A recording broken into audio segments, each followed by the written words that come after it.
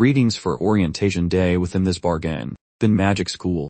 That professor rambles concerning mystical batteries plus ethereal fuel consumption, then pivots to drills, ordering kids to hoist twigs and squeeze internal juice. Next, they should visualize a glowing orb while hollering easy mystical phrases. Shimmer. The woman orders everyone to continue practicing until internal tanks empty. Following multiple failed trials, various kids feel completely burned out. Teach is hardly shocked. Despite this flashlight trick being toddler level, amateurs normally require 4 weeks of grinding to spark even tiny flames. That instructor demands a repeat performance. By round 3, 50% of those students simply quit.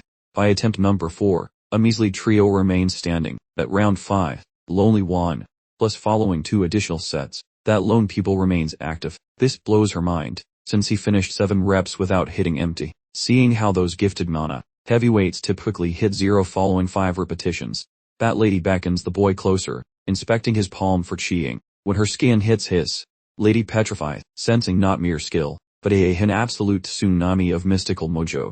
This bottomless abyss, so freaking deep that veteran wizards would get lost. During a short flash, the instructor honestly perceives herself submerged. No rookie should ever pack this much heat in their veins. His internal gas tank dwarfs what legendary sorcerers manage over a century. That student answers to Li Hun. Plus during his former life, the fellow was nobody noteworthy, merely a typical college kid in contemporary Tokyo streets, burned out, tired, and enslaved by brutal academics plus mean teachers. That afternoon the fellow eventually snatched diplomas. That specific instant the boy presumed all agony ceased. A stray vehicle essentially turned him into road peasant.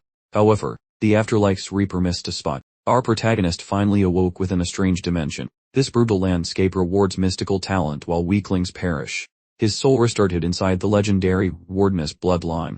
They represent the nation's most terrifying collection of Hess hurlers. This clan boasts ghostly allies, lizards, and wizards who deleted cities like bad drafts. Sadly, Han missed the inheritance jackpot, because the firstborn takes the gold, while the leftovers must scavenge. Unlike typical overachievers, he had 0 desire for global conquest.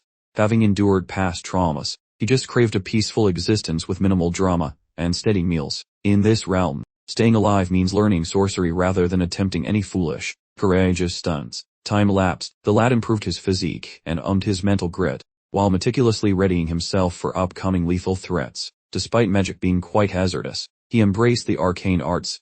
Ultimately, his journey took him toward the scariest establishment for rookie wizards, that prestigious, terrifying institution called Aimrogard. This wizarding college basically uses starvation as a teaching tool. Failing grades here usually conclude with funerals. Plus the principal is essentially a high-functioning corpse, so there he waits, loitering outside the entrance beside heaps of enthusiastic, doomed freshmen. The front doors swing wide. A booming voice shouts, labeling everyone morons and explaining that this campus is basically one giant lie. Sensing heavy vibes, Han realizes the lich is talking, getting paralyzed by the sheer spooky power radiating outward. The crowd hears him roast those foolish enough to pack luggage or bring their own maids. Promptly, the undead boss summons a rift, sucking up every forbidden bag and stowaway servant. Afterward, the skeleton commands survivors to march indoors for their official registration. Time ticks on, revealing the principal is actually just a very well-dressed skeleton with a career. At this moment, starting his fresh Aimrogard quest, the boy senses nothing but confusion about his future. Aware that destiny delivers spooky problems, deep within the Academy's primary stone fortress, a voice yells toward our lead, wondering if those Wardeness genes are authentic or just hearsay. Staying silent, the boy spins to find a gorgeous owner from that legendary wizarding clan pitching her name. Following some brief polite banter, our hero questions her purpose, so she clarifies that the royal heir desires a private meeting. That fancy lad, our protagonist muses, viewing that silly yellow-haired youth as he offers a bashful, to-the expression in return. Given the Academy's fame for aggressive social climbing during orientation, Lee struggles to respect this supposed royal brat. Plus, rumors suggest the supreme ruler was busy enough to sire over 100 tiny heirs. Unless this fellow is the eldest, his life probably sucks as much as Lee's. Since the ruler declines to fund his spare children, the teenager assumes the lad is actually brokest here, because every student has a legendary surname, leaving royalty looking rather pathetic. Ewer breaks his mental trance, demanding to know if he intends to join their little parade or stay behind. Before exiting, our hero notices a pair of kids joking about them nannying some nameless royal child, choosing friendship over conflict. The boy grabs Ewer's palm and agrees to wander toward the majestic brat. She notes how several people treated her like a social pariah at the start, feeling truly relatable to him. Moments later, the group encounters the 97th Crown Descendant, specifically a boy called Gainando. Honestly, he just claims that rank while actually sitting at spot 100, and, when in the lineage, while they first chatter, the boy basically drifts into a mental void, returning to reality when the prince inquires about his focus, forcing the boy to concentrate again, but only to suffer through Gainando whining about some kid who brushed off his friendship proposal before. Although Gainando seems like a toddler, Lee plays along by feeding the boy's massive self-importance. Nevertheless, the prince's replies just prove his total lack of maturity and high levels of fragility. Worse yet, Gainando catches a case of the green-eyed monster because some guy is chatting with Ardenard, number 44 among the palace's many royal daughters. In contrast with Gainando, this girl displays such refined poise that people naturally flock to her side. The noble requests that our protagonist fight his battle, though Lee suggests demonstrating class instead of picking on folks. Gainando claims he is no predator, then begs Lee for some expert guidance. Lee presents a pair of spacey choices: pardon their souls, or initiate a lethal struggle for honor. Knowing a fight would be suicidal, Gainando chooses to overlook Ardenard, his lazy sibling. Soon, Noor sees Lee stroking Gainando like a pet, praising his patience with the royal brat. Foolish behavior, which she confesses would be impossible for her to endure. Intrigued, Lee wonders why she remains a nanny to Gainando, but a spooky arrival stops her. A skeletal principal pops into view, forcing every student to look his way. Lee Han watches the bony boss, guessing what soul parts he traded for eternal life. The zombie leader questions the rookies about why they are nicknamed the Metal Skulls. Ardard assumes it refers to their shiny metallic badge, winning her a mocking slow clap and imaginary rewards from the undead educator. After she inquires about the scoring, the ghost laughs it off, telling them to spot deceptions. That bony boss explains how the rookie badge consists only of basic ore, starting a long lecture about the hardness and value of various alloys. Following another prank, he giggles and claims they are iron, because their skulls are hollow. This savage roast leaves Lee Han stunned, who notices the heavy Nana aura, which keeps every student silent and submissive. Surprisingly, Lee wiggles his limbs despite the crushing pressure, deciding to thrive in this chaos. Seeing Lee Han twitching, the lich stays quiet, then prepares one last cruel joke. A massive portal opens to show a majestic banquet hall, where he offers a free buffet. Instantly, the pampered children scramble for their chairs, desperate to stuff their faces with mounds of dairy, savory spreads, crispy poultry, and smoked seafood. However, the second they reach for a bite, those snacks disappear, and the lich returns, mocking their lack of focus. While Lee Han realizes this ghost must have lost his soul to become such a cruel, twisted freak, the principal claims that the school aims to forge wizards by using a primal motivator. Greet, while he passes out some fresh school threads, a basic bun, and a single ball of grain. The tiny rations made Gainando whine incessantly, declaring them utterly excessive, and the headmaster sarcastically approved of his complaining attitude. He then cheerfully reminded the young pupils that acquiring superior food, finer clothing, or advanced gear would require them to conjure it up themselves, using magic. The central rule of the academy was straightforward, basically saying, figure it out yourselves. Later, one enterprising student hatched a scheme to contact outsiders and smuggle in some essential goods. Too bad for him. Headmaster Lich caught wind of the whispers and gleefully told him to press on with his spectacularly unwise plan. Following that incident, the headmaster informed the incoming first years that a strict prohibition on leaving school property was now in effect. The newcomers also learned they were completely forbidden from requesting any help from the upperclassmen. With those lovely words, the headmaster finished his welcome speech and offered the new arrivals his best wishes for survival. Once the headmaster had departed, Lee Han started contemplating how every educational establishment he had ever encountered seemed to be overflowing with eccentric faculty members. He recalled a professor from his graduate studies in a past life, whose lab was right next door, possessing the identical expression of pure, unadulterated madness as the headmaster's own insane gaze. Right at that moment, Gainando approached. He immediately began complaining to Lee Han regarding the supposedly unfair treatment they were experiencing at this academy. Judging by the volume of the prince's continuous whining, Lee Han decided that Headmaster Lich, despite everything, was still less demanding than the professor he remembered. At least this school provided basic necessities like food, lodging, and uniforms, something his old institution neglected entirely.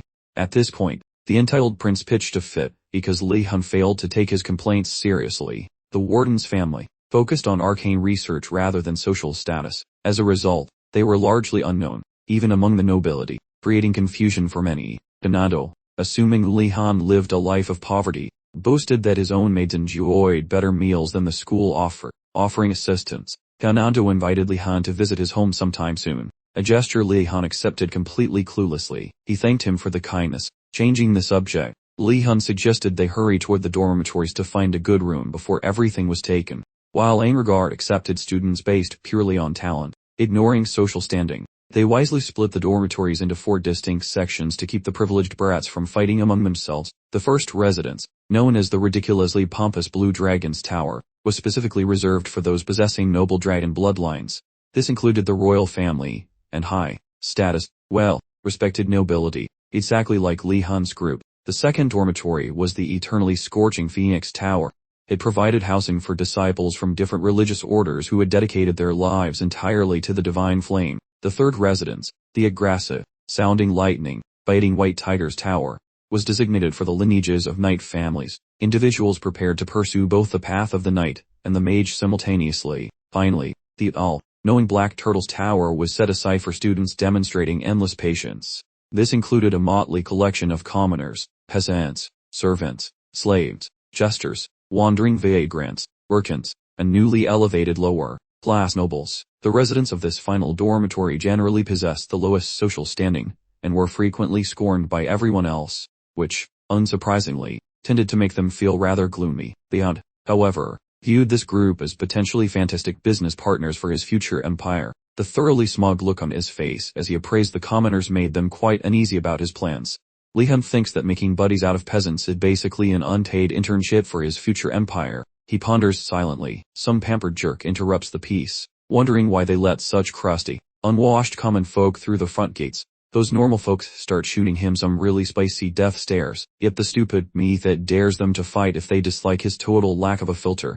Our hero, refusing to let this loser trash tuck his future cash cows, intervenes, using superior status to roast the village idiot, shouting that he is the real trash for holding on to ego when they all became broke students the second they entered.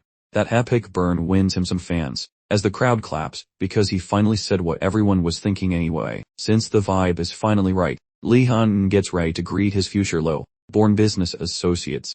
Alas, once the peasants discover his ancestry, they panic and tell everyone to avoid his terrifying gaze. Spooky tales about his relatives being ghosts and his father being a scaly fire rather make them soil themselves. Totally lost, the lad wonders why everyone is acting weird, until Yuaner walks up and calls him a decent blue blood. He asks the girl if his face is nightmare fuel. After she confirms he is not a monster, she says he looks like a proper fancy lad, though he has no clue his family is basically the boogeyman. Suddenly, Gainando screams for attention, whining that his personal meat shields abandoned their precious prince in the middle of nowhere. How rude.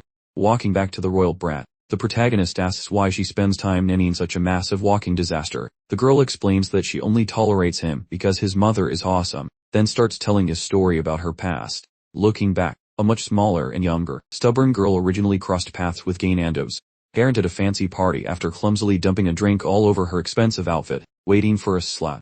The crowd gasped when the lady acted nice, asking if the clumsy girl was even hurt or something. That rich lady started paying her just for hanging out with her son, basically making friendship a paid dig. The protagonist realizes that when bribery is a possibility, he must definitely charm the royal brat to secure those sweet financial kicks. Arriving at their massive new bunkhouse, our lead is shocked by the scale. It has woods and a lake, looking more like a survival camp than school. As he checks out the view, he hears some confused kids complaining about being totally turned around. He asks his friend what is up. She confesses she is lost too, even though she thought this was the path. While the young man attempts to solve the mystery of their location, a wild obstacle pops up right before them, spooking that poor fellow Li Han into a complete state of panic. After poking around, they found a tiny, boring shack had materialized right in front of the fancy rich kids. The majority of them felt totally disgusted by that pathetic scale. Gainando, an arrogant nanny for rich kids, moans that this hut lacks space compared to a tiny closet, questioning their long-term stay. Meanwhile, Li Han ignores the idiot while wondering how the group might fit. Yet, the moment he enters the structure alongside Yuaner and that loudmouth Gainando, the mystical internal atmosphere suddenly shifts, and within seconds, his whole group just vanishes. Li Han spends several seconds blinking like a confused owl, attempting to grasp how his environment just swapped out of nowhere. Some sound says he, calling him a fresh little wizard while inquiring about his desired destination. Our hero instantly realizes this door is actually a wizardly spire. Consequently, an invisible narrator applauds the fellow for his agility, saying that, currently, the boy's clearance is restricted to a private bunk plus the newbie steel lounge. Our hero inquires about visiting other zones soon. The sound claims it is doable if he discovers their hidden titles and complete specific goals. Right now, the principal has blocked exploration, causing him to feel grumpy about one more annoying rule from the boss. The boy commands that talking ghost to teleport him toward a mattress. Then it obeys. Once he gets comfy in his bunk, our protagonist grabs a manual called Facts on Aimer Guard, quickly seeing why the academy forces everyone to study it. Per the manual, all fresh recruits must endure every lecture for 30 days prior to choosing a specialty. While browsing, our hero spots a pep talk from the boss, who turns out to be Oish, down adults, so he assumes the man is likely not a complete jerk. Actually, our hero finds the school much simpler than his brutal graduate studies from before. Plus, his quarters provide every necessity, leaving him with zero reasons to bellyache. At the same time, without his awareness, the remaining pupils are suffering mental breakdowns because their tiny bedrooms look like empty prison cells. Having memorized the regulations, our hero heads to the social hall to spy on which lectures those other kids selected. Upon arriving, he joins Yoner, inquiring about which academic path she prefers. She beams excitedly, explains her dream of mastering potion mixing to start a business and sell magic goods to the royal court. Stunned, the boy praises her try. Then Yoner asks about him joining, not wanting to kill her vibe. Li-han explains that selling magic potions is difficult, so he needs time to reflect. Within this territory, a startup like that needs a killer instinct to win, so our hero avoids extra stress by selecting only safe topics. The girl, acting nosy, asks which topics our hero likes. Then he weighs his reply very carefully. He primarily targets courses where nobody actually tries, hoping for those sweet, effortless grades. Dreaming of one day securing a cozy desk job within the fancy imperial palace walls. Still, dropping such a boring truth on someone as fired up as Yoner would likely crush her spirit. Thinking fast, Li-hun claims he will sample every single lecture for a month to avoid any hasty blunders. Just as Gainanda sprints over, looking absolutely terrified while screaming for assistance, because he believes a ghost or thief invaded his vacant bedroom.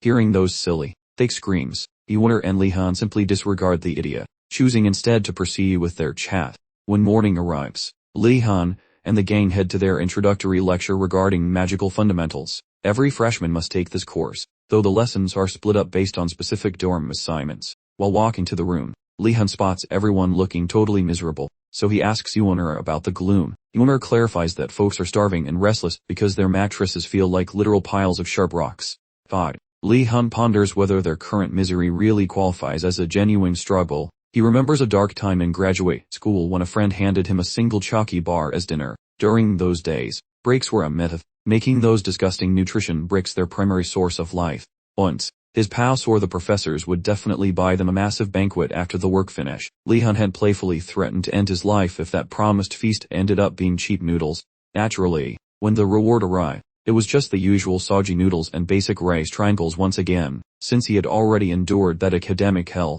this present mess felt like a breezy walk through a park. Eventually, the wary group reaches the designated room to begin their very first educational session, feeling grateful that they do not have to climb any stairs today. That small bit of comfort vanishes instantly as they swing the door wide to see a massive troll, wearing tie garments, lurking behind the teacher's desk. Everyone knows trolls as violent, mean beasts, so finding one teaching a class is absolutely mind-blowing for them. Instantly, the beast greets the students and tells them to hurry up and find a place to sit. After the kids settle down, the creature announces her name is Garcia Kim, a being with half-troll blood. She then promises that, despite their obvious trembling, they have absolutely nothing to fear from her. She claims she only eats people when hungry. Though Garcia is clearly joking, the students actually believe her for a second. Finally, she feels bad about the prank and starts the talk. But before launching into the main material, she notes that the wizardry taught here remains useless until they grow up, as the nature of magic is. This job, however, is quite dangerous, as the professor for the Steel Seeds class of mages. Her lessons will cover fundamental magic, and help each student pinpoint their unique elemental affinity. She promises to act as their guiding star through this endeavor and warns them to begin with the most basic ideas. Her initial question to the group is a simple one: what exactly constitutes magic?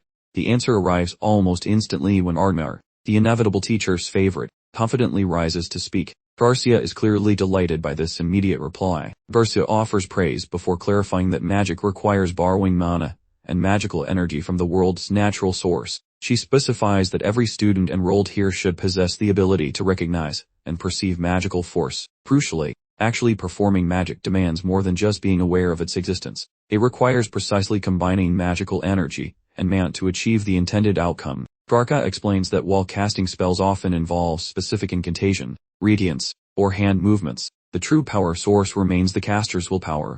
Realizing she has probably lectured for too long, Garca abruptly cuts off her explanation and asks everyone to stand up so they can try magic for themselves. She instructs the class to retrieve their staffs and focus on collecting their magical energy. As the students comply with her directions, she cautions them to keep a firm grip on their new power while visualizing a bright image of pure light.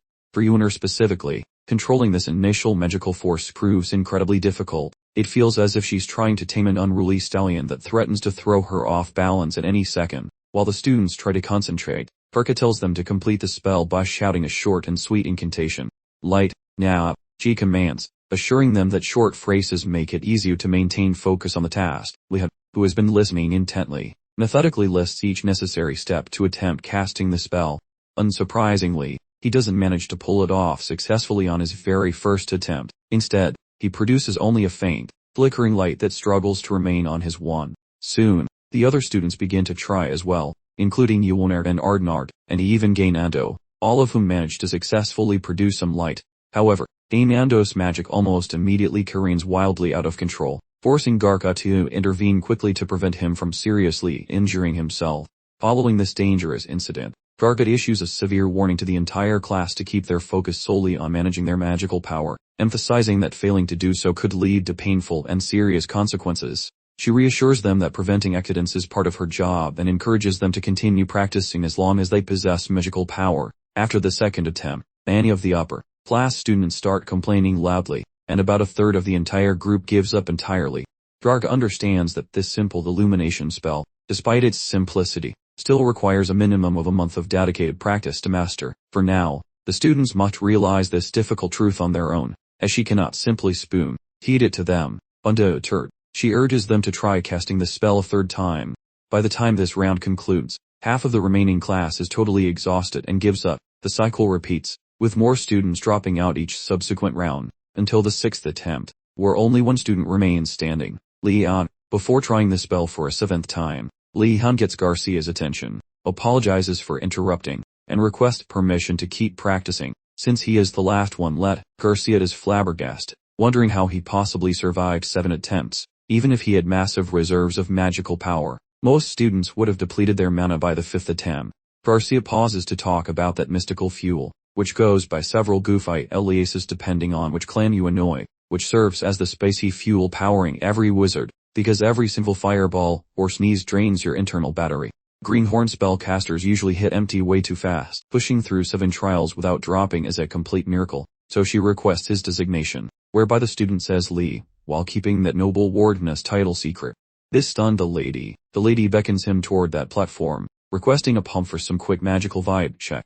Upon his compliance, the instructor pokes his mystical tank, and gets hit with a spiritual brick wall, resembling some massive ocean, whereby the instructor feels like she accidentally forgot her floaties. Observing that terrified expression upon her features, the student wonders if she feels unwell. The lady recovers her cool, claiming zero problems exist. She then demands he visit the office later, so the boy merely bows prior to wandering towards some wooden furniture.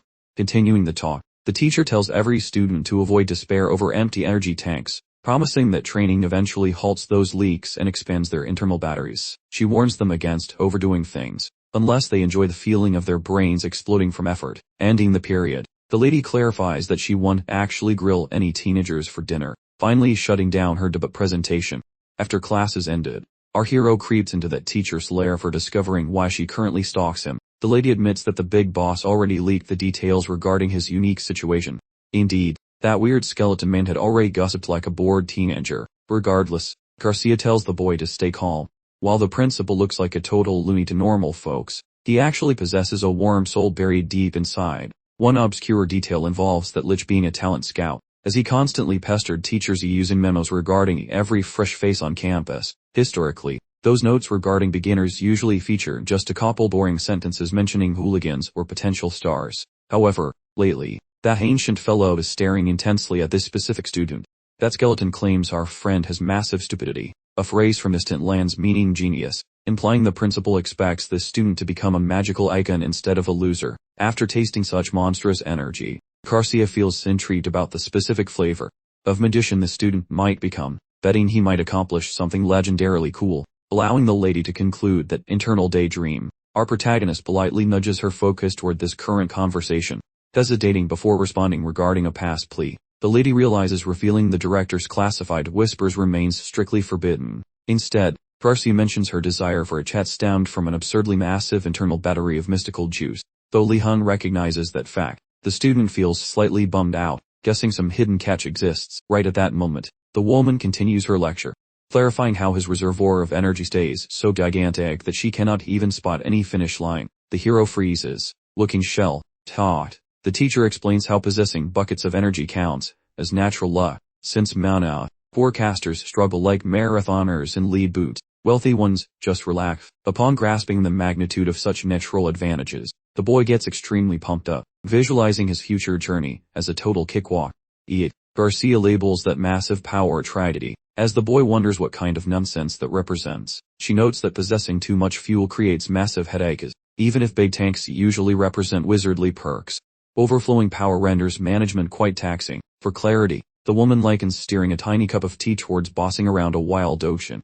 The latter task stays significantly more brutal, essentially, mastering power focus, that absolute essential for any wizard, shall become a complete disaster regarding Li Hun's education. Fearing this news, the poor guy sinks into gloom as a harsh truth of his fate hits home. Fortunately, Garcia has a quick fix, pulling out a magical cuff and clicking it onto his right limb, then orders the boy never to remove it, since the trinket sucks up any extra power to keep things steady, making Li Hun quite thankful. As he prepares to exit, Garcia tells him to cast every spell imaginable to drain those batteries, which keeps the chaos away. The teacher proposes training solo, because those batteries never drain, offering luck. While that student giggles plus appreciates his mentor, Lugo he strolls into the corridor to find his friends, weighing his scary future while hoping to dominate his freshman year. He quizzes his companions about which specific workshops they plan to join once the introductory month concludes. The girl says she is sticking with brew making and wonders if the rest of the gang wants to tag along. That snobby royal brat mocks her for choosing a craft he thinks is only meant for the help. After tossing out a few more nasty insults regarding the art of mixing potions, the young lady, now clearly fuming, squeezes her fist and tells Li Hun to move aside so she can pummel the juror. Prior to Gainando's ability to blink, the girl socks the prince squarely, banning that royal against visiting the medical wing for brews cooked by the experts he insulted. Observing Yuer's truly magnificent instance of revenge, Li Hun praises her solid right hook before strolling toward their debut potion, making seminar, intro to Cauldron Chaos. During their wa, Li Hun wonders if pulverizing Gainando was legal, but Yuer promises a simple tomorrow apology fixes everything, revealing her veteran status in assault. However, he quickly spots a massive throng of scholars assembling for the lecture, specifically the gloomy bunch from Black Turtle Tower. Even though he usually ignores people, their intense, creepy gazing is starting to itch under his skin. He notes that regular folks usually treat the upper crust with either shivering terror or pure, concentrated saltiness. At this moment, Li Hun chooses to keep his cool and avoid drama, because acting like a golden retriever might blow up in his face eventually. Upon reaching the designated spot for their scholarly gathering, the educator counts his victims, anticipating some totally bizarre mentor. Everyone is shocked to find their mentor is merely a standard, run off the mill bearded fellow of the short variety, presenting himself as Irregulum Gumder, or simply Professor Beard, and Boulders. He queries the group on why they are standing in the grass like lost sheep instead of sitting in a room.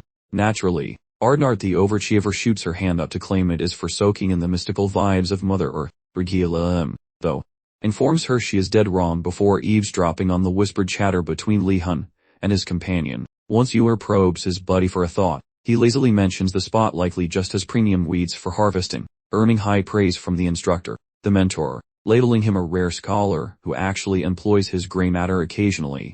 Ardnart, fuming over Li Hun winning, starts looking like a tea kettle about to whistle. Li Hun silently begs the educator not to paint a target on him by creating a rivalry. Shifting gears, Irregulum huddles the kids together to reveal the cold, hard truth of what mixing chemicals requires. While most folks think magic brewing needs God, here genes or fancy finger wiggling.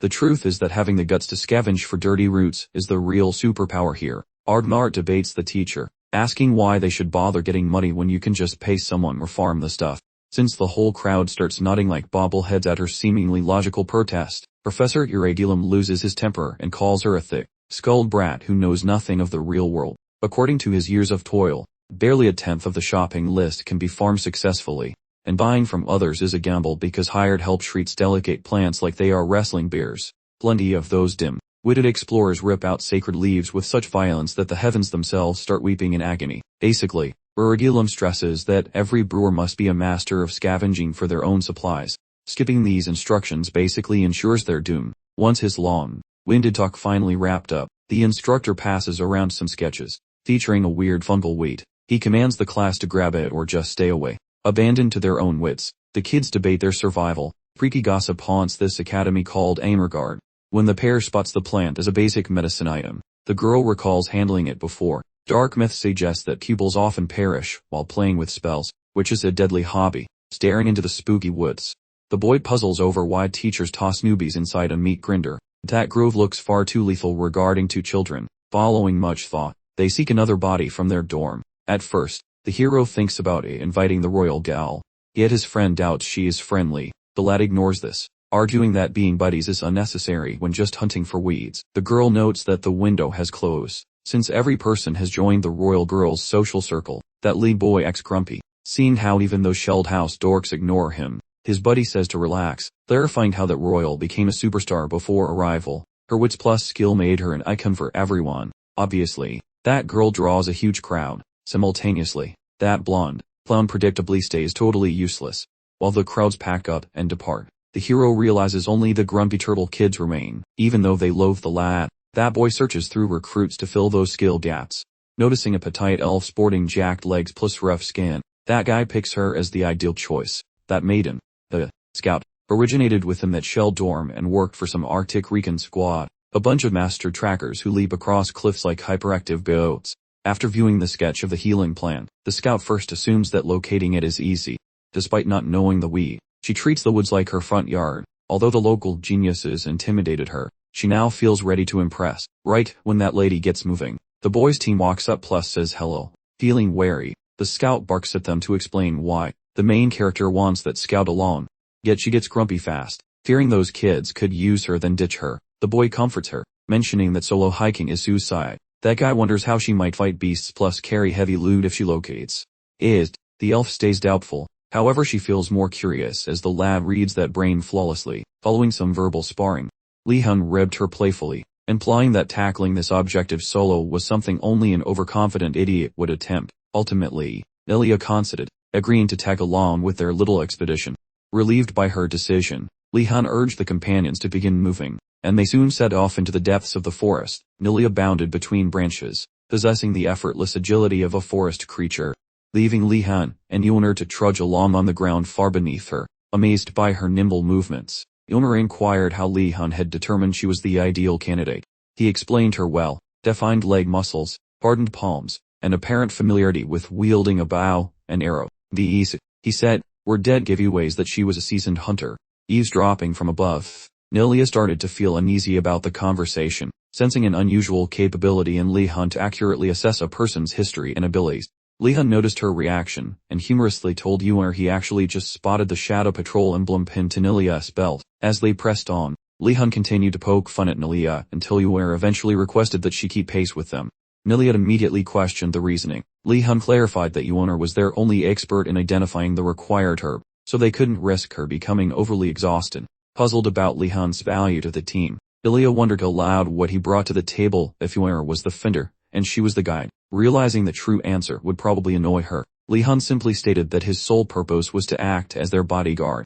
Examining Li-hun more carefully, Nelia concluded he must belong to a lineage of knights, then asked why he was hanging around the Blue Tower. Li-hun responded that he was indeed a member of the infamous Wardeness clan. Upon hearing this revelation, Nelia was so taken aback that she almost tumbled off the tree limb she was currently perched on. Noticing the look of utter horror on her face, Li-hun asked Yonr if his family had some sort of issue. but Yuan reassured him that noble families often attract wild gossip. Still, the wardeness family, she explained, was particularly notorious for being scandalous. One popular theory claimed the wardeness patriarch was actually a dragon who incinerated countless undead legions during the Great Undead Frenzy. Other stories suggested the wardeness line forged pacts with ancient entities, sacrificing their feelings to gain matchless magical prowess. There was even one tale of a wardeness sorcerer completely annihilating a city during a simple riot. Listening to Yuan's accounts, Li Han realized the public perception painted his family as destructive monsters, leaving chaos in their path. He wondered, however, if powerful mages intervening in catastrophic events was truly a bad thing.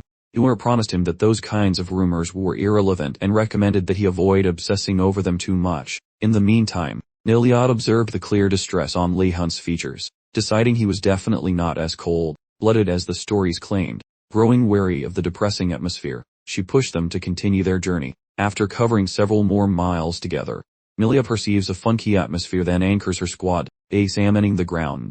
They stumble upon ginormous creature tracks. Looking at those light dents, the beast clearly attempted to hide its path, which makes the girl quite giddy over its professional level of discipline. Yuan fake smiles, but her blatant boredom is instantly obvious to the tracker. Begging pardon for her chatter, the girl admits her woodsy rants might annoy her friend. Shockingly, Li Han actually gives a hoot and begs for extra info. Totally baffled, Milia muses whether the lad has caught a brain fever. Li Han promises that nerdily obsessing over mud is a valid pastime. Milia notes that high-born snobs usually despise dirt. Yet she insists he remain on guard. She explains that beyond its huge size, nobody can guess what other creeps are hiding. Rumors of lab-grown freaks and jelly blobs make this park a nightmare, which Yuan validates, adding that the school's magic aura acts like a dinner bell for beasts. Milia thinks they should play detective by tailing the predators to prevent any nasty surprises. From the shadows, Li Han wonders if mastering such wilderness talents is possible for him. The tracker claims it is grueling, yet she yields when the boy begs with sincere eyes. Dropping her prickly exterior, she agrees to guide him in the wilderness arts. Following many additional leagues of hiking, this crew eventually stumbles onto those doko blossoms. Yuan identifies the grass, but they only have a pair when 3 are needed to win. Since no extra foliage appears, the girl tells the crew to migrate elsewhere, halting their next step. Absolute stillness takes over thanks to Yuan. Pivots and sees a beefy hog that likely ate a whole village. The lad notices this tusked freak is unique as it sniffs out mana. The girl validates his hunch about the mute, prompting the boy to take a risky gamble. Lacking a metal blade, the boy opts for his mystical rod. By some miracle, the wielder may modify the stick's length. He transforms the object into an elongated harpoon for a direct assault. The scout, awed by his wardeness bloodline, feels thrilled while wishing to see some fancy wizardry. She asks if he is skilled, but Li Han just gives a shaky shrug, urging Nilia to devise a backup strategy. If things get messy, she should drag Yuan away while he distracts the beast. Yuan feels fuzzy from Nilia's heroic vibe, but Nilia just scoffs, saying she is only helping because she has time.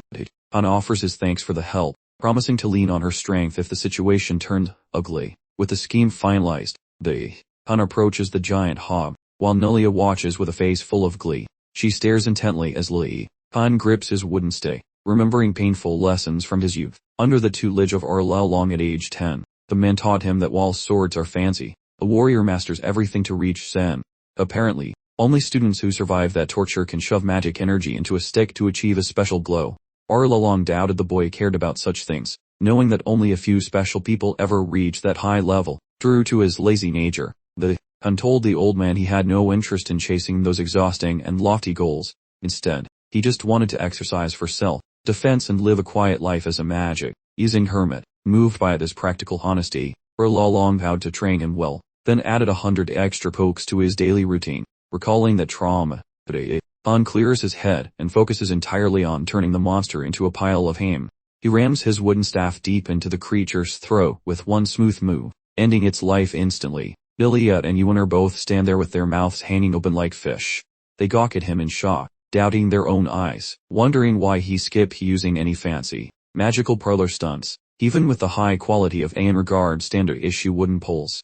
That piece of wood should have snapped like a toothpick against such a massive, angry forced beast. Without realizing it, Han accidentally poured some magic into his stick, turning a blunt toy into a deadly blade. Though he was nowhere near legendary mastery, his quick shortcut saved the day and kept the girls from being eaten. After the oversized pig finally quits its shaking, The group inspects the damage. Iliad is stunned that Li Han dropped such a unit with nothing but a wooden pole. Yue is more worried about the insane school syllabus. She cannot believe teachers would toss kids into this nightmare. Contemplating skipping all future lessons when another loud scream rings out from nearby trees. After calming Yue, the squad rushes to find where the screaming is coming from. Upon their arrival, they spot several kids fighting another massive, angry forest pig. Seeing how many people are there, Han suggests they just sit back and watch, which Nelia totally supports. At that moment, a fancy, hand-slap, aimed Ashen Dockard steps out with his staff, boldly claiming he will handle the angry Beacons single-handedly. Yue recognizes him as a brat from that wealthy Dockard clan. They were celebrated for their extraordinary talents, and a long family history of handling the Emperor's personal finances, based entirely on this high-end reputation. Li Han foolishly assumed Dockard must be competent and fully trusted his ability to wield a sword. However, as soon as the battle commenced, it quickly became evident that Dockard's big, talking attitude was completely unsubstantiated. His initial strike barely dented the boar's hide, merely making it angrier. Dockard understood his plan was terrible and tried to change course, but time had run out. The boar then used immense force to kick Dockard, sending him flying several feet away as a completely incapacitated human projectile. Since Dockard was now useless, the enraged boar shifted its murderous gaze directly toward the princess and all the other remaining individuals. Right then, the princess took a decisive step forward. Yue immediately turned to Li Han, seeking advice on their next course of action. But Li Han was completely focused on reading the princess's current expression instead of answering. She appeared to be completely lost in thought, carefully calculating the perfect timing for her impending strike. As he watched closely, Li Han realized the princess was patiently waiting for the boar's charge, only striking exactly when the timing was perfect. The meticulously calculated strike found its intended target, causing the boar to let out a tremendous pained shriek before it finally collapsed to the ground. Following the intense skirmish, Li Han thanked Nelia for her invaluable instruction about approaching monsters by riding the headwind, assuring her he would heavily depend on her counsel in the future. Once the battle had concluded successfully, Princess Ardnard expressed sincere thanks to Li Han for saving her and her companions, showing no jealousy at all. Li Han tried to dismiss the compliments, but Nelia started wondering why everyone was being so formal, since students in the same graduating year usually talked more casually to each other. Despite his attempts to decline, Ardnart insisted on finding a way to properly repay Li Han for his assistance, asking curiously exactly what he wanted as compensation. Li Han completely surprised her by requesting only a list of academic courses where it would be easiest to get top grades. Ardnart's first thought was that he was testing her intelligence, but when Li Han asked again, she understood that he was completely serious about his unconventional request. Before she could reply, the professor, who had apparently been listening in on their conversation, suddenly emerged from his hiding place and announced that he had the precise answer Li Han was seeking. Before he fully recognized the professor, Li Han was overwhelmed by an ominous feeling. It specifically reminded him of his previous life, particularly his terrifying, intimidating graduate school professor, Professor Uragalum. Having no patience for silence, interrupted Li Han's thoughts. He proposed that the alchemy class was exactly what Li Han desired, but Li Han, calming himself, replied that success required passion and dedication. Intrigued by Li Han's sudden enthusiasm, Uragalum vowed to personally help him cultivate the passion and dedication he mentioned. However, Li Han couldn't help but notice the jealous glares of the other noble students who truly resented the professor paying such attention to him. Undeterred by the professor's interest, Li Han informed Uragalum that he absolutely still wanted to explore some additional options. Uragalum, sensing the students were mentally checked out, decided to release them from their academic torment for the day. Sadly, the other student factions were left less, having missed out on the thrill of a combat encounter, but their excursion still fulfilled the assignment objectives. Right then, Li Han appeared with a bruised eye, immediately accusing Uragalum of purposefully orchestrating the entire dangerous situation for the students. Uragalum coolly explained that the activity's actual purpose was to familiarize the students with the diverse dangers they'd inevitably face while harvesting ingredients. This included knowing when to fight, flee, duck, or hide, as a successful alchemist must possess skills for every conceivable catastrophe. After hearing this, Yonder immediately asked if the requirement to turn in the rare Doko herb was still in effect, especially considering the perilous adventure required just to obtain 3 small samples. Uragalum seemed genuinely shocked that a group actually managed to successfully locate the extremely rare herb. He commended their exceptional work, and immediately granted passing grades to the entire trio. He then issued an order forcing Li Han to enroll in the alchemy class. Li Han felt like a mouse caught in a snare, but he ultimately decided to accept this new academic obligation. He then assured the professor he would try his hardest, claiming that learning alchemy was actually his lifelong ambition. After carefully listening to everything Li Han stated, Uragillum began to realize the young man was far more mature and grounded than most people his age. In recognition of slaying the monstrous boar and bringing back the Doko herb, Uragillum decided to present Li Han with a highly coveted special privilege. This privilege included completely unrestricted use of his secluded forest cabin for the remainder of the semester. Li Han, initially perplexed, immediately started envisioning himself being swamped with endless cleaning chores. Uragillum cleared up the misunderstanding, explaining that the cabin contained the one specific thing all new students yearn for most passionately. It was delicious food, which they probably didn't fully appreciate just yet. Uragillum promised that after enduring a single week of the cafeteria's mediocre cuisine, they would truly understand his incredible generosity. Li Han thought about his choices and calculated just how hard it would be to tolerate the school's utterly tasteless food, especially given that the noble students possessed their own dorm tower complete with far superior provisions. However, Uragillum's secluded cabin was stocked with truly fresh ingredients, featuring rare spices and wild vegetables collected right from the surrounding woodland. Li Han quickly decided he had been handed the equivalent of a semester long can eat pass. His scowl evaporated into a delighted smile as he vigorously shook Uragillum's hand, declaring alchemy the most magnificent subject, to which Uragillum laughingly replied that he already felt a profound kinship with Li Han. This pleasant atmosphere evaporated instantly when Uragillum released the injured boar, while the entitled noble children loudly protested the exhausting field work, vowing never to return to class again. Meanwhile, Li Han quickly pushed aside his general irritation with the school, and began to focus on the immediate challenge ahead, managing the food rations. With Nilia and Yuer following closely, Li Han proceeded to Uragillum's secluded cabin. Following the initial task of setting the boar carcass aside, Li Han began to doubt his ability to butcher such a large creature by himself. Spotting the look of sheer, unadulterated terror plastered across his features, Yuer gallantly stepped up to offer assistance, conditional on receiving a portion of the resulting pork products. Li Han, wary of Yuer's expression, nervously inquired about her well-being. Yuer quickly calmed his fears, yet Nilia piped up, wondering aloud if a high-born like him actually knew how to process game, since aristocrats usually found that kind of work beneath them. Li Han rose to his feet, playfully needling her by asking if she was strictly plant-based or simply had an issue with the idea of eating animal flesh. Flustered by his cheeky inquiry, Nilia resolved to silence him by showcasing her considerable talents as a huntress. Considering Nilia's tracking acumen and Yuer's ancestral knowledge and processing, Li Han determined the trio could definitely handle this endeavor as a team. Not long after, Professor Uragillum reappeared, carrying the required tools, which he promptly delivered to the group. With a knife in hand, Li Han bravely stepped forward to assume command, demonstrating remarkable skill in butchering the animal.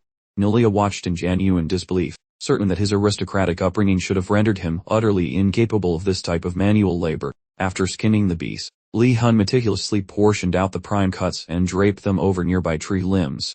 He suggested to his cohorts that they should preserve the intestines for future sausage construction, explaining that absolutely nothing should go to waste considering their precarious position. As the cuts of meat began to smoke, Uragillum dropped by to praise Li Han's impressive organizational skills. He noted that choosing to smoke the meat for long-term storage demonstrated superb survival instincts, particularly impressive for a newcomer who had only been on campus for a mere 3 days. The professor found Li Han's rapid development remarkable given the time frame. Once the preservation process finished, Li Han suddenly requested bread and butter from the professor, stating he was feeling quite famished from all the effort. Powerless to say no to the boy, Uragillum acquiesced, retrieving only the absolute best ingredients from his private stores. It didn't take long before the al fresco dining area was piled high with wonderful jams and various other foodstuffs. The group heartily devoured the spread, thoroughly enjoying every bite. Yuer praised the professor's excellent jam, declaring it perfectly complemented the rich, smoky flavors of Li Han's freshly prepared meat. As they feasted beside the bubbling stream, Uragillum urged everyone present to stuff their faces, emphasizing that this level of gourmet quality wouldn't be served regularly. The 3 students finally took a moment to truly unwind after days of stress, appreciating the good food and the professor's company. Once they finished eating, Li Han and Yuer wrapped up the remaining smoked meat into practical portions and debated its destination. Pilia, completely full, proposed they distribute the rest among the other pupils residing in their tower, completely missing her true purpose. Li Han and Yuan immediately jumped to the conclusion that she wanted to sell the provisions, prompting Nilia to quickly point out that she had suggested no such thing. However, Li Han countered by saying most students in the Blue Dragon Tower possessed ample funds for payment, suggesting a little extra income wouldn't be a bad idea. New funds secured. Li Han and Yuan grinned victoriously, patting themselves silly over their cunningly devised money-making strategy. Nilia simply shook her head, utterly baffled by the twisted logic of the self-proclaimed elite. Oblivious to their true intentions, she inquired innocently about hawking the meat, prompting Li Han to offer a slice of their upcoming gains. However, Nilia firmly declared her sole desire was to present the cuts as a thoughtful token for her companions. Li Han merely shrugged, allowing her free rein, though he couldn't resist a sly caution that she might later lament missing this lucrative chance. Yuan chimed in, philosophically noting that friends can disappear, yet wealth always remains a loyal partner. Thoroughly fed up, Nilia sharply commanded their silence. Meanwhile, Baraglum, a quiet spectator, discerned that this group possessed undeniable skills, alongside an equally undeniable penchant for trouble. Even with the migraines he foresaw from their escapades, he braced himself, declaring readiness for the delightful pandemonium they would inevitably unleash. Upon Li Han and Yuan's grand return to the ostentatious Blue Dragon's Tower, an odd structure typically set apart from the Academy's core, and enveloped by a robust forest fragrance, they got to work. Without a moment's delay, they commenced grilling the savory cuts resourcefully obtained from Baraglum's rustic dwelling. Their cunning strategy involved letting the irresistible, smoky fragrance permeate every nook of the sleeping quarters, acting as bait for future clients. Roughly half an hour into their fragrant scheme, the remaining pampered aristocrats started sniffing out the undeniably enticing smell of sizzling, roasted flesh. Initially, a collective bewilderment spread amongst them, since such a delightful culinary perfume was certainly not on the menu during their current, self-imposed hardships. However, before long, Li Han grandly summoned all in earshot, cordially urging them to sample his exquisitely prepared, smoky grilled feast. With the speed of famished wolves, the eager scholars converged around the duo's impromptu pop-up-eatery. Inquisitive remarks about the situation quickly followed. Li Han, the smooth operator, calmly addressed their concerns, capturing their undivided focus by proclaiming a grand feast was arranged. But then, just before anyone could take a bite, he casually revealed a modest price tag of 2 silver coins. Remarkably, even with the sudden revelation of the per-person charge, not a single grumble arose, for truly excellent cuisine was a forgotten indulgence they were all desperate to savor once more. In short order, the privileged pupils eagerly settled in, proceeding to gorge themselves on every tender, spicy morsel they could possibly fit into their mouths. While Li Han and Yuan observed their ravenous patrons, they discreetly totaled their profits, genuinely astonished by the sheer volume of dishes moved, especially since they had audaciously inflated the original cost by 3 times. Of course, the poor scholars were rather cornered, utterly clueless about procuring or preparing their own protein, which, in their shrewd vendors' minds, made it a perfectly balanced, mutually profitable arrangement. Just then, Gainando finally shook off the lingering effects of Yuan's powerful blow, staggering upright as his belly roared a furious protest, leaving him to ponder the source of the delightful hubbub beyond the door. His nose quickly caught the undeniably tempting aroma of sizzling, grilled protein. Naturally, he drifted outside to investigate, and the moment Li Han's eyes landed on him, the entrepreneur promptly extended a warm, profit-driven invitation to join the feast. Just like all the other paying clientele, he didn't delay. Gainando eagerly plopped down, mentally bracing himself for a glorious, meat-filled banquet. But precisely as his hand reached for the first succulent morsel, Li Han suddenly intervened. The cunning vendor gently reminded him that even beloved friends owed a small, friendly toll of 1 silver coin before resuming their feast. Absolutely dumbfounded, Gainando stammered if payment was truly required, to which Li Han smoothly retorted that a true noble's dignity simply wouldn't permit such a disgraceful act as consuming food without contribution. The central predicament was Gainando's utter, crushing insolvency.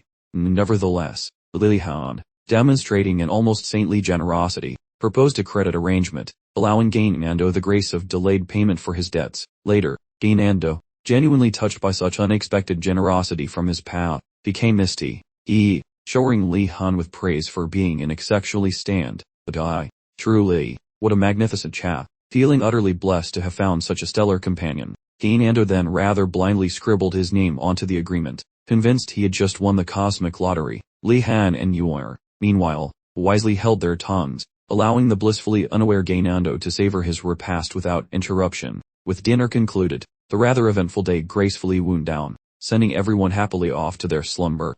The following dawn, the esteemed pupils hailing from the illustrious vainglorious tower assembled once more in their familiar classroom for a fascinating session on basic magical personality refinement, or so they called it. Numerous high-born students scratched their perfectly coiffed heads, genuinely baffled why such a course was mandatory when, in their own impeccable estimations, they had absolutely no room for self-improvement.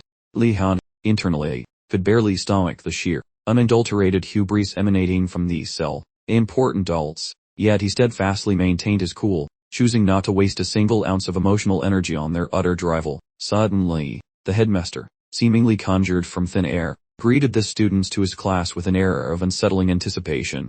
It quickly dawned on them that the headmaster was, indeed, the very same personality education instructor. A sudden wave of fear instantly gripped them, prompting extreme care not to blurt out anything that could possibly upset him.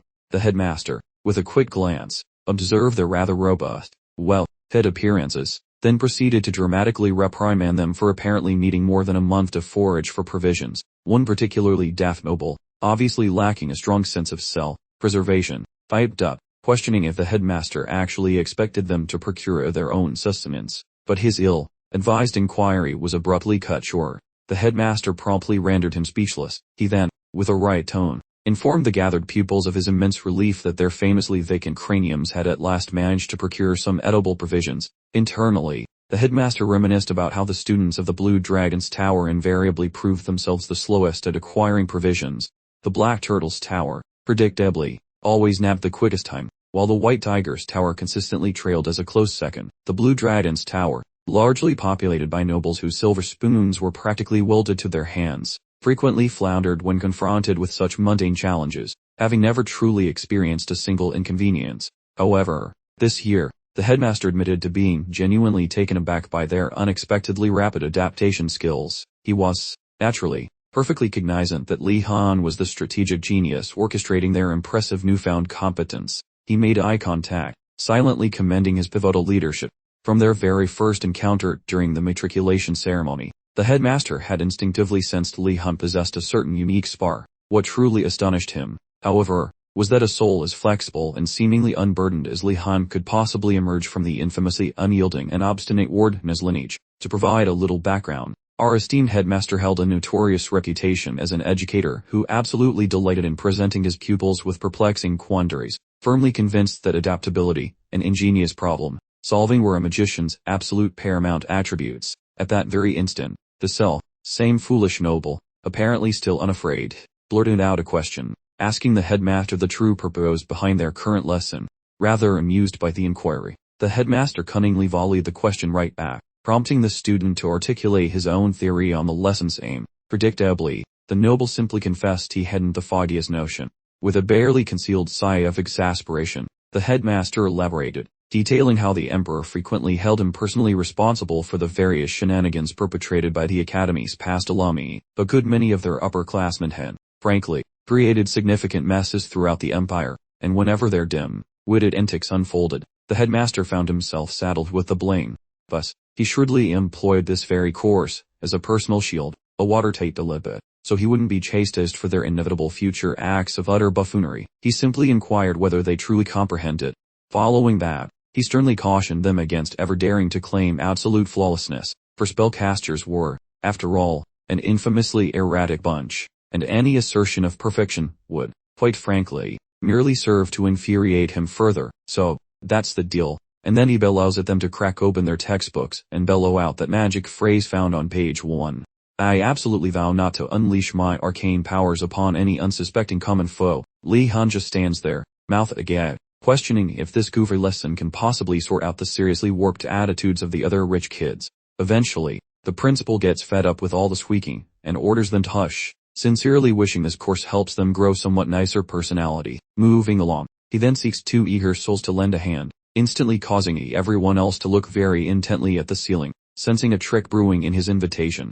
When the headmaster issues the warning that refusing will make their lives significantly more miserable if nobody steps forward, Li Han raises his hand, figuring there must be some sweet payoff waiting for him at the grand final. The headmaster endeavors to truly intimidate poor Li Han with his stern demeanor, but the young man stands his ground like a rock, pretending to be thrilled and proclaiming immense delight to help a respected scholar like himself. The headmaster clearly sees the transparent charade, but decides not to poke the bear further, understanding that Li Han is purely motivated by potential gains, and as the instructor drones on, Li Han realizes the headmaster already peeked inside his scheming brain.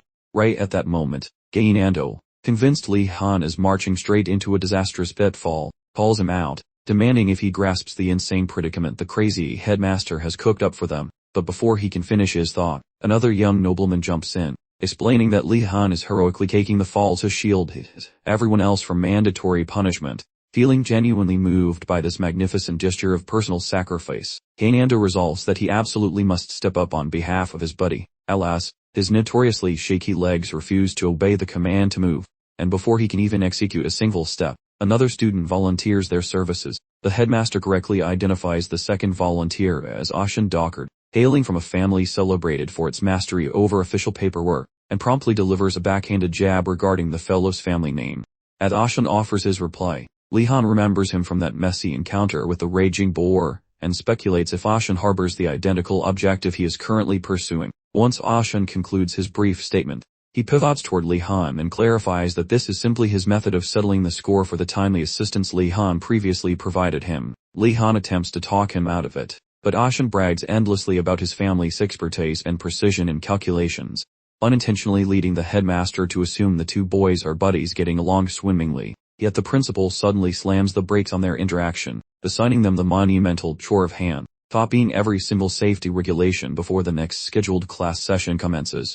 Both Li Han and Ashan are left standing there, utterly speechless and a bit dim-witted. Later that afternoon, the two lads linger behind once the official instruction is over to gain some early ground on their monumental writing project. Following several long, grueling hours of inscribing text, Ashan finally snaps, his frustration exploding skyward, vowing eternal vengeance upon the headmaster for this ridiculous nonsense, especially since he knows perfectly well he could have completed the entire assignment in a literal blink using one tiny bit of sorcery.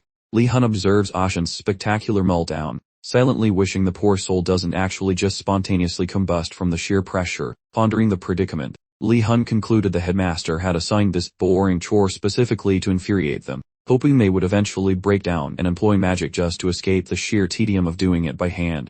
Regrettably, neither of them possessed even elementary spellcasting knowledge, like making things glow, which made magical transcription absolutely unachievable for now. Suddenly, a brainwave struck Li Han, calculating that the headmaster, assuming the old geezer actually possessed a soul, surely must have hidden a clue nearby. Ashan observed Li Han's abrupt quietness, and inquired what exactly he was up to. Li Han responded that he was searching for anything that would resolve their current dilemma, while Ashan paused, wondering aloud if rooting around for answers constituted that. Li Han countered that a lack of specific guidelines meant rummaging through the headmaster's personal study for a solution could not possibly be labeled as misbehavior. Conceding to the reasoning, Ashan went along with the plan. He justified it by figuring minor thievery was completely acceptable when absolutely necessary. The boys agreed to separate and begin searching the chamber for hints, but after thoroughly examining the hall, their efforts proved largely fruitless. Suddenly, Li Han discovered a drawer radiating a suspicious green luminescence. He signaled to Ashan, immediately recognizing the magical energy pulsating from the object. Intrigued, they slid the drawer open, only to have the headmaster's spectral lich head spring forth, guffawing loudly at their apparent gullibility. Li Han identified the phenomenon as a simple delusion spell, yet he stayed on alert, anticipating additional pranks. A pre-recorded message from the headmaster began, teasing them for using this particular approach, adding with a chuckle that it would be mortifying if they had taken an excessive amount of time to finally figure it out. Eventually, the headmaster offered them directions on how to employ entry-level first circle magical scrolls, focusing specifically on basic manipulation. He insisted they master it immediately. Then the recording concluded, leaving the students completely responsible for handling the remaining steps. Enraged by the headmaster's pedagogical approach, Ashan began pouting dramatically and proposed initiating a formal grievance. Li Han completely disregarded him, instead focusing on deciphering the papyrus scroll, even as Ashan continued to harangue him about it.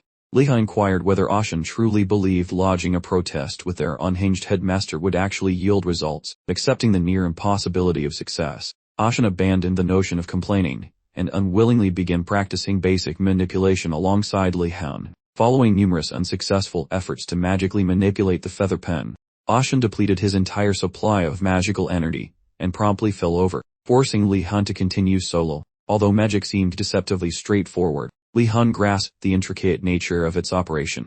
Magical energy is fragile and accumulates in a unique manner for every individual. Resolve. He concentrated deeply, approaching the task as if his very survival depended on it. While muttering several encouraging affirmations to himself, Li Han attempted to manipulate the feather pen using his concentration for a final, desperate try. Much to his astonishment, the thing actually decided to budge. The two boys gaped in disbelief, suddenly understanding they'd successfully performed their inaugural magical feat, which prompted Ashen to become utterly terrified of Li Han Wardnest's new abilities. Since the magical incantation actually affected the feather pen, Li Han decided his next objective was to manage its speed, ideally making it move with less frantic energy.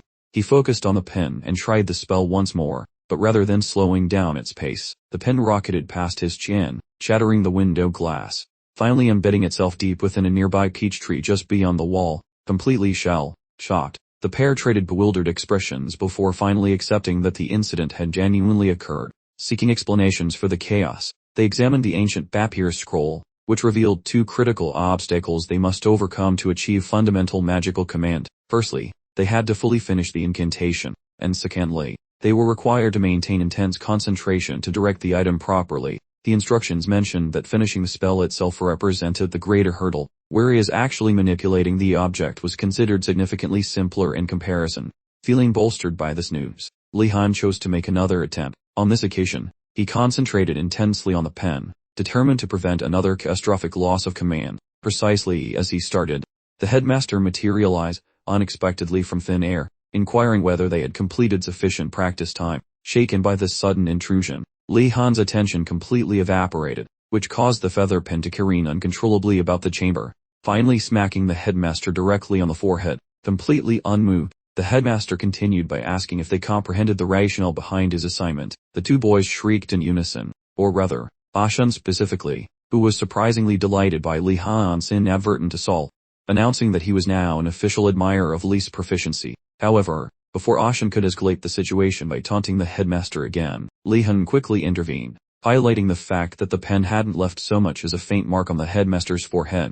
Changing the subject, the headmaster praised Li Han for his rapid advancement, though he delivered the compliment in a distinctly insulting manner by labeling him a remarkably effective fake imbecile. Li Han, still slightly dazed from his recent accidental near disaster, found himself astonished that the headmaster wasn't currently launching into a furious tirade. He reasoned the headmaster must be having an unusually pleasant day, so he took advantage of the opportunity to request suggestions for improving object manipulation.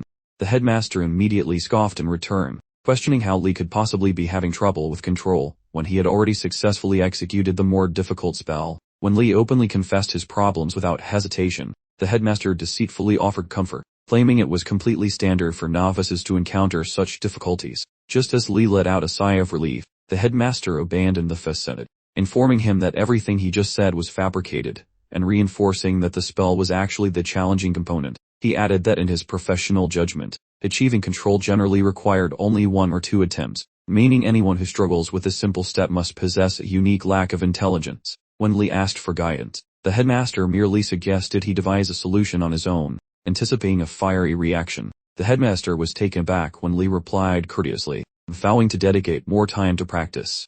Discovering it dull to mock someone so unreactive, the headmaster determined he would focus his efforts on Ashan during their next meeting instead. Before departing, the headmaster shared one last morsel of advice, clarifying that their magical skill level would naturally increase as a direct consequence of consistent application.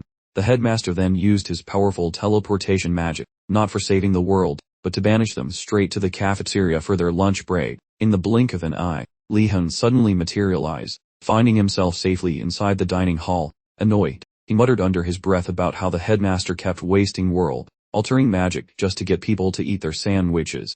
He glanced around the cavernous dining hall and realized it was completely deserted. The headmaster had teleported them well after the lunch rush, giving up on a hot meal. He prepared to eat the same boring bread and flavorless rice balls that had become his standard diet. He decided to enhance this depressing meal, however, by adding some smoked meat he had carefully preserved during his last visit to Karagolem's cabin. Just as he was getting comfortable, Art made a dramatic entrance into the empty dining hall, and immediately yelled his name. Startled by the interruption, Li Han returned her greeting, and inquired as to why she was here so late in the day. She explained that she had brought the information he requested previously, which was a list of all the school's easiest courses. Li Han thanked her profusely for the list and eagerly unrolled the document to read it. He quickly realized, however, that she had accidentally given him the list of popular lectures instead of the easy ones. He was particularly horrified to note that understanding of alchemy was prominently featured, a subject notorious for causing nightmares. Getting straight to business, Li Han immediately pointed out the error to Ardnar. He then explained the crucial distinction between a popular class and a genuinely easy one. When she realized he was truly interested in the truly boring subjects, Ardnar felt her expectations deflate. She had initially viewed him as noble, but now considered him despicable and entirely beneath her admiration, all because he chose boring electives. With a heavy sigh, she retrieved the correct list of genuinely unpopular courses and passed it to him. A quick look at the revised list made it instantly obvious to Li Han precisely why these subjects had so few students. The first option, basic swordsmanship, was unpopular because students at a magic academy generally prefer magic wands to sharp objects. The second, repeated basic magic combat training, was shunned because most students preferred intellectual pursuits to repeated physical training. None of this mattered to Li Han. His goal was simply to accumulate skills for practical self-defense, so he was quite pleased with the options. Li Han thanked Ardnar for her help, and she swiftly exited the area. The following morning found Li Han heading toward the first lecture on his new list, completely on his own. His companions, Gainanjo, Ashan, and Yuonor, had all declined the invitation to join him, and he fully comprehended their decision.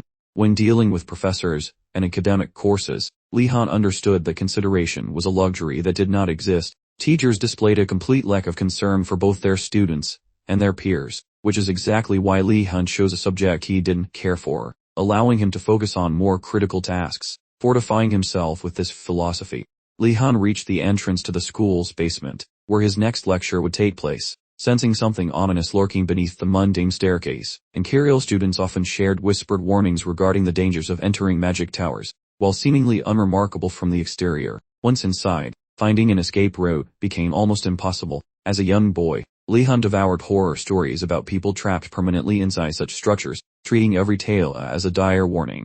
One evening during his youth, young Li Han asked Arlalong whether the frightening accounts of magic towers were simply legends. Back then, Arlalong admitted the stories might be exaggerated, yet contained a core truth, warning that anyone who entered was highly unlikely to ever leave. In fact, Arlalong added somberly, they might meet their end before even realizing their mistake. The previously cheerful Li Han instantly sobered, breaking into a nervous, cold sweat.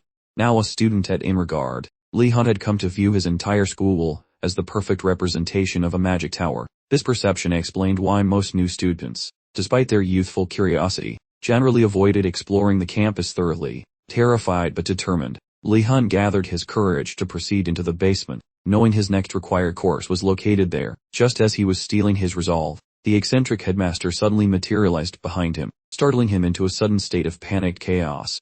After regaining his composure, Li Han hid his annoyance, offering a greeting full of flattery before posing a question to the headmaster. He explained that he needed to head to the basement, and wondered if the headmaster had any valuable advice for him. Without a second thought, the headmaster flatly denied having any helpful information, adding a grim promise to place flowers on Li Han's dead body should it turn up the next morning. Li Han ground his teeth together in private frustration, yet forced a false smile, determined to prevent the headmaster from witnessing his loss of composure.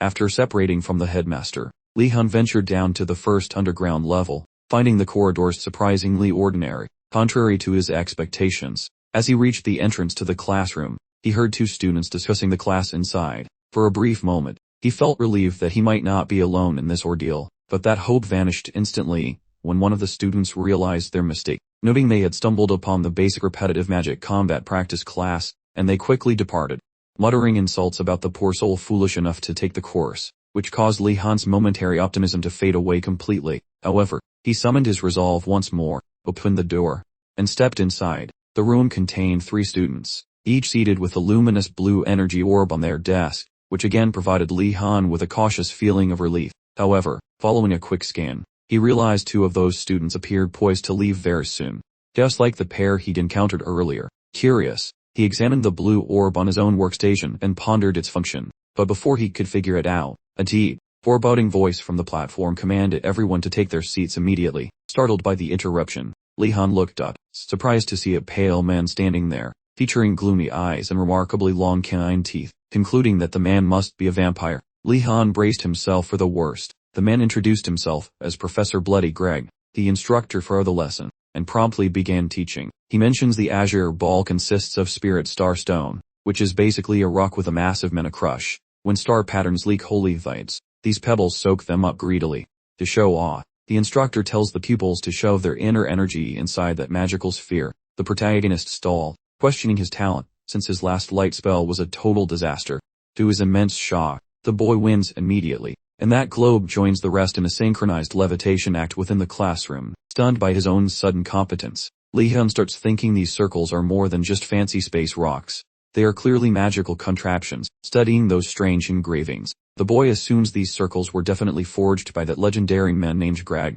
The boy remembers top-tier gear sells for big bucks, but mayhem breaks out before he can count his imaginary profits. A student with dog ears fumbles her marble, sending it zooming everywhere like a caffeinated bee, making everyone worry about the integrity of the roof overhead. Greg softly notes the toy obeys their minds, adding he luckily slapped a glue charm on them so they would not demolish the school foundation during this frantic mess, which is a relief for the building. The hairy-eared lass breathes out finally, until that sphere bounces off the plaster and punches her right in the abdomen. Greg mentions the shield saves the walls but ignores the humans, so they better not break his expensive toys with their squishy bodies. Disregarding her abdominal trauma, the instructor moves forward with the academic lecture, ordering everyone to levitate their rocks again. Li Han sees that Greg is a scary teacher who hates relaxation. Once the teacher orders the class to sketch loops via those floating marbles, the boy starts suffering, because it is surprisingly difficult, making him sweat profusely from the effort. Some random guy actually finishes, and starts shouting for the teacher to look at his achievement. Instead of giving a gold star, Greg rudely tells him to repeat the whole thing. Drained and annoyed, the group keeps grinding for 60 minutes until they are basically magical zombies. Li Han eventually begs to know when this torture session officially ends. Puzzled by the query, Greg states they are free only after sketching a flawless loop in the air. Right then, a couple of boys request a bathroom break to escape the magical misery. The instructor agrees, but the pair immediately bolts through the exit and never comes back. Seeing their escape, the dotty girl, who finally managed to stand up straight, feels extremely jealous, screams for them to slow down. Instead, she falls over again, looking like she ate something very questionable. Observing the performance, the young mage suspects she is simply a great actress. To see if she is just pretending, Li Han inspects the canine student. He discovered she wasn't just faking it. She had actually blacked out from total magical mana depletion. He quickly reported the situation to the eccentric professor. The professor just shrugged, mentioning she'd simply get back to tracing circles after she recovered. Li Han then comprehended he was the last student standing, resigning himself to this lonely, faded classroom. As he continued practicing the difficult circling technique, he questioned Greg about how grades were actually calculated. Greg clarified that grades were determined purely by ranking, regardless of the class size or participation numbers. When he heard this, Li Han experienced a sudden rush of hopefulness. He instantly knew this was the perfect type of course for which he had been searching. He figured as long as he kept practicing diligently to create a perfect circle using the sphere, he felt assured that a high score would be easily secured. He'd always preferred monotonous, repetitive assignments, so he truly anticipated absolutely zero problems. Meanwhile, Bloody Greg was astonished by Li Han's choice to remain registered in the course, specifically because of the bizarre rumors that constantly plagued the class. For years, Greg had become accustomed to students attending the first session, and then swiftly abandoning the subject. The previous academic year, absolutely zero students remained in the class, forcing him to deliver lectures to an empty room, because of the contract he held with the headmaster. The lonely professor therefore spent countless days sitting in the empty lecture hall, simply hoping someone would finally attend and restore his sense of purpose. Today, his hope was finally realized, since Li Han's attendance absolutely decimated Greg's low expectations, and by analyzing the student's actions, Greg could tell he hailed from a high noble lineage. While possessing a youthful appearance, Li Han nonetheless projected a maturity far exceeding his actual age. Greg wasn't certain of Li Han's specific magic specialization, but he knew the young man was extraordinary, and would be honored to have him keep attending the class. Feeling optimistic about advancing with his lectures for the first time in his entire dead career, approximately 1 hour later, the lecture session finally concluded. Li Han then exited the room to meet his friends Yumer and Gainando in the designated restroom area. He attempted to persuade them to join the subject, stressing how incredibly simple it was to achieve good academic standing. However, before making any commitment, Gainando urgently asked for more specific details about the lecture. Li Hun explained the requirement was simply infusing mana into the professor's crystal ball and repeatedly practicing drawing circles. But Kane Andal, finding this suspicious, questioned what occurred next, and Li Hun conceded that Greg had not provided any further details. This immediately raised major alarms for Huaner and Gainando, who began questioning if Greg was potentially a complete fraud. Li Hun simply shrugged off their worries, reasoning that the professor's actual legitimacy didn't matter so long as good scores were absolutely guaranteed. They were taken completely aback by his extremely pragmatic approach. Huaner started to view Li Hun as someone who simply couldn't think beyond basic utility. Unfazed, Li Hun assured them their non-participation was perfectly fine, then added he really needed to jet off to his next class, which struck them as peculiar. Huaner and Gainando asked what class it was, causing Li Hun to excitedly declare it was basic swordsmanship, leaving both his friends completely stunned. Next scene change. Li Hun arrived at the main building's southern front yard, pondering if this specific location was actually where his class was being held. As he entered the training grounds, he noticed far more White Tiger Tower students than anticipated, which made perfect sense since many came from knight families and were naturally skilled with swords. Observing their apparent talent, Li Hun assumed they took the training seriously, and he prepared to enjoy the upcoming session. He began to overhear whispers circulating about him, realizing he could distinctly hear the students talking this time. They identified him as a warden from the Blue Dragon Tower and gossiped that he only showed up after being trained by his nanny. They accused him of disrespecting swordsmanship and complained that nobles often dismiss their profession, contradicting Li Hun's initial belief that knights would take immense pride in their craft. However, after listening to their small-minded chatter, he felt less certain. Since he didn't care much anyway about teenagers with half-developed brains, he simply let it slide. Just before the class was about to start, a well-built orc approached Li Hun to verify he was truly the third son of the Wardna family. Completely unbothered, the Hun gave a confident affirmative response. The orc then told Li Hun he was in the wrong place, explaining that this class was for serious swordsmen, not clumsy beginners. Li Hun thanked him for the information but refused to leave, which deeply angered the orc, who warned Li Hun against underestimating the difficulty of the class.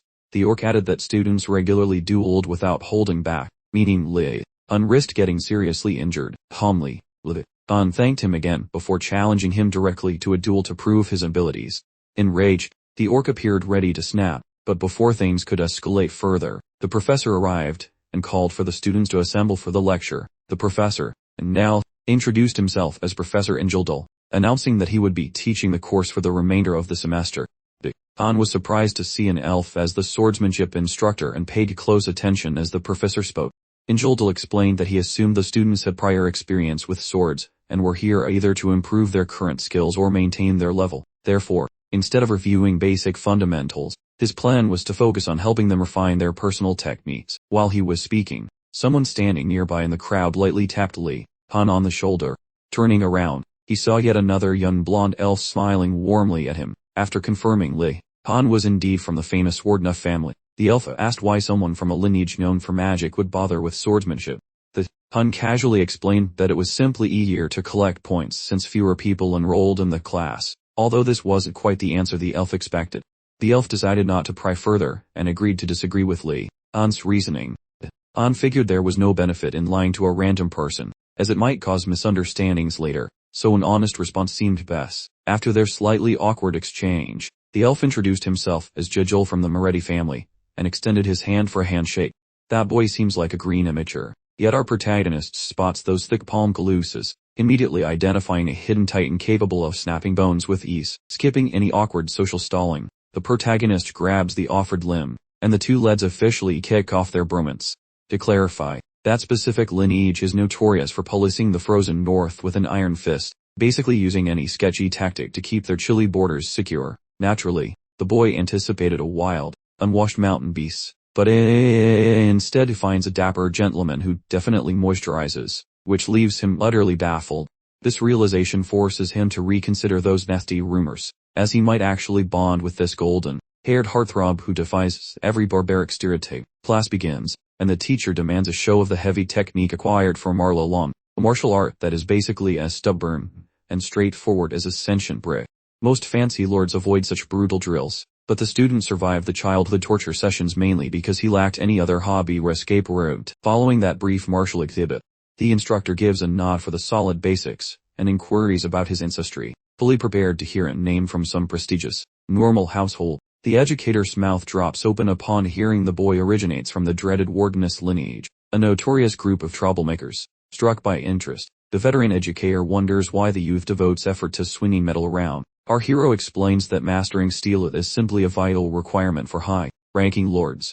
The master feels let down by that dull response, having obviously anticipated a more poetic explanation. Seeing the standard face of disappointment from the teacher, the boy rapidly recalibrates his brain, deciding to pivot his narrative before he gets cancelled by his own instructor. He pivots to say that while it started as a job requirement, he now finds swordplay spiritually moving, claiming he wakes up every morning just to touch his hilt with passion. That old face suddenly glows with a newfound sense of joyous expectation, and he quietly mumbles some flattering words regarding the youngster's spirit. Pushing further, the master probes if he is genuinely dedicated to the blade or just following family orders, noting he shows more grace than those posers in the White Tiger Club. Once the teenager nods with total certainty, the mentor whips out his steel and demands a sudden sparring session, yelling at the boy to get his guard up before he gets smacked. Our main character stands frozen, baffled by this erratic shift in the atmosphere, wondering why he gets targeted while retreat remains impossible. Our hero welcomes the challenge while preparing to fight a man who solely breathes for martial excellence. To no one's surprise, the fight finishes after our hero receives a brutal thrashing lasting only several brief moments. Post-assault, the mentor applauds his stubborn grit, while mentioning that this specific, mountain-inspired art demands absolute stability against any force. A warrior never flinches, regardless of which adversary stands across from them. Lifting the battered youth off the floor, the instructor suggests carving this agony directly into his soul and store that wisdom for whenever another massive obstacle blocks his path. Following those words, the master boots him away while summoning the following trainee to face the music. While the cranky educator starts brutalizing the following unlucky soul, our hero straightens his rags, while silently tallying the bruises.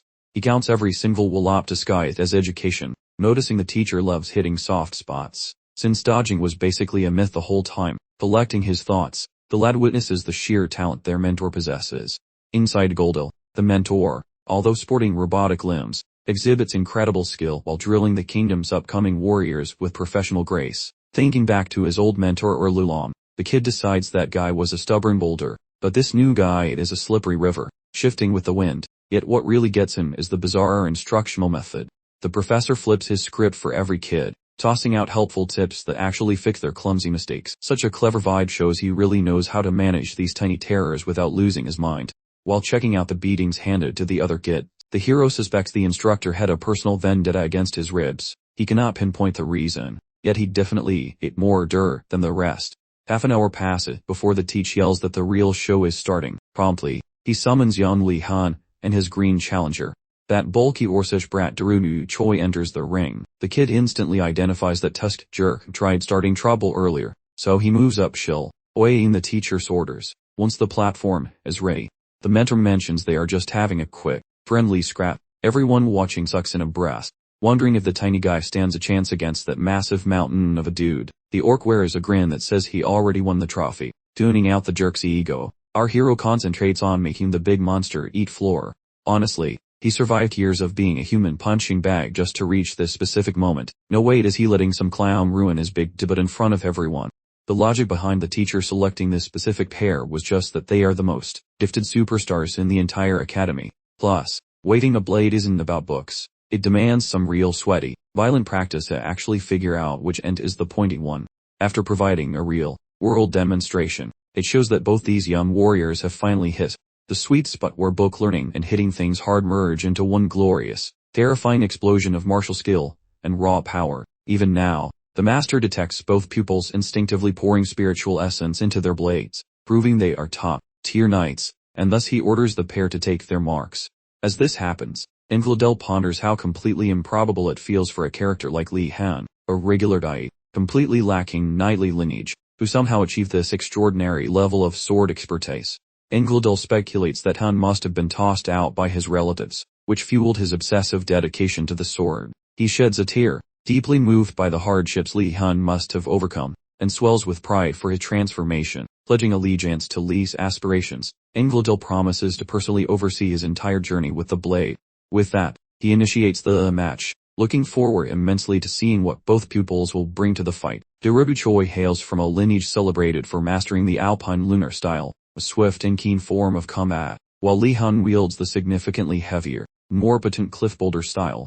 Given their opposing methodologies, Engledell hopes they will acquire knowledge from each other's errors, since, after all, that is precisely the purpose of having rivals. The moment the sparring match starts, Daerogu grows frustrated with Lee Hun's stubborn refusal to initiate the engagement. Exasperated, Daerogu immediately charges at Lee and launches the first assault using his signature Alpine sword technique. Lee Hun evades the opening strike and patiently holds back, allowing Daerogu to press the attack further. Waiting for a perfect opportunity, Lee then promptly boots a cloud of sand directly into Daerogu's face, temporarily incapacitating him. This underhanded maneuver quickly stirs up agitation within the onlookers. The pupils begin loudly accusing Lee of unfair play. When a student attempts to report Lee to the instructor, Engledell simply rejects the entire complaint. In fact, he compliments Lee on his creative, unconventional thinking. According to the professor, his students should be willing to employ any measure necessary to secure victory since, when fighting for real, there are only two outcomes, either living or dying. Realizing that Lee Hun comprehends this essential reality of combat, Engledell encourages him heartily, acknowledging how tough it will be for the other students, raised in households that prioritize honor above all, to fully understand the brutal circumstances of life or death scenarios. In Engledell's view, a warrior who endures actual warfare is simply a person prepared to claim victory by any means necessary. So, the sparring match between the orc and the warden of prodigy resumes, with Lee Hun quickly establishing dominance. Daerogu remains partially blinded, which makes the situation worse. After taking a minor strike from Lee's sword, Daerogu feels terrible, realizing he lowered his defenses simply because he perceived Lee as belonging to a well-respected noble lineage. Concurrently, Lee recognizes Daerogu's state of confusion and chooses to escalate his offense, preventing any escape. Having observed Daerogu's earlier actions, Lee previously acknowledged that the orc possessed tremendous natural skill. His goal now is to remain composed and orchestrate a specific situation for triumph. Executing this strategy, Lee Hun places his foot on Daerogu's, delivering multiple strikes to maintain instability. Daerogu finds himself astonished by the extent of Lee Hun's willingness to go for victory in a mere practice match. He concludes that to avoid humiliation, he must seriously elevate his efforts. To find balance, the warrior flops onto the grass and somersaults away from Lee's reach. That weird tumble catches the fellow totally off guard, and he senses his dominance vanishing while witnessing the orc's desperate yoga. The instructor is totally loving the display, yelling praise so the heated sparring doesn't stop. Burning with a need to fix his ego, the orc charges at Lee like a grumpy bull, but Lee remains as calm as ice, swatting away the frantic swings with the bored grace of someone shooing a fly. While the scuffle heats up, Engledell is practically geeking out, because these kids are doing great. The teacher already suspected these kids were special since the opening. He had such incredible finesse with that frosty moon weapon, looks absolutely insane. Sadly, the big guy is gassing out faster than an old lawnmower from swinging too hard. In contrast, the boy stays chill, countering every swing without breaking much of a sweat. Observing the orc's rising crankiness, Lee decides to relax and wait for a massive blunder while the duel keeps chugging. Lee catches a weird crimson glow and ponders if his opponent is literally overheating. Ignoring the glowy bits, the boy locks in with a stone face to ensure he wins. Simultaneously, Daerogu wrongly assumes that his opponent is finally starting to panic and mess up. Because of that previous roll, it seems the youth is being tricked into burning extra calories, and his glowing weapon appears to be flickering out like a cheap flashlight, implying he is cooking. The orc fails to realize that Lee is basically a walking battery that never runs out. This training match was always a frantic race against the claw, believing he has the lead. The beast keeps burning through his energy like a madman, hammering at Lee with maximum effort to deplete whatever little gas he thinks is left. Eventually, he is baffled, because the defense is getting tougher, making him wonder if his swings are weak. Staring at the boy's unreadable visage once more, Daerogu gets a sinking feeling that he's being totally clapped by this gifted wardeness student. He's been dancing like a marionette for the entire duration of this brawl. That epiphany ruins his focus, sparking a massive error when the orc halts to ponder. The youth spots the orc's pause, and immediately pounces on the mistake, plobbering his knuckles, and stealing his weapon. Only, sext, and Lee Hun completely disarmed him, sending his weapon spinning into the air. With Daerogu suddenly standing there defenseless, a perspiring Lee Hun gently pressed the blunt end of his wooden sword against Daerogu's throat, signaling to the referee that he had successfully secured the sparring session victory. Engledell concluded the match, halting the action and officially declaring Lee Hun the winner of the bout. A short while later, he summoned both students forward, and subtly expressed his disappointment in Daru, specifically, for losing his cool at such a critical moment and essentially sealing his own fate. However, Injoldol acknowledged that Darodu was still just a teenager, and a little emotional volatility was somewhat expected when faced with the oppressive weight of defeat. As for Li Han, Injoldol was deeply impressed by the natural air of refinement and nobility surrounding him, a demeanor perfectly matching his skill and conduct. After instructing them to face each other, Injoldol praised their exceptional swordsmanship, but he reminded everyone that winning wasn't everything. The victor must remain humble while the loser must channel defeat into motivation for improvement. Injoldol then ordered them to bow as a sign of respect, but Li Han, while bowing, sensed that Daru might not let things end so easily. He readied himself for a possible sneaky counterattack. To his surprise, Daru accepted the loss gracefully, actually apologizing for his earlier behavior.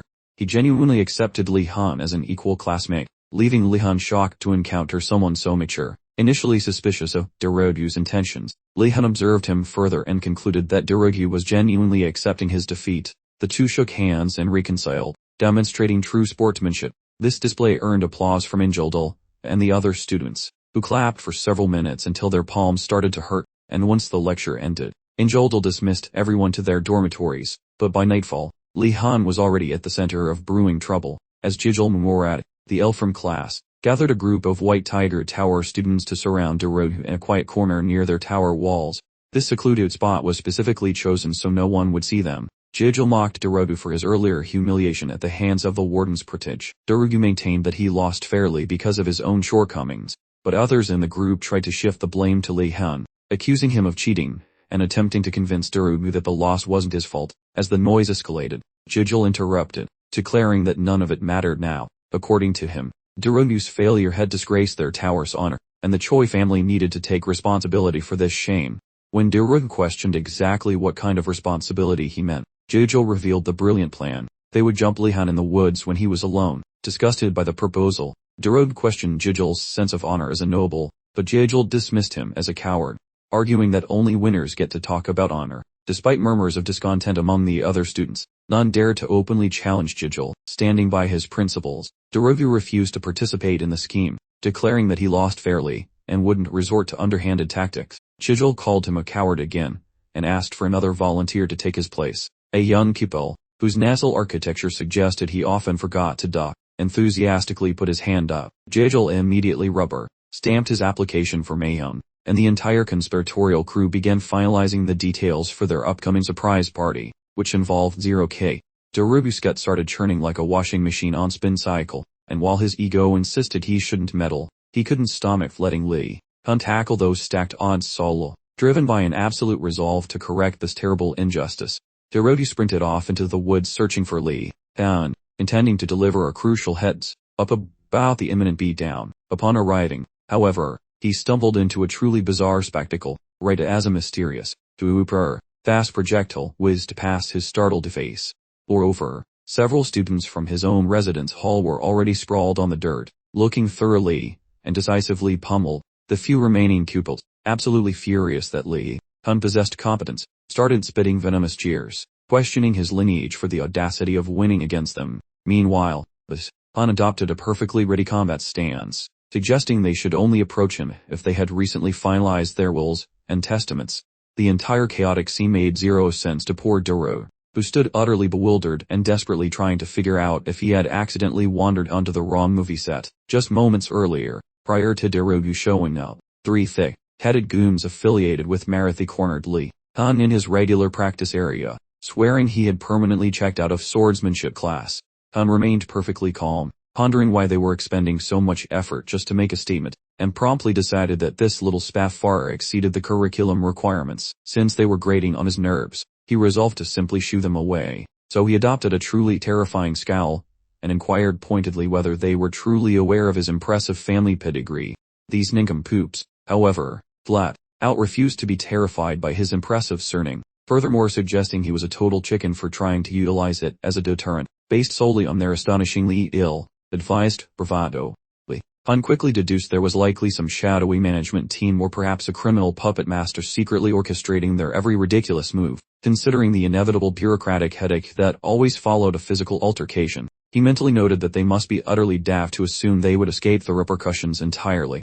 He demanded they immediately name the ringleader responsible for this pathetic ambush, suggesting the culprit belonged to an influential house, so they immediately clamped their lips shut to avoid ratting anyone out. One particularly zealous group dedicated to Jill yelled at his compatriots to silence themselves and avoid falling for Lee Hun's obvious manipulation tactics. Following that, he barked out a firm command for the entire cohort to encircle Lee, thereby completely sealing off any potential avenue of retreat. Although Lee certainly understood that a 3-against-1 wrestling match was far too lopsided for him to successfully manage, he recalled that sage advice from Arlalong, which stressed the importance of self-preservation and sprinting like the wind when circumstances demanded it. Alas, since his emergency kit was now thoroughly compromised, he was urgently required to conjure up a brand new strategy. Noticing several small, handy rocks scattered across the dirt floor, Lee immediately realized they possessed the ideal dimensions for him to employ the simple manipulation enchantment he had picked up during a rather tedious session in the headmaster's assembly room. Armed with this crucial realization,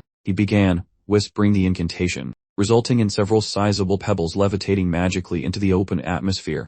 This utterly unforeseen showcase of magical ability truly terrified the trio of attackers, who certainly never anticipated that Lee Hun, a supposedly mundane wordiness, could summon such power. Thoroughly pleased that his gambit was succeeding, Lee Hun flashed a triumphant smirk and significantly ramped up the fear factor, genuinely hoping to send them running for the hills instantly. A fraction of a second later, he aimed his magical stick directly at the leader of the opposing squad, unintentionally rocketing one of the floating stones straight toward him. The resulting dramatic impact immediately caused the stunned group leader to spectacularly flop onto the dirty floor. Lee and his two gobsmacked gears stood there like frozen statues, realizing that our hero was a complete loose cannon who definitely needed more practice to stop breaking things. Those two survivors whispered insults about his weird move and tried to look brave, while Lee maintained his deceptive act. Lee floated midair with a face as blank as a fresh sheet of paper, and asked if they wanted to die, inviting them to come grab a free dirt nap. Finally logic kicked in for the duo, so they scooped up their napping boss like a heavy sack of potatoes, and ran away. After the dramatic confrontation finally ended, Thorodu popped out of the bushes like a nervous squirrel, while Lee asked if he also wanted to get his butt kicked. The man waved his hands frantically to say no, choosing the safety of a cozy fire to spill some juicy gossip instead. As soon as Lee discovered that Jijil Moretti was the sneaky puppet master behind this goofy surprise party, he started to understand that the White Tiger Tower was basically a jungle full of fragile egos, while his Blue Dragon home was all about group hugs. Those tiger folks lived in a corporate ladder nightmare where the boss always gets his way. Lee scratched Jijil's face into the dirt to help him remember, feeling quite bummed that such a handsome elf was actually a total scoundrel. Seeing the gap between Jijil's looks and his nastiness, Lee figured the guy was just a pawn. Then Daruyu snapped him back to reality. Lee found it quite bizarre that they chose such a clumsy way to try and punch him. But our friend Daruyu untangled the confusing web. He explained that having the word in his name made Lee more of a political trophy than a real person. But if Jijil beat a freshman like Lee, his social credit score would skyrocket faster than a hungry dragon chasing a goat. Vexed by those sneaky plans, Lee felt just as grumpy as his friend. To stay safe, Daruyu told Lee to be careful and avoid unnecessary fights, because those Tiger Knights were clearly salty about his amazing sword skills, which made their own moves look like absolute garbage. Jijil, a professional puppet master, would certainly exploit those salty feelings for his gain. Their quick chat ended very fast, and Lee Hun walked home, thinking about those words like a puzzle with several missing pieces. The guy told him to skip any lectures where those tiger bullies might show up to cause any trouble. This would limit the chances for Jijil to strike. But Lee Hun decided that logic was for rule followers. Good sword lessons are extremely rare, and he found their tiny power struggles more annoying than a mosquito buzzing in his ear. He planned his revenge using his own brand of chaos. Lee faked some injuries and limped toward the lounge like a sad, broken hero. He shouted for everyone to listen, whining that the Tiger kids jumped him just because his tower was cooler than theirs. The hall went quiet for a second, then everyone exploded in fury, calling those knights every nasty name they could think of. A certain pupil even proposes waking the upper floors, since those white tiger clowns actually tried bullying their grilled meat purveyor. A warden is tight, Otogenando style person. He felt stunned by how eagerly they embraced his fiction. Observing the crowd grab pointy stakes for revenge, Lee panics at the rapid chaos, frantically begging them to chill because murder is usually frowned upon. But a classmate recalls the massive favor they owe him, considering he rescued their empty bellies from total famine, specifically concerning succulent ribs. If violent vengeance serves as their gratitude, Then fine. Yet Lee feels terrible, as things get messy, realizing he accidentally triggered a full dormitory apocalypse. Before long, the angry mob splits into two distinct factions, both completely obsessed with demolishing those white tiger snobs forever. Right now, Lee realizes he blundered severely, having no clue his house harbored such intense loathing for those white tiger losers. Exactly when the gang prepares for departure, Ashan jumps in front, pleading with the rioters to pause and hear his logic. He lectures the masses, warning that rushing in is dumb, because the white tigers are mostly pampered night kids who actually know how to stab people. Lee Han, shocked by such rare logical behavior, claps for his friend and validates his sensible stance.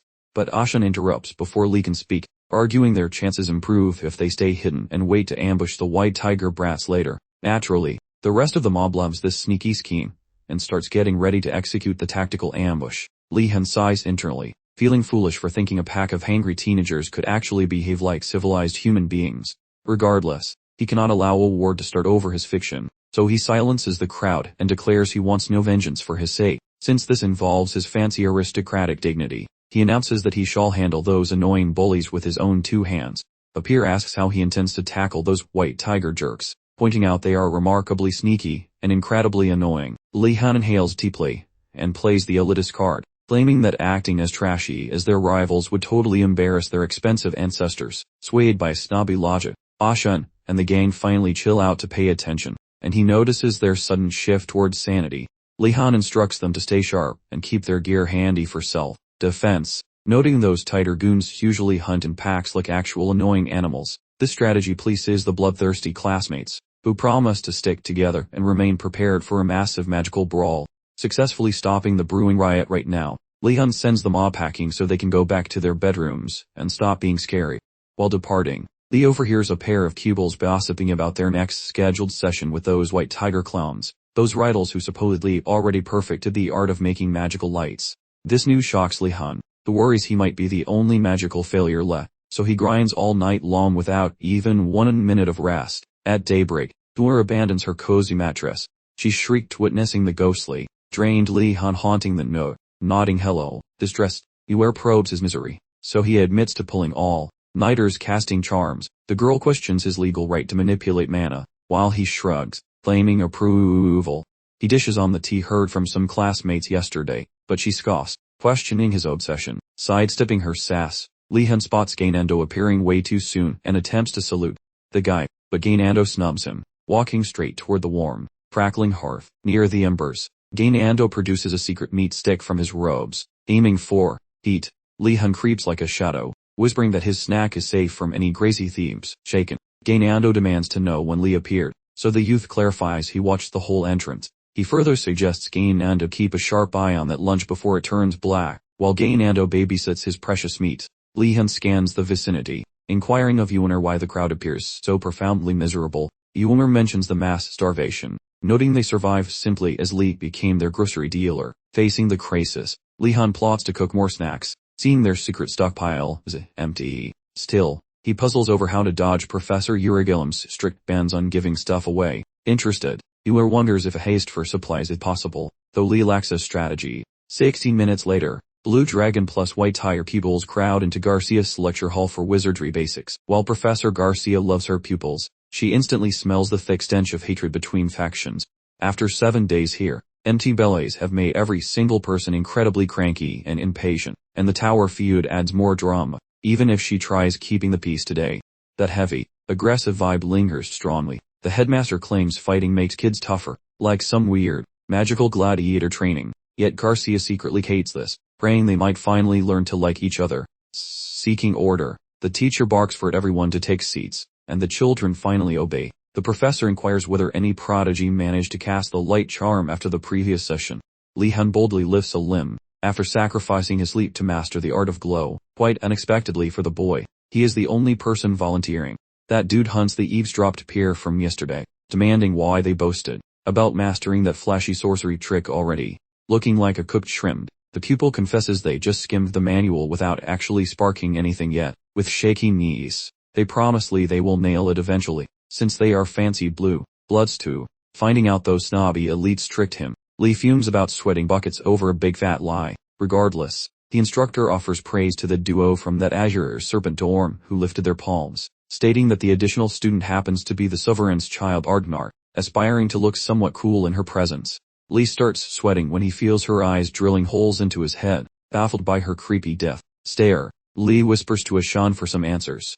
The friend notes that the royal Lee has swallowed some weird gossip about his antics. Curious, Lee investigates what juicy hearsay exists, and Ashan, clearly PE, says she views Lee as a grade-chasing nerd rather than a true scholar. Lee admits silently that the gossip is spot on, but makes sure his buddy stays clueless about his actual greedy motives. Meanwhile, that dude huffs about the royal lady being gullible enough to buy such ridiculous nonsense. Still, Lee points out that freedom exists, so the royal belle can dream whatever fiction she likes. But, struck by Lee's fancy talk, the boy thumps his palm against the wood, and hails his friend as the kindest soul he has ever encountered. During school, that fellow starts a nutty tirade, rambling concerning how his team's youth are icons. Plus Lee is the grandest fellow present, after giving his dad a mental high five for sending him here to meet a legend like Lee. The lad sobs that his pal is a saint, while Lee, utterly bewildered, tunes him out and sticks to the lecture. Shortly, Lee and the royal lady get summoned to the front to show off the light spell they allegedly mastered.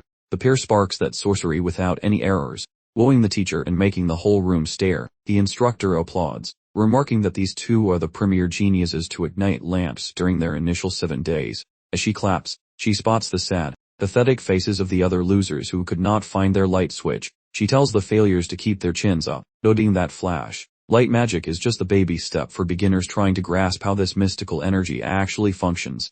While Professor Garcia delivered her rousing speech, Lee Hun couldn't help but notice everyone had mentally checked out. They were far too busy squabbling amongst themselves. When Garcia finally concluded her lecture, she ordered everyone to settle down and return to their proper places.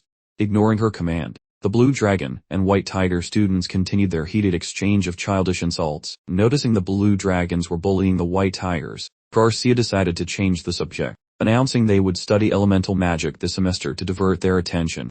Upon hearing this, the students immediately perked up, thrilled to learn something more exciting in their inaugural year. Garcia clarified that achieving proficiency in illumination spells would naturally provide the necessary groundwork for all future magic. She then explained the fundamentals, detailing how elemental magic comprises core elements like water, fire, earth, wind, darkness, plus more complex attributes such as gravity manipulation. These basic elements act as the bedrock for every other magical discipline and are essential when imbuing artifacts with power. She wanted to clearly illustrate the value of mastering even the most fundamental elemental magic. She likened it to understanding basic arithmetic, stressing that expertise would command respect throughout the entire continent. Following her explanation, Garcia transitioned to the practical segment, announcing a test to determine each student's elemental affinity for a personalized learning path. Excited whispers spread through the room, as nearly everyone secretly wished they possessed an affinity for fire magic. Garcia called for silence, then instantly summoned glowing candles onto every single student's desk. She instructed them to leverage previous lessons to create genuine fire this time, moving beyond simple illumination spells. Before starting, she cautioned them to exercise prudence, emphasizing that fire posed significantly greater risks than mere light. To illustrate her point, Garcia recited an incantation, conjuring a massive pillar of roaring fire right in front of them. The impressive display thoroughly captivated the entire noble student body. Lee Han, typically reserved in his reactions, couldn't suppress his admiration for how genuinely impressive the magic appeared. Afterward, Garcia checked with the students, asking if they were prepared to attempt the spell themselves. Predictably, they all immediately dove into the challenge without hesitation. Numerous students struggled significantly, nearly causing minor injuries to themselves in the process. Lee Han, conversely, maintained his composure and seriously considered the professor's reasoning for providing candles. Remembering the visualization mantra for objects within close proximity, he finally felt confident enough to try casting the spell. Just as he began concentrating his mana, Garcia noticed Lee Han's mana beginning to spiral chaotically, and swiftly moved to intervene. She successfully stopped him before he could proceed, and declared that Lee Han was henceforth barred from practicing fire magic for the time being. When Lee inquired about her decision, Garcia explained that attempting to learn fire magic was far too hazardous given his current skill level. As Garcia's wisdom echoed, Lee suddenly recalled just how eye-wateringly brilliant his previous illumination spell had been, practically a supernova in a teacup. He then deduced, quite logically, that if mere light proved tricky, conjuring flames might just escalate into a full-blown chaotic inferno, a recipe for absolute disaster, or, an actual kaboom. To gracefully sidestep such explosive possibilities, Garcia wisely steered Lee towards water magic, a far less combustible pastime, unless he planned on drowning a potted plant. She encouraged him to revisit fire magic once his mana control matured, ensuring he wouldn't accidentally barbecue the entire academy. While initially believing fire magic possessed an undeniable cool factor that water simply lacked, he couldn't help but feel a little deflated. Lee grudgingly conceded. He admitted, however, that while blasting things with fire and lightning held a certain destructive allure, water actually possessed a surprising array of talents. At the very least, he mused, he could now conjure a refreshing beverage wherever he roamed, a rather damp but practical silver lining to his current magical predicament. With a sigh that perfectly encapsulated his dramatic surrender, Lee commenced his aquatic endeavors. Just a few desks away, Bashan stewed in a simmering cauldron of jealousy, glaring at Lee for monopolizing the professor's precious, private tutelage. Lee returned the frosty gaze, offering a smile so obviously fake it could win an award, then muttered for him to kindly cease all vocalizations. Moments later, Lee Hun fixed an intense, almost philosophical stare upon the unsuspecting bowl of water gracing his workspace. With a dramatic flourish of his wand, he willed the liquid to rise, a command which, for his initial try, earned him absolutely no aquatic compliance. Yet, burning with an impatience to master pyrokinesis, he persisted, he persevered, one valiant attempt after another, finally achieving triumph on his third, rather impressive, hill. By channeling a sufficient amount of mystical energy, he expertly transmuted the mundane woo into a glistening, substantial orb of pure, shimmering liquid that defied gravity. This display left every single jaw in the room dangling slack, and when his peers grasped that Lee had effortlessly mastered what they'd found impossible in a mere trio of attempts, the collective shock registered off the charts. Garcia beamed with pride, lauding Lee Hun's stellar achievement before declaring to the assembly that he evidently possessed an inherent, undeniable knack for the aquatic arts. The entire classroom erupted in thunderous applause, that is, everyone save for the purposefully unimpressed White Tiger contingent, and, naturally, the imperious Princess Ardenart. To quell the rising tide of green aid monster, Garcia quickly soothed the burgeoning anxieties, reminding the other eager learners that there was absolutely no reason to fret over their current lack of magical mastery.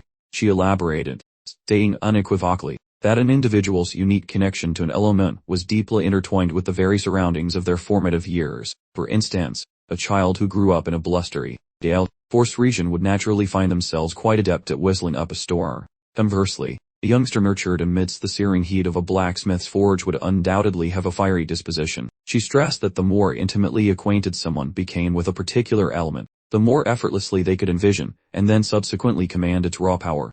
Upon hearing this, Lee Hun scratched his head, finding his newfound aquatic prowess rather peculiar, as had neither resided by a serene lake nor endured life aboard a smelly fishing trawler, and a memory from his former existence flickered. He distinctly recalled being extensively hydrated by his rather eccentric graduate school professors. He surmised this unorthodox educational method likely forged his profound, if slightly traumatic, bond with the liquid element. All the while, he intensely focused on preventing his glistening water orb from crashing down. Suddenly, his peripheral vision caught a familiar, frosty glare emanating from the very rear of the lecture hall. Buvoting, he notices the Royal Ardmart throwing some serious shade, feeling bothered by her bready vibe.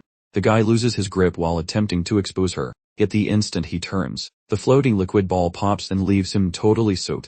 The professor laughs about the accident, advising the student to avoid losing his focus again. With a wave of her stick, she dries him, which makes him feel surprisingly grateful. Hun proclaims that Garcia is the solitary glimmer of sanity within this academic circus, and wonders how much longer he must balance that wet orb. The teacher mentions that standard trainees must preserve the sphere until their energy supply vanishes, but since he is bottomless fuel, she jokes he should keep it up all day.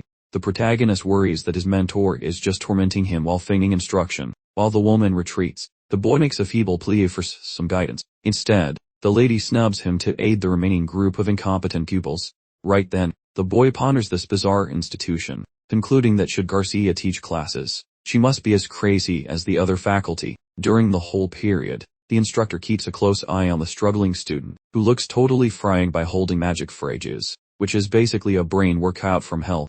Knowing the difficulty, the lady believes he requires intense drills to tame his massive energy. His knack for creating a huge pool of floating water so quickly shows he is a total prodigy, plus his endless power supply. She hopes to polish this diamond into a legendary wizard. After some fake pep talks, Garcia leaves Lee wondering if every professor here needs a therapist. Once the school week finally wraps up, the kids all scurry to their rooms. Several sunrises had passed.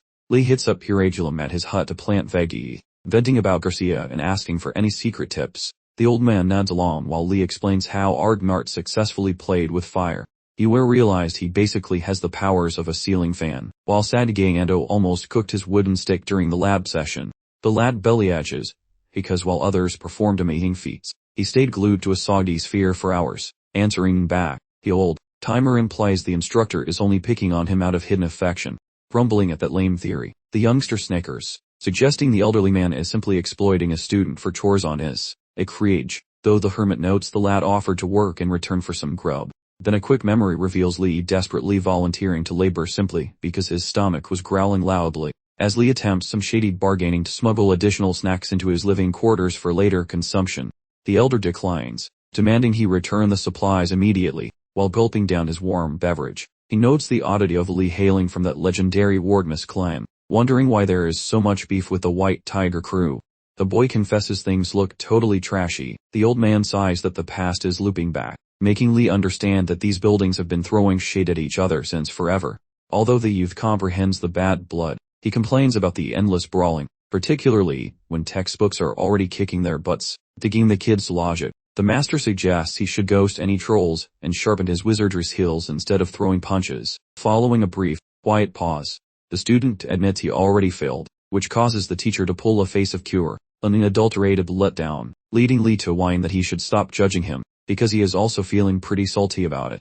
Aware that violence usually waits for week 2, the elder demands to know how this dumpster fire even started. Once Lee mentions those tiger bullies jumped him during blade practice, the old guy nearly hacks up a lung in shock and asks to understand why the boy was wandering into the lion's den to begin with. The kid argues he has total freedom over his course list, which finally makes the grumpy man chill out. Knowing the mess is already made, he cautions the lad to watch his back, since those tiger guys are professional bruisers, whereas Lee is just a squishy spellcaster. Then Lee brings up that 3 of their top-tier gladiators jumped him like a pack of wolves. Repulsed by such massive idiocy, the teacher gets up quietly. Puzzled, Lee wonders where he's heading. Instead, the master tells him to quit the chores and go grab some grub, making Lee double-check if he is hallucinating. But the boss confirms he is for real.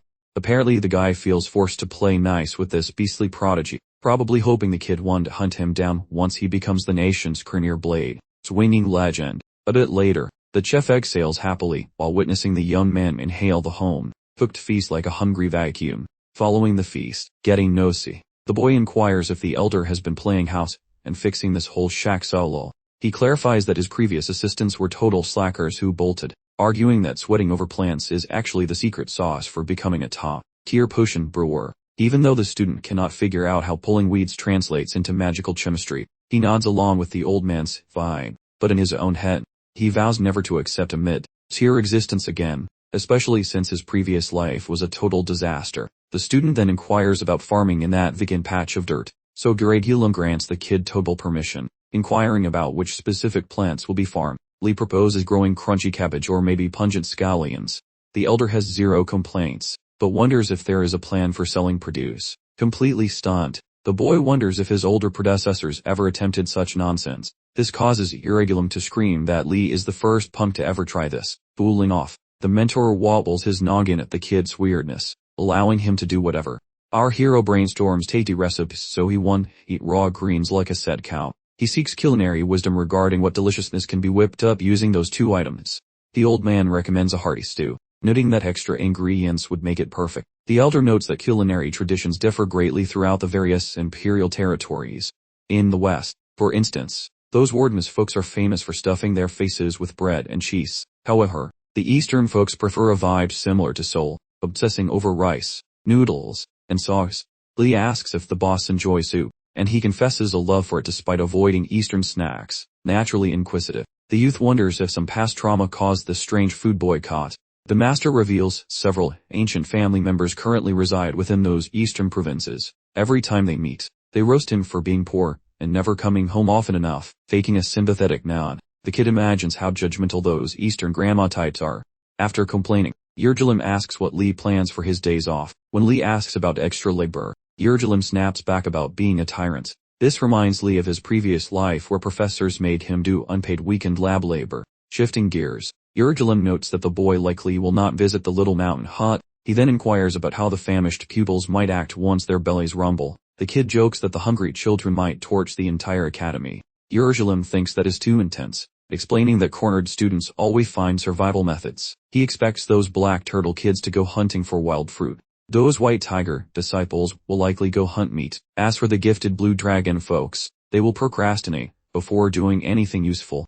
This time around, Yurgilim anticipates a total chaotic mess thanks to Lee's presence. At last, our hero probes for details regarding the Phoenix Tower crew. Yurgilim says those kids are too stubborn to care about a little hunger.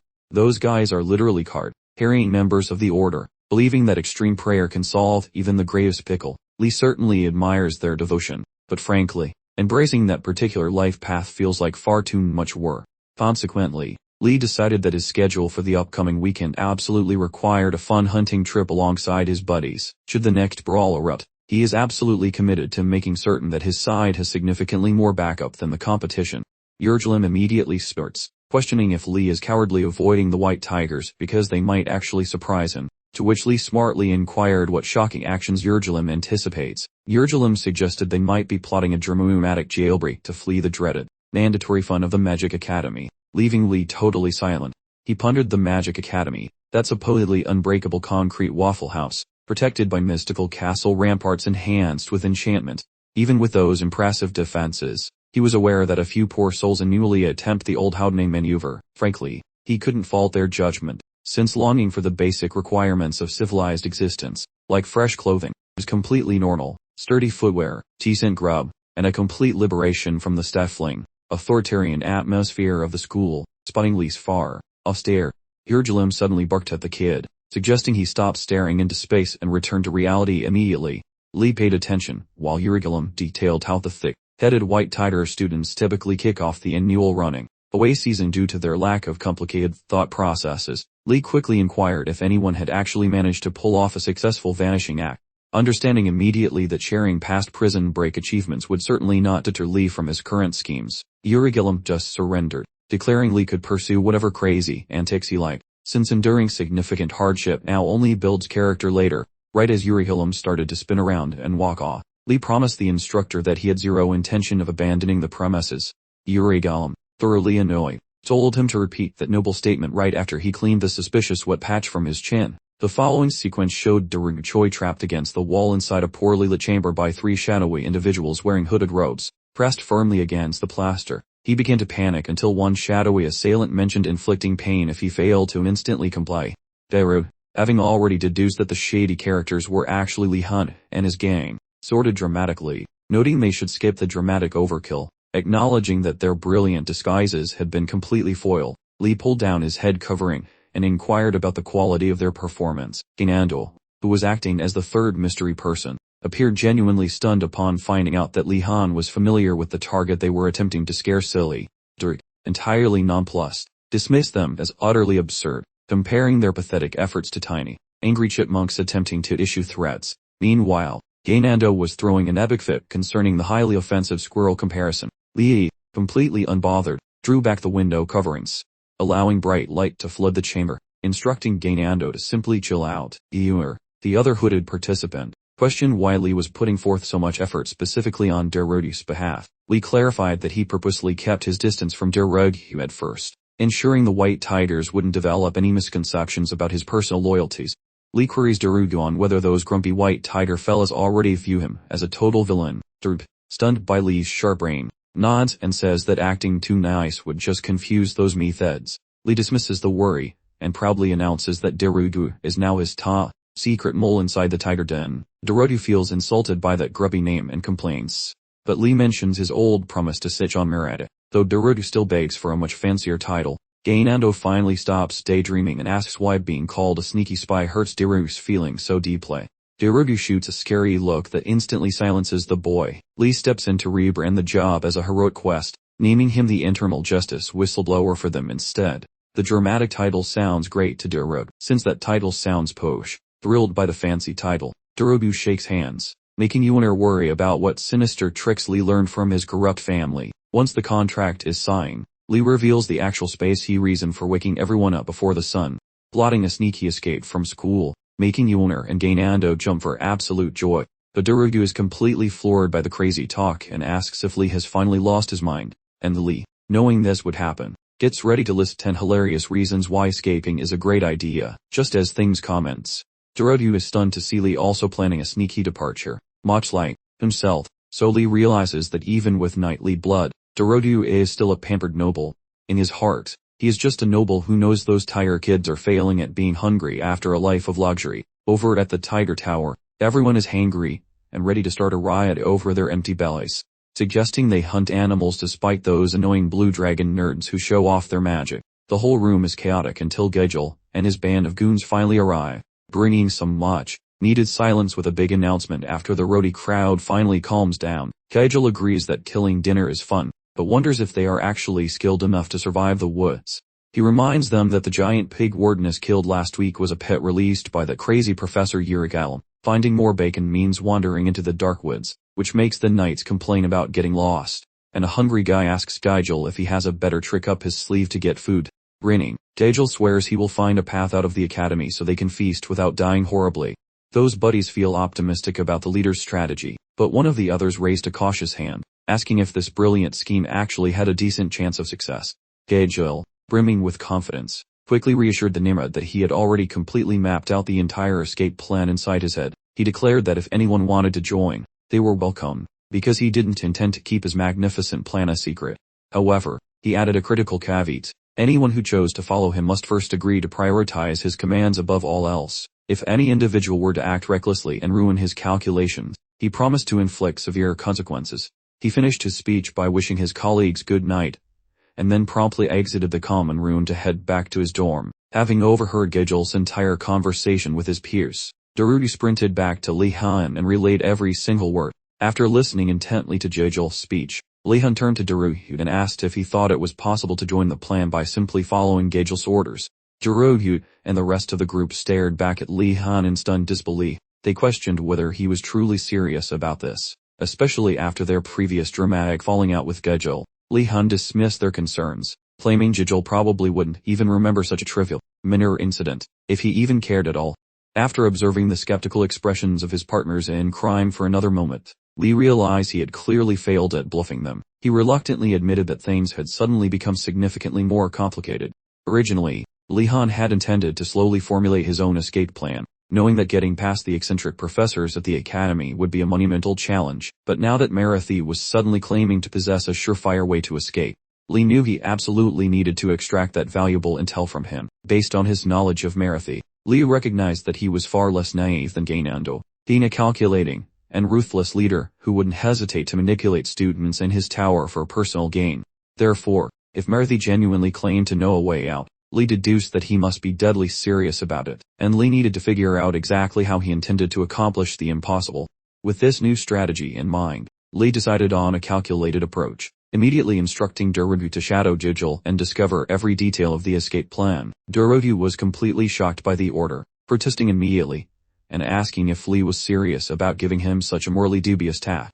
Li challenged him to propose a better alternative, causing Darugu to admit that the spying idea felt slightly dishonorable. Understanding Darugu's hesitation, Li told him to remember that they were currently in the middle of a strategic confrontation. He then reminded Darugu of the timeless strategic adage, that one must truly know their enemy, and know themselves. Li then gave Darugu a small pat on the shoulder. He further explained that this was simply a strategic tactic to uncover the adversary's plans before they could possibly backfire on them. At this point, Darugu was growing genuinely worried about just how strangely persuasive Li had recently become. He wondered if Li's face had changed somehow, or if he was simply overthinking the whole situation. Either way, now that he had heard Li's compelling argument, Darugu considered that it was a necessary tactical move, and Li Han happily told him to begin monitoring Gejel Marathi starting that very day. Li specifically instructed Darugu to report back instantly when he uncovered the plan and to make sure to include every single detail in his report. He puffed up Darugu's chest even more with praise, calling him a fantastic fighter and a loyal mole before nudging him towards the exit. And with that, Darugu ambled off. Li chirped at him to get cracking on his assignment, and then sent him off with a cheerful good luck.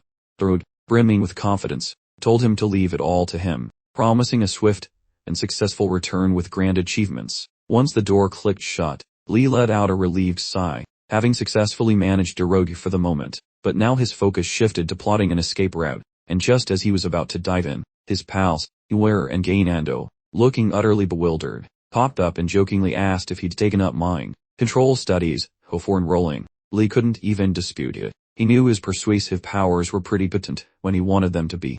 However, he reassured them that he hadn't yet mastered any sort of sneaky influence magic, and a few hours later, Lee Han assembled his trusted crew, Drunigi, Gainando, and Nalia, all present, for their inaugural pow, while concerning their getaway scheme.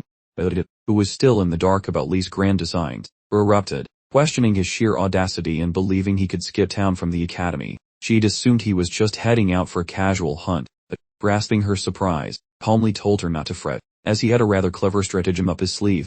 Recalling the distinguished lineage Lee Han hailed from, Lee had deduced he likely had a sound plan brewing, noting his distinctiveness from the average student. When she prompted him to elaborate on his ingenious blueprint, Lee spilled the beans, revealing that Dill was the true mastermind behind their great escape, and their brilliant strategy was simply to tag along with him and mimic his every move. Utterly dismayed by what she perceived as a spectacularly half-baked idea, Nalia attempted to steer Lee back to reality with some logical reasoning.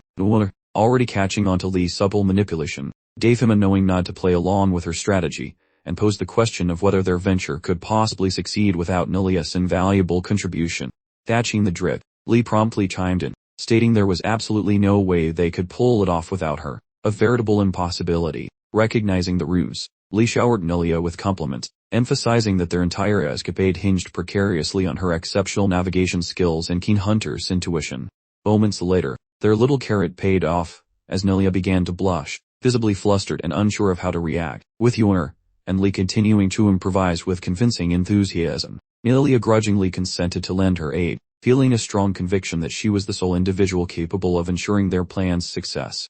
After a final review of their carefully crafted strategies, Lee Han dismissed his team, directing them to reconvene later that evening. As dusk settled in, Gejil, accompanied by his loyal companions, and a contingent of distinguished knights, congregated at their designated rendezvous point, poised to enact their daring escape and finally bid adieu to the dreadful educational institution. Bolstered by the unwavering encouragement of his companions, Gejil felt a surge of confidence and exhorted them to follow him towards their glorious liberation. Drawing a tattered parchment map from his satchel, he reassured himself that with this artifact in hand, failure was not an option. As seen recalling a month prior to Gejil's enrollment at the Arcane Academy, the young nobleman, who happened to be a knight, was observed instructing his domestic staff to meticulously score the ancestral library for any texts that might prove beneficial for his academic pursuits. Hunting through mountains of dusty scrolls resulted in zero helpful discoveries. Absolutely livid, the master bellows at cowering servants, while those idiots plead for forgiveness. So he demands useful things, because previous gifts sucked. By kicking some old literature quite angrily, that guy unexpectedly exposes this unique scroll his fingers currently clutch. Since peeking at that crinkled sheet, the boy realizes it maps a stealthy exit from this school. Years ago, that guy ignored the item, thinking it was garbage for failing pupils. However today, following his survival of this brutal academy, the boy feels happy about keeping the document. Currently, the team obeys those instructions to find a secret hillside doorway. Unnoticed, the five friends stalk them closely, making sure to stay completely camouflaged. At one point, while the rich kids rest, the leader signals his crew to continue, guaranteeing those rivals do not vanish into the wilderness. Upon spotting those students entering rocky terrain, the boy observes how strange this path seems, so he verifies his team's status. That eternally brainless prince muses about the necessity of hiking since a main entrance exists nearby. Instead of answering such nonsense, the leader leaves the fool with the strong guy, who simply sighs. Baffled, the prince wants a reason, so the lead hero starts listing the squad's unique gifts. That girl has incredible skilling skill. Those two boys have infinite physical energy, and the lady knows these woods well from gathering various plants. The guy then jokes that his personal value is basically non-existent. Soon after, the slowpoke proves him right by wheezing and begging for a drink after a short walk. Eventually, the warrior must load the dead weight like a sack of potatoes, while everyone else keeps trekking. Ned, way up, the protagonist thanks the tracker for assisting, admitting her scouting made following those cats possible. Lacking her assistance, the entire operation might have collapsed instantly. Compelled by a need to record data, the student grabs paper and begins scribbling his diary. All at once, the scout motions for the group to halt. Upon the leader inquiring about the delay, she murmurs regarding the rivals behaving oddly. Everyone quit walking. The slowpoke guesses they reached the end. But the smart one doubts it is that easy. Seconds pass. An eerie draft sweeps by, granting Lee that special dread reserved for when the boss is lurking nearby, desiring some beastly foe. Lee probes Nilia. Yet she insists the coast is totally clear. Reality bites when that headmaster's iconic howling giggles rip across the dust firmament. As those white feline pupils fail to process the situation, the chief's gigantic calcified face appears in the heavens, glaring how he nabbed them fleeing during our debut semester. Recognizing their shadow is that head honcho, these white tigers panic, sensing their impending doom in this hellscape. The ruler identifies Gaigel's document, mocking it as a prank flyer used to bamboozle fresh meat. Stunned, Gaigel pleads for an explanation. Yet the leader, hearing Gaigel snagged that paper early, simply vaporizes it. He tells the teenagers to avoid believing sketchy navigation tools, noting those sheets often lead to necrotic sorcerers or deadly pitfalls. Watching the madness kick off, Li Han reckons their principal remains one total lunatic favoring pain over actual instruction.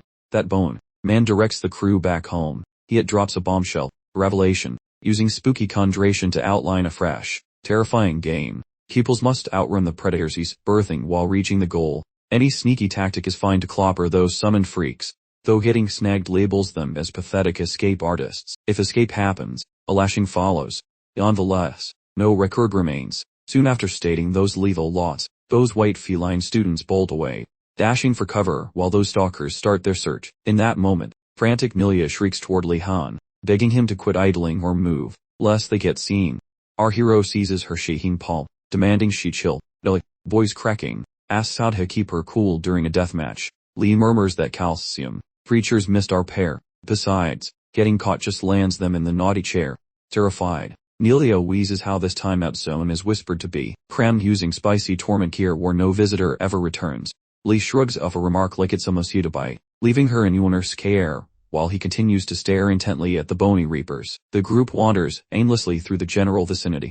Lee's brain starts spinning like a high-speed blender, desperate for a clever strategy to slip away from this bony dance party unnoticed. A short distance away, the White Tiger contingent organizes themselves into a standard fighting formation, getting ready to go toe-to-bony with the undead.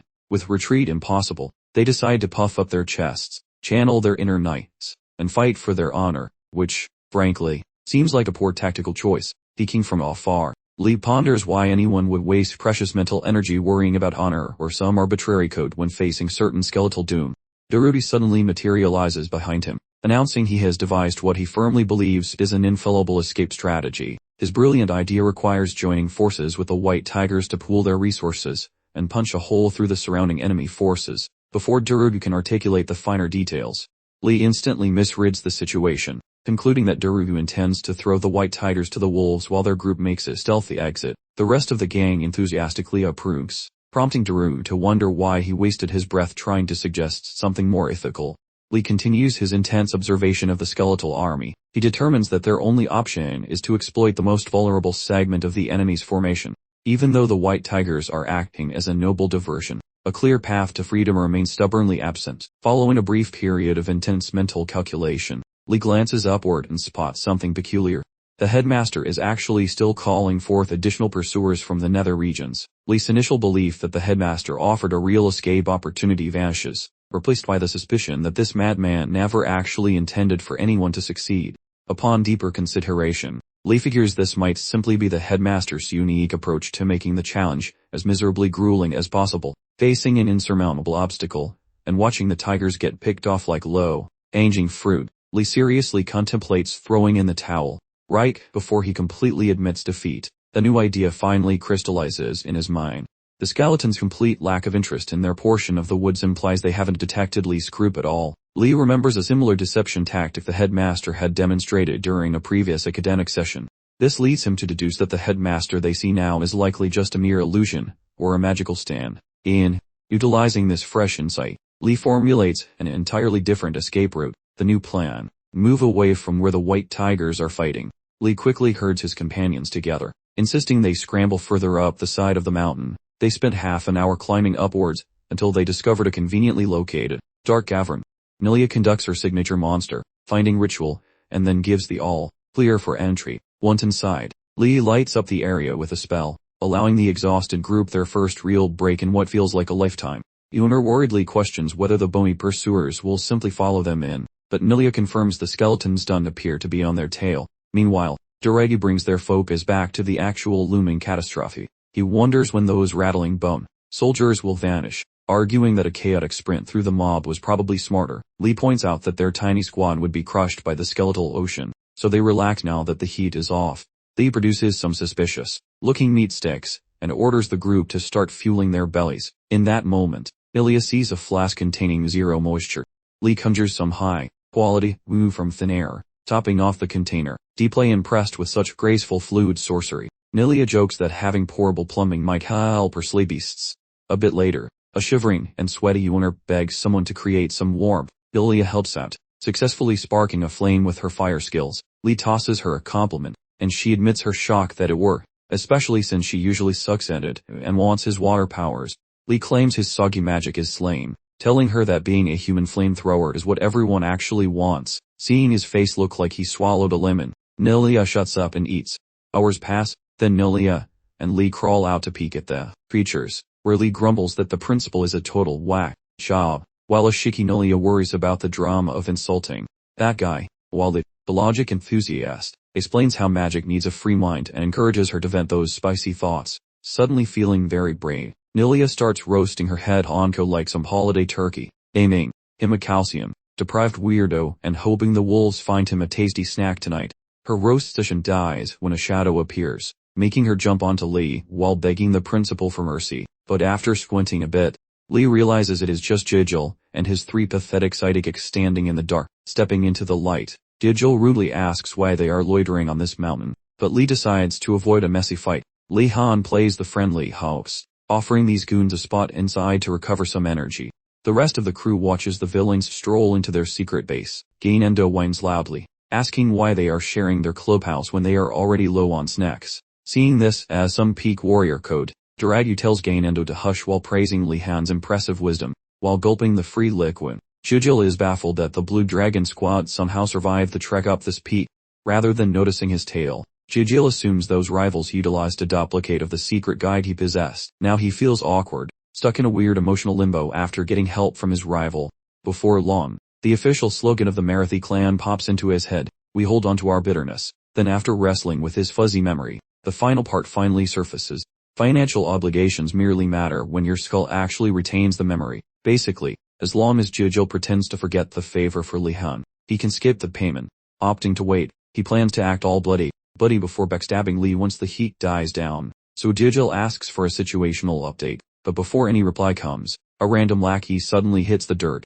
Panicking, Gainendo and Darudu start wondering what the heck is happening, while a different subordinate checks on his face. Planted Bundy, he'd in the last standing guy. I feel the heavy eyelids, and flop over soon after. Terrified, Jijil screams at Lee to explain this mess, but he just spots that annoying, self-satisfied grin instead. Realizing the trap, Jijil screams that Lee spiked the liquid. Lee gives a tiny nod, pours out his own drink, and mentions the clock has run out.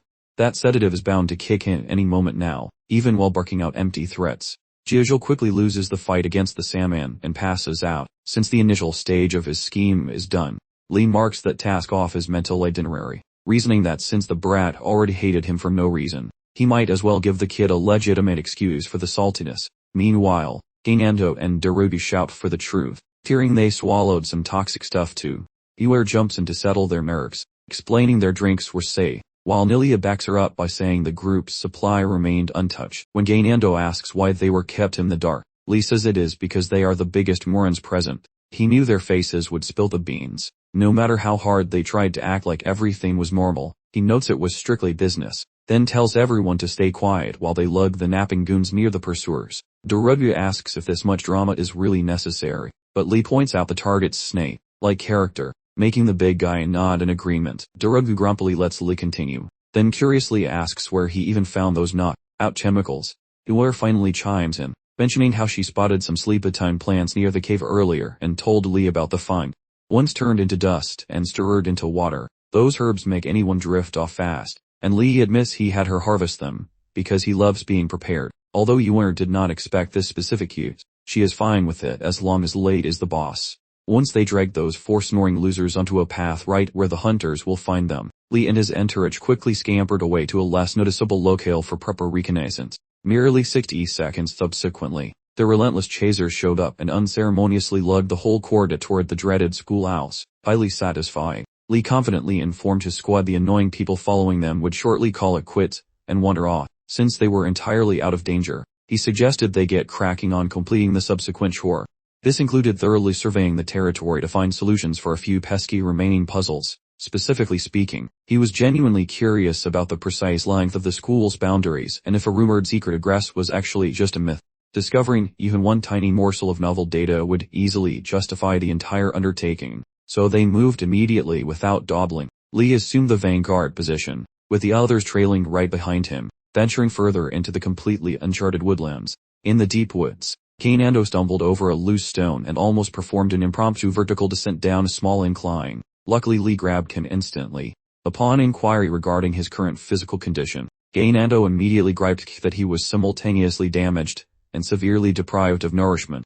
Noting the utterly fatigued condition of his companions, Li briefly entertained the notion of initiating a respite period. Exactly at that moment, Nilia proposed acquiring some illumination, because navigating pitch-black territory was only serving to impede their progress and make the trip considerably more difficult. Acknowledging this, Li conjured a dazzling cantrip to light up the route ahead. Just a heartbeat afterward, a violent gale suddenly howled aggressively straight through the timberland. Furthermore, an utterly strange booming sound addressed them abruptly, requesting the instant deactivation of the lamp because it was ruining someone's slumber. Utterly shocked, Li insisted the mysterious conversationalist immediately identify their position. The speaker, completely unfazed by the demand, commanded the assembly to maintain absolute silence, declaring emphatically that it dictated the interrogation phase. Subsequent to a small investigation period, Li and his fellow students successfully located the auditory origin, discovering a gigantic, sentient, chattering woody specimen. Proceeding forward, the tree's rumbling monologue vowed to provide luxurious accommodation if they managed to supply the flawless solution to its forthcoming inquiry.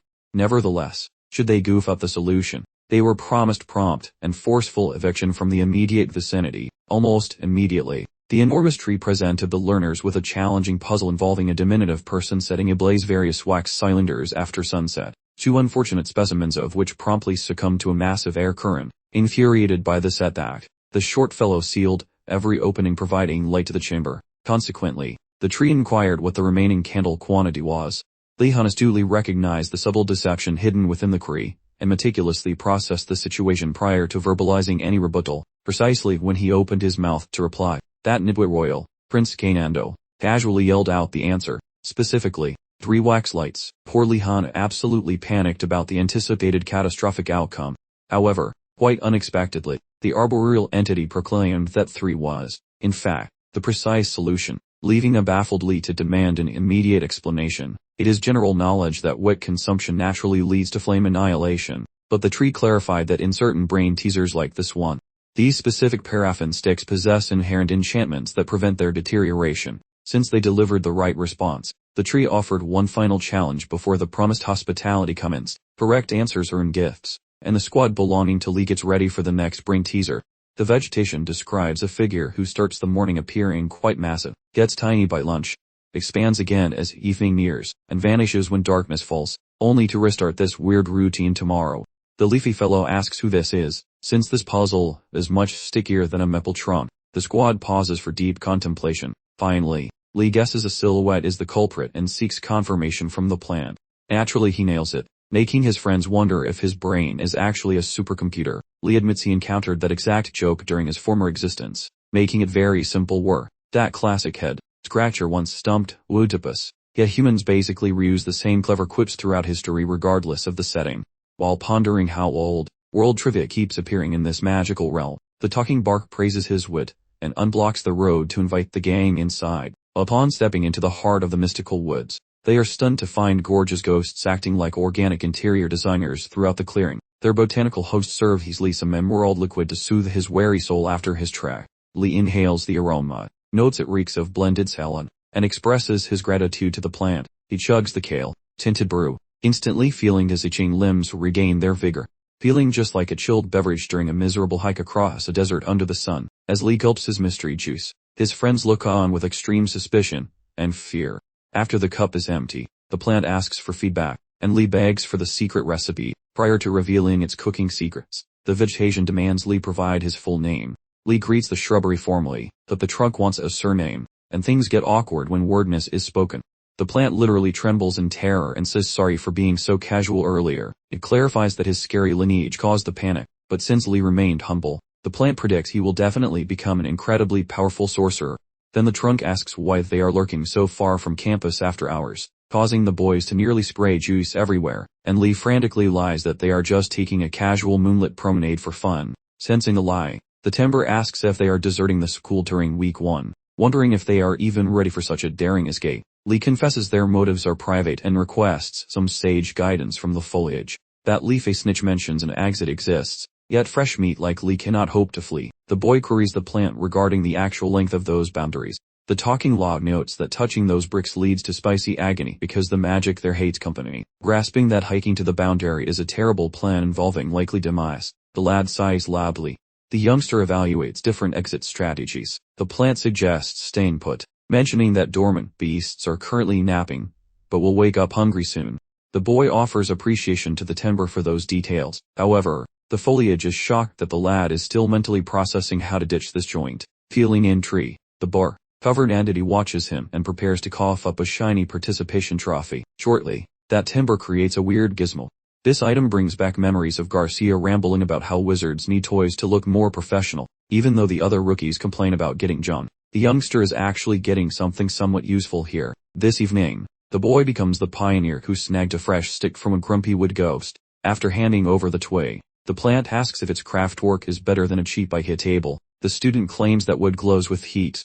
Instantly, the ghost understands this child has quite peculiar traits. That magical branch holds a soul that no pin-sized human should be able to sense without professional help. Seeing Lee's talent, the trunk promises that the stick will reveal its secrets, as long as he survives. Being a rushed youth, the boy begs the plant to just give him the manual instead of playing riddles, but the shrubbery refuses, claiming enlightenment will strike eventually, causing the boy to mumble some rude insults. The wood notes his spicy attitude mimicked a wild warden from long ago, predicting a very chaotic and loud future. Thumb raises. The giant salad tells the kids to pack their bags and head back to the torture building immediately. The spirit uses its mojo to literally kick the children out of its yard like uninvited party guests. The plant cautions the student against using spells, fearing the woods might awaken. While the youth asks for directions, the woody-jerk ghost ignores the query and just dumps them on the edge of the scary woods. After a rough landing, the youngsters stand up and dust their pants before the spirit vanishes into thin air. The leafy apparition reminds the lad to keep that annoying brain teaser in mind for the future, since that puzzle holds the secrets to lie. The plant dissolves into the wind, leaving him quite confused. The squad looks around the clearing, noticing that the smelly zombies have finally decided to take a hike, trekking down that colossal stone heap. Everyone discusses the weird nocturnal events, while one student questions if his brain simply manufactured a hallucination. With that guy in towel, once back at the dormitories, Lee hauls a drain frame to his mattress and simply shuts down. Shortly thereafter, Ashin sprints toward Lee's quarters, pounding the entrance to ruin the sleepy guy's slumber. Once Lee unlatches the portal, Ashin offers his regrets for the noise but explains that the main boss wants the entire crowd outside. All exhaustion vanishes, as Lee suspects the principal might be hunting for those idiots who tried sneaking away. Dismissing his anxiety, Lee suits up, promising to poke the other slackers and meet Ashin on the lawn. Stepping out, the group encounters a celebration, leaving everyone looking like confused puppies at a surprise party. Lee questions why this institution throws random carnivals without alerting the freshmen. Although things seem far from sinister, nevertheless, he keeps speculating about the guy's intent. Just as the festival starts gaining some real momentum, the big boss materializes and demands everyone shut their traps and pay attention. He wants to present a trio of holy individuals from the capital visiting for the weekend. Following the intro, the boss requests some claps, which occurs, though Lee thinks this grand welcome for monks is sketchy, so he decides to watch things closely once the cheering stops. An imperial clergyman expresses his gratitude to Ozagona Adultus for hosting them while juggling his hectic academic duties. The chief acts polite but immediately attempts to use the cleric as a glorified messenger for the monarch. He basically requests a massive budget to dig up ancient magic. Sheepishly, the priestess admits she lacks power over the royal treasury. At that moment, Lee realizes the boss is just a desperate researcher, resembling college deans begging for grants. Apparently, this realm suffers from the same budget drama, so he pushes those thoughts away. Lee listens as the priestess expresses gratitude for meeting the kids, hoping to pitch her religion to the mages. Watching them, Lee doubts they are mere clerics, since they radiate enough energy to power a whole city. Observing Lee's intense inquisitiveness, the principal jump scares the boy and clarifies why those holy visitors possess such peculiar, tingly magical vibrations. It originates from that celestial mojo. The administrator subsequently spots Lee's knack for sensing energy while beginning to question him. Lee attempts to look incompetent, yet the master persists, asking why he masks such an aptitude. The man says not many kids have such sharp senses, and suggests Lee stop being so bashful about it. The revelation jolts Lee, yet the student stays suspicious, questioning the principal's true agenda. That administrator notes how intellectuals like Lee and the principal are far too pragmatic for deities, and simply shun religious fluff. Such banter brings back memories of Lee's old mantrash, tucking the almighty heavens.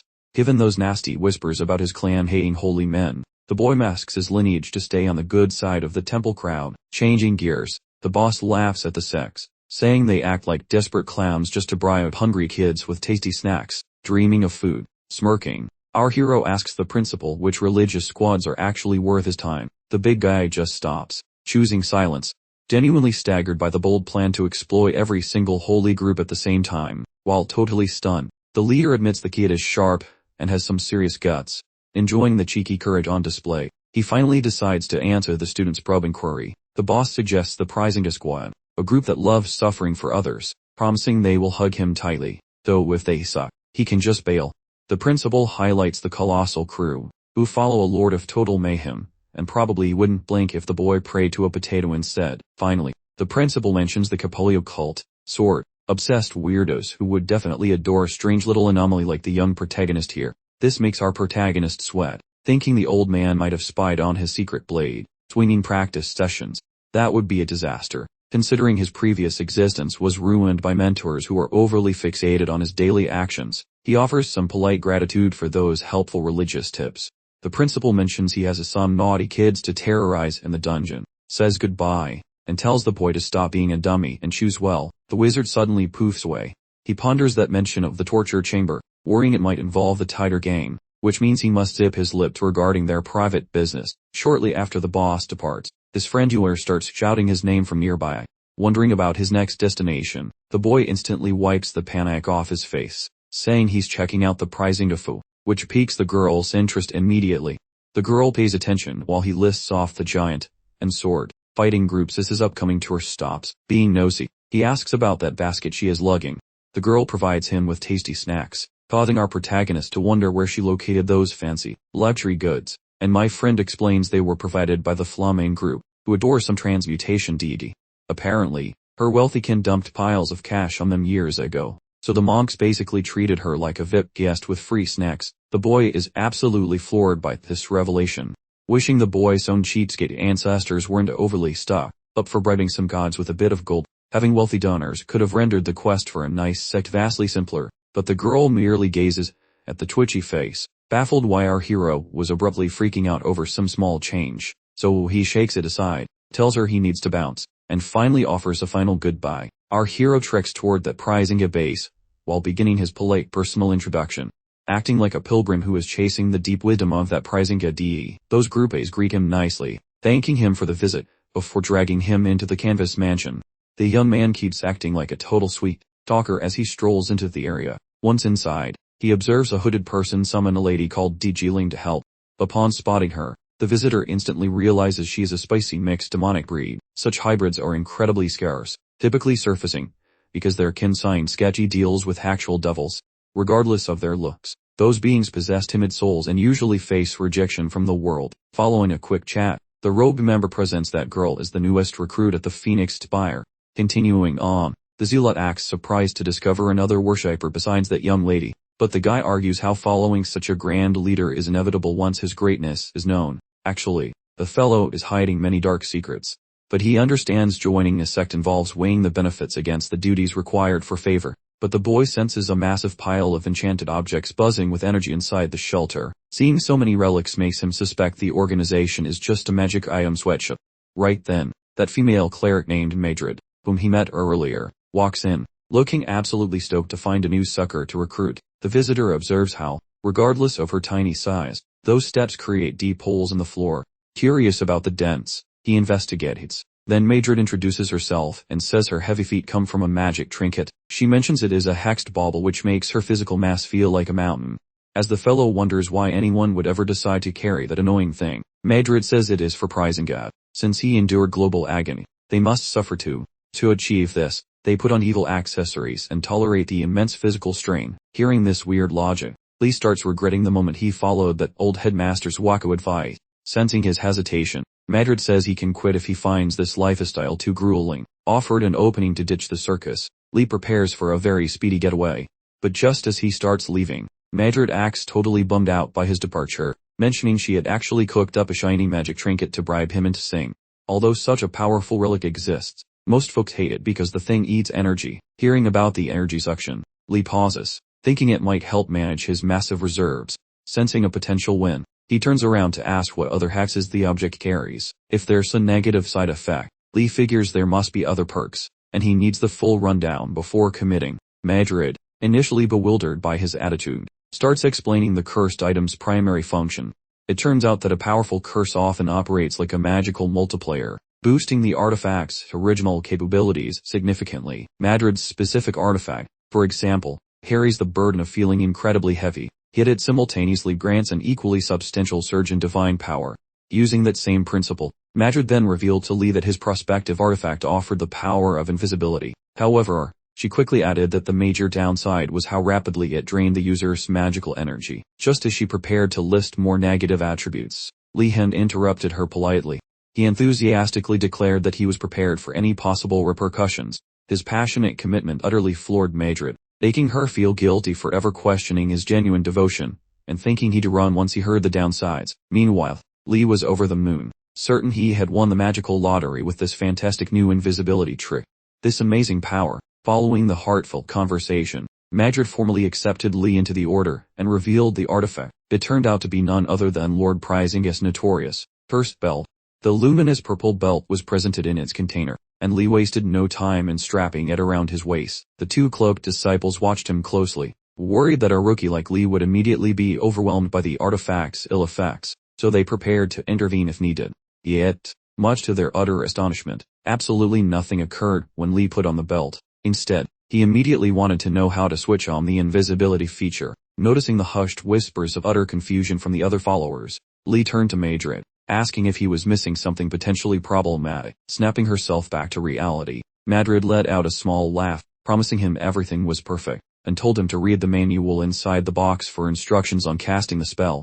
Secretly, she was amazed at their immense good fortune to have received such a remarkable new disciple from their deity. Lee located the instructional pamphlet inside the container. He quickly reviewed the text and began reciting the activation spell to unleash the belt's abilities. In a flash, he disappeared from sight, completely stunning both Madrid and the rest of the followers. Thrilled by the artifact's successful performance, Lee was delighted by how flawlessly it operated, particularly since it was loaded with such a formidable curse. After enjoying his moment of invisibility, he recited the deactivation spell and popped back into existence, causing everyone to jump in surprise. Feeling completely confident in the artifact's power, he started pondering whether the cursed effect was even active. Given that he hadn't experienced any drawbacks, he figured if the side effects were this negligible, he should probably try wearing even more cursed objects. So he immediately asked Madrid for extra artifacts. However, Madrid stopped him with a theatrical pause, cautioning him not to overextend himself, and insisting that she believed it was far too premature for him to acquire additional cursed objects, and despite his attempts to change her mind, she held firm. Sometime later, while sitting in a lecture about the Order's doctrines, Lee considered how exceptionally effective the belts would be for making a quick getaway from the academy. His brain snaps awake once Madrid finally ends her boring speech. Gratitude offered. The boy understands that every miracle is achievable if someone just sports haunted equipment.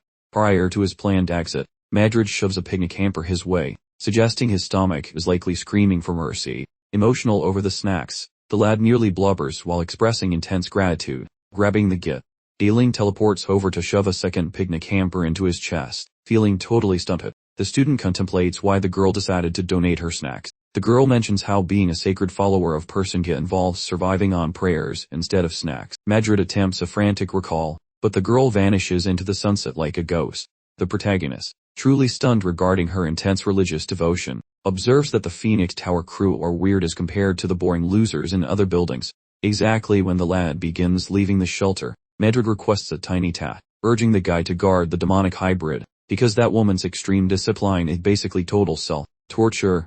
Feeling slightly hesitant, the boy points out that they sleep in completely different zones. Regardless, Madrid buys his loyalty with a fresh pile of delicious munchies, plus the guy commits to the task. Walking back to school, the fellow asks if he should call her a priest, but she says her name is just fine. He asks about her tower vibes, noting whispers that her roommates are basically anti-social hermits compared to everyone else. She admits the group spends every free moment chanting in closets or trekking through scary forests. This news rattles the man, because the school's lockdown rules usually prevent such late-night forest shenanigans. Evidently, that Burning Bird squaw enjoys a total hall pass because of those weird living conditions. Spotting a huge loophole, the protagonist deduces that sacred outfits provide a total license for freedom. Plus, assuming the role of a fake monk could possibly grant the boy massive liberty, scheming like a total rascal, the protagonist wonders if his friend could provide some holy out. She seems extremely confused, mentions that wearing fancy silk outfits will not actually stop his curses from melting his soul. The student pretends to know that, lying through his teeth about wanting to feel Persinkus' divine presence, being a total pushover. Feeling agrees to hand over a spare rope when they cross paths again. The youth provides praise and elects to advance with massive care while designing his final. Escaping this prison of knowledge, switching gears like a smooth operator, Lehan inquires if her tummy is currently receiving its daily quota of nutritional goodness, while Digilin clarifies that her stomach feels perfectly content with its existing load. Upon processing that, Lee mentions the priestess is fretting over her vials and begged him to act as her personal health insurance agent. Aiming for peak procedural simplicity, Lehan proposes sharing snacks periodically to ensure the sacred maiden refrains from constant worrying. Once she ponders the offer with her solitary brain cell, Digilin finally yields to the shared meal. Lehan glows with pride, since he hates letdowns, especially regarding those fancy presents. Plus he knows once she tastes his treats, she will develop a lifelong dependency on his spoon, feeding services regardless of festive seasons or breaks. When darkness falls, the school academics swarm the conference chamber, because the boss man demanded a sudden gathering of minds at a ridiculous hour. Mere seconds preceding the official commencement, Aragulum gulps down a portion of that mouth-watering infusion, brewed from his backyard greens, marveling at how Lee's presence somehow improved his pathetic botany skills. Right while he enjoys the serenity, the big chief teleports in to kick things off, since Irregulum wonders why they are trapped here. Garcia bets it involves teaching kids how to scribble properly. Moments later, she interrogates the principal about whether some poor soul has been picked for the lesson, yet Irregulum, who clearly avoids the news like the plague, questions why Professor Van Duzel is not doing his job. Right then, Garcia clarifies that Professor Van Duzel vanished while chasing some mythical horned horse through the woods. Because the man has essentially turned into a ghost, they require a sacrificial substitute to handle his curriculum. The lead director cuts Garcia off, assuring the panicking staff that he already found a fresh body for the role. Stunned by the abrupt revelation, the scholars shower the boss with flattery for solving their crisis faster than a wizard casts a spell.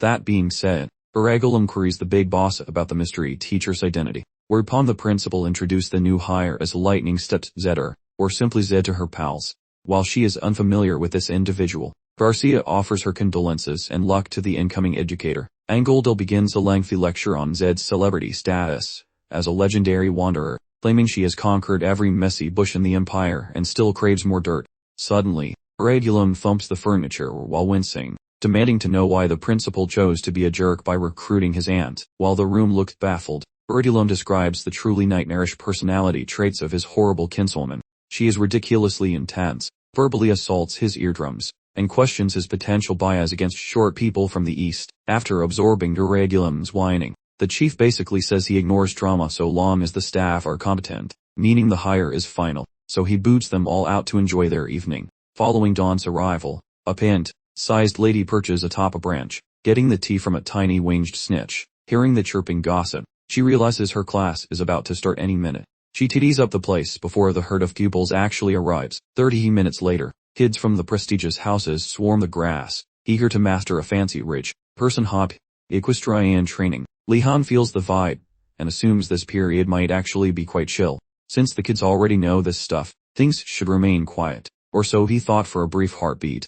A massive angry pigeon screams in the clouds and shadows the entire training ground. The moment those bizarre squawks and screeching noises hit their ears, the confused youngsters spin around trying to locate the source of the ruckus. Suddenly, someone points to the heavens, and once everyone looks up, they spot a giant feather beast nose, diving to snatch a human snack. Everyone scatters like cockroaches, but unfortunately, Gainando is too dim-witted to function, so he becomes bird food, and gets dragged into the clouds. Seeing that the village idiot was just snatched, Lee assumes command, telling everyone to keep their cool, duck down, and stay perfectly still to avoid being noticed. While hiding, he muses about how these weird disasters are becoming his daily routine. Honestly, this level of chaos feels like just another boring Monday to him. Moments later, the oversized chicken returns to grab another unhappy camper, and Lee Han starts pondering which crazy zoo this monster escaped from. Then an angry girl from the tighter house yells for the principal, claiming the school defense is complete garbage. The person crouching nearby tries to silence her, because this is no time for blame, but the dense girl continues ranting about the school lack of protection. Her shouting rings like a dinner bell, and the monster swoops down toward the noise. Realizing she caused a mess, the girl starts apologizing and begging for someone to save her. Luckily for the loudmouth, the bird grabs the poor guy hiding right beside her. Seeing what just happened, Lee Han finds it odd the bird ignored the noisy girl. After thinking for a bit, he finally solves the mystery that was rattling around in his brain. It boils down to their hair color. So Lee Han frantically instructs the group to cover their heads with their blazers, because he has proof the creature only hunts people with glistening hair. And right after that, a strange voice speaks up from behind him. Someone praises him for being a natural leader who acts fast under pressure. Turning around to see this stranger, Lee Han demands they reveal their identity, and then the mysterious figure begins to uncover her. He flung open his cloak to reveal his affiliation with the White Tiger Tower, but just as he prepared to introduce himself properly, an overly cautious individual from the Blue Dragon Tower started screaming, immediately accusing the White Tiger student of trying to bother Wardeness yet again. The poor student tried to clarify his intentions, but it was useless. The hot-headed fools were already preparing to pummel the supposed Marathi sympathizer. To prevent utter chaos, the dude yelled out, insisting he actually had nothing to do with the Marathi faction, and when no one believed him, Princess Ardhanath intervened and got him off the hook.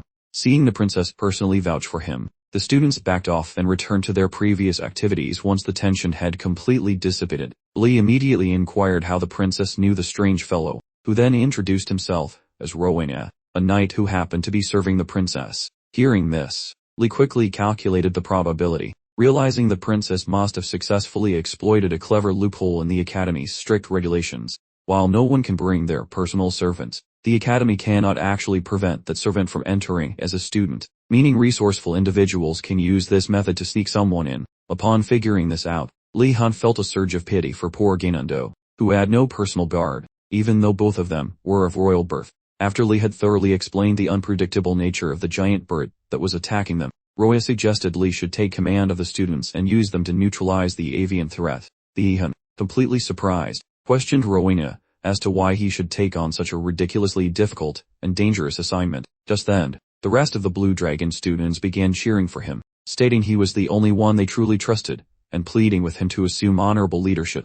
In his head, Lee forbade himself from giving in to their pleas, firmly believing that being the leader of a group always resulted in unnecessary suffering. Unfortunately for him, resistance proved impossible as the entire field began chanting for him to be their commander, insisting they were ready to follow him into battle. Unable to resist the pressure, Lee sighed in resignation and reluctantly began issuing commands to his newly acquired army. As he watched Lee demonstrate his surprisingly effective leadership capabilities, Rowena recalled the dramatic tantrum he threw in his tower just days ago when he found out Lee Han Wardeness, and not the princess, was leading Blue Dragon Tower.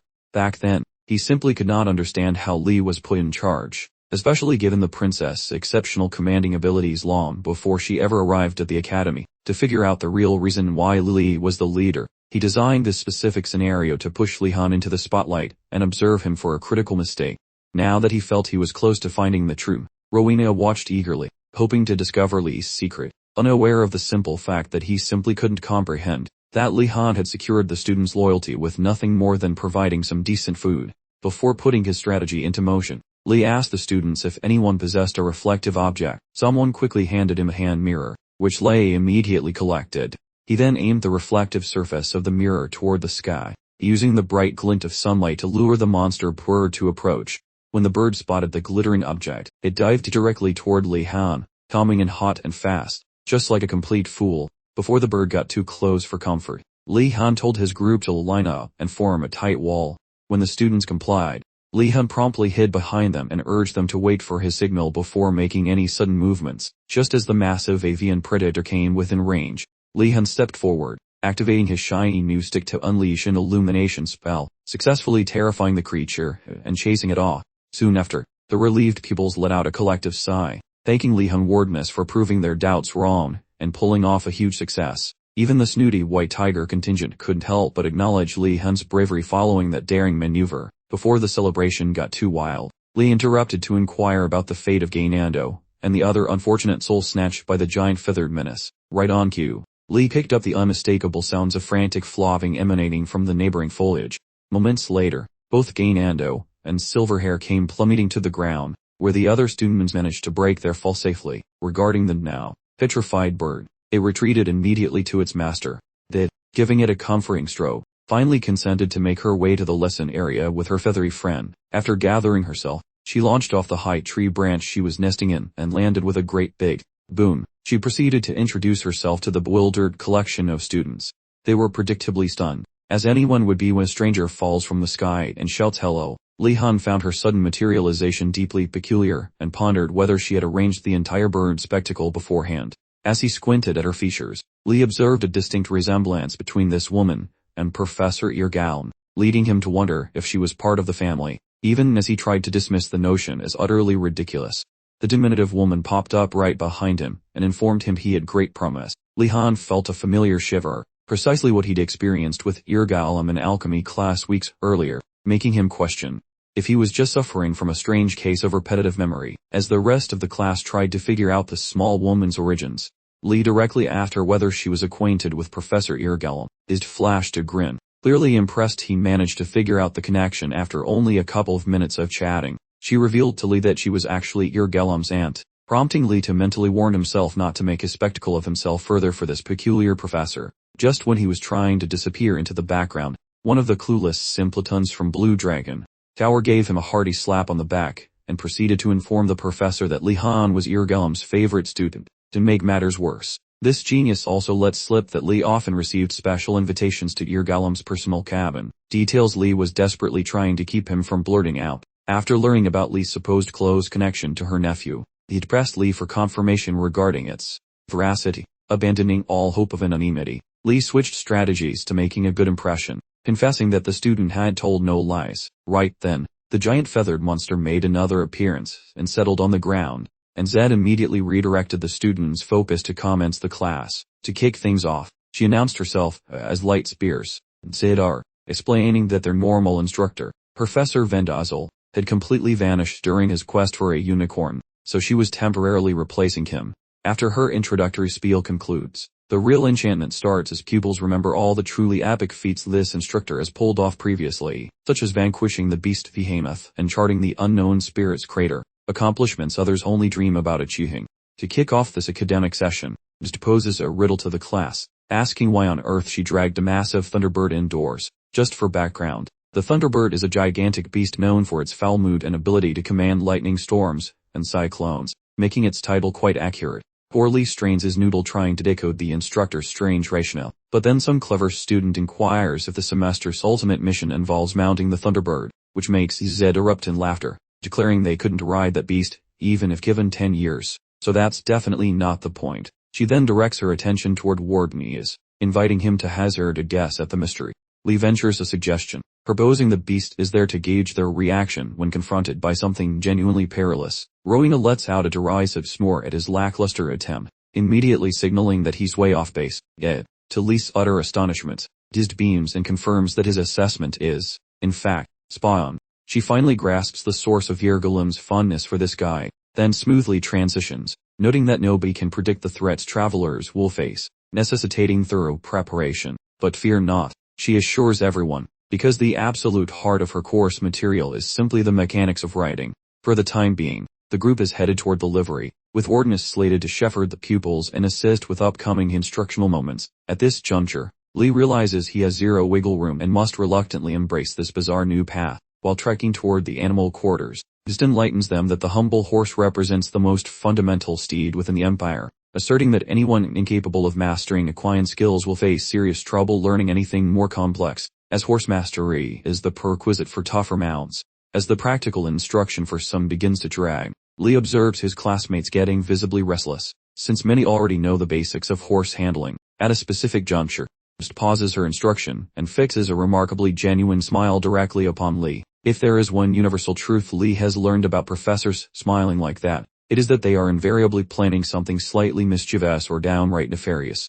Feeling immediately dubious, he nudges Yuer to maintain high situational awareness, correctly suspecting the day's curriculum involves more than just trotting around on equines. Upon their arrival at Amercard's surprisingly large stable building, Dick sends a warm greeting, urging everyone to take a look at the spectacular horses housed within the facility. The eager students gaze admiringly at the high-quality, pedigreed horses, and immediately inquire if they get to mount these noble creatures. Zid responds coolly, stating that a truly worthy mount must first be demonstrably earned, not just handed over. She then reaches deep into the confines of her satchel, retrieving a small wooden cup containing several sticks, and tells the students that they must each draw one to establish the precise sequence for claiming their future companions. Following this little lottery, Gain-Andol, of all people, secures the coveted very first selection privilege. However, when the other young aristocrats begin to grumble about the idiotic prince being allowed to choose first, given his total lack of equine expertise, Gain-Andol hurls a few spicy insults and frantically scurries toward the back, choosing the most furious stallion within the entire barn. Both Yuan and Lee instantly spot the pure murderous intent in the beast's gaze. Yet Gain-Andol foolishly claims only a massive beast deserves his greatness, so he mistakes a hostile posture for a polite bow, and tries to touch it, merely to receive a brutal facial reconstruction courtesy of the horse's muscular chin. In a heartbeat, Gain-Andol hits the dirty ground, leaking blood from his snout and trap. He will live, luckily, but the posh folks he mocked get to enjoy the ultimate chuckle.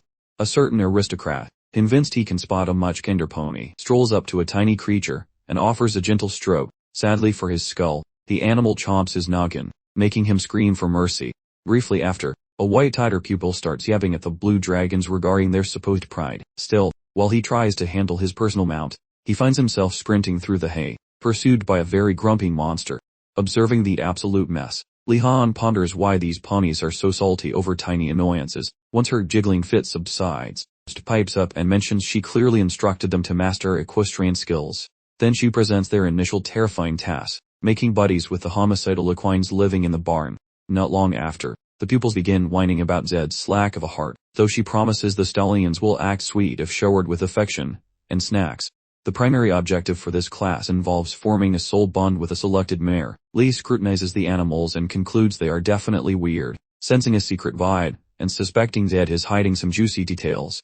But, right before he can pick the most peaceful-looking creature, Did points him out to everyone, and leads him toward a very peculiar steed. Lee instantly develops a massive crush on the beast. Deed clarifies that her relative's star pupil deserves more than a basic pony, so she handpicked this specific titan for him. Right then, the saltiness starts, as Ashen feels bitter about Lee's special treatment, while a white tiger grumbles about Lee receiving a simpler animal. Though Zed points out that despite Lee's new ride being high quality, it happens to be the most violent and stubborn jerk in the entire facility. According to her, domesticating a literal demon is simpler than befriending this absolute unit of a horse. Lee's face completely fell when he heard the news. As Zed droned on, Lee inquired if there was any additional compensation for accepting the most challenging assignment in the class.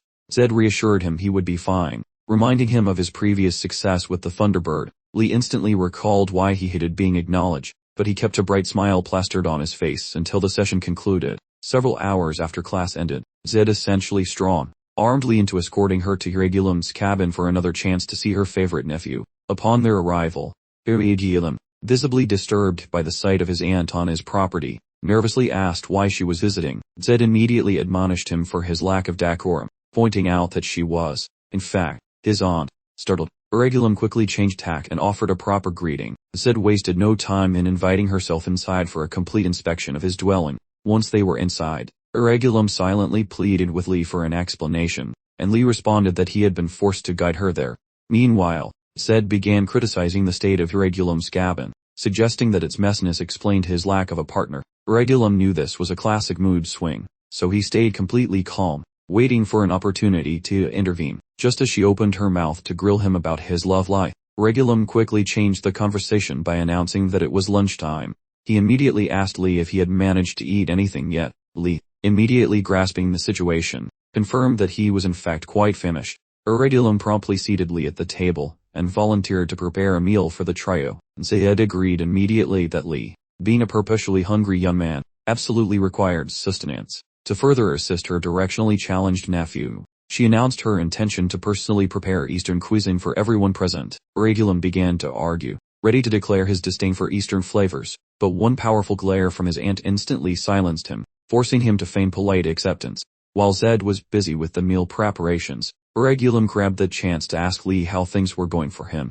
Before Li could respond to the question, Li noticed a strange glow coming from Irregulum's clothing, immediately prompting him to ask about its source. Li then recalled that his staff was in the same spot, so he retrieved it and displayed it for Irregulum to see.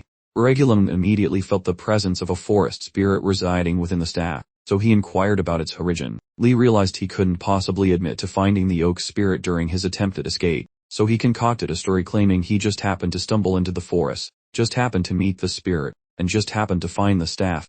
Irregulum and his aunt offered a convincing performance of believing his narrative, but internally, they both understood Li had been attempting to make a getaway. Irregulum then asked if the oak spirit had presented him with a puzzle, and Li immediately questioned how Irregulum was aware of that fact. Irregulum clarified that the spirit was infamous for its frustrating yet highly ingenious nature. Li then started speculating internally about whether the staff held some kind of mystical power, especially considering Irregulum spoke about the object as if the spirit was permanently sealed within it.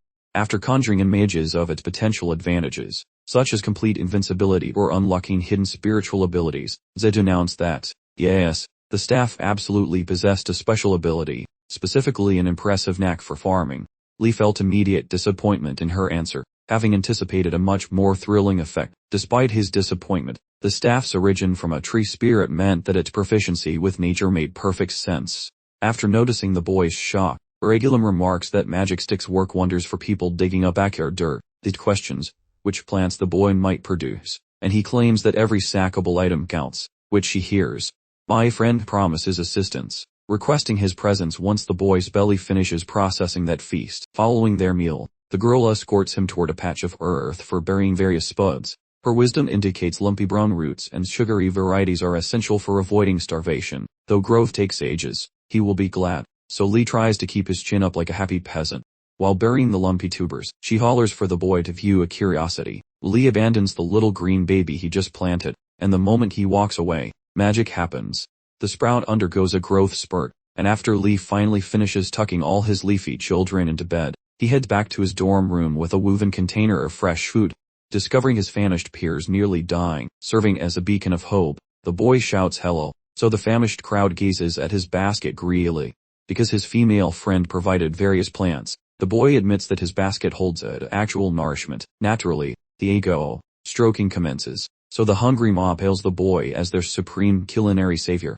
By studying their desperate mugs, the boy sees that his friends look like different people lately. They resemble tiny chicks with open mouths, and even though he recognizes their painful starvation, the cook orders his famished pals to stay calm while he creates the ultimate broth. Once he claims the kitchen territory, the man starts whipping up broth with surgical accuracy, leaving his audience watching in total shock. They swear he is a wizard crafting liquid gold. After 60 minutes of bubbling, the chef samples the liquid and decides it tastes like heaven. That man orders the group to retrieve personal bowls, so every student moves with terrifying velocity. Soon, the boy provides each person with vegetable broth, which the crowd consumes, while making happy slurping noises. A pointy-eared classmate strolls toward the boy, requesting that he perform a special act of kindness. Once the specifics were explained, Li fills up a fresh dish and carries it toward the private chambers of the royal lady. At her door, he knocks gently. Ardnart reveals herself behind the door, asking what on earth has brought him to her specific hallway. Li holds out the steaming bowl of joy and tells her she absolutely must ingest this delicious liquid creation. Ollie, Dex, and she was quite taken aback that he'd even consider her amidst such utter pandemonium. A true gentleman indeed. Ardnart tentatively accepted the soup, asking if it was truly hers, to which Li reassured her everyone else had already eaten, so she really needn't worry about sharing or hidden surprises.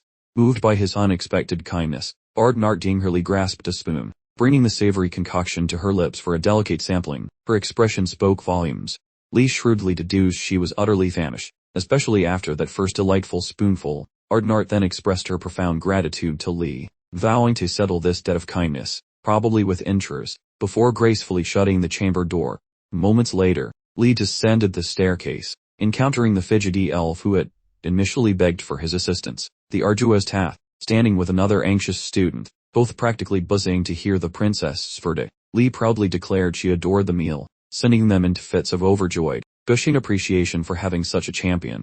The elf, clearly impressed, then implored Lee to maintain his royal delivery service indefinitely, sweetening the deal by promising to double his silver coin compensation, a truly tempting offer. Fully grasping the immense importance of the royal lineage, Lee swiftly pledged his unwavering assistance, ready to jump at their command whenever duty or hunger called. Later that day, Lee found himself in his foundational combat magic lecture, under the rather intimidating Professor Bloody Greg, diligently, yet frustratingly, attempting to conjure geometric patterns with a glowing starstone orb. Witnessing Lee's unending streak of blunders, Greg actually began to worry. Even though guiding such struggling novices wasn't exactly his primary responsibility, he understood the sheer, colossal waste of potential if he simply dismissed someone blessed with Lee's truly enormous, untapped magical reserves. With a theatrical clearing of his throat, Greg abruptly inquired if Lee had any burning questions for him. Thrilled to finally capture the formidable professor's focus, Lee, with a hopeful gulp, asked Greg to elaborate on the entire purpose of this confusing exercise.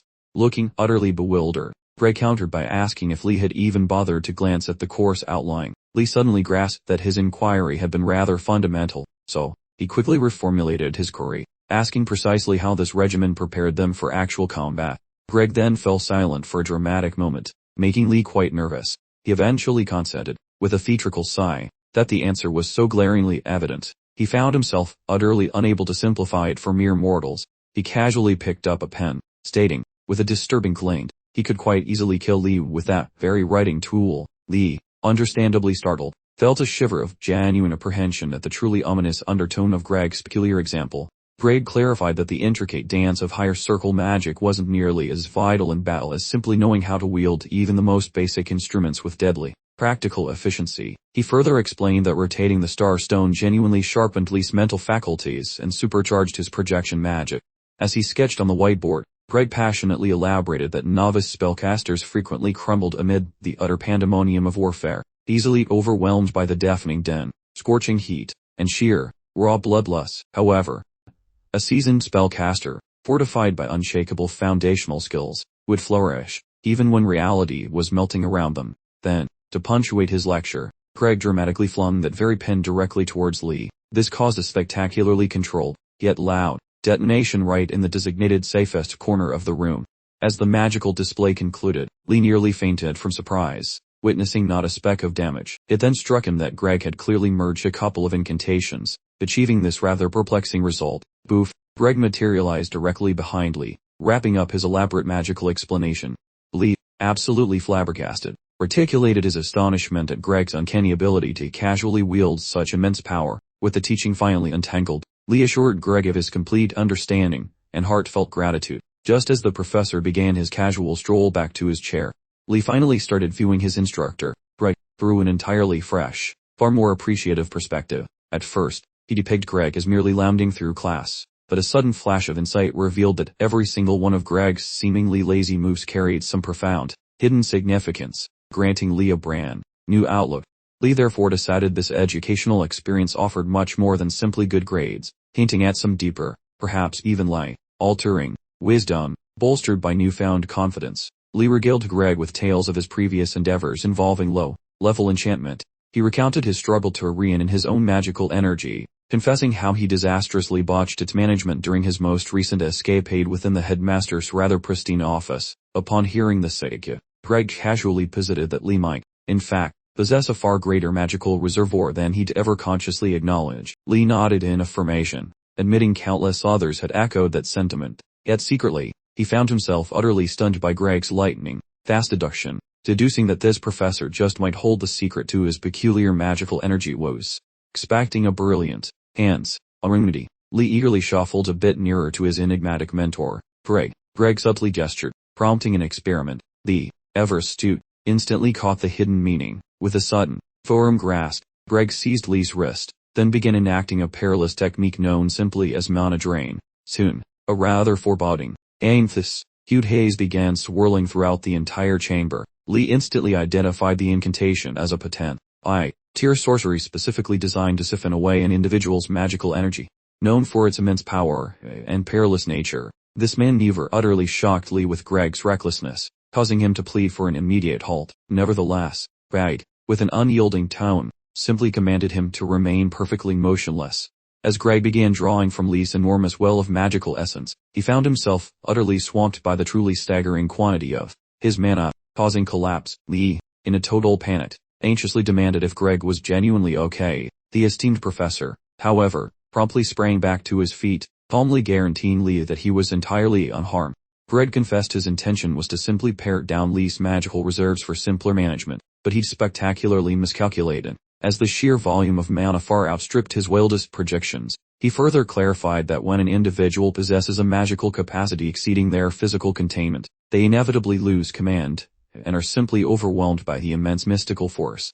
Luckily, as a seasoned veteran of in regards magical faculty, Greg knew his boundaries, therefore emerging from the incident without a scratch. Still, Lee pondered the colossal mana reserves he must possess, if even a maestro like Greg found himself so thoroughly overwhelmed, leading him to simply accept his unusual circumstances. Lee glumly commented that finding a viable solution to his chronic magical energy predicament seemed utterly impossible at this point. Greg, with a reassuring grin, quickly dismissed that notion, then curiously inquired if Lee had ever attempted to employ some simple control magic to make an item soar directly back towards his own position.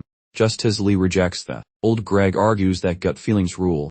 He mentions that even if things look messy, the soul and the toy are glued together, so Lee just needs to trust his primal urges to fix it. Recalling a previous disaster, Lee finds that this logic actually clears up why he messed up back then. The mentor shouts about raw hunches, claiming they can turbocharge the way Lee wrangles his mystical energy flow.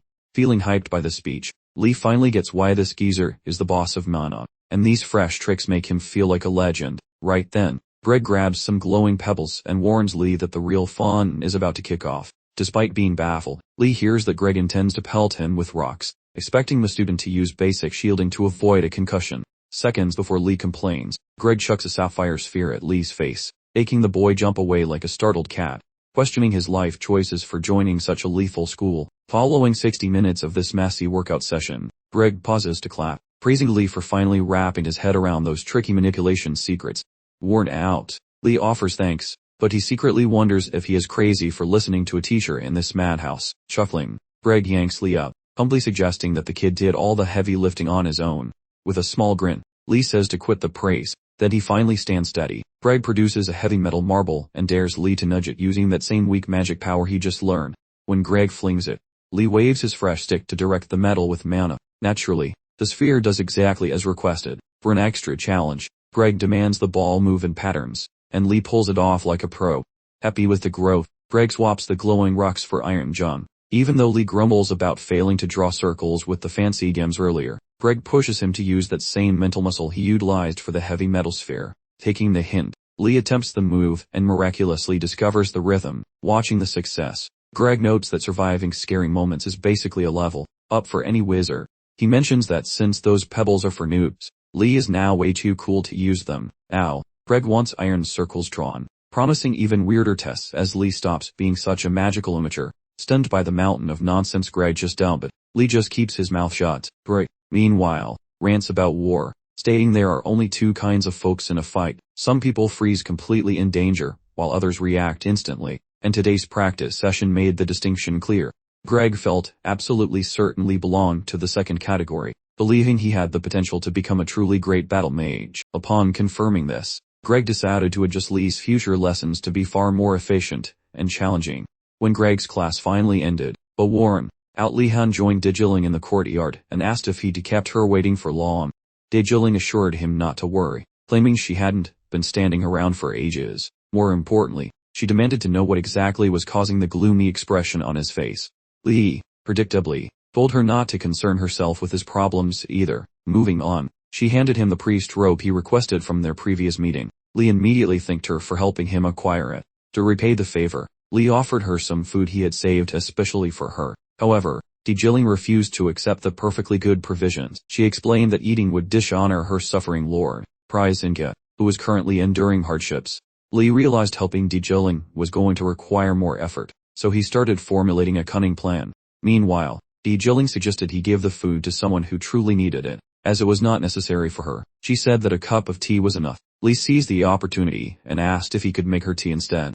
He mentioned he'd heard that priests usually preferred green tea or strong coffee with no added sugar, unable to turn down such a simple request. Jilin agreed to let him brew something, which allowed Li to execute his very unique method.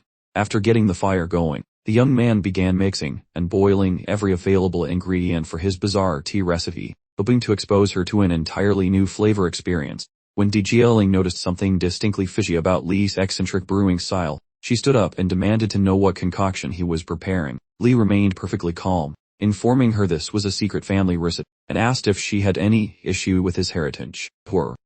Ridden Jilin could only shake her head no.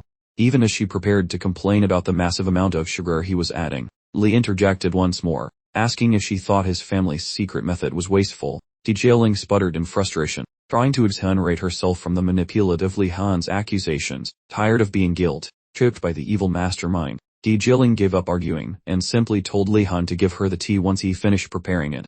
Li Han obviously enjoyed winning the psychological battle, pouring his special milk tea, and strongly encouraging her to try it immediately. Jilin carefully examined the beverage, unsure what flavor awaited her. She cautiously took a small sip. Strangely enough, she discovered the taste was delicately sweet, mildly spicy, and quite refreshing overall. She declared the flavor utterly captivating, a culinary revelation she hadn't encountered previously, and much to her surprise, she thoroughly enjoyed it. Her delighted grin, blooming after a contented sip of the beverage, was all the confirmation Li required that his cunning scheme had succeeded. With the first stage accomplished, Li wasted no time, diving headfirst into phase 2 by promptly concocting the next special brew. For his next culinary exploit, he combined sugar, nuts, rich cocoa powder, creamy milk, and corn powder into boiling water, intending to craft what he called a Wardeness special cocoa tea. Prior to taking her initial sip of the second beverage, Jilin couldn't help but observe its formidable density. She playfully inquired if he'd accidentally served her a bowl of soup, to which Li earnestly replied it was a unique tea, brimming with generations of his family's customs. Much to Jilin's bewildered chagrin, she sharply told him to stop his chatter, then finally tasted the tea, spotting the peculiar expression on her face. Ever the optimist, surely surmised the flavor must be so profoundly exquisite it felt like a complete rebirth into an entirely new culinary dimension. Using this clever approach, Li cunningly intended to plump her up using a succession of delightful beverages that, while masquerading as tea, were suspiciously similar to desserts in a cup. Once she had finished her delicate sipping, Jilin candidly acknowledged the utterly delectable quality of the brew, and Li Han, with an almost too eager grin, pressed her to finish the rest. Now that her taste test was complete, then, adopting a dramatically ominous tone, he informed her she must continue to appear at their designated spot for more frequent tea gatherings. Jilin, rolling her eyes, told him to ditch the supervillain monologue, before cheerfully agreeing and expressing her gratitude for the drink. The moment their rather eventful tea meeting concluded, the two then separated, traveling toward their distinct towers. As evening descended, Li Han carefully donned the peculiar priest's robe Jilin had given him earlier, then hid himself in a dim corner, waiting until every student was safely in their towers, and curfew began. Once he was sure everyone was securely back inside their towers, Li resolved to explore his designated points of interest late at night, cleverly adopting the guise of prayer, for to any onlookers, he simply appeared as a profoundly faithful young priest, brimming with piety. In any case, upon reaching the grand entrance of the academy's central edifice, Li mentally reminded himself to remain exceptionally vigilant, lest he stumble into any unexpected booby traps potentially scattered about. To his immense relief, and precisely as he had anticipated, the ground floor of the structure proved to be rather uneventful, free of any dramatic occurrences. Following a swift mental replay of the rather tedious admission ceremony he'd endured with the headmaster, Li resolved to explore areas he hadn't yet ventured into, prioritizing novelty. Shortly after several minutes of diligently nosing around, he then spotted another person, equally sneaky, maneuvering through the very same area.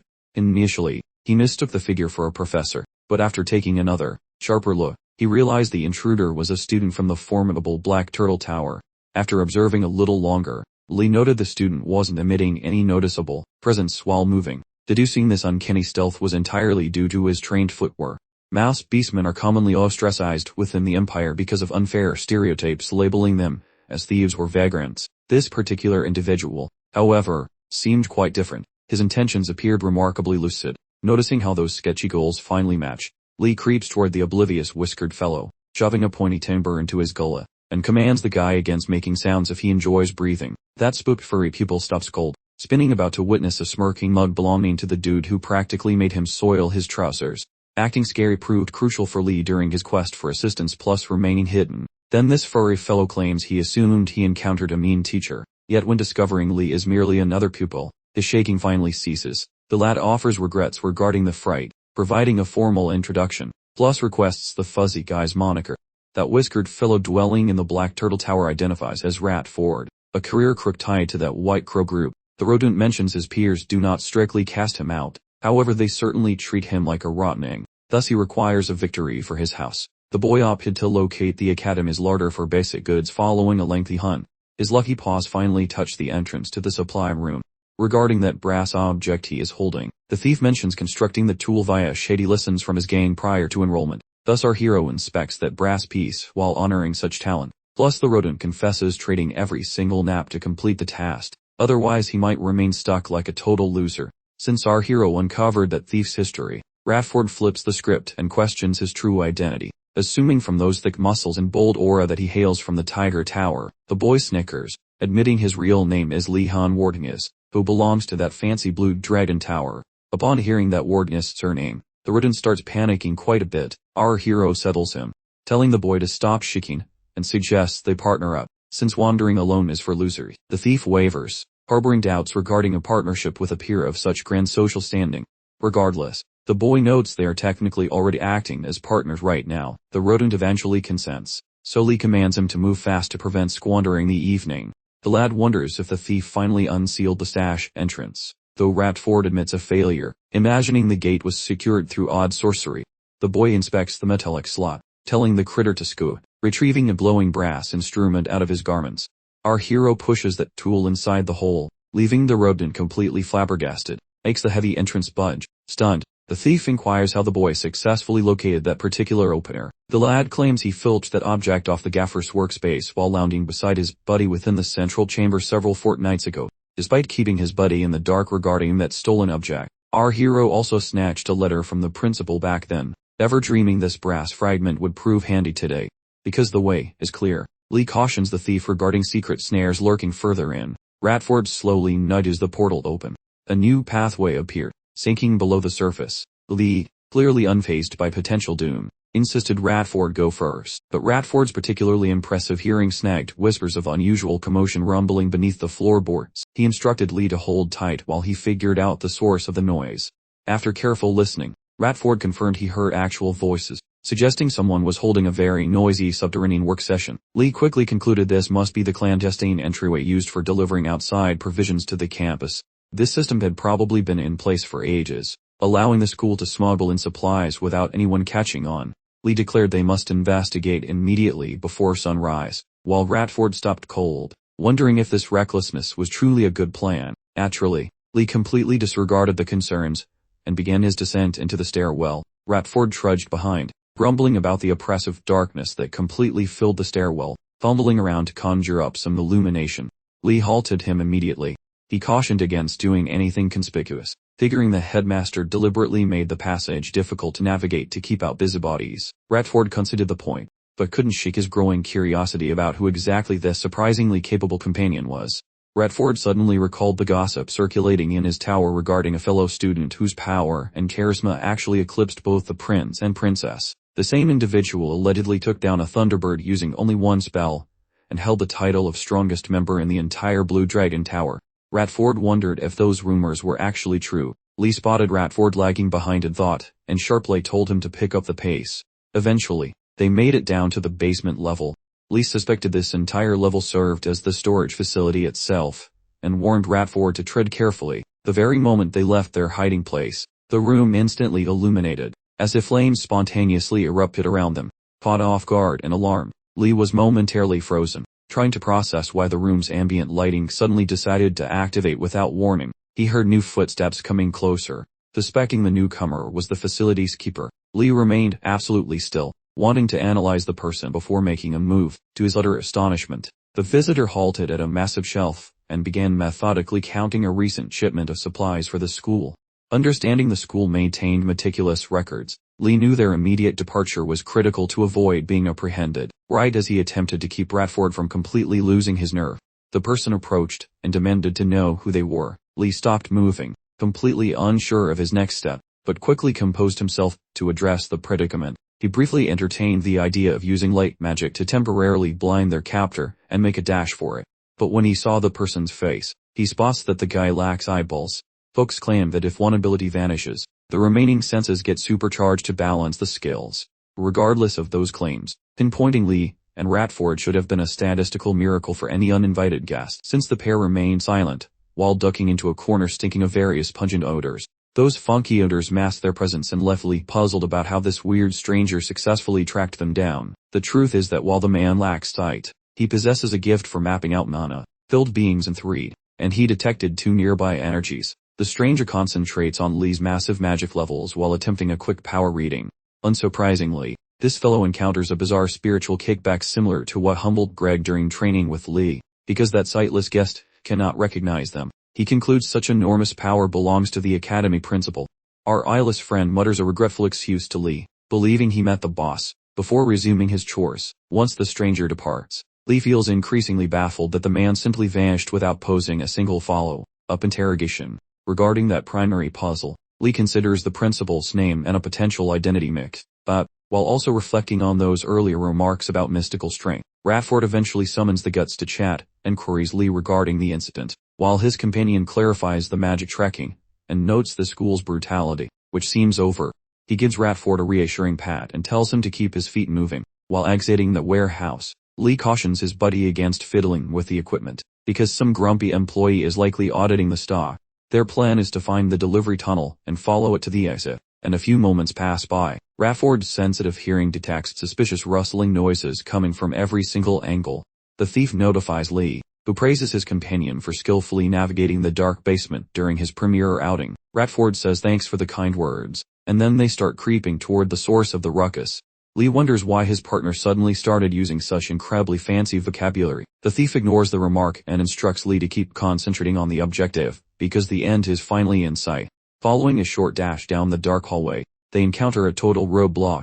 Radford feels discouraged and doubts his own ears, but Lee thinks this dead end is actually a secret door. The protagonist notices an unusual stone within the masonry and assumes it functions as the trigger for opening up the concealed route. This hunch comes from all the crazy stories his family used to tell him, which is a major contrast to Radford, who only knows the art of pickpocketing. Lee shoves the particular block inside. That massive obstruction eventually shifts aside, while the intense illumination and generous width suggest a major throughway. Radford bets this specific hallway exits into the fresh air. The sheer mystification radiating from Radford was palpable, as he pondered Lee's seemingly clairvoyant knowledge, perhaps concluding he was a rogue guard. Radford's amazement at Lee's strange capabilities persisted. Lee practically bounced off the walls with pure elation, having finally unearthed the secret passageway out of that dreadful educational establishment. All those miserable, painful weeks suddenly clicked into place, knowing he'd discovered the golden ticket to freedom. Showing no signs of delay, Lee pressed Radford to hurry along, and Radford, grinning like a Cheshire cat, readily complied after progressing a short while. Eventually, the pair met Amergard's operational crew. As it happens, the Amergard workforce operates under a handful of specific regulations. Their strict code prohibits discussing anything observed or starting any chatter, and furthermore, interrogating individuals emerging from that access point is strictly forbidden. This rule applies regardless of whether it is a cleric or a scholar having just appeared, which they did almost immediately following their emergence. Lee remarked to Radford that the laborers appeared remarkably indifferent towards their presence, but Radford proposed that perhaps their arrival went entirely unnoticed. Regardless, Lee deduced there was no cause for concern regarding the labor force harboring any suspicions. He approached a carriage operator and inquired if departure was possible via the equestrian conveyance. With the labor force nearing completion, one individual extended an invitation for Lee and Radford to climb aboard and take a breather. As soon as they were snugly settled, and the conveyance began its journey, Lee privately cautioned himself to remain composed, seeing how every single thing had proceeded without a hitch. His sole apprehension stemmed from Radford's disconcertingly unwavering gaze, which, quite frankly, was putting him ill at ease. Utter silence filled the air. Lee began pondering whether the external realm might prove even more formidable than his initial assessment. In regard, serving as a powerful emblem for both the Empire and its magic wielders, unquestionably harbored a multitude of hidden adversaries. These shadowy threats weren't the only concern. The locale was a hub where political powers congregated, and numerous valuable artifacts frequently transited. Lee surmised this was the root cause of the laborers' apparent nervousness, even if he remained unconvinced by the outlandish tales of them entrapping scholars within and denying any exit. The very instant their conveyance cleared the academy's boundaries, the entire contraption jolted to an unexpected, grinding stop. Lee mused on the cause. Upon furtively glancing outwards to scrutinize the situation, a person emerged into view whom he truly never imagined crossing paths with. To Lee's absolute astonishment, Professor Garcia was simply loitering mere yards beyond their rickety transit vehicle. She was actively conversing and settling some arrangements alongside the carriage driver. Lee briefly speculated whether his capture was complete, but rapidly dismissed the notion, deeming it highly improbable. Suddenly, a tremulous Ratford whispered to Lee that a faculty member was, at this very moment, standing beside their vehicle. Lee instantly retreated into the interior. He promptly ensured Ratford maintained absolute quiet, since he was convinced she remained oblivious to their presence for the moment. Currently, he instructs Ratford to stop being such a crybaby and spy on the madness with him. Once he stops trembling, Lee concentrates on discovering what this lady is doing out during the spooky hours. It appears the principal gave her a job to transport a mystic relic to those snobby bureaucrats beyond the gates. So Garcia cracks the lid and mopes about how handing over these items is a total nightmare every single time. In a jiffy, she pivots toward the staff and radiates a grin that chills their bones, which really hurts her feelings, because her only goal was being nice. But suddenly, a long-eared hybrid detects an alarming vibration originating from the rear weapons, prompting him to draw his sword and tell his comrade to prepare for combat. Garcia first figures the crew is simply terrified of her face. However, the bunny guy explains that he actually detects panic sirens blaring from the front line protectors. Garcia instantly goes into beast mode, preparing to smack whatever shows up. Meanwhile, the protector captain commands the masked funnies creating a ruckus to show their true faces, cautioning that this is their final warning. The tricksters answer with a fib, saying they are merely traders on a journey, since he recognizes their total lack of honesty. The boss man calls them out and points at the sharp toys they have hidden behind their backs. After seeing their ruse failed, the frauds compliment the school staff for being observant, then inquire while ditching their costumes if they are professional assassins or standard infantry. Snubbing the goons, the protector boss tells his boys to huddle up, and tells the bowman to unleash a hail of bolts at the frauds. But those funnies rapidly summon a magic sphere to swat away the bolts, while one jerk jiggles about how the sentries assumed they were not ready. Upon witnessing that effortless defense, the grunts recognize these guys are not simple crooks, so they order the villains to disclose their true identities. In that instant, the main fraud calls the guards morons for assisting wizards who are destroying the kingdom. He offers a deal to put down their swords and give up, arguing they can still help the country. At that specific point, the armored grunts at last realize the truth. These men are battling the magic-hating zealots, a radical mob that loathes sorcery and thrives on fear. Once the head jerk finally loses his cool, that ringleader and his goons dive at the guards, promising to slay everyone for the twilight dawn. But thankfully, before those violent freaks can reach the men, Garcia creates a sacred wall, preventing them from moving forward. The funnies instantly try to bash their way in, but they fail. Once the guards witness her help, the shield bearers start shouting her name and glory. Yet she realizes this glowy shield is nothing more than a quick fix. Consequently, that Twilight Dawn circle is notorious for murdering wizards, and if one is not a seasoned battle tester, surviving their assault is practically impossible, as the woman lacks status. Her solitary remaining tactic involves mailing sparkly flying pigeons toward the institute to gain assistance, simultaneously resisting those aggressive invaders, until the school leader finally shows up. Briefly following the shield's activation, the opposing captain commands his squad to demolish it. A certain fraudster retrieves a massive, radiant dark yellow marble, and sets it before the wall, then employs the tool to inhale the entire defense into oblivion. Now that her favorite wall of calm vanished, Garcia loses composure, noticing her internal power is evaporating quickly. As a front line grud questions her regarding the bizarre chaos unfolding, she merely explains that sorcery is not flawless, and though counters exist, finding a gadget that slurps magic across such vast distances is exceptionally freakish. That fighter glimpses the weird marble within the villain's grasp and queries Garcia, who instantly identifies the antique treasure while appearing totally stunned. That fighter inquires whether the lady suggests some prizes seldom found within ancient debris or crypts are currently gripped by these low-life thugs. Ignoring him, Garcia gazes fearfully as that artifact keeps draining every bit of juice she harvests. halting her mojo while she frantically brainstorms a fix. The lady misses a creep crawling toward her rear, and when he gets within range, he strikes with lethal speed, shouting that divine karma is arriving. Garcia freaks out, failing to grasp how that dude teleported behind her so fast. Right when he prepares to deliver a fatal smackdown, a random object bunks his noggin, turning his lights off immediately. Following the event, Garcia and a short bearded fighter gawk in total bewilderment, failing to understand why the fellow just folded like a lawn chair, since it appeared as if he decided to nap spontaneously. A fact they totally miss and fall is Lee being situated right alongside them, entirely transparent. So after scoping the zone to ensure no other thugs are loitering, Lee determines the area is presently secure.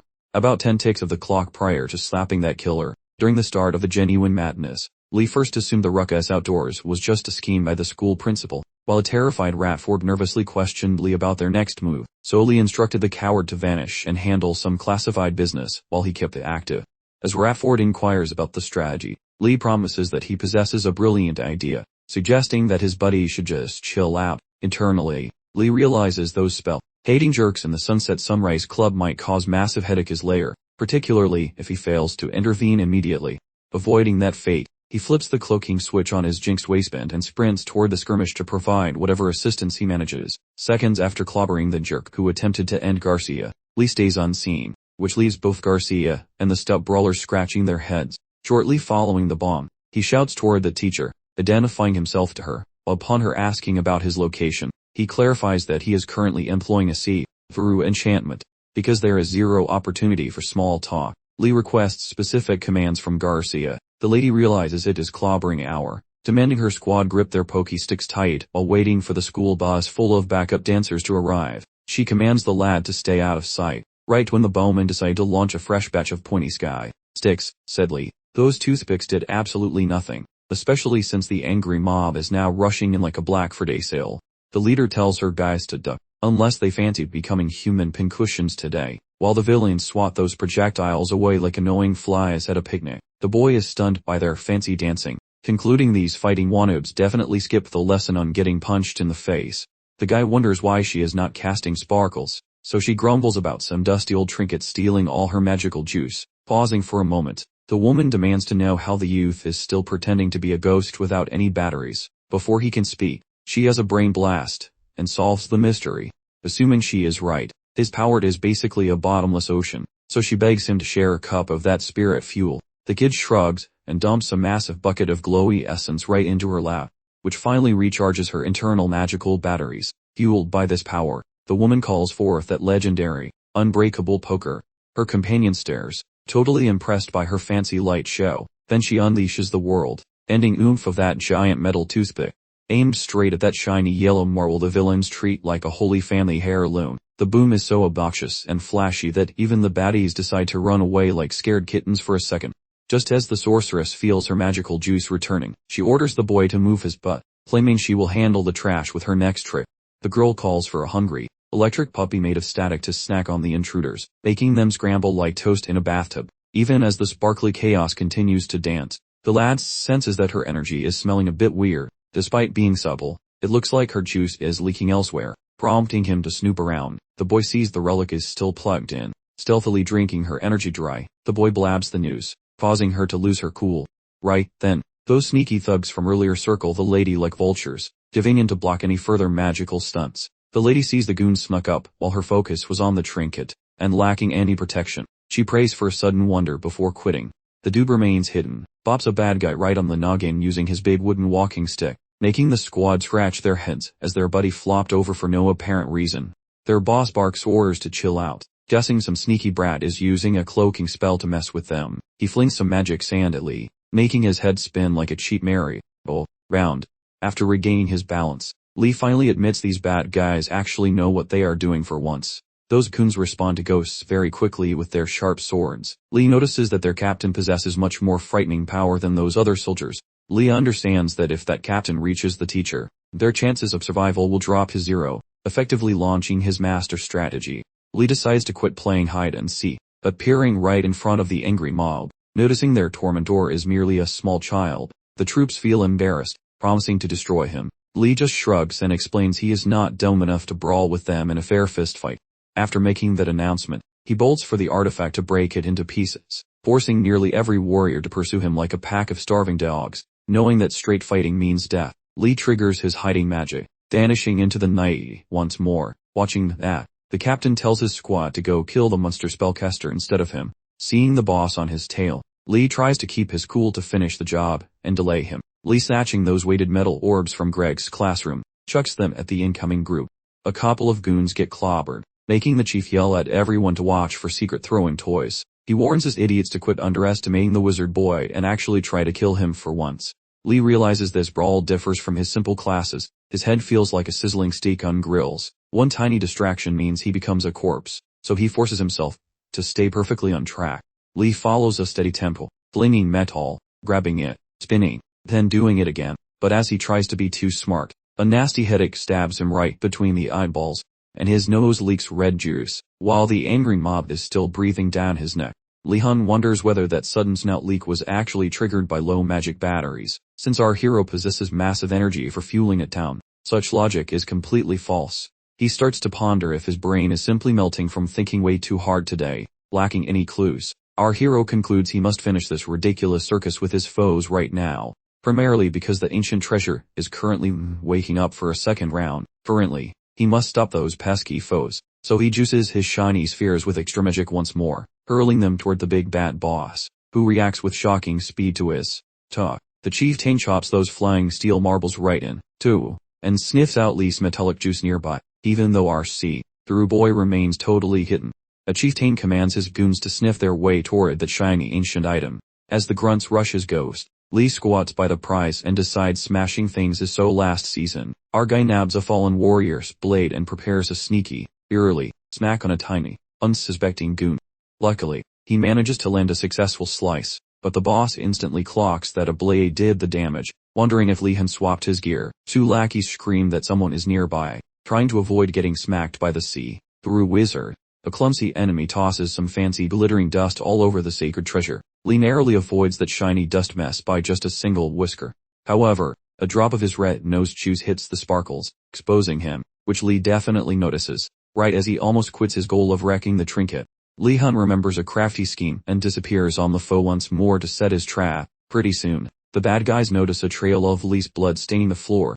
Noticing this, the boss tells his crew to handle the magician without panicking. But, while he tracks the iron aroma once more, the chieftain sees the crimson liquid has all blended, making him concerned, and suddenly noisy noises start popping up all around, so the boss quickly shouts for quiet since he feels Lee is near. Just moments before Lee deletes two of those main heavy hitters with a single, spicy swing. The chieftain takes note that Lee has some seriously impressive brain power, amazed that, even while trapped, Lee snuggled up with the hurt guys to leave them bamboozled, since the boss hasn't met a sneaky fighter like that in ages, and he is stoked to find a brainy brawler at last, a person he can actually hit with full power.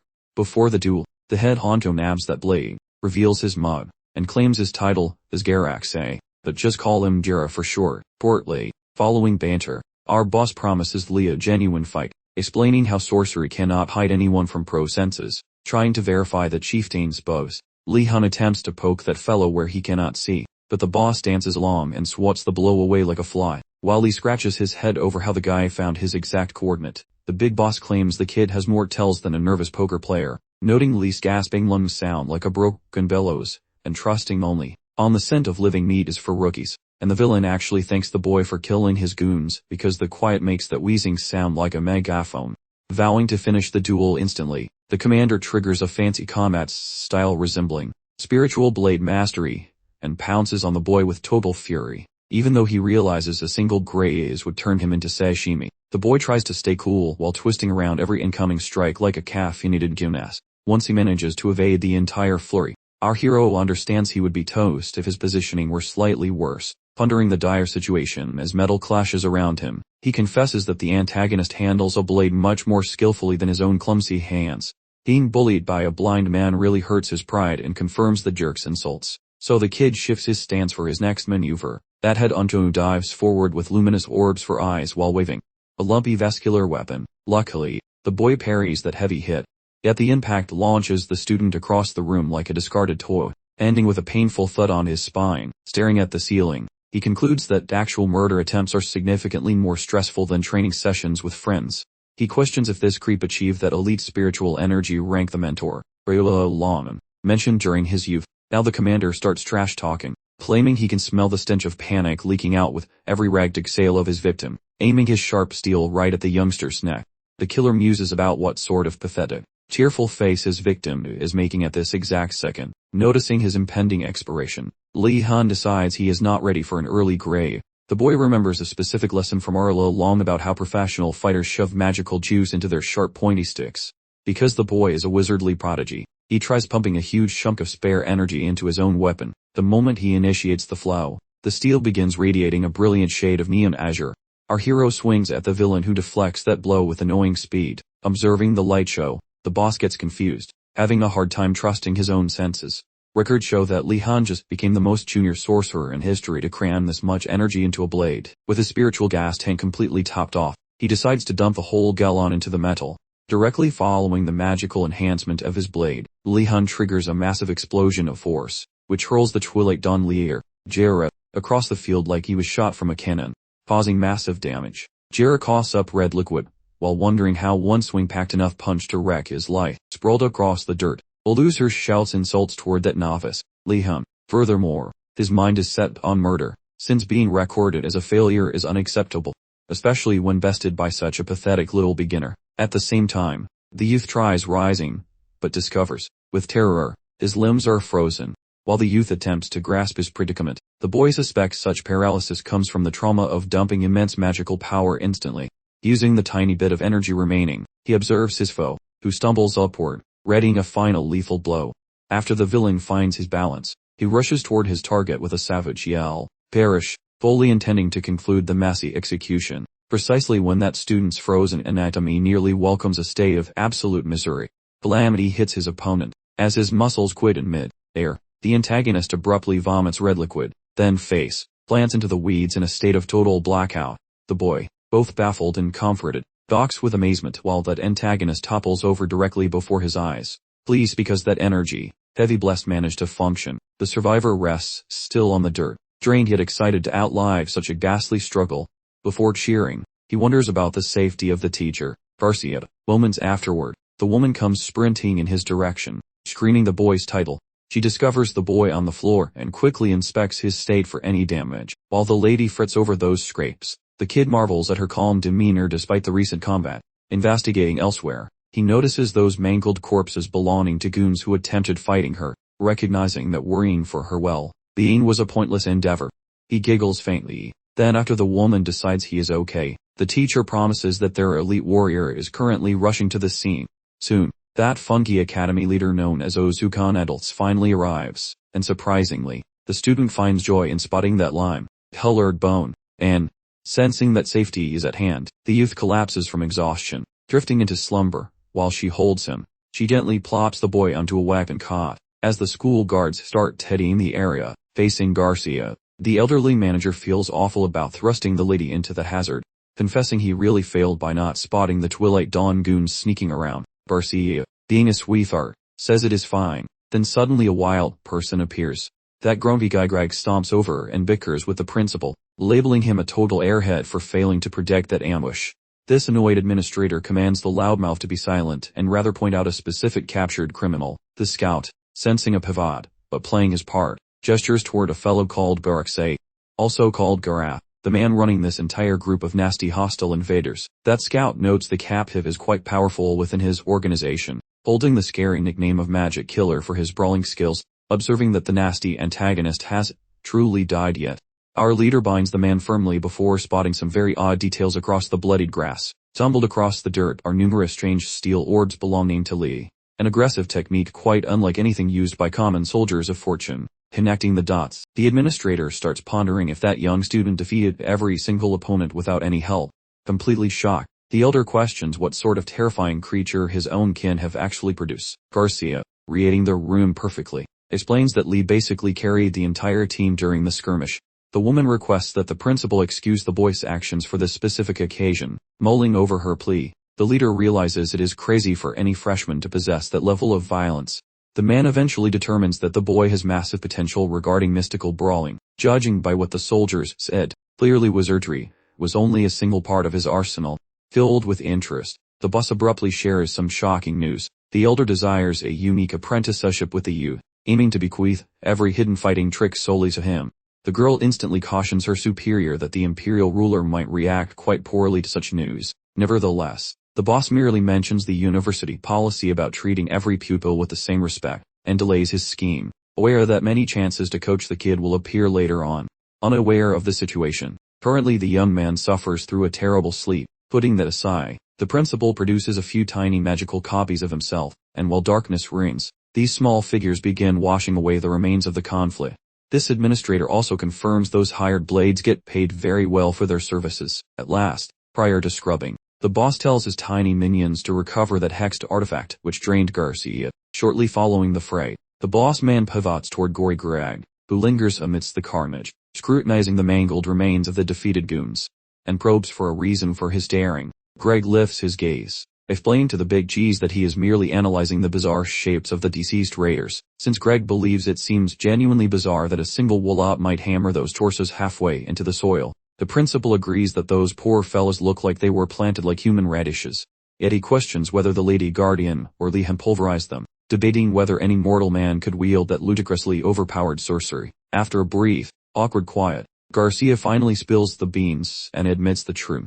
That lady actually pummeled those goons into ground beef herself, explaining she simply swung her massive knuckles like hammers and never guessed they would crumble, finally clarifying the situation. Eventually, once the trash is tossed, the whole gang, including Rat Ford and the wardmiss, gets hauled back to the school before the crack of dawn.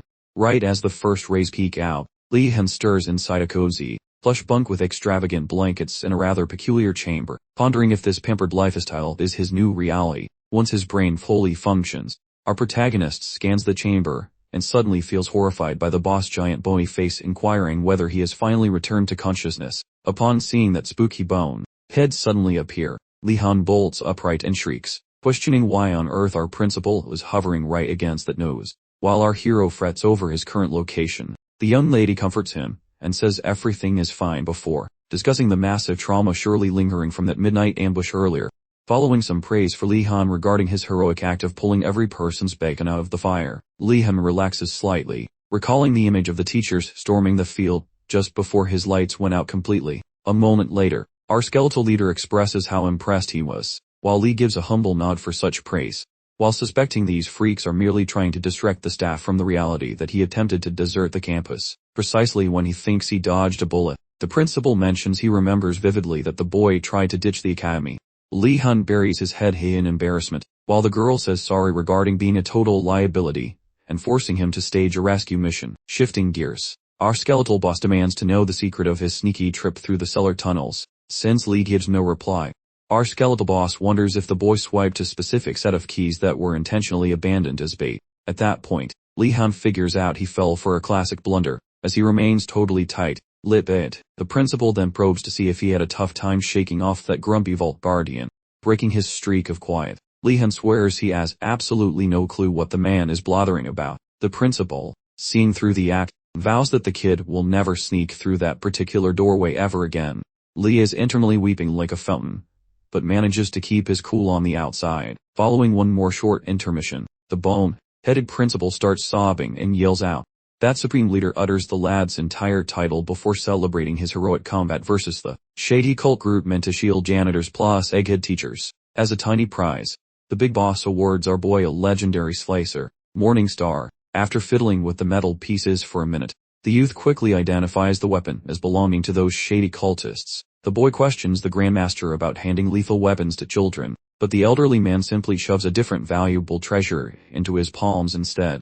Lee examines the item and instantly spots a magical leave of absence slip. His mug turns bright pink from glee while his mind begins scheming regarding the various naughty pranks he can achieve with this fresh legal clout. Quickly, our hero prostrates himself while thanking the principal for the prize, vowing to act as a loyal servant. With the pleasantries finished, the Grand Poobah queries if his physical form is intact, and the student claims he feels like $1,000,000. So seeing the boy recovered, the ancient ruler proclaims his scheduled torture session must commence now. Currently, the lad is penalized not for departing, but specifically for failing to remain hidden. Right now, the lad feels totally finished with that trashy old man. Since ditching Garcia while fighting those jerks solo feels purely offensive. Basically, the Supreme Leader disregards those quiet complaints while peering outside to verify if dawn has arrived. After seeing the sunrise, he orders the boy to invent a clever new breakout method from the cell before tomorrow morning to receive a total pardon for his crimes. A couple hours vanish, and the boy is spotted trapped in a dungeon by a weirdo. Looking at the pathetic quality of the stone cage he currently occupies, the room appears quite similar to student housing, though honestly, it surpasses his memories of graduate school. Aware of this truth, the lad flops onto the soft bedding to enjoy some sleep. Moments later, a rattling skeleton belonging to the boss arrives at the iron bars, shouts for our hero, then abandons a crate of snacks once the boy peeks out. Baffled, Lee wonders if jail grub is usually this fancy, but in his gut, the youth assumes the manager lacks such sympathy, so he expects a nasty trick. Right then, the clattering bone pile validates the youth's worst fears, revealing that the snack basket was sent by Professor Garcia to say sorry for making his existence a nightmare. When Lee requests a thank you for her, the bag of bones hurls bread at him, and ditches the dungeon room, leaving food particles sprayed across the floor. Finally, Han mops the disaster and prepares a fairly tasty banquet. Once the snack and beverage are gone, the lad ponders his tough scuffle with Garcia. Recalling that lethal scrap, the student figures he avoided the grave by pure fluke. If the instructor hadn't shared those brawling tips, his buddies would currently be arranging his burial. Furthermore, Han notices he can finally craft a flawless ring using those metallic spheres, demonstrating how much he learned from the mentor. Ultimately, the youth confirms the teacher's theory that facing peril really speeds up one's education, though he hates flirting with the Reaper just to grasp the old man's meaning. Slumping onto the furniture, the boy confesses he blundered into survival, and vows to handle mystic energy more safely hereafter. Otherwise, he could perish in a comedy of errors, and become the Academy's biggest joke. Bored with his internal thoughts, the wizard searches for any amusement within the detention chamber. Peering around the area, Han spots that sketchy Tom the principal provided prior to his isolation, and remembers the skeletal boss claiming it would occupy his wandering mind. The student feels quite conflicted about touching that strange piece of literature, wondering if the item represents some wonderful prize plus any hidden hazard. His mental roommates are having a loud argument about opening the cover. One naughty impulse calls that volume a treasure, but some paranoid half shouts it is probably a prank. Pondering the situation, the boy recalls the principal represents some walking corpse, definitely not a living guy, making it a trick. Yet, precisely when the boy tries to ignore the thing, the pages flip wide open solo, and, quite abruptly, those mystical letters commence soaring away from the gaper through sorcery and sticking onto the boy's noggin. Seconds afterward, a tidal wave of fresh facts drowns the boy's brain, making him question what weird wisdom the old bones is sharing now. That skeletal mug suddenly manifests, barking for the lad to shout a label for the trick he just learned. Perplexed, the youth tries to decode the boss's weird and cryptic demands, yet a specific title abruptly screams in the kid's head. That student yells the phrase, "Arrogant steps of an adult," just before any reaction occurs. The bone, and smirks, happy that his star pupil solved the riddle. Once the glowing skull vanishes, the boy realizes he is floating above the floor. That wooden seat plus the heavy volume thudded noisily upon the rug and bench. The lad also plops onto the tile, wallowing in pure confusion, debating whether the principal hexed the literature to play a prank. Sick of analyzing the chaos, the boy decides to sprawl out, grinning because his daily routine became a circus, despite not utilizing the skills yet. He loves how wizardry gets downloaded into his brain instantly. While he chomps a red snack grabbed from the woven container, he contemplates the boss' weird behavior, concluding there is probably no logical conspiracy behind the whole mess. The youth has no clue the big chief desired private tutoring, only to be blocked by some grumpy faculty members. Regardless, our protagonist ignores the drama and keeps counting the cracks in the roof above him. Out of nowhere, he catches a soft knocking coming from the neighboring dungeon cell. Intrigued, the student wonders if his ears are just hallucinating. Once the thumping starts again, he notices a human is banging on the bricks, guessing a neighbor exists. Following a short silence, the stranger inquires about the kid's current academic level. The boy mentions being a fresh rookie, causing the unknown voice to remark he surely grinds very diligently. As the mystery man calls himself Gold, the youth's pupils expand like dinner plates. Identifying the allays of the legendary veteran wizards, he feels quite rattled. The freshman stammers agreeing, pondering why a master is trapped in the timeout zone. Recalling that seniors usually enjoy total freedom outside school, he questions why this elder is stuck in the naughty corner. His interest and nerves spike during the chat, Yet before mocking the sad fellow, the boy reflects on his current predicament, admitting he lacks any moral authority to roast anyone. Thus, when the fellow probes about his confinement, the boy confesses he was busted while attempting a stealthy escape from the grounds. Shocked by the answer, the elder notes that today's freshmen are speed-running rebellion way faster than the old guard, but the kid halts the chatter and politely requests the gentleman explain his own trip to the slammer, pringing at the excessive politeness. The veteran suggests he drop the formal act because they are simply two magical dudes in trouble. Changing his speech, the youth repeats the inquiry about the incarceration. Then the senior, amused by the kid's fide, reveals he got grounded for flunking an exam. Stunned, he wonders if this penalty seems excessively brutal for such a tiny mistake, though the man claims it happens all the time, clarifying that sorcery finals demand very particular ingredients. Plus he flopped simply since he was quite slow collecting the goods. To fix his lateness, he broke into the boss' private stash and swiped the magical supplies required for his grade. Even though he pulled off the haste, he hit a snag and landed in solitary, making Lee realize he's just a common crook, yet he ignores it, as logical behavior and this magical institution are basically total strangers. Crucially, Lee decides that to stay out of trouble, he must squeeze the older student for details on secret exits. Choosing his next move, he notes the basement path is blocked, and asks for any other known escape routes. The senior waits a moment, clearly implying that his precious survival tips require a small payment. Sensing the obvious request for some illicit pay, Lee shouts for the skeletal guard on patrol, sending the man next door into a complete panic, thinking Lee is about to snitch on him. Soon, the bony guard is knocking on the neighbor's cell door, while the senior sweats, fearing his sentence is getting extended. Surprisingly, the bag of bones just hands over some candy, a breadstick, and a jar of sweet jam, claiming these tasty treats are courtesy of the legendary Lee Han. Utterly perplexed, the upperclassman finally asks how Han managed to run a catering service while locked in a cage. Lee smiles, telling him to just enjoy the candy. Before eating, the turtle-affiliated senior marvels at the fact that Han can obtain snacks while being punished, and begins wondering about Han's true identity. While plotting his own next strategic movement, he decides to reveal everything, though a warning follows. Before sharing, he warns that the info is just a sketchy rumor he never personally verified. Han figures beggars can't be choosers, so he prepares his ears for the tall tale. Once dawn breaks, the lad, and Yuer, who was roped in because she mentioned a lecture, head to the barns to check the inmate's story. During the war, Yuer wonders how Lee can still focus on his homework after such a chaotic mess. Asking no questions, she trails him to the animal barns. Near the barn doors, Lee pauses to recall the specific directions given by his fellow prisoner. According to the senior, a secret stable exists at the very peak of the school's hills, whispered to house-winged beasts that the faculty use for their daily commutes. Supposedly, this is also where the crown keeps its oversized pigeons for carrying royal mail. Since these creatures have divine hall passes, they can zip past the school's barriers without any trouble. Assuming this specific rumor carries some weight, Lee understands that performing a tactical mount on a beast without being eaten is a difficult feat.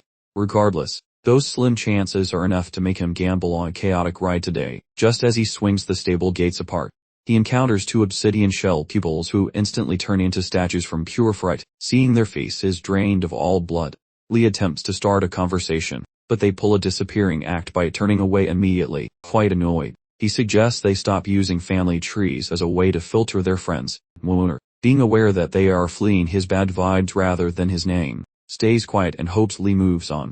Right then, Ratford bellows a greeting to Lee and bends over like a lawn chair, while using formal titles. Feeling the second-hand embarrassment, Lee frantically tries to make the boy stop his servant act. Even after asking for casual talk, Ratford claims that being rude is impossible. His fancy speech is his spiritual comfort zone, so Lee yields, and admitting he lost the argument, he sighs while telling him to quit the gymnastics and speak up. Once he finally stands upright, he starts explaining his secret perspective of the previous evening.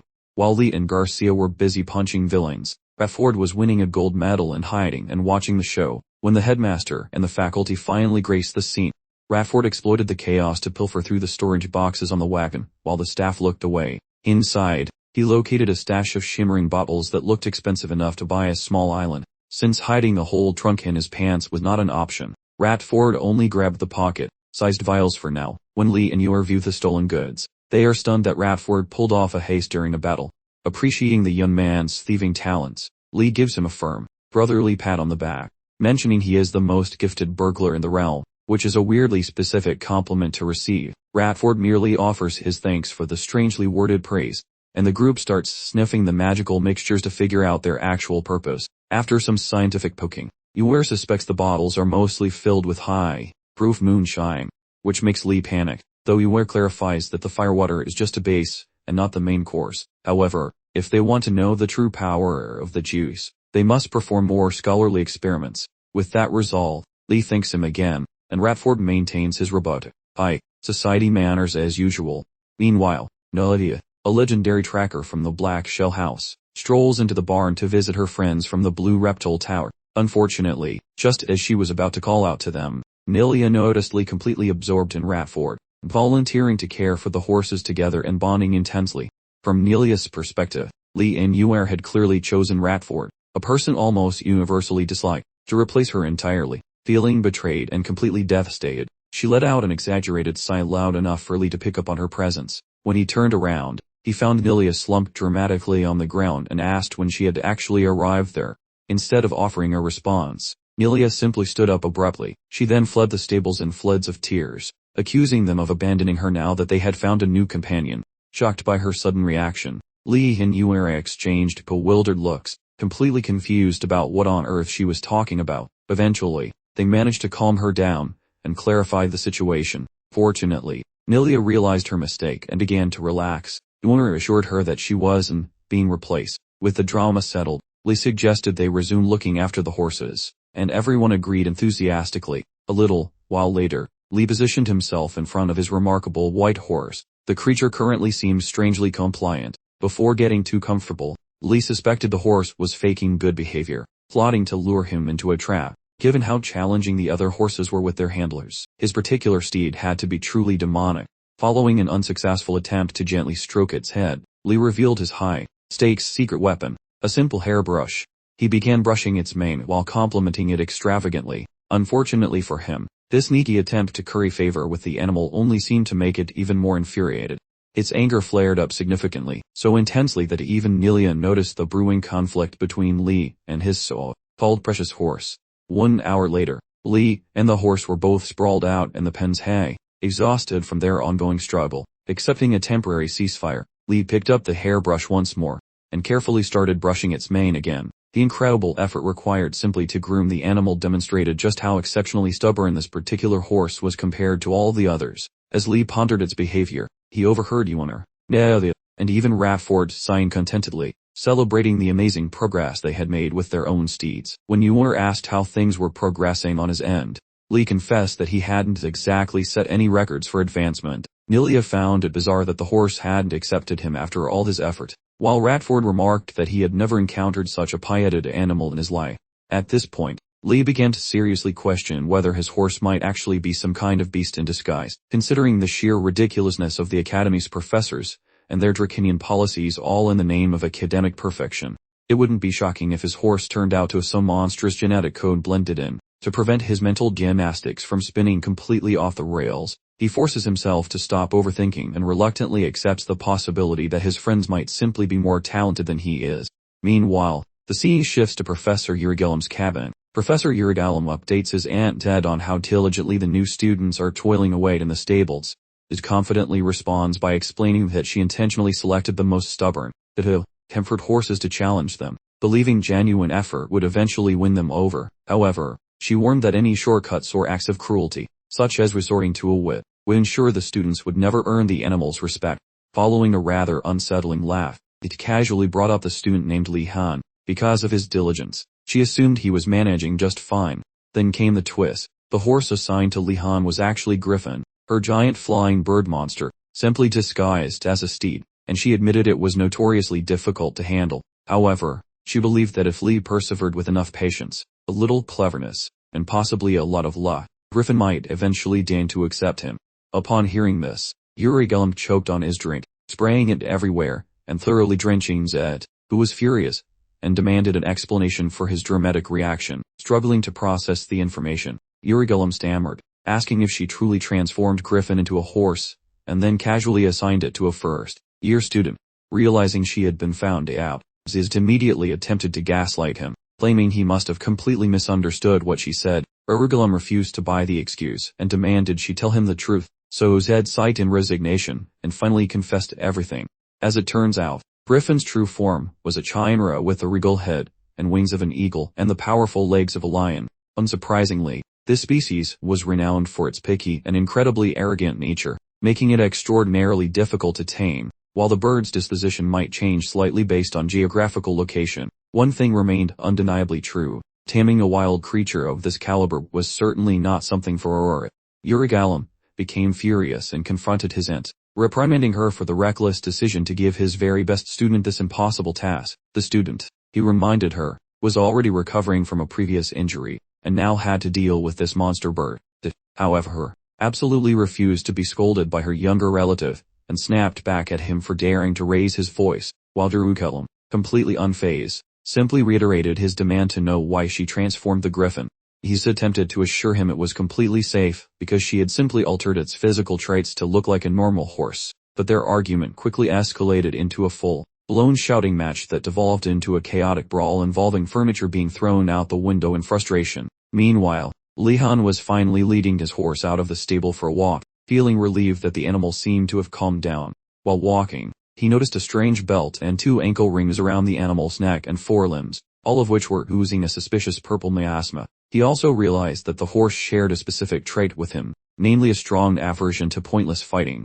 When the animal responded to him with subtle irritation, Li let out a nervous chuckle, concluding that the horse must possess significantly more mana than he had initially anticipated. This alarming realization raised a disturbing question. Could this horse possibly be part monster? Or was he simply overthinking everything? Observing the cursed artifacts in the process of draining the animal's magic, Li-Han concluded that the artifact's consumption rate was too low, and he needed to find a way to increase it before the horse's power surpassed his own. After walking a considerable distance, the horse finally stopped, and Li asked if it wanted to rest. Noting the animal's surprisingly calm demeanor, he was simply happy that it was finally communicating after being so aggressive earlier, deciding they were finally starting to become friends. To diffuse the growing tension, Li deftly produced 3 sugary cubes from his pocket, offering them as a peace treaty to the agitated equine, though the proud steed would never admit it aloud. Those tiny morsels of sweetness tasted absolutely divine to its equine palate, a sugary delight utterly alien to its untamed, wild upbringing. Just as the magnificent creature teetered on the brink of complete surrender to Li's charm, an ancient, untamed spark within its very soul ignited, inflating its ego once more, steadfastly refusing to be tamed quite so effortlessly. Despite their blossoming companionship, Li-Han still fretted over the perpetually escalating mana drain from those troublesome cursed artifacts, a truly exhausting expense. Catching sight of the horse's unmistakably grumpy demeanor, he politely inquired if the journey had perhaps worn it out. Receiving only a resounding equine silence as a reply, they continued their march onward until twilight completely swallowed the day. The following morning, the diligent scholars from Blue Dragon and Black Turtle Towers assembled for their inaugural lesson in foundational alchemy. Eager to learn, they blinked in sheer disbelief, finding themselves ensconced in a surprisingly snug and toasty indoor classroom, a stark contrast to their usual outdoor haunts. A complete departure from their past rigorous weeks of field study, sparking immediate suspicion amongst the ranks. With bated breath and cautious steps, they gingerly pushed open the door, bracing themselves for whatever bizarre surprise awaited their arrival. One particularly anxious student even mused aloud about the strangely unnerving comfort of the warm, inviting atmosphere. Meanwhile, another student grimly warned that the professor might have secreted away terrifying beasts within the room, prompting a Black Turtle Tower member to dramatically rally everyone for an impending ambush. Li-Han, however, merely stood there, utterly perplexed by the sheer depth of their collective paranoia and mistrust. At that precise moment, Ashan, Donadair, and Nilia made their grand entrance, confidently assuring Li they were primed for any unforeseen calamity. As Li-Han desperately tried to logically convince his pals that absolutely no monstrous threats lurked ready to pounce, Professor Uragolam strolled in, coolly inquiring if they intended to simply mill about, or actually occupy their assigned seats. With a collective shuffle, the students began to filter in, when a silver-haired Blue Dragon student bravely questioned the absence of an outdoor class today. Given that the prior lessons had so heavily underscored the crucial importance of gathering components directly from the wild, to which Uragolam merely smirked and retorted with a query of his own. Did the student, he pondered, also plan on attempting to concoct sophisticated medicines out in the muddy wilderness? Suddenly realizing their dramatic overreaction, the students sheepishly quieted down, a wave of collective embarrassment washing over them. Uragolam then smoothly reassured them that, quite unlike their rugged outdoor sessions, indoor classes offered both safety and a delightful coziness. Nevertheless, despite his earnest pronouncements, the students' skepticism stubbornly persisted, though their professor, frankly, couldn't have cared less. To kick off the session, Iragulum instructed them to carefully decant water into the waiting pot before each of them, emphasizing that alchemy truly was an intricate composite art where every single detail held immense weight. He gravely cautioned that anyone foolish enough to take shortcuts would undoubtedly never ascend to the ranks of truly exceptional alchemists.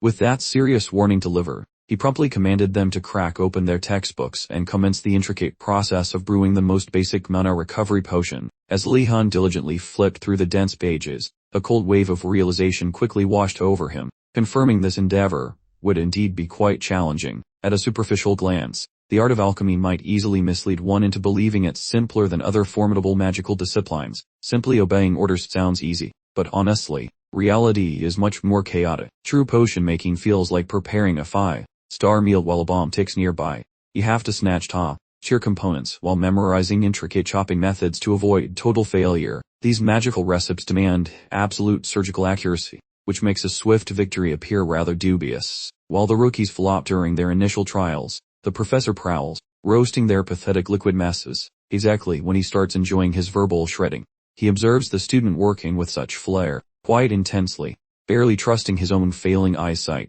Rapid, flawless execution. His obsession with perfection matches a pro who lived in a mystical basement for 10 whole years. Although the instructor assumes he found a natural, the boy realizes he merely survived enough prior agony to handle this stress. After the youth complete brewing the energy restoration drink, the grump swallows then, suddenly senses a cool rush of energy splashing through his inner core. The outcome is grand, prompting a compliment on the lad's vast magic supply. Remarking that Li Han seemed unfazed even after drinking a potent healing mixture himself. Regardless, the teacher demands silence to declare that a single pupil already crafted the ideal tonic. After the class identifies the winner as that warden's fellow, their collective responses vary wildly. A few feel amazed as usual, whereas rivals mutter about the supposedly gifted favorite. A certain peer from the Phoenix faction, though, glares bitterly while his friend celebrates the victory. Dubbed a prodigy, when Li retreats to his desk, his pal mentions the lady hailing from the Fire Spire. She performed decently yet failed to reach his superior standard. As the boy questions her identity, his friend indicates a serpent lady intensely analyzing her own mixture. This boy spots a locket with that flaming symbol, recalling tales about some cult of potion worshippers whose clergy are all master brewers. If his memory serves him right, which implies the fire girl possessing a total natural talent. When the two trade looks, a clumsy and weirdly quiet moment ensues. At last, the girl forces a smirk to inquire if he truly belongs to that famous clan, then offers a greeting once the rumor is verified. Li insisted she drop the formalities, though in sighing, he was busy questioning how his brewing skills suddenly surpassed hers, a mystery he found rather satisfying. As their hands met, he couldn't help but register a rather chilling contact, making him immediately speculate if this was just a side effect of her nature.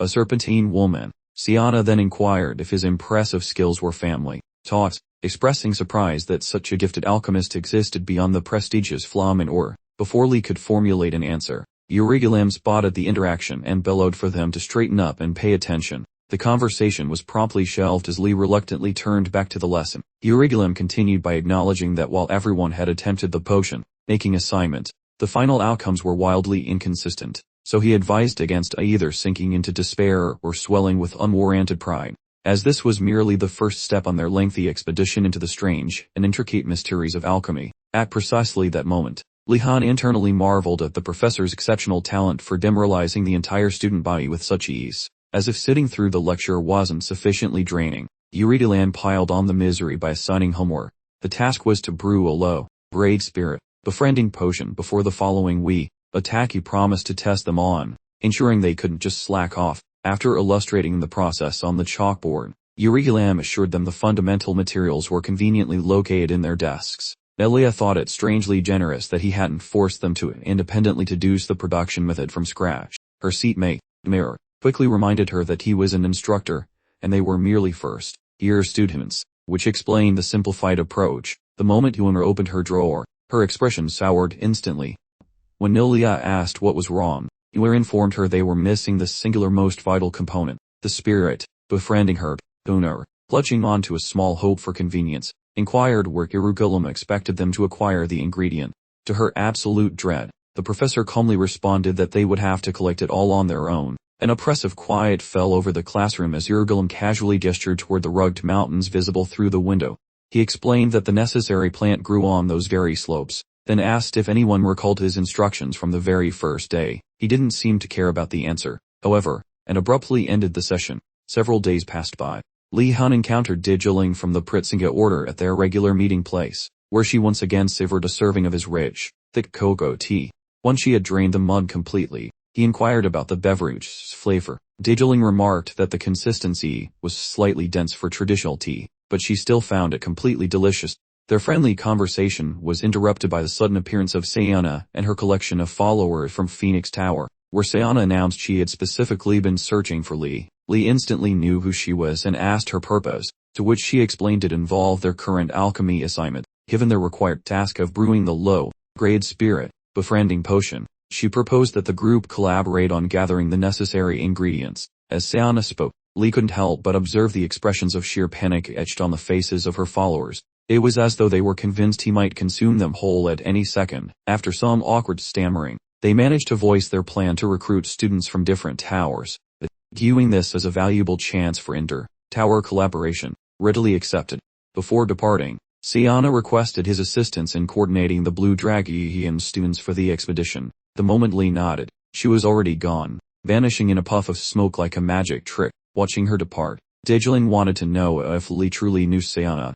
Li simply stated they shared an alchemy course, then pressed her, asking why she had suddenly become so inquisitive. With a face that clearly showed her discomfort, Digiling faltered, and quickly brushed off the question, claiming nothing was amiss. Unfortunately for her, Li wasn't buying it. Rising to his feet, he jokingly criticized her for baiting his interest only to keep him in suspense. Digiling protested that discussing someone when they weren't present, regardless of intent, felt exactly like spreading idle gossip. When Li heard her mention gossip, his interest immediately skyrocketed. Realizing Digiling wouldn't crack under direct questioning, he opted for a more elaborate strategy. He carefully retrieved a small idol of Lord Prasinga. He then situated it upon a large stone, fell to his knees, and began to chant a prayer. Perplexed by this strange ritual, Digiling immediately questioned his actions. Li gravely explained that while he understood gossiping about others was fundamentally wrong, he reasoned that discussing the situation with their god first made the act completely permissible. Digiling remained suspicious, but couldn't completely deny the bizarre reasoning, choosing to stand rather than join him. Seeing his initial gambit fail, Li immediately switched to another approach. Maintaining his position, he launched into a highly theatrical story about an ambush by White Tiger students, where he almost didn't make it out alive. He then offhandedly suggested that perhaps Chayana and her lackeys might be planning something similar for the upcoming ingredient collection journey. Moved by his supposed plight, Digiling finally gave in and joined him on her knees, beginning her own prayer. Nevertheless, before disclosing any details, she insisted that she was not trying to accuse or defame anyone. As Li started to thank her for cooperating, Digiling abruptly stated that she couldn't possibly hear him over her prayers. Li stared at her in total confusion for several moments before finally understanding that she was thoroughly irritated. Ignoring his reaction, Digiling carried on with her murmuring devotions. She started by praising the good and honest character of the burning Phoenix Tower priests, then shifted to mention that many hadn't yet relinquished all of their worldly ambitions, even when feelings of envy and a certain spirit of rivalry were occasionally found within the supposedly holiest institution in the school. Only last week, within the confines of the burning Phoenix Tower student quarters, a student brewed recovery potions specifically designed for fatigue, and distributed them to all residents. The moment the students consumed the mixture, their exhaustion immediately dissipated, leading to widespread praise for the creator's skills. Someone even quipped that this potion was far more effective than any Chayana had ever produced. It's important to note that Chayana was lurking just around the corner, perfectly positioned to overhear the entire exchange.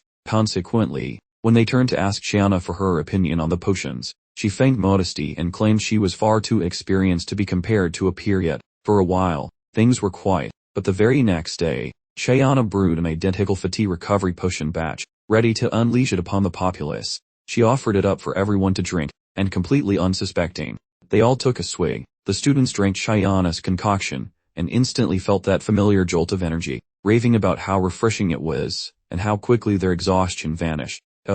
However, simply disregarded all their positive feedback, flashing a truly unsettling, artificial smile before leaving. On subsequent days, and continuing for quite some time, Chayana kept up her little performance, distributing potions just as the other priest had previously done. Every single time, she would ask for their opinions with an intense, threatening vibe, and every single time, she received the much-needed recognition that fueled her ego. Eventually, this bizarre attention-grabbing routine grew too exhausting, prompting the priests to realize something strange was happening. Only after one of them declared her the absolute best did Chayana finally end her daily potion distribution campaign.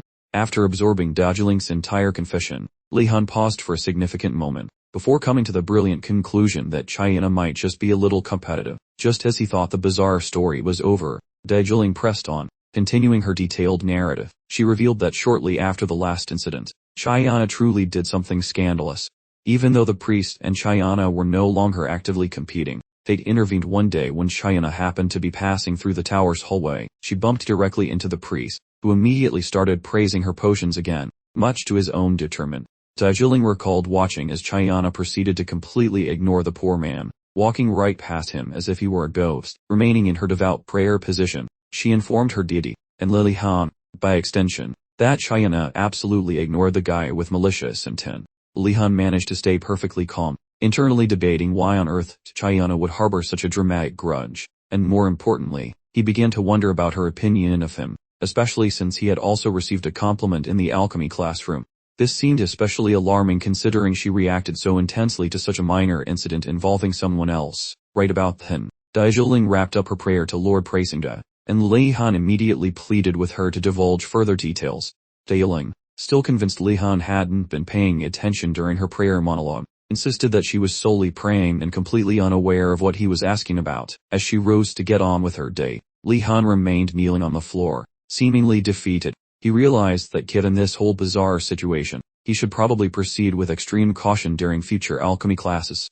Unbeknownst to him, he would soon discover that a much larger series of tribulations were quickly approaching. A few days later, the headmaster gathered them for their basic magic temperament lesson, a session known for its unique challenges.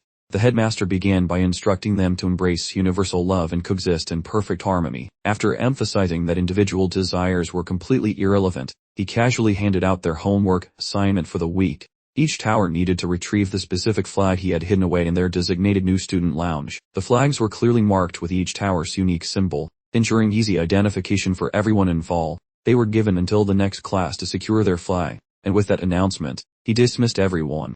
As the Blue Dragon Tower students made their way back toward their dormitories, one of the students spoke up, wondering aloud how this assignment qualified as a temperament lesson, given that the headmaster was obviously just trying to make them fight.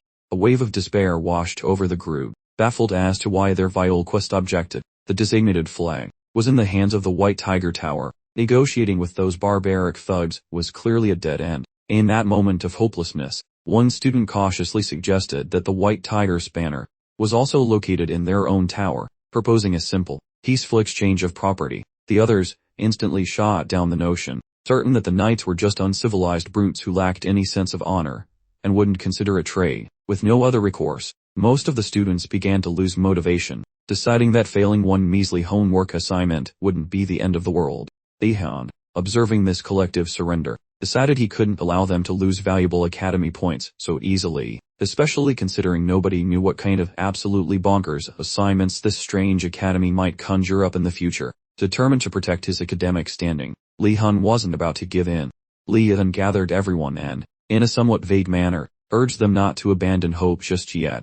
The students, seeing a flicker of a plan in his words, quickly asked if he already had a strategy prepared. Just as Li Han prepared to explain, another student chimed in, interrupting him, claiming with absolute confidence that he knew exactly what Li Han was about to suggest. Based on his truly average deductive skills, he concluded there was a 95% likelihood that Li Han was proposing they infiltrate the White Tiger Tower. When Li Han simply confirmed that he was correct, the other clueless students instantly rallied behind the interrupter, praising the bravery of Li Han's plan. They enthusiastically pledged their participation in the upcoming scheme. As if that wasn't enough, they immediately voted Li Han, the plan's originator, as the official leader of the impending raid. At that precise moment, he realized these dimwits just wanted someone else to do all the heavy lifting and thinking. Eventually, he agreed to lead them, prompting the students to shout a battle cry, swearing to make those White Tiger jerks pay dearly.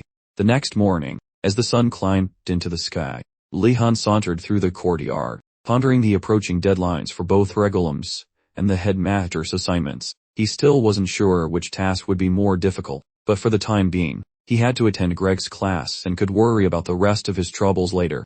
The second he stepped inside the classroom, Greg abruptly closed his book and accused Lee Han of being precisely 11 seconds late. Despite the sheer absurdity of his professor's claim, Lee still offered an apology, spinning a tale about needing to tend to a horse.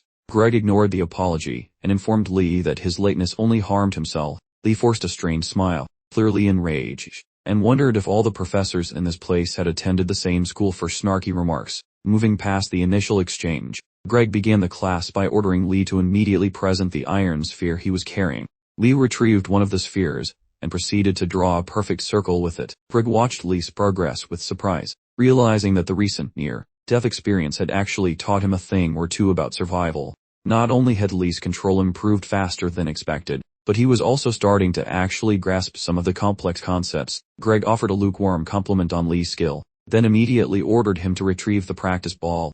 Lee thanked him, feeling genuinely excited that the ice-blooded professor had given him a compliment so early in the day. Shortly afterward, Greg told Lee to try out water magic, an ability Lee had recently acquired. Lee promptly obeyed the professor, instantly conjuring a small sphere of water and hovering it in mid-air. Lee mentally credited Professor Garcia's teachings for allowing him to keep the water form stable and contained. While he acknowledged her for this impressive feat, Greg immediately gave him a new challenge: condense the globule down to the size of a solid iron ball. Lee, deciding against arguing with the madness, chose to attempt the difficult task. He spent several seconds focusing all his concentration on trying to shrink the globule. Lee quickly realized that this wasn't just about reducing volume, it was about truly condensing the mass, making it significantly more challenging than he anticipated. As Lee struggled with the task, he kept one eye on Greg, worried the professor might pull some new, bizarre trick.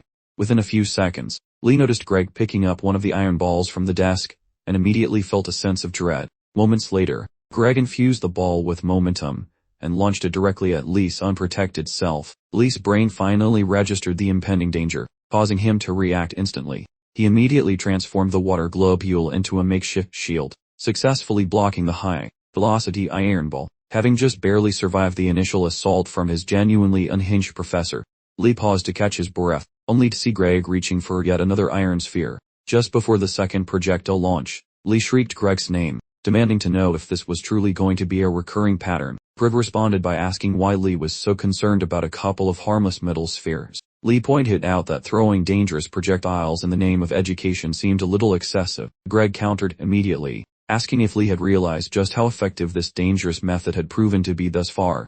While Lee stood there baffled, Greg reminded him of the fight with the anti-magic faction just a few nights ago, emphasizing the similarity. According to the professor, a sudden crisis truly owns one's instincts and focus, significantly boosting magical control. He then asked why Lee was so resistant to embracing this dangerous, yet clearly effective, shortcut to success.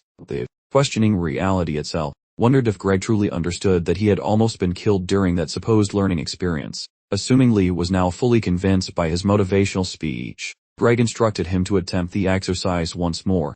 Lee decided to abandon the argument, concluding that trying to reason with Greg was a pointless waste of effort. He immediately recreated the water globule, which had collapsed during Greg's previous attack. He realized that without a fixed form like a spirit stone or an iron ball, condensing the water would require even more intense concentration to stabilize it properly. After several additional minutes spent observing Lee's complete and utter lack of progress, Greg grabbed yet another dense iron sphere and launched it straight at Lee's head. This time, however, Lee actually managed to deflect the projectile, sensing the inbound attack and immediately puffing out his chest with undeserved pride. What the overconfident fellow hadn't grasped yet was that Greg had already stashed one of the earlier projectiles somewhere completely out of Lee's immediate view.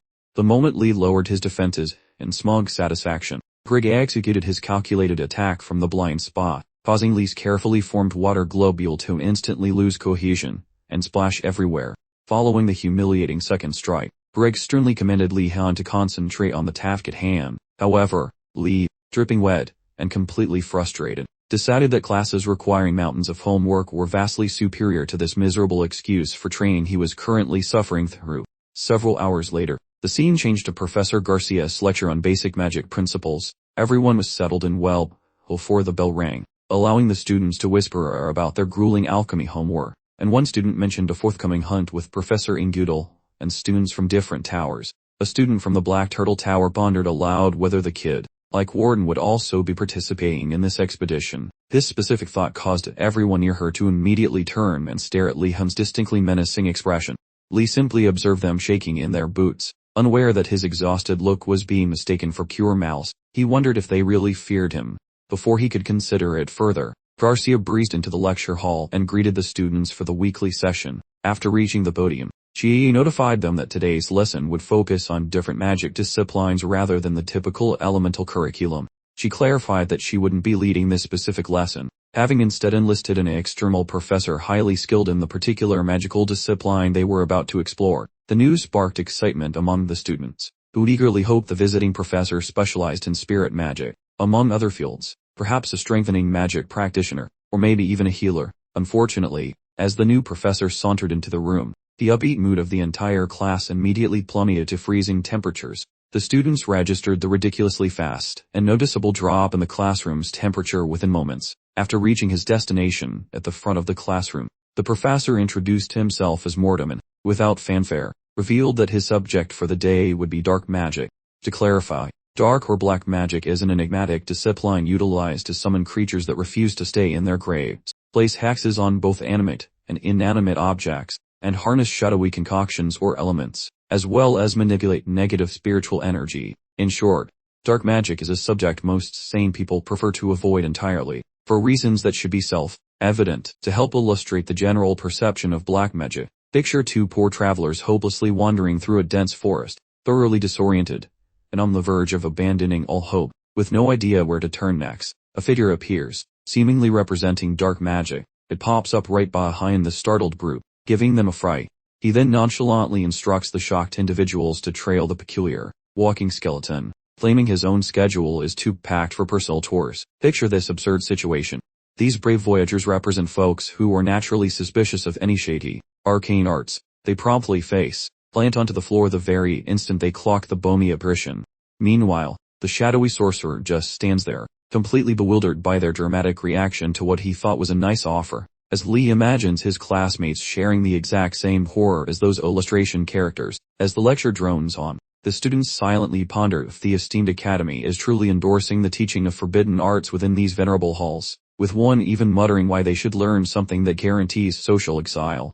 Garcia, catching the tail end of their worrying chatter, jumps in to declare that while the dark arts are shrouded in mystery, they possess an undeniable, deep-seated worth. Proceeding with her points, she likens the students to raw, uncut gems waiting for their moments. She emphasizes that they must gather many life experiences before they can successfully forge their personal trajectories. With these profound words delivered, she expresses her earnest wish that they will all embody the dignity fitting for this session, and show the bearing of a genuine magic practitioner, a person who relentlessly hunts for enlightenment without a moment's hesitation. And following this stirring address, a brief hush settles before Garcia, now sporting a pleasant grin, poses the question of whether a volunteer wishes to serve as the esteemed instructor's helper. For a solid minute, the whole class maintains an impressive statue-like silence, nobody daring to be the sacrificial lamb for that unnerving necromancy instructor. Just as our protagonist, Lee, is about to shoot his hand upward to volunteer, Gainando violently thumps his own cranium onto the wooden surface,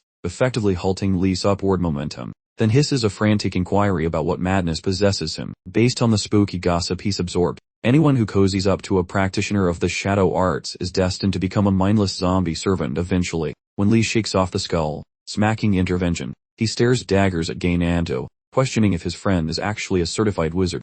Continuing his thought process, he explains to Gainando that he views black magic like a rare, submerged jewel, reasoning that fewer people bother to study it, making high grades practically a guarantee, much like in Greg's dull class. Hearing this, Gainando jumps back in alarm and squeaks if Lee genuinely intends to become a full-blown necromancer. Lee tells him that's far too dramatic, admitting that although the life of a dark mage isn't inherently awful, he is certain that the less trendy the magical discipline, the greater the opportunity to truly master it. And with that resolve, Lee raises his hand proudly to nominate himself as the assistant for the afternoon. Garcia is so overcome with relief she could weep, softly calling his name with a voice brimming with unexpected hope. Lee figures she must have been agonizing over the sign-up sheet, considering the sheer effort required to secure a guest lecturer for the day, only to have nobody offer their services, reminding Lee of those past life scenarios he remembers well, where the instructor selected an assistant, and that poor soul's academic term subsequently turned into an unending nightmare. regardless of past woes. Now that a brave student has stepped up, Garcia beams and formally invites Li Han to take his place by the lectern. As he proceeds toward the front, the source of that previous icy chill in the lecture hall finally dawns on him. The professor is radiating an impressive, measurable aura of the darker magical energy, and although foundational mana is supposed to be neutral, it can certainly be tailored to align with specific mystical branches. In this particular instance, the cold dampness coupled with the shadowy essence are the signature calling cards of a practitioner of the forbidden arts. Considering this, Li isn't shocked that Mortem is generally unpopular, as his ambient magical field is distinctly both gloomy and quite literally frosty to the touch. The second that obsidian sorcerer Mortem perceives Li Han, the man quickly smells a gigantic heap of magic juice inside that boy. Li Han expresses gratitude regarding the flattering remarks, which prompts Mortem to initiate an opening performance. He then barked orders at the rattling skeletal army, those he entitles Austrary aides, which crawl from cold pits to jam-pack the entire lecture hall. Instantly, the entire chamber is packed with those reanimated dudes. Then the pupils totally lose their minds, immediately pleading with the professor to save them before those skeletal creeps decide to munch on their brains. Directly afterward, the crunchy corpses link fingers and begin a goofy dance. This genuinely terrifies those youngsters because they possess no clue why such events are occurring. In the interim, Mortem looks at Li Han, inquiring how that boy felt concerning the rattling exhibition, mentioning how he worked quite hard to set this up for everyone. Li Han offers a soft comment about how fascinating the spectacle was, leaving Garcia incredibly thankful regarding the level of poise the kid displays. Chuffed by the reply, the eerie guest teacher concludes the silly show, then evicts his bony minions. Once they evaporate, the study hall feels like regular space again. Then every single pupil releases a massive wheeze of newfound safety. While the kid thought the show was great, he begins to sweat, wishing that teacher avoids any demands for him to copy such spooky necromancy today. Spotting the boy's worried facial vibes, Mortem scans those thoughts, and pledges he is not. Since such witchcraft is far too complex for any amateur, Li Han breathes easily, hoping Professor Greg might catch those kind words just spoken. To assign a simpler initial chore, Mortem questions if Li Han can switch mana vibes toward that negative category. Instantly, Li Han provides a nod, then reaches for that wizard's stick, aiming to swap inner energy toward the dark realm during his initial try ever. Given it marks a premiere, Garcia giggles, assuming that not even the gifted Li Han would find such chores simple. The reality is that making this particular brand of witchcraft actually operate, practitioners typically endure numerous blunders while trying to imagine the shadow realm, since that idea is quite blurry and enormous. Basically, such witchcraft adopts whichever elemental appearance the user imagines, like frost, shadows, or perhaps burning fire, because this whole idea is quite tricky to comprehend, so rookies usually fail during their initial effort. Understanding that, Garcia opts to aid the group while Li Han tests his black powers, but, right before she moves, she feels a heavy, scary power growing. With her chin on the floor, the girl witnesses Li Han achieve a feat considered completely unachievable. It seems that Li Han merely visualized bizarre arithmetic principles such as non-Euclidean shapes to master this spell instantly. You need imaginary friends, plus other mathematical shenanigans, just to make a dent. But one truth prevails: Li Han's colossal mind palace, full of fantastical notions, is truly what keeps him kicking in either dimension. Meanwhile, Professor Mortem, looking absolutely delighted, is completely blown away by Li Han's proficiency, and inquires about further tests. Li nods, happy to have another crack at it. Before long, Garcia is utterly flabbergasted by the alarming pace at which Li Han is mastering the murky arts. Jealousy starts bubbling up, as she worries that if this boy gets too cozy with the forbidden craft, he will drop out of her lectures entirely, and might be poached by Mortem, the visiting academic she invited. Just before her brain completely melts down from these silly notions, she swiftly checks herself and makes a choice to carefully examine the circumstances before jumping off the deep end. Having gathered and successfully processed a respectable amount of essence into the Darkian quality, Li asks the old man when he should begin. Mortem, utterly drunk on Li's rapid progress, insists he just keep sucking up and changing the mystical energy until his reserves run dry. The wild, slightly unhinged expression plastered on Mortem's mug tells Li that the academic is practically vibrating with excitement. Concurrently, Garcia feels a thrill seeing Mortem display genuine enthusiasm for a change, yet soon begins stressing, because Li's intense magical conversion process is clearly upsetting the other pupils. In a bid to stop the energy transfer, Garcia sweetly interrupts Professor Mortem to inquire about the subsequent portion of the instruction. Mortem, refusing to budge, demands she watch Li's full potential realized right now, although Garcia tries to maintain a professional veneer, suggesting the assessment can wait. Nevertheless, boredom stubbornly insists Lee must carry on, forcing Garcia to abruptly change her approach. She lays down the law, sternly commanding the professor to move the lesson forward right away, since he fears her impending wrath. Boredom immediately pulls the plug on Lee's energy absorption, and directs him to wave his wooden stick around using a peculiar technique, and loudly utter the required spell, "Stop moving," or paralysis, so he can quickly burn through the enormous dark energy reserves he accumulated. This verbal command is a beginner-level hex from the shadowy arts, essentially delivering the magical equivalent of a terrible Charlie horse. Because all curses require someone specific, Lee innocently asks whom he should actually aim the damn thing at. The daring professor confidently instructs him to target none other than himself, leaving Lee Han momentarily stunned.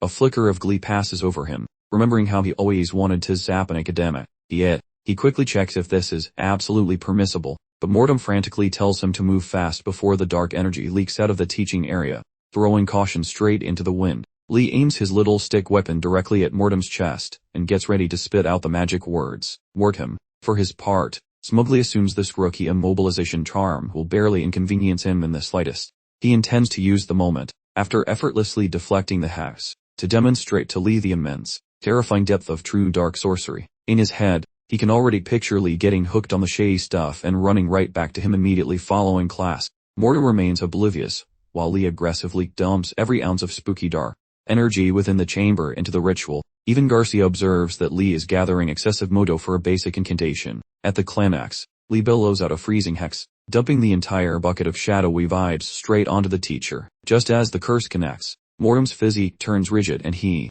face-plants onto the road, horrifying Garcia and the gawking students. Terrified, Lee scurries forward to offer some first aid, screaming the man's name while he remains a human statue downstairs. While chaos ensues, Lee envisions his glorious new career as a faculty murderer, envisioning his future behind bars. Luckily, before the drama gets worse, Mortem terminates the jinx effects and wobbles back to his standing position, making Lee assume the old man was merely pretending to eat dirt, ignoring the near-death experience. Mortem addresses the crowd and wonders if they now grasp the look of a pathetic junior-level numbing curse.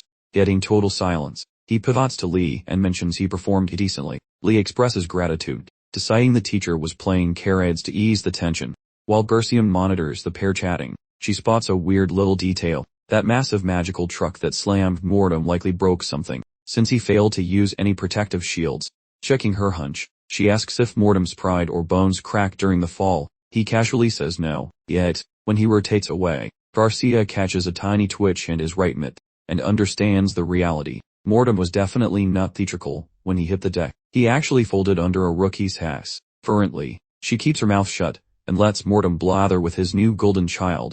Mortem informs Lee about his dark arts gift, and Lee shows appreciation for the flattering remark. However, as if the first time wasn't awkward enough, Mortem repeats himself using a significantly creepier and more unsettling vocal tone. Lee figures he is being mocked, and begins questioning if he truly sucks at the occult arts. Being a lowly first-year means being clumsy is expected, particularly for a debut performance. Then, Garcia demands the room's focus, and clarifies that the dark path has way more variety than this afternoon's little circus show. Truthfully, entry-level jinxes are the easiest and most hilarious to master. She vows that once they grasp these, they'll be remarkably handy, not merely for intimidation, but for personal safety. She ends by stressing that learning magic is the premier way to defeat it. At last, she queries if the group is ready to grind through different mystical schools, and they all roar in agreement. The second Lee sits his butt down, Garcia triggers a secret enchantment, a giant group war, dumping every student onto a grassy drill zone beside the primary campus structure. Suddenly, Lee Han notices he is resting atop the dirty pebbles outdoors. Since the logic of his travel remains a complete mystery, he briefly investigates his current surroundings. After scanning, he sees they were dumped at the exercise zone by the school. Standing up, he brushes off his pants, preparing for the upcoming disaster. When the kids calm down, Garcia mentions the surprise, noting that everyone needs more room to play, so they should scatter and start drills. The second she stops talking, the earlier gloom vanishes, replaced by students who are actually excited to work. Lee spots this abrupt wave of juvenile energy, while thanking Garcia for fixing those bad vibes. Following some mandatory gossip, Garcia demands focus once more, ordering the youths to find a partner. Finally, Lee Han teams alongside Gainando, both mumbling a magical poem before starting a brief duel. This drill protocol is basic. Every pupil gets a chance to lob a nasty hex at their companion. letting them feel the miserable effects personally. Gainando commences the drill. After blinking shut, the boy twists spiritual power into a dark-in flavor, which shocks Lee because that boy handled the change quite rapidly. Considering the absolute mess Gainando made of the other elements, Lee speculates that his buddy is a secret genius regarding those dark arts. Still, upon observing that fellow longer, Lee assumes success arrived only because such a spell is incredibly simple. Standing nearby, Mortem similarly observes how our friend succeeds using that spooky dark essence, plus contemplates the boy's upcoming actions. As soon as Gainando stockpiles enough power to fuel a minor freezing jinx, the boy whispers dark phrases then launches his strength straight at Li Han. That magic connects, although Lai merely notices some small stinging sensation within those limbs. Instantly, Gainando throws a party, while Li offers some polite but skeptical applause. Seconds later, the fair-haired dimwit inquires whether Li has lost feeling in any limbs. To the lad's dismay, Li admits that every limb moves fine without any signs of stiffness. The student's happiness fades when he suspects a failure, though Li hints the trouble possibly involves that clumsy spoken chant. This fellow suggests that Gainando was far too subdued when yelling his magic words and ought to have waved his arms around like a windmill. Convinced by Li's silliness, Gainando even tries tossing in some trash talk before trying his spell again. Before he can make an even bigger fool of himself, Garcia slides in like a smooth operator to reassure him he didn't muck things up at all. In truth, she clarifies that Li Han probably has so much magical juice that his sheer power just cancelled out the spell's effects, like turning off a tiny light switch with a massive power plant. With that helpful insight, she pats Gainando on the back for a splendid effort, and he gives her a grateful nod for the kind words. Still feeling a bit sour that his magical jinx didn't even tickle Li Han, Gainando starts seriously questioning his own mystical abilities. He ponders whether he's completely useless at the dark arts, then shrugs, realizing it's a moot point since he plans to ditch this class soon anyway. Now that the tables have turned, and it's his turn to catch the magical projectiles, he tightens up as the silly practice carries on. For his own demonstration, Li Han decides to really focus on maintaining perfect magical grip, strictly dialing back his arcane energy to just what's absolutely necessary to cast the thing. Once he feels he's conjured just enough mojo, he recites the rhyme and aims the magical blast right at poor, unsuspecting Gainando. Witnessing how effortlessly Li whips up the hex, Professor Mortem is quite impressed by the brevity of his magical speech. Normally, the longer the magical chant, the simpler it is for a wizard to actually get the spell to work. But cutting down the words, especially for a first-year novice, is no small feat. Seriously, it's tough. So Mortem struggles to grasp how Li managed to shrink the curse so smartly on his very first day dabbling in the dark arts. As the nasty little spell zips his way, Gainando's automatic system kicks in to gauge the incoming magical oomph, and he immediately recognizes it's far too much juice for his humble defenses to manage. Right at the precise moment the magic is about to connect, he involuntarily jumps out of the way, and yells with such ear-splitting volume that everyone on the practice field assumes someone tragically passed away. After a beat of stunned quiet, Li and Gainando lock eyes. Then Li yells at him for dodging when the whole point was to stand there and take the magical wedgie.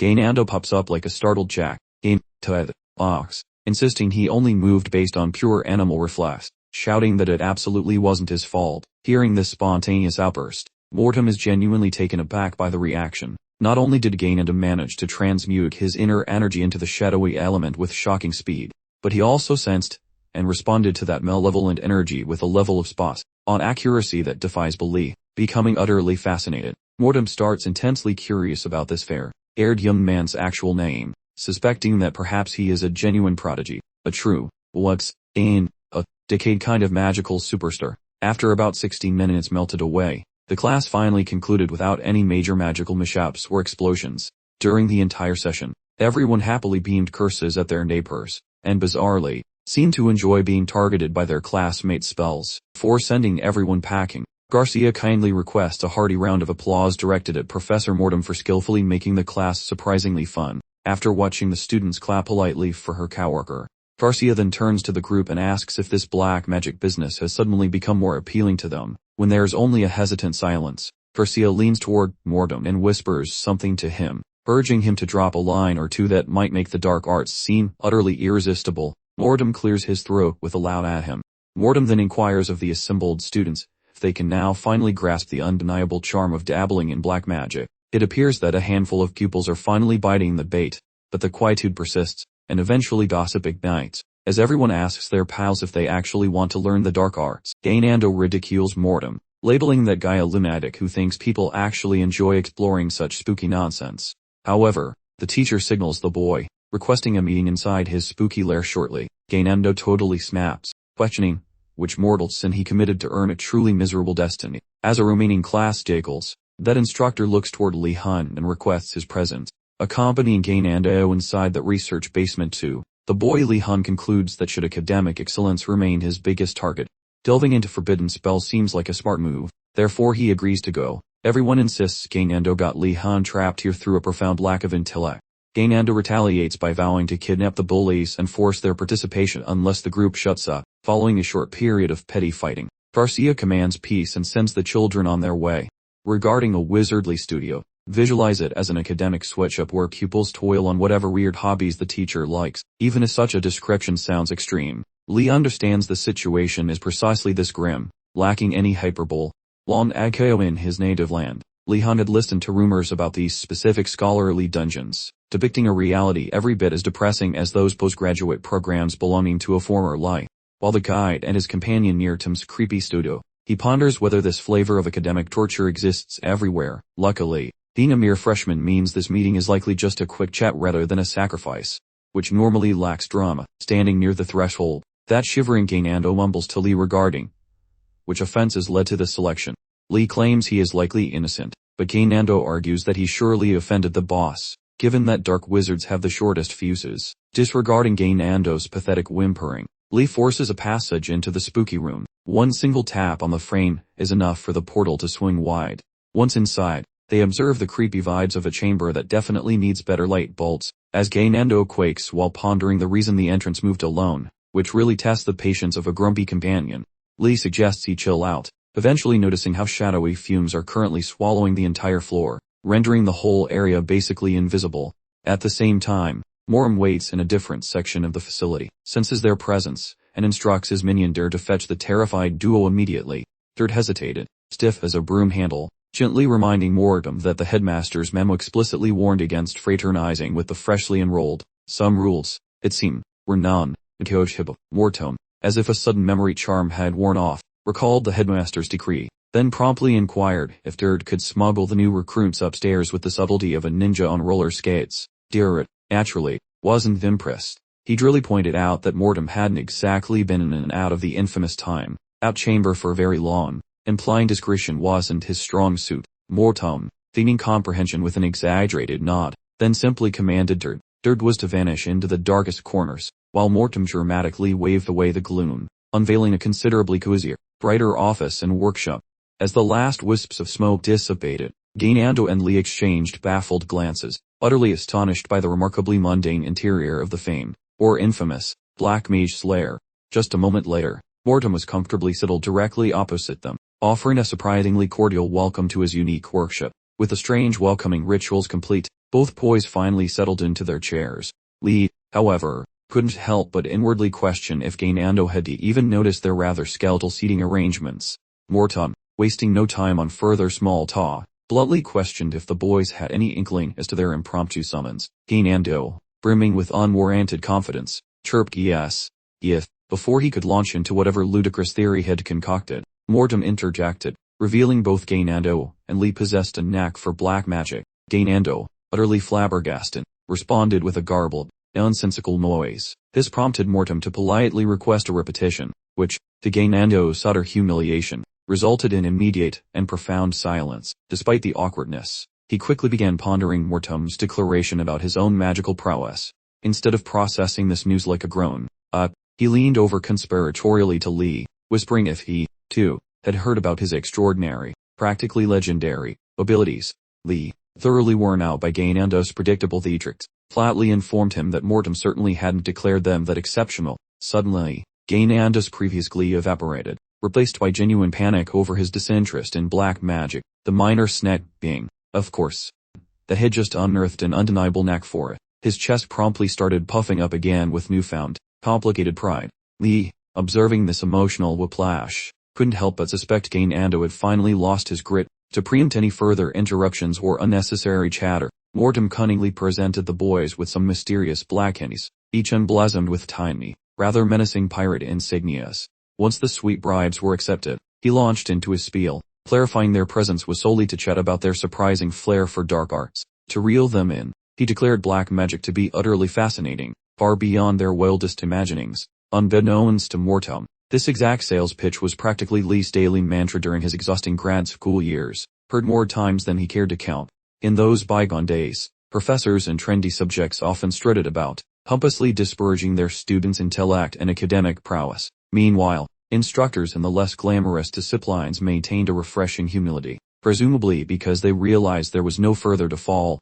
Lee recognized the identical, well-worn script unfolding right before his eyes with Professor Mortem. Mortem, teaching an undeniably niche subject, fit the mold, but this time, Lee keenly sensed the professor's underlying desperation. Predictably, the entire discussion proceeded without a hitch, smooth as a well-oiled machine. Soon, the boys emerged from the workshop, right as they were about to exit entirely. Hinando, naturally, began loudly proclaiming his newfound status as a highly coveted magical prodigy, pondering aloud how one even begins to manage such overwhelming immense. Young Li Han, deaf to the old fellow's rambling, turned his attention to a different puzzle entirely. Before departing, the overly dramatic professor handed each student a peculiar leg bone tied with a sunshine yellow bow, demanding they guard this treasure fiercely once back in their digs. He was decidedly unamused by the utterly unhelpful explanation offered. Li Han pressed Mortem for the skinny on this bony souvenir, but the professor merely waved them off with a cheerful goodbye, completely ignoring the query. Now clutching this decidedly creepy bone, Li couldn't help but ponder its grand, possibly sinister, role. He entertained the notion that this might be akin to that spooky, spell-laden textbook the headmaster had earlier, or perhaps Mortem was attempting some terribly clumsy friendship overture with a weird, prehistoric present. His imagination went completely off the rails, even humorously picturing it as a romantic trinket from Mortem, a thought Lee thankfully scrapped as nonsense to refocus his brain. Then Gainando urgently hissed at him, insisting he keep mum about the workshop happenings, especially the weird bone. This left poor Lee feeling quite bewildered, particularly regarding the gifted item. He instantly remembered the time Yuan decked Gainando for daring to badmouth the magical arts on their trek to the initial lecture, and it dawned on Lee that Gainando probably feared getting mocked mercilessly for his earlier pronouncements. To secure his silence, Lee promised not to breathe a word to Yuan, provided Gainando kept his trap shut too, earning a cheerful nod of approval for being such a stand-up pal, while Lee privately decided to spill the beans to Yuan the very next morning. While in his head, Lee made a mental note to spill the entire saga to Yuan after their first class the following day, seeing as she was part of their little crew too. Skipping ahead to the next dawn, Li Han joined the rest of the White Tiger squad for some earnest blade practice. Under the brutal gaze of the sun, they sweated through intense drills directed by the pointy-eared elven instructor, Injuldal. As the physical challenge ramped up, Injuldal egged his pupils onward, ordering them not to even think about pausing for a breath. He reminded them to perfectly align their internal power flow, the Manhwa, with their breathing rhythm, circulating it everywhere to crank their raw power up to 11. The students strained mightily to follow these lofty instructions, though weaving mana through the system is advanced wizardry most of them found quite baffling. Oddly enough, though, Li Han seemed to handle this routine like he was strolling through a meadow, keeping perfect stride with the professor, while jogging along. He popped a question to Ingledale seeking counsel about a necessary venture he needed to undertake up in the nearby craggy peaks. Quite taken aback, Ingledale shot back a sharp command to immediately shelve that notion, and when Lay inquired if the mountains were genuinely that perilous, Ingledale cautioned him sternly that the area wasn't merely populated by scary beasts, but also held hidden hazards, even things that the seasoned teaching staff hadn't managed to chart yet. Heading into those heights without backup, he declared, was an utterly bone-headed move, reserved only for certified simpletons. Li Han quickly explained his hand was forced, since their assigned homework specifically demanded they forage from materials within those very mountains. Upon learning this quest was actually mandated by another faculty member, Ingledale immediately cooled his jets, conceding that this specific situation might indeed alter things. When Lee pressed for specifics, Ingledale deftly sidestepped the topic, instead asking if Lee had mastered his mana circulation, observing that he appeared remarkably free from the usual exhaustion, to which Lee cheerfully confessed he wasn't tired, because he was cleverly venting his energy outward rather than trying to loop it around, piquing Ingledale's immediate curiosity for details, and Lay elaborated that guiding the vital energy from the core to every single limb requires surgical precision, which he admitted was currently beyond his grasp. Rather than behaving like a normal mage, he shoves his excessive magical energy out like a sneeze, dumping it instead of cycling it. The professor, Ingledale, remembers seeing a weirdly similar trick when he was busy clobbering the Twilight Dawn goons. He notes that while normal folks would pass out from magical exhaustion, Lee's bottomless gas tank lets him just leak power everywhere. Ingledale gives a tiny nod to this bizarre strategy, but firmly demands that in his actual classroom, the boy needs to practice proper energy loops, and Lee reluctantly nods. All the while, he quietly frets about what scary monsters might be lurking in those hills. The teacher mentions that since the kid has way too much magic, shoving all that juice through his system is going to be a real workout.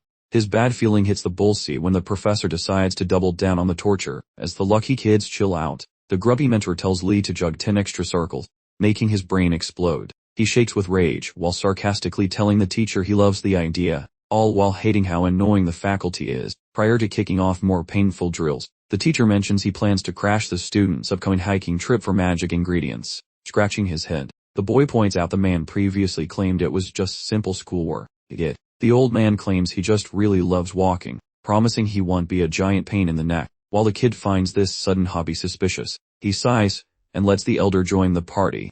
Actually, the professor is well aware those slopes eat naive students for breakfast, even during easy tasks. Thus, he chooses to play bodyguard before something inevitably hits the fan. When darkness falls, the two students reach the dusty shack owned by the local dwarf. Instead of the owner, they find a scribbled note saying he is off doing mysterious bearded guy things. The letter says to help themselves, but specifically orders them not to be greedy little thieves. Once the message is finished, this lady has a sudden epiphany, wondering if her invitation was merely for her expertise with files. So the student offers a blunt and immediate affirmative. Then he starts prying open that stolen trunk from the previous heist, finally getting to look at his looted prize. He wishes to check the functions of these stolen drinks, but since his brain is small regarding potions, he recruits his friend, who giggles and admits she is equally no-see. Prior to inspecting the stolen liquids or snatching some equipment, his companion peeks through the glass, spotting that lovely patch of dirt the boy worked on earlier. Curious, she questions the greenery, and the bored boy admits he shoved those seeds into the ground. He predicts a long wait for food, totally oblivious to the fact that his greenery has reached full adulthood in record time while he was busy staring at the floor. Right then, she mentions the veggies look edible, making him confused until she gestures toward the outdoor dirt patch. He finally peers out, seeing to his utter amazement that his tiny sprouts have become massive, leafy monsters. Stunned, he desperately hunts for some shred of logical sense, finding none. Suddenly, enlightenment strikes his noggin. His memory recalls that shady looking sprinkling vessel and guesses the teacher spiked it with plant steroids. Yet he is totally wrong, since that bucket is just ordinary metal. Lee fails to notice that the genuine source of this freakish botanical spurt is the fresh magic stick tucked inside his laundry.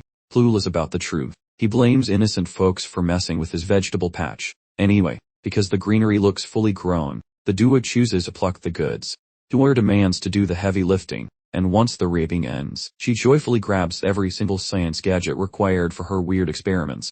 Prior to departing, they scribble a messy update for Urigalum regarding his chaotic shack. Following sunrise, a zonked out Li Han and Yuan slump in the Blue Dragon Lounge, smothered by magical flasks and mounds of academic rubbish. Lee finds they got so carried away sipping fluids that the sun arrived without an invitation. Currently, they have pinned down 2 brews, including a tasty Western Empire vintage wine, plus a floral concoction that lets the swallower belt out songs like a mythical sea lady. Feeling bad, they skip a cozy snooze for science. Yuan says sorry for being a slowpoke. Still, Lee promises her that the data she found is actually quite magnificent. Right then, a perky Ashan walks in and says hello to the 2 walking zombies. Following light banter, she inquires if they are prepared to go foraging for supplies. Lee mentions they are 50% ready, based on his rigid schedule for the break. Saturday involves hiking back from the woods along with the other sleepy classmates, whereas Sunday is reserved for escaping the campus using his principal, signed hall pass. While he worries about deadly pitfalls beyond the gates, Ashan suggests a quick underworld shopping trip. Baffled, Lee asks what on earth an illegal bazaar even looks like here. Rather than talking, Ashan simply drags him and Yuan to the shady location. Within the dark bazaar, Lee sees the truth of the claims. Though honestly, what education center hosts an illegal swap meet? It is spectacularly awesome, though no one explains why. Lee observes the area and notes the flea market is massive as a county fair, featuring dozens of kids peddling their junk. So the group starts their wanderings. Lee catches a known tone discussing wagering some duff to locate a royal monarch. Intrigued by the noise, he tracks the sound only to spot Ratford running a sketchy gambling ring. Participants have to identify the monarch card among 3 options. doubling their stake if luck favors them. Right when the initial match is preparing to commence, Radford spots Li Hun amidst the onlookers and offers a deep bow of reverence, yet Triadity strikes. Once the surrounding black turtle pupils grasp that Wardna has arrived, they vanish like roaches in light. With the area deserted, Li questions Radford's motives, who clarifies he is merely harvesting some Duffy currency. This is the local underworld tender, where a handful of loaves buys you a single writing tool, plus a dozen buns might secure a tiny sweet block no bigger than a container of matches. While Li Hun's blue dragon peers dine like kings, the remaining dormitories are essentially starving for scraps. While wandering through the bazaar, Yuer spots some shiny trinkets and wanders off into her own world, abandoning Wardness to his fate. So Li decides to examine the merchandise with much greater scrutiny. Despite the lack of snacks, the stalls are packed with a surprising variety of practical equipment. Common survival gear looks acceptable, yet the massive volume of magical relics is truly what shocks the senses. It is a bizarre inventory for a campus flea market, given that average folks never even see such treasures. Nonetheless, Li resides in Imragard, a bizarre academy overflowing with gifted and highly eccentric individuals. These unique pieces, despite their miserable craftsmanship, are found in abundance, though talking to vendors would be easier, as a fellow turtle member. Following a brief stroll with the rodent fellow, Li halts before a particular merchant's humble display. Radford, having previously scanned this specific stall, claims it contains only junk, and asks Li's shopping list. Li develops a sudden craving for a basic ivory cloak and asks for the price. Radford mentions it is a defensive garment that offers a coin-flip chance of stopping a blade from stabbing you. Unexpectedly, Li deems those odds quite favorable and resolves to make the garment his own. Moved by Li Hun's weirdly optimistic outlook, Radford stares with worshipful eyes until Li demands he quit staring. Privately, Li suspects the black market is full of useless trash, especially since he cannot tell what most items actually do. Observing that many artifacts are leaking mana and approaching their end, he realizes this functional cloak is a true hidden gem. Deciding to proceed, he notifies the black turtle shopkeeper, who starts salivating at the thought of a completed transaction, only to suffer heartbreak when Li suggests a payment plan, which the seller shoots down immediately. Anticipating the refusal of credit, Li pulls out a stash of delicious snacks he had been hiding. Since rumors claimed trade was acceptable here, he unveils his culinary bribes for all to see. The surrounding Turtle Tower residents practically lose their minds at the sight of such premium groceries, though Li ponders if some extra tins of preserved meat would have been a better bargain chip. Nearly 12 eager scholars huddled near him, itching to make some trades happen. Since the fierce competition for Wardness grub was really heating up, you see, Li started contemplating what fresh, lucrative ventures this sudden surge in desire might cook up. Finally, with hands trembling like jelly on a trampoline, he managed to snag the cloak using a mere pair of spuds, and the vendor chirped his thanks for the trade, acting like he'd just won the lottery, then started ribbing his neighboring sellers for their poor shopping sense. The surrounding merchants scoffed at him loudly, claiming his good fortune was pure dumb luck, not any actual talent he possessed. Before too long, a fellow with a vibrant green hairdo, running a stall labeled Black Turtle, strolled over. This person, the same one who just got the potatoes, actually proposed bartering a small taste for a bit of bread. Naturally, the vendor slammed the door shut metaphorically, suggesting she should just happily munch on her own decidedly superb bread. Li Han just stood there slack-jawed, recognizing the depth of starvation these youths must have to go nuts over a couple of tubers. On a slightly closer look, he could clearly see this food frenzy wasn't just a small, isolated incident. Every single one of them was clearly starving and ready to do nearly anything to fill their belly. Deciding he absolutely had to step in, Li Han summoned Yuer over and politely requested her immediate assistance. The instant Yuer showed up, Li commanded everyone to swiftly clear out a decent amount of space, proclaiming right then and there that he was whipping up a complimentary dinner for the whole hungry crew, just this one time only. Hearing that amazing announcement, the students nearly exploded with excitement and disbelief, demanding to know if he was pulling their leg or truly being sincere. But once he confirmed his honesty, they calmed slightly. Li Han roped Yuer into helping immediately, understanding that nailing this generous move could seriously boost his status among them. In under 60 minutes, by the clock, the dynamic duo whipped up a massive, steaming pot of savory tomato stew, serving it up nicely in available bowls, passing those nourishing vessels out to the famished student body. A large number of them just started slurping the liquid right out of the containers, leaving Li Han and Yuer gawking in wide-eyed amazement. Grasping the sheer level of hunger they were battling, Li reasoned that even though those veggies held value for him personally, helping them right this second was definitely the morally correct path to take. Cultivating a positive relationship with the normally fearful Black Turtle Tower students could prove very advantageous down the road, especially since he would soon be collaborating with them to source various materials. If he could alter their view of him, the long-term payoff would be substantial. After the students heartily polished off their portions, they showered Li Han with sincere thanks, piling his arms with various freebies from their merchandise tables. By the time the sun set, he started thinking they were being overly kind, as he was now trudging along carrying a heavy sack bulging with loot on his back. His haul ranged from some barely functional sneaky footwear to a piece of chalk that makes smoke screens, and even a little gadget that detects things. Having acquired a gadget that snitches on creepers, Li Han feels like a king with his pile of stolen junk. Yet, a single brain tickling mystery continues to haunt his soul. Why did the seniors craft so much ninja gear? If these toys are legal, then everyone must be hiding from someone scary. Right at that moment, a suspicious crunchy noise erupts from the heavy luggage behind his back. Baffled, the lad contemplates that racket, while he interviews a mug looking like a lost potato, and seeks info. The boy pauses briefly prior to confessing that his luggage is definitely performing a tiny bougie dance this instant. Suddenly, a sharp skeletal hand rips through the fabric before he can even blink his wary eye, giving him a heart attack. The moment his friends spot the wiggling luggage, they nearly lose their lunch. They let out high-pitched squeals, demanding to know what kind of demonic stowaway is crashing their party. Briefly, Radford worries those ungrateful turtle kids are repaying a favor by sending a murder bone to stab them all. However, the Casium rich hand begins groping around for something hidden inside Li Han's fancy school blazer. Li becomes intrigued and tells his terrified pals to hold their horses before they start screaming for help. Quickly, he sees that this appendage is just hungry for that weird skeletal souvenir Mortem handed over during their late-night chat recently. Within moments, the loose cloth snaps onto the hidden bone in his jacket like a cursed magnetic puzzle, creating a complete arm bone. Once finished, it hits his pocket and hovers like a spooky magic trick, drifting in space while eyeing its new owner with invisible sockets. The owner sees the extra limb and loses her mind, trembling while asking what other trash he hoards. Li says Mortem gave him that trinket during a late-night get-together. But he soon notices a very fishy situation. The hovering arm seems ready to throw hands and beat him up for no reason. Soon, the flowing limb swoops down and nakes his digit using a sharp hit.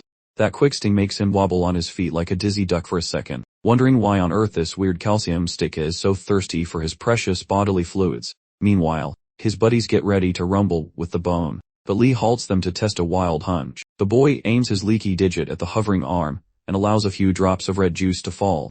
Oddly, the hovering calcium's dark outline shifts into the shape of a fluffy king companion. After this strange blood pact concludes, the skeletal hand bows down to Li Han like a loyal servant, sensing a weird psychic bond with his pet. Li tries out some commands for the bony pup, which follows every silly instruction without a single bar or whine. His two buddies stand paralyzed with shock, wondering if their friend Li Han has started practicing the dark arts. Feeling quite pleased, Li eventually mentions to his buddies that the old teacher handed him a rather peculiar souvenir, which is obvious since the creature is sticking to him like a shadow, being quite spooky. Eeyore suggests that Li should probably chuck the creepy bony thing into the nearest dumpster immediately. However, once the calcium-filled canine starts acting aggressive, Eeyore quickly apologizes for his earlier blunt and rude remarks. Radford then reminds Li that wizards are usually told to avoid dark mages, wondering if that carcass is just too gross. Li stays quiet for a bit, eventually thanking his pals for helping him clear the fog in his brain. Even though this situation is undeniably weirder than usual, Li suspects there is much more here than what is currently visible. Dooner questions Mortem's weird gift, while Li wonders why the fossil came in pieces like some cursed IKEA furniture set. Radford guesses the teacher wants Li to hunt for missing scraps, but Eeyore thinks that theory is absolutely mental. Yet seeing Li's expression terrifies her, because he actually agrees, finding Radford's odd theory quite convincing since Mortem is eccentric and does not think like normal folks. As average people find collecting dead human parts a massive red flag, a guy like Mortem probably thinks Li and his buddy Gaynando would enjoy a morbid skeletal scavenger hunt. That thought makes Li's skin crawl, leading Eeyore to ask if the skeleton is causing his sudden nervous shiver. Regardless, Li decides to keep the spare parts for now, as they haven't tried to bite him just yet. Besides, their upcoming class is definitely going to be a massive pain in the butt for everyone involved. After a shady shopping trip, Professor Angledell gathers the students by the mountain to start hunting for some funky-smelling grass needed for finishing their homework assignment. Right after all four tower groups finally manage to show up together, Angledell sternly explains that avoiding an early grave is their main objective. Judging by those warnings, Li figures the hills are dangerous, so clinging to the teacher like glue is likely best. Before finishing his talk, Englodel orders every tower group to huddle close and count their friends, as he plans on performing roll call quite frequently. This news terrifies them, as they had not realized this educational outing was going to be so incredibly risky. After those words, the professor gives the nod to commence their hike up the slope. The hunt starts with Englodel leading the pack, ensuring that his clumsy students are following right behind him. Overhead, a skeletal bird resembling the headmaster's pet monsters watches them silently. It watches them secretly before flying off to report back to its master. Following several miles of trekking, Englodel eventually discovers a decent location to harvest those magic plants. The man quickly pitches his tent and orders the pupils to fetch whatever ingredients are required for their lessons. The teenagers split into their respective squads and start frantically looking for the plants, while Englodel monitors their every move. Moments into their quest, Englodel feels quite happy that the situation remains totally calm, and prays this easy streak survives until they escape this peak. Unfortunately, the universe decided otherwise, precisely as he falsely believes trouble has finally taken a high. A moldy lime, collared bony nit pops out from the void, and yoinks him away, abandoning nothing but the pathetic little stick he was gripping so tightly. The pupils remain totally clueless about his stealthy kidnapping, while they dork around, and it takes forever for their slow brains to register that their leader vanished. Shortly after the snagging, that verdant, trust reptile girl pivots to pester the professor with a query, just to find out he has pulled a master class disappearing act. Scanning the dirt, she sees 0 tracks suggesting he just wandered off for a snack. Basically, the unthinkable occurred. She figures some basement dwelling beasts snatched him for dinner. Completely petrified, she frantically hollers for the crew, and shouts that the teacher has zipped into thin air. Everyone is totally floored. Shortly, Li Han and his buddies circle the twig Englodel abandoned, attempting to decode this weird mystery. Li Han moans. He totally guessed some garbage like this would ruin his weekend vibes anyway. Sadly for his sanity, the cowards from competing dorms are already having massive meltdowns. To chill their nerves, he fakes it, claiming the old man likely just took a bathroom break. Luckily, they buy his nonsense and settle, though Li Han knows he just served them pure fiction. Yet he requires their composure to plot an escape. Luckily no creeps showed up, and since they know their path, there is no reason to freak out. They merely need to march back and spill the beans to the campus bigwigs. But exactly when Li prepares to announce this brilliant strategy, massive storm clouds dump buckets of water, hitting the youngsters and this scraggy hellscape for the evening. Floored by his abysmal fortune, Li Han deeply regrets not staying home in his comfy pajamas instead. The children promptly split into pairs of squads. The Blue Dragon and Black Turtle groups huddle in a dry spot. Worry is the White Tiger, and Firebird kids bunk elsewhere, brewing tea. Li Han praises his paranoia for packing gear for random disasters. The notion of the instructor vanishing is utterly bizarre. While sipping, Rowena, the royal bodyguard, greets Li and offers gratitude for his assistance. Li dismisses the praise and says it is no big deal, but then she brings up that mythic soup he supposedly made for his house. Baffled, Li demands the details, yet she abruptly cuts the conversation and says he should just ignore her.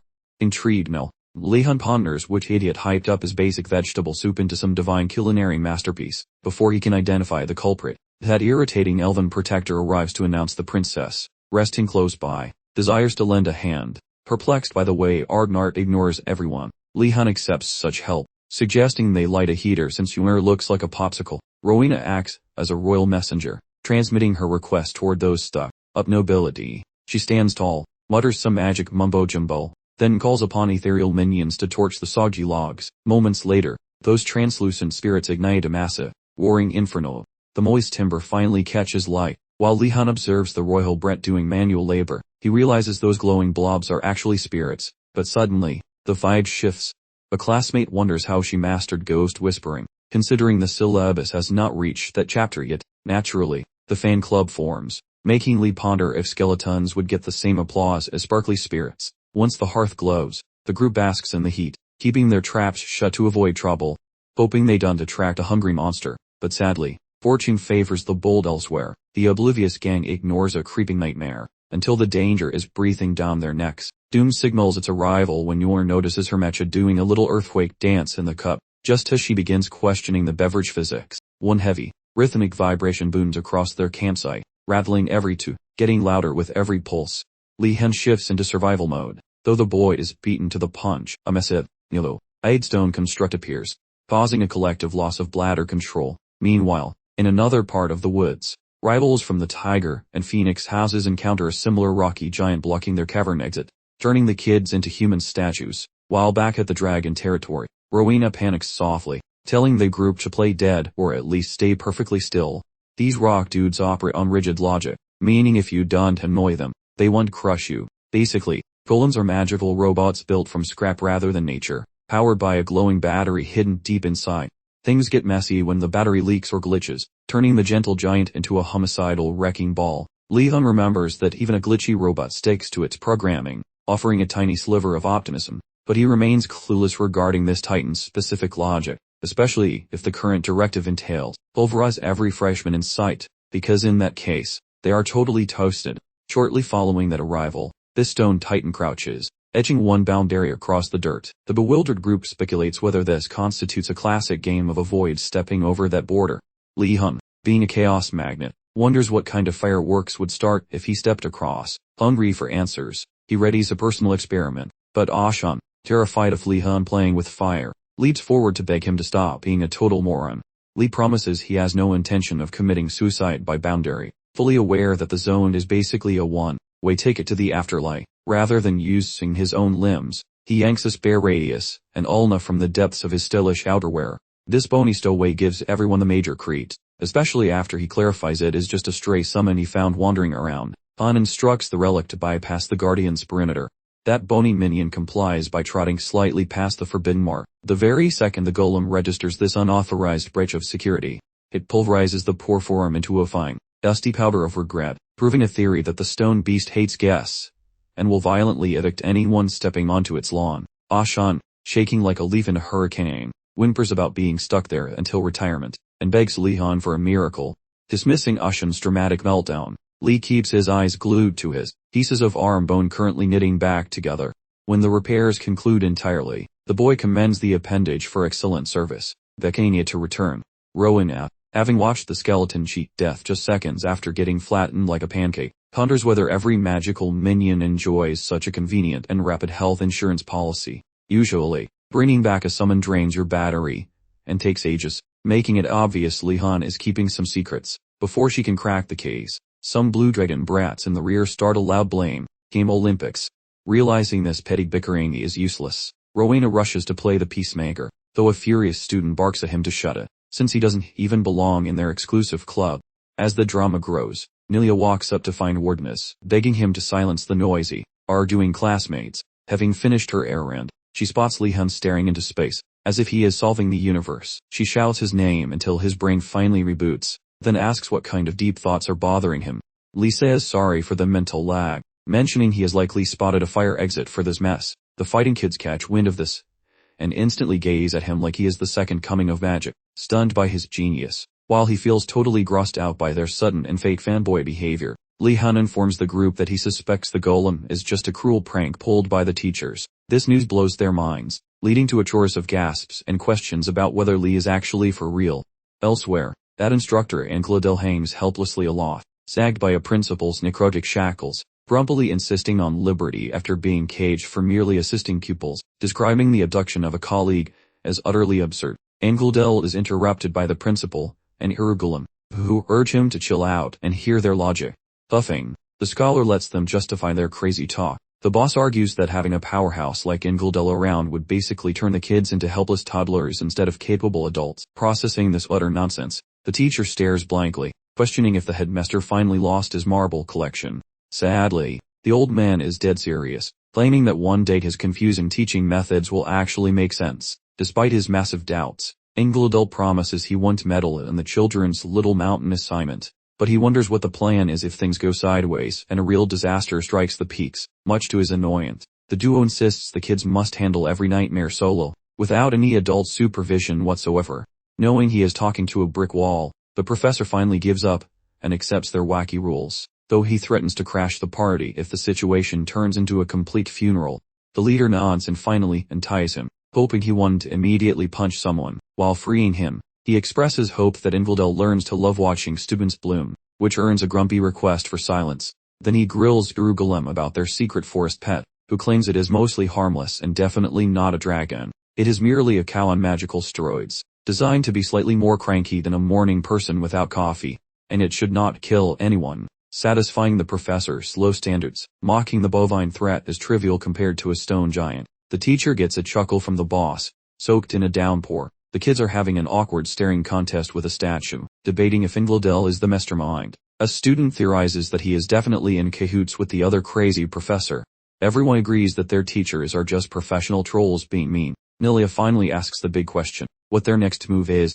Li-han insists that the plan remains the same, suggesting they start by dismantling the giant rock standing in their way. However, noticing everyone looks like they just lost their favorite puppy, he shifts his tone to something more upbeat, telling them to keep their chins up. He notes that every prank has a weakness. They just have to spot it. Spirits lift as they consider that if the trap was built by humans, it can definitely be broken by smarter students. After stopping a total meltdown, Li-han recalls a specific magical experiment he has been itching to try on something big. While the group debates whether to hit the golem or just run away screaming, they search for any possible flaws. Nilia turns to get Warden's take on the situation, but finds his spot completely empty. Freaking out, she tells the group that their leader has simply vanished. The moment they grasp that Li-han is gone, a wave of terrified silence washes over the entire camp. A few scholars speculate on his potential abduction. Where he is at Jade, Mandlask proposes slipping by the stone giant to rescue him from becoming a snack. Nuur, the solitary possessor of a functioning brain cell, commands a pause while indicating Li-han,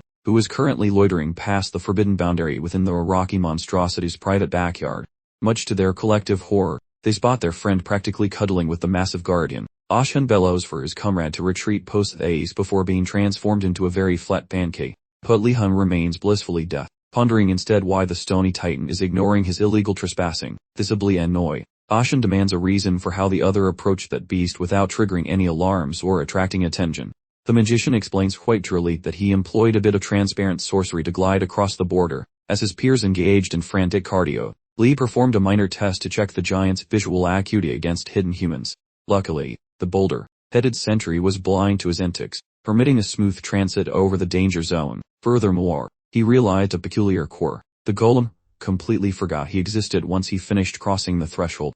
Upon clarifying his stealth was gear-based, the group gushes over his supposed talent for crafting legendary trinkets and cloaking spells. However, Li shuts that down fast, revealing the item was a gift from the Prizinga order when he joined the festivities. Their awe evaporates into sheer dread, leading Ashan to grill him about his questionable life choices and shady associations. Yet Yunner silences their bickering, stating these eccentric pastimes matter little during this crisis. The actual conundrum remains that they lack fancy cultist jewelry, necessitating a far more creative exit strategy. Ashan proposes seeking faculty intervention, yet Li-han rejects this, suspecting this whole mess is just another sadistic teacher prank. Instead he has concocted a superior scheme, and with a flourish of intent, he produces a heavy metallic sphere, and begins twirling it like a rhythmic gymnast with a grudge, arguing that if this trial is mandatory, then even a fresh-faced novice should theoretically survive the experience. The young leader commands his friends to assault the machine's glowing heart, which functions as the primary deactivation switch. Should they obey his directions with extreme precision, the rocky behemoth will likely crumble into expensive gravel. Without a single second of doubt, Li-han launches his heavy orb directly at the monster's cranium, achieving a perfect strike on its shimmering golden eye. Ashan and the surrounding crowd erupt in applause for his rather impressive bowling skills. However, Yunner senses that the situation feels increasingly ominous, and wonders aloud if the wizard is feeling healthy. Li, appearing quite rigid, comprehends that the very instant his metal projectile collided with the stony beast, his link to the weapon vanished, suggesting that his standard offensive maneuvers might be utterly useless here. So this battery-operated rock dude has some fancy firewall keeping me from just hacking his magical engine, which is honestly quite rude. Stubborn as a mule, Li-han figures he better swap his game plan before he gets flattened. Clutching that wooden rod, the boy whispers the wait up command. Alright. Currently, Ingledell is drinking tea with the big boss, clearly stressed about the high probability of his pupils ending up in the infirmary. The principal sees the panic, and claims his own school days were basically a survival horror movie. Feeling sassy, Urigalem wonders if those days happened before the wheel was invented. Dismissing the insult, the old man notes that this specific bunch of kids is surprisingly gifted enough to survive most disasters, though Ingledell still smells a massive impending catastrophe. The principal mentions Wardness is guarding the group, so Ingledell needs to relax and finish his beverage. Additionally, Li-han researched that private grimoire, becoming way more skilled than any teacher realizes. The teachers gasp in unison, wondering if the old man finally lost his marbles. To excuse his actions, the principal claims other teachers were also helping Lee. Greg was also involved, which makes Urigalam roll his eyes at this blatant dodging of responsibility, points out they usually stick to teaching the babies. Yet somehow things change. The principal retorts that Greg has definitely moved past the introductory finger-painting stage. When Urigalam demands more details, the head honcho starts spilling the magical tea. Turns out Greg was teaching triple loop sorcery, which requires quite a bit of juggling. A wizard must finish 3-round patterns. Just to provide some background, level 1 is just lighting candles, level 2 is keeping the fire going, but level 3 is like playing 2 instruments at once while riding a unicycle. If a wizard manages those parts without exploding, they are nearly ready for the big leagues. Returning to the fight, Lee summons a soggy orb, knowing it lacks mental sturdiness, and wobbles like jelly. The boy stays calm, plotting how his liquid balloon could help wreck that statue. Lee assumes that although his instructors are complete lunatics, a narrow path to victory surely exists. Yor snaps him out of his daydreaming by shouting to inquire about his weird behavior. Next, the girl wonders why he keeps twirling that puddle like a frantic pizzadolf. Lee abruptly observes his hands rotating the fluid without any mental permission. He has repeated this habit so often it is basically hardwired into his nervous system. Suddenly, a light bulb flickers on. Lee concludes that by whirling that woo with extreme velocity, he could potentially wreck the beast. This technique enables much sharper stabbing capabilities. Giddy with joy, the protagonist likens his creation to a high-velocity projectile meant for shredding rock and prepares for action. Following a decision to gem excessive mystical energy inside the tiny droplet previously summoned, our hero eventually succeeds in manifesting a massive aquatic sphere after numerous failed attempts. Right when he prepares to unleash fury, his companion shouts to grab attention, questioning why the fluid globe currently matches the gargantuan scale of their stony foe. That inquiry causes classmates to lose faith, wondering what strange lessons he has actually attended. A few peers feel anxious regarding leaving a friend amidst such a terrifying mess, whereas the rest dread that the statue's beast might accidentally soar our way if things break. Seeking to soothe the panicked crowd, Ashan intervenes, claiming that nobody should doubt the warden, because surely he handles basic spells easily. Nelia reinforces that statement, guaranteeing the assembly that their chief lacks no strength, and surely possesses massive power by morning. Those encouraging remarks boost collective spirits, restoring belief in the boy's peculiar talents. Meanwhile, the protagonist, sensing immense strain from this predicament, recalls ancient proverbs shared by junior wizards, stating that sorcery involves precise mixtures regarding math plus speech, plus tampering regarding those regulations haphazardly could trigger cosmic retaliation. That maneuver involves complex steps typically intended for graduating students, should be strictly off limits for freshmen. But luckily our main character possesses a bottomless pit of internal batteries. Thus he tosses textbook rules aside, while pumping in fuel to keep the liquid orb spinning rapidly. Unfortunately, the moisture globe loses structural integrity from the overload, puffing up like an overinflated balloon instead. When the volume expanded, the rotational speed dropped, forcing him to add more juice which caused further swelling. Attempting to comfort his jittery peers, the youth yells that everything remains under his perfect supervision, though on the inside, the fellow realizes his brain might melt from the sheer mental effort. To avoid passing out during combat, our protagonist simply must wrap this disaster up immediately. That boy shouts the spell, launch away, while hurling humongous swirling moisture-filled globes directly at a towering mountain monster. But his heart sinks when the projectile drifts at the creature's arm joint rather than the face. Realizing that conjuring another oversized puddle is nearly impossible, he starts brainstorming a plan to take down the giant. Right when the caster starts feeling like a failure, the statue explodes into tiny pebbles upon impact with the wet sphere.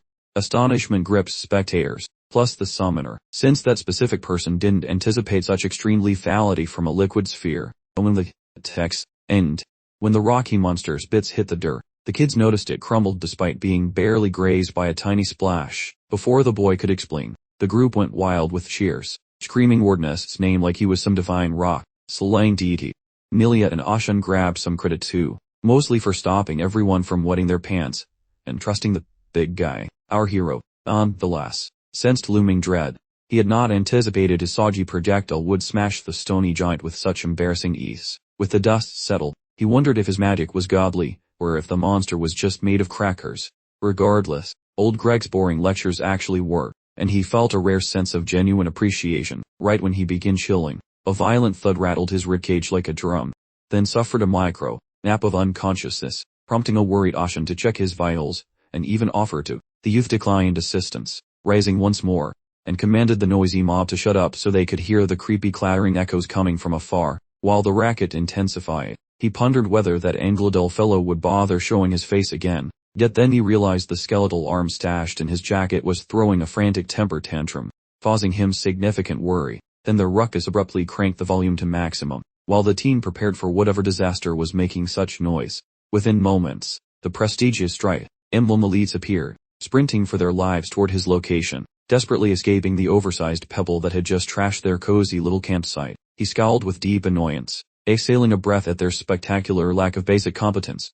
Nelia snapped at him, mentioning that grumping around was a luxury they currently could not afford. They had to scatter like roaches to keep the beast busy and purchase some precious seconds. The group bolted, though Warden opted for the suicidal route, prompting Rowena to scream his name, inquiring if he could replicate that liquid projectile trick from before, which left him wondering what Rowena actually meant. Apparently some soggy wizard named Eumidius was the supposed pioneer of that move, so Rowena thought he was just fanboying. He mentioned the skill required excessive preparation, meaning a swift getaway was still their only viable option. After the girls vanished from view, the youth triggered his vanish trick and reached for some illegal drawing sticks he purchased from a shady underworld dealer that very morning. Chanting a few magic words, he watched as the enchanted crayon zipped away in every possible path, spreading out to generate a thick haze that prevented the rocky beast from seeing its target. Having finished the opening act of his scheme, the boy remained hid, sneaked near the monster's shins, then landed a forceful blow using his sharpened weapon. By removing a significant portion of its support limb, he anticipates that the stony giant might finally collapse, since keeping that chunky body upright becomes quite a headache when gravity starts playing favorites. Prior to the fulfillment of List's destructive fantasy, some poor striped academy lad gets launched like a projectile from the monster's shoulders, falling snugly into the hidden grasp of Wardness. During this peculiar moment, Lee was pulling his best disappearing act, thus the boy lacks any clue regarding what invisible cushion just caught him. Following a short silence, Lee inquires if the fellow intends to cuddle there forever, and the kid absolutely loses his mind because disembodied voices are generally bad news. Finally, he wiggles free while inquiring if his rescuer is that notorious hero named Wardness. Perplexed, Lee demands to know how the guy recognized his invisible self, and the kid observes that such reckless behavior is basically Wardness' unique signature. Then, he expresses gratitude for the catch that saved his bones from shattering, but the stone jerk interrupts with a swing, which forces Lee to teleport them both away instantly. Noticing the gigantic hole where the earth used to be after that previous smash, Lee wonders how on earth the boy crawled into the center of that rocky nightmare, given that getting past its defenses should be a monumental pain in the neck. Replying, the trainee mentions using that sludge, melting liquid that Sayonat is constantly brewing. While Lee was oblivious to such alchemy, he realizes it might defeat the beast once more. Assuming things go smoothly, he begs the boy for the potion, only for that disappointing fellow to admit the supply is dry. Lee promptly ignores the failure and ponders why the mountain of rocks stopped its assault. Surveying the surroundings, he spots the creature stomping toward a different horizon and feels curious. Suddenly, the frantic wails of some hurt classmate echo from that specific path, seeking aid. Perceiving that the massive automaton is hunting down the defenseless, bleeding victim, Lee stalls, thoughts flying, as he calculates he cannot sprint there before the squishing happens. He must halt the monster this very second. While hunting for a miraculous escape plan, Lee recalls the dire caution Garcia shared during their very second lecture together. She warned that his ridiculous ocean of magical energy makes fire spells way too hazardous, because the resulting explosion would be apocalyptic, which is actually quite fortunate, as absolute carnage is mandatory this second. Devoid of any pause, Wardness hoists his enchanted branch to ignite a huge flame. A chunky inferno burps violently out of that wooden wand, swallowing that vertical rock monster in a spicy furnace. Sizzling waves hug its chunky frame, munching on its rocky bits, snacking on its heart, while a nearby feline jock who saw everything looks totally flabbergasted. He is flummoxed that Wardness just nuked that massive garbage pile with one hot flick. Usually, roasting mud creates a very sturdy piece of brick, but this mess was crumbly, so the heat made it explode like a dry biscuit instead. Witnessing the carnage, the feline jock finally recognizes the reason his buddies wet their pants around Lee. Meanwhile, Wardness just loiters, completely shocked by how much of a technical nuke he actually is. Right then, the student actually understands Garcia's nagging and admits that he was being a massive clown for whining about his power safety. Before the mage can depart, a pack of feline disciples sprints forward to greet him, hoisting him up and chanting heroic psalms for keeping them from becoming pancakes. Once the ruckus settles, A random fellow in the back, who is completely clueless, asks who this mysterious legend is, but as soon as he peeps that mug and uniform, his brain works, and he starts screaming at his homies. Fanboy vibes vanish as they interrogate him about his secret and sketchy motives, while the surrounding dorm mates pester Wardenez with a flurry of idiotic inquiries. That survivor whom Wardenez assisted intervenes, staking up for the guy, claiming the hero was beneficial, blobbering that monster plus rescuing himself and a toasted bird disciple. A peer shouts for Beatrix, investigating that weird walk, but Beatrix claims one foot feels slightly wonky so he feels cool. Learning the dude is called Beatrix, Leon proposes he sweep the rubble while the hero inspects his private tents. Beatrix nods, and whereupon the legendary Wardeness strolls back toward base. Once the protagonist confirms that nobody has vanished, Leon spots Yor, inquiring if she remains sane despite the Tiger Tower having numerous bruised egos. Yor claims those Phoenix pupils, especially Kiana, possess expertise regarding physical mending plus cooking powerful narcotics. This news rattles the boy, since a brilliant lady like Kiana could potentially venomize his tea for snatching the top academic spot. Right as he expects a nap, the scary boss lady herself, Donna, screams his name, passing the boy special juice so that he survives after brawling with those soil monsters. Leon immediately gets the shivers, feeling this whole situation is way too fishy to be mere happenstance. Just as Kana starts giving Leon a serious nudge to sample those dubious beverages, he spies a golden opening to cozy up to her, knowing full well she just laps up attention like a thirsty kitten. Yor is just opening his mouth to caution Lee against swigging those colorful liquids when he snatches one right from the container, pops the top, and chugs the whole thing down in one go. Moments after swallowing, Lee launches into his grand performance of flattery, declaring to Kiana and the whole crowd that this mysterious concoction is truly the most divine thing his taste buds have ever encountered. He then sweetly inquires if Kiana personally brewed this magical stuff, wondering how someone as magnificent as her could possess such treasures readily. Truthfully, the potion tasted like damn socks soaked in vinegar, but Leon absolutely had to make a huge fuss for that attention. Hungry lady, hoping this massive compliment would finally melt her frosty attitude toward him, and happily, it actually were, as Kiana beams while feigning humility, pretending like receiving adoration is a total chore for her, ultimately leading her to hand over the remaining stock of potions, and he dutifully slurps down the entire remaining collection until his stomach politely suggested he stop, concluding his little escapade with Kiana. Leon, along with the rest of the wary pupils, starts their trek back down the slopes of the mountain, having finally secured the necessary last component to finish their assigned scholastic task. As they meandered downward, Leon mused that despite the arduous nature of the assignment, at the very least, his earlier dramatic display had successfully charmed not just Kiana, but also earned him brownie points with the other Phoenix faction members, which he counted as a significant victory. Nor, who had been trailing silently behind him the entire descent, finally piped up to inquire if Lee was somehow purposely obligated to Kiana, prompting a confused Lee to ask her to elaborate on that thought, but before Yor could explain her concerns further, he waved it off dismissively, instructing her just to keep heading toward the mountain's base. Approximately 60 minutes later, the group of students approached the lower elevations of the rocky terrain. At one specific juncture, the student associated with the White Tiger faction caught sight of two shapes approaching and quickly sounded the alarm to the others. Upon closer scrutiny, they recognized Professors Irugulum and Injoldil, where Irugulum appeared rather cheerful seeing the scholars, but Injoldil seemed visibly more worried about their overall condition. He sprinted toward the assembly, urgently asking if every single person there was indeed functioning all right. Unfortunately for poor Injoldil, the students felt he utterly abandoned them during their moment of dire need, so their welcome was decidedly less than enthusiastic. Giving him looks of pure scorn, they secretly plotted what revengeful acts they might inflict upon him, and that short, grumpy fellow accompanying him once their power grew, causing Injoldil to grow noticeably jittery. Irugulum observed the icy glare radiating from the students and dryly remarked that they seemed to have grasped the intended life lesson. Injoldil made a weak attempt to prompt his colleague into displaying a tad more kindness toward the wary pupils, but they replied with icy composure that they had certainly absorbed something profoundly educational from the whole miserable situation. Irugulum then launched into a verbose speech extolling the virtues of alchemy, while sternly advising the students to maintain constant alertness, because unexpected peril could materialize at any second. Even after his speech, the kids continue staring daggers, clearly dreaming about draw-kicking Irugulum into tomorrow. Suddenly, Injoldil starts blubbering apologies for ditching them like trash, claiming he really wanted to stick around, but the big boss basically kidnapped him at sword point. The pupils just rolled their eyes, muttering with massive sass that every teacher is essentially a lying potato. They finally woke up to reality, though Injoldil keeps pinky, promising that his story is legit.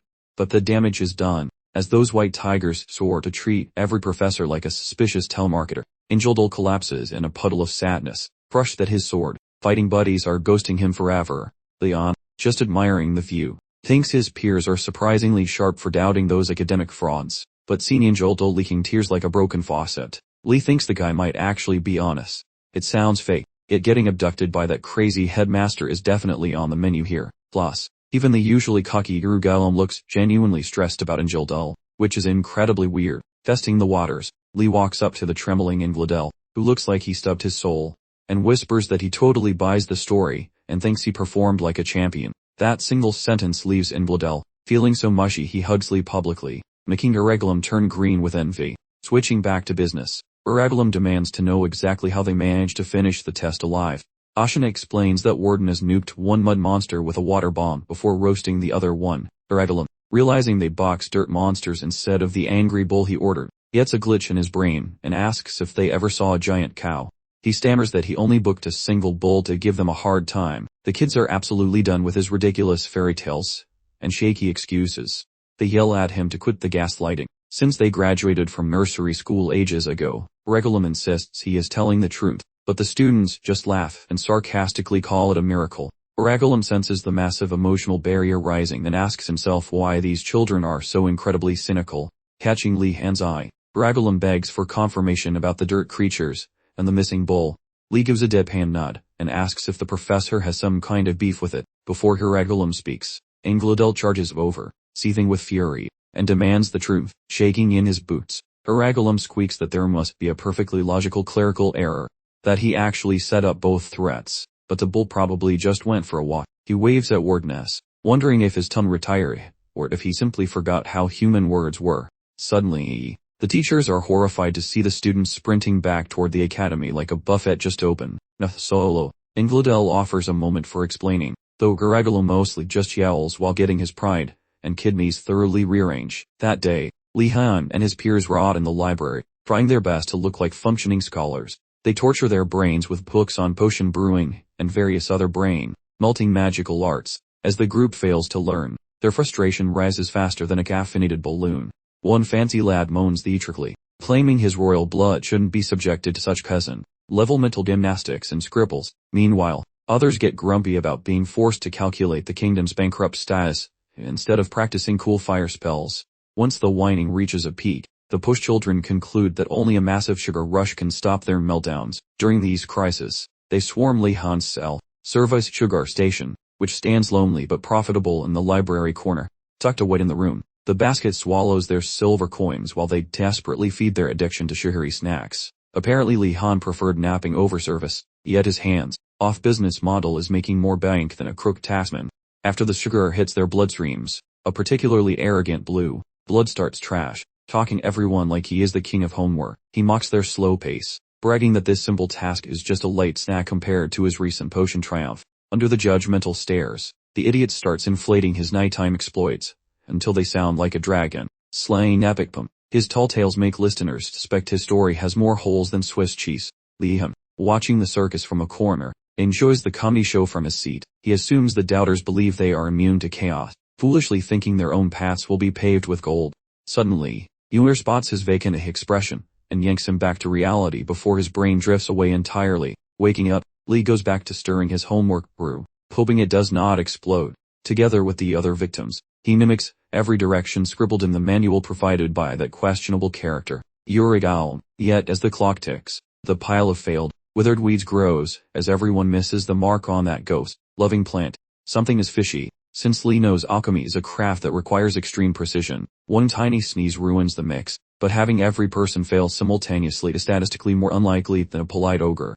While he knows the task is hard, this group failure is getting quite ridiculous. It feels like the manual was written by a drunk monkey or designed to humiliate them. Considering the absolute clowns teaching at this cursed institution, Lee bets his last copper that the directions are total garbage. Silently, he drops his stirring rod and marches out of the room with the determination of a man fleeing a fire, who screams, asking if he finally lost his tiny mind. Lee Han says a light bulb just flickered on. He then posed the question, suggesting Professor Urigelum had deliberately given them incorrect instructions just to mess with them. The professor wanted them to figure things out on their own. a realization that immediately sent shockwaves through the gathered students. The group started brooding over the implications, suddenly aware of the ridiculous predicament they were facing. The students immediately erupted in another tantrum, cursing Urigelm's twisted logic and whining about the task's unfair difficulty. Lihan, however, realized that complaining wouldn't solve anything. They still had to actually complete the assignment. Finishing was the priority, even if they planned to jump the professor later. To verify his suspicion, Lihan took action. He handed Yuna a hefty alchemy textbook, and requested her professional opinion on the provided instructions. After examining the components, Yuna frowned and informed him that one of the ingredients they received was clearly wrong.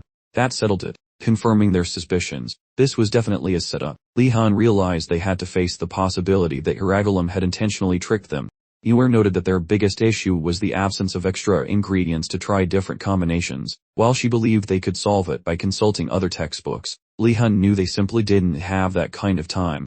He needed to leave tomorrow using his pass, so urgency was paramount. Determined, Lihan pulled over a chair, stood on it, and called everyone to listen. When the group gathered, he announced they'd been pranked by the professor yet again, and needed to work together to solve this crisis. To finish the assignment quickly, he told his classmates to pool all their components and figure out the correct recipe through chaotic trial and error. As they got to work, he informed them that he would visit the other towers to request their assistance. Around that time, Ashan recognized that sharing ingredients maximized resources because each group possessed unique leftovers. Yuna added that if the other towers cooperated, they could exchange information to speed up the process even further. Hearing this, Lihan nodded enthusiastically and promised he would return quickly. With his determination solidified, he departed, resolved to succeed, if not for anything else, then entirely for his beloved vacation. After that, progress accelerated significantly, as Lihan successfully convinced the other towers to contribute their resources. Working together, they tirelessly sought a solution, spending several hours in intense collaboration. Yuna and a few other alchemy experts finally identified the key missing ingredient needed to complete the recipe. Observing how well the new formula worked, they felt a sense of relief. Siana informed Li that all they had left to do was follow the correct procedure to finish the assignment. Pleased with their progress, Li commended everyone for their diligent effort. Just then, a green-haired student from the Black Turtle Tower commented on their cooperation, noting the irony that Urigelm's prank caused it, as her partner credited Wardness for locating the correct recipe in time. Another idiot from the Blue Dragon Tower suddenly chimed in. He stated that Wardness needed to hurry up and finish because he had important plans for the following day. Shocked by the comment, the others immediately demanded an explanation. The fool, acting without a single brain cell firing, carelessly blabbed that Lihan Wardness had permission to escape the academy walls the following day. The second those words escaped his lips, pandemonium erupted. The students, stunned beyond all comprehension, started yelling for details about how this impossible event could have possibly transpired. Before long, the focus of the intense discussion completely centered around Lihan's magical pass, and most students immediately started interrogating him about how he possibly obtained such a rare permission slip in the first place. Li figured the news hadn't reached the other towers yet, meaning things were about to get very loud, so he wisely kept silent, while everyone started asking what treasures he planned to import from the outside world. Before he could answer, someone excitedly proposed that he ought to return loaded with every kind of sweet treat and easily consumable delicacy imaginable. Miele, taking a practical approach, suggested Lihan should prioritize bringing back sturdy, comfortable garments. Ashan cut her off, to everyone's utter surprise, arguing they urgently needed books and supplies like quill pens. The entire crowd immediately turned on Dockard, demanding to know if paper and ink could be consumed for dinner. While Ashan conceded that food was vital, he insisted that books were equally necessary. This urgency stemmed from his recent visit to the Academy's library, which had confirmed exactly how truly catastrophic the situation truly was. In a civilized world, a library serves as a repository where volumes are meticulously organized. Unfortunately, the Academy's library was a complete unmitigated catastrophe. He remembered seeing countless tomes strewn across the floor, and haphazardly piled on desks. If this chaos continued unabated, they would all probably collapse from sheer exhaustion trying to locate the right volume before they ever begin their assignments. He argued forcefully for obtaining critical texts in advance, and upon hearing his logic, the students finally grasped Ashan's point. Next, Dainando chimed in, starting to babble incoherently about Lihan needing to bring back magazines, recreational novels, playing cards, and chessboards to combat their eternal boredom. Instantly, a Blue Dragon student reprimanded him for suggesting such absolutely useless trinkets, prompting Dainando to mount a Vader herself. defense. He declared he had every right to prioritize whatever was personally important to him. Just as he pivoted to ask Li Han what he thought about the matter, Yulner abruptly interrupted him, loudly proclaiming that Li Han had already retired to bed for the night. The heated discussion instantly subsided, and everyone immediately returned to their regular daily chores. Meanwhile, Li Han was already in bed, reflecting on the profound significance of the upcoming day for his future. This was his golden opportunity to escape the academy, and he recognized the absolute necessity of being in perfect physical and mental shape. Despite needing rest, a strange nervousness kept him wide awake, making sleep impossible. He suspected this excursion was probably riddled with hidden obstacles, specifically anticipating limitations on the quantity or size of items he might return with. He suddenly began worrying about the distance between the academy and the village, desperately hoping the journey wouldn't require more than a single day to complete. If it took longer, he realized he was in deep trouble, and his anxieties rapidly intensified. Knowing the headmaster was behind this scheme, he decided he absolutely needed to master magic that allowed significantly faster movement. Just as his consciousness started to fade, one of the headmaster's cursed books suddenly jumped off the shelf. Li Han observed the event, completely baffled as he started questioning why the inanimate object was moving.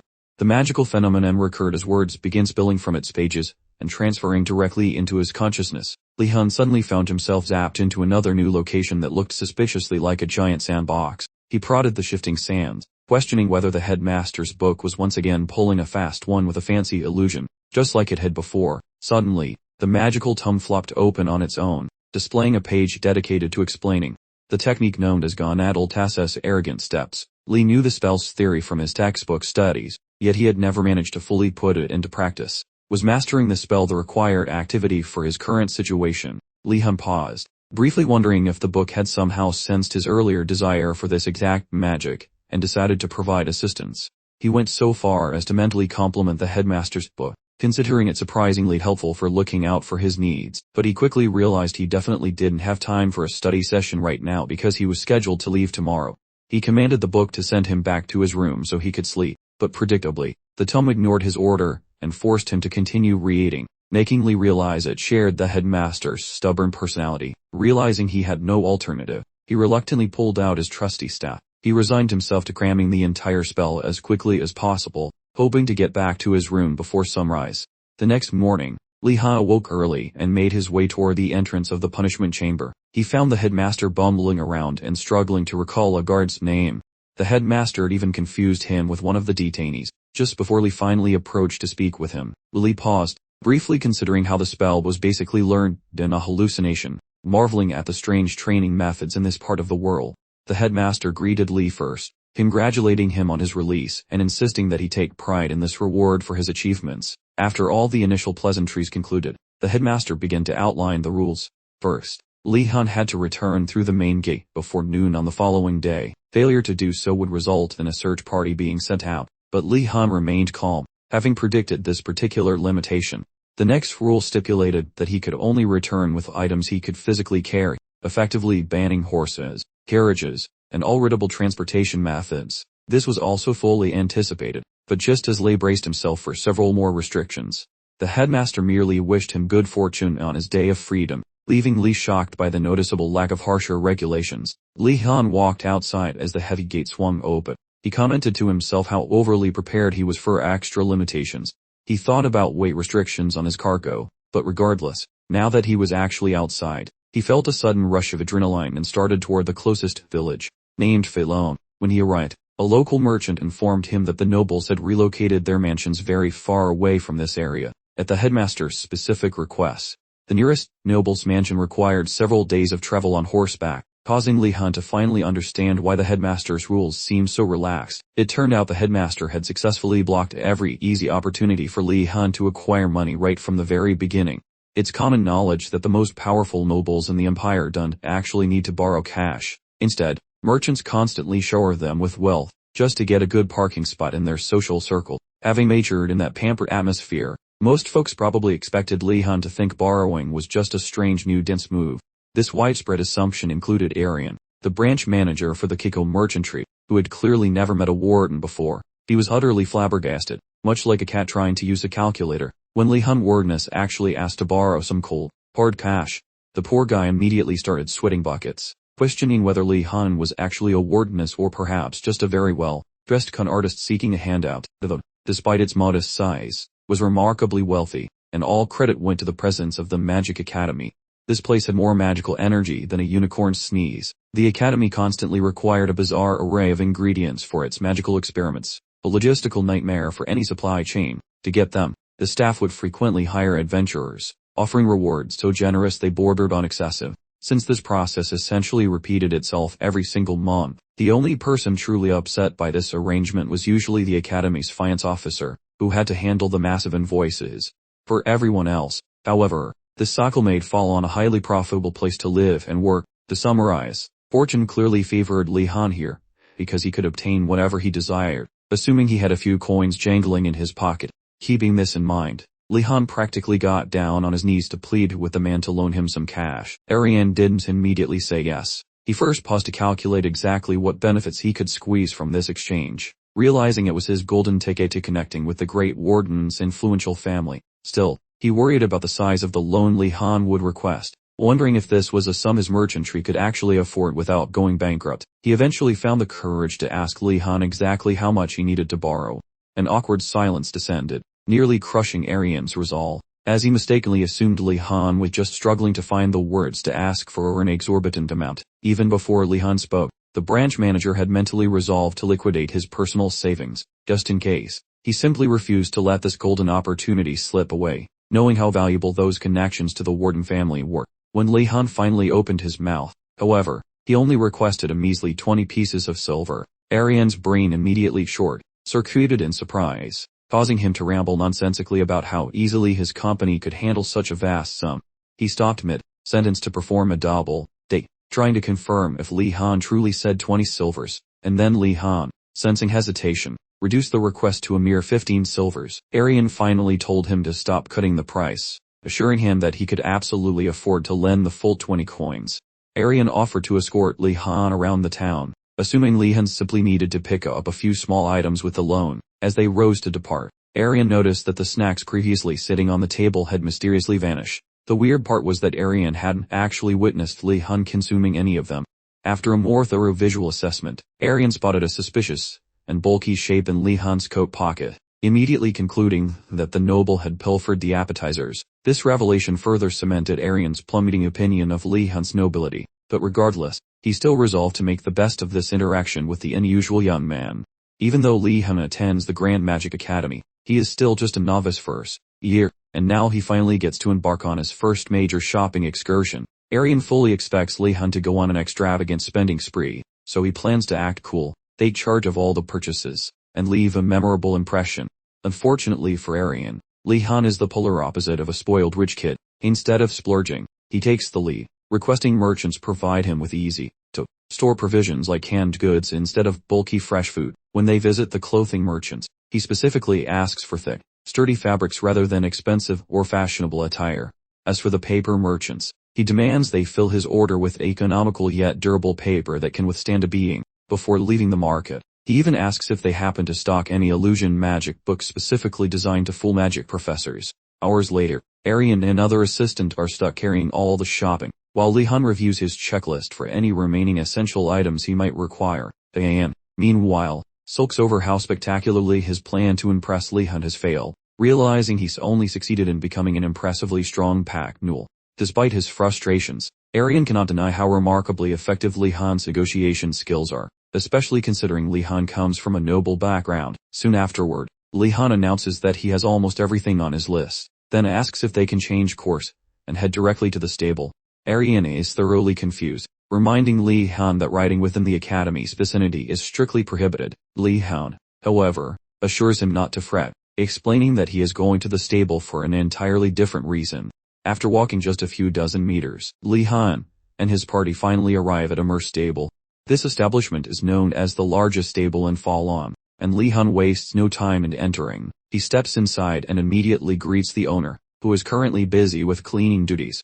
The owner instantly recognizes Li Han as a student from the nearby Magic Academy. Curious, the owner asks exactly what Li Han is looking for, but Li Han pauses before giving a direct response. Li Han takes a moment to examine the impressive collection of mounts inside, which is exactly what he expected from the area's top stable. Then, Very directly, Li Han asks the stable owner if people ever utilize a secret route to travel straight from this stable to the academy. Chai. Ember demands to know how Li Han learned that information. Without offering an answer, Li Han simply listens as the owner confirms his suspicions.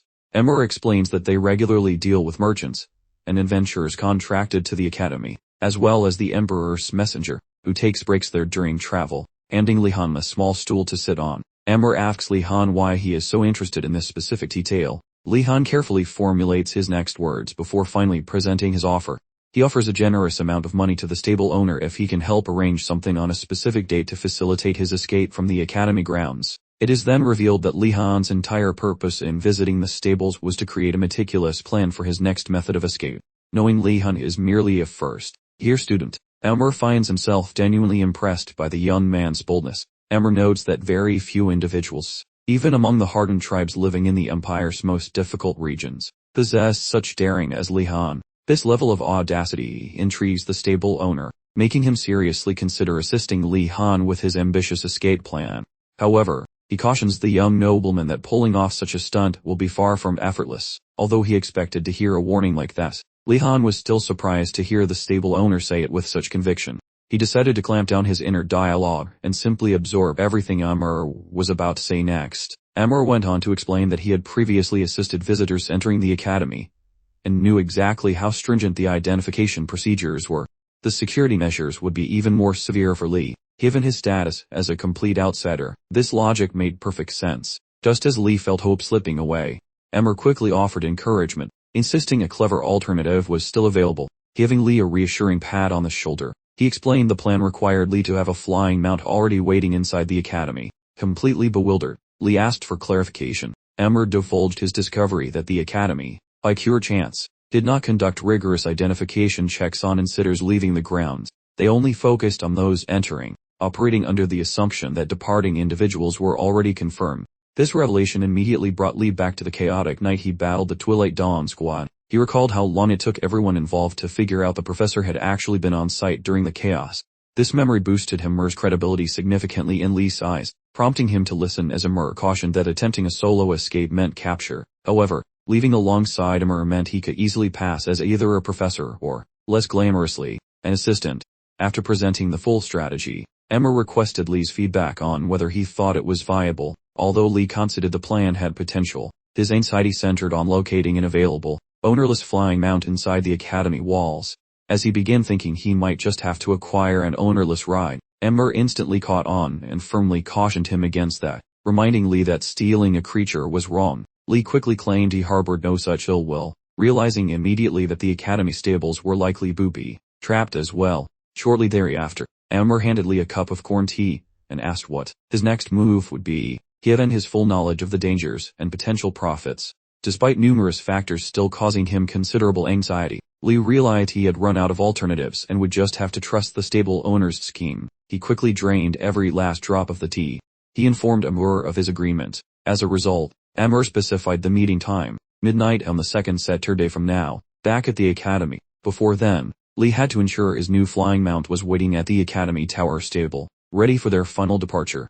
Feeling positive about the arrangement with Emmer, Li Han said goodbye and left the stable to proceed to his next location. The scene changed, showing Arian and his imposing friend sprinting after Li Han down the city streets. Arian desperately yelled for him to stop, cautioning that absolutely nothing useful existed in that direction. Li Han, still jogging rapidly, shouted back that visiting this exact spot was absolutely crucial.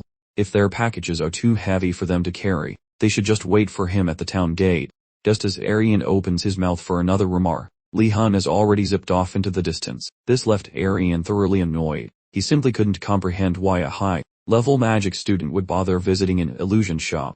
After leaving Arian and the other men in his dust, Li Han quickly arrived at the store. He walked inside and approached the counter, where a lady sat behind a table. He inquired if this was indeed the workshop of Valderin, the famous illusion mage. The woman assured him he was at the correct location and kindly offered him a place to sit. Once he settled down, she asked him to state his purpose for visiting. Sensing his hesitation, the woman encouraged him to speak freely. Internally, however, she was completely bewildered and struggling to stay calm, wondering what a Magic Academy student wanted in her small shop. After all, Her personal magic ranking was only at 3 circles. That meant her capabilities were roughly on par with a second or third year student at Regard. She couldn't fathom why a prestigious Blue Dragon student would seek her out when there were far more impressive mages back at the academy. Li Han finally responded, explaining that the tower he wanted to enter had a powerful security system. Since illusion magic deals with deception, he hoped she could teach him how to trick the barrier. The lady immediately realized he meant a tower inside the academy, which made his request seem even more insane. By his youthful appearance, he looked like a new freshman. Yet, he had somehow managed to escape the academy already. Now he was planning to break through a maximum security barrier. She was seriously impressed by his nerve. She predicted that Li Han would eventually develop into an extraordinary mage. She noted that many famous mages admire individuals who defy convention to establish new rules.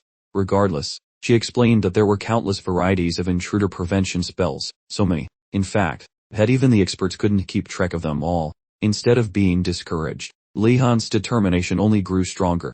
He asked if there were any shortcuts, perhaps a way to totally obliterate the detection magic. At first, the woman assumed he was pulling her leg, but upon seeing the seriousness in his expression, she paused and asked if he was really serious. When Li Han confirmed his intentions, she told him that it was currently impossible.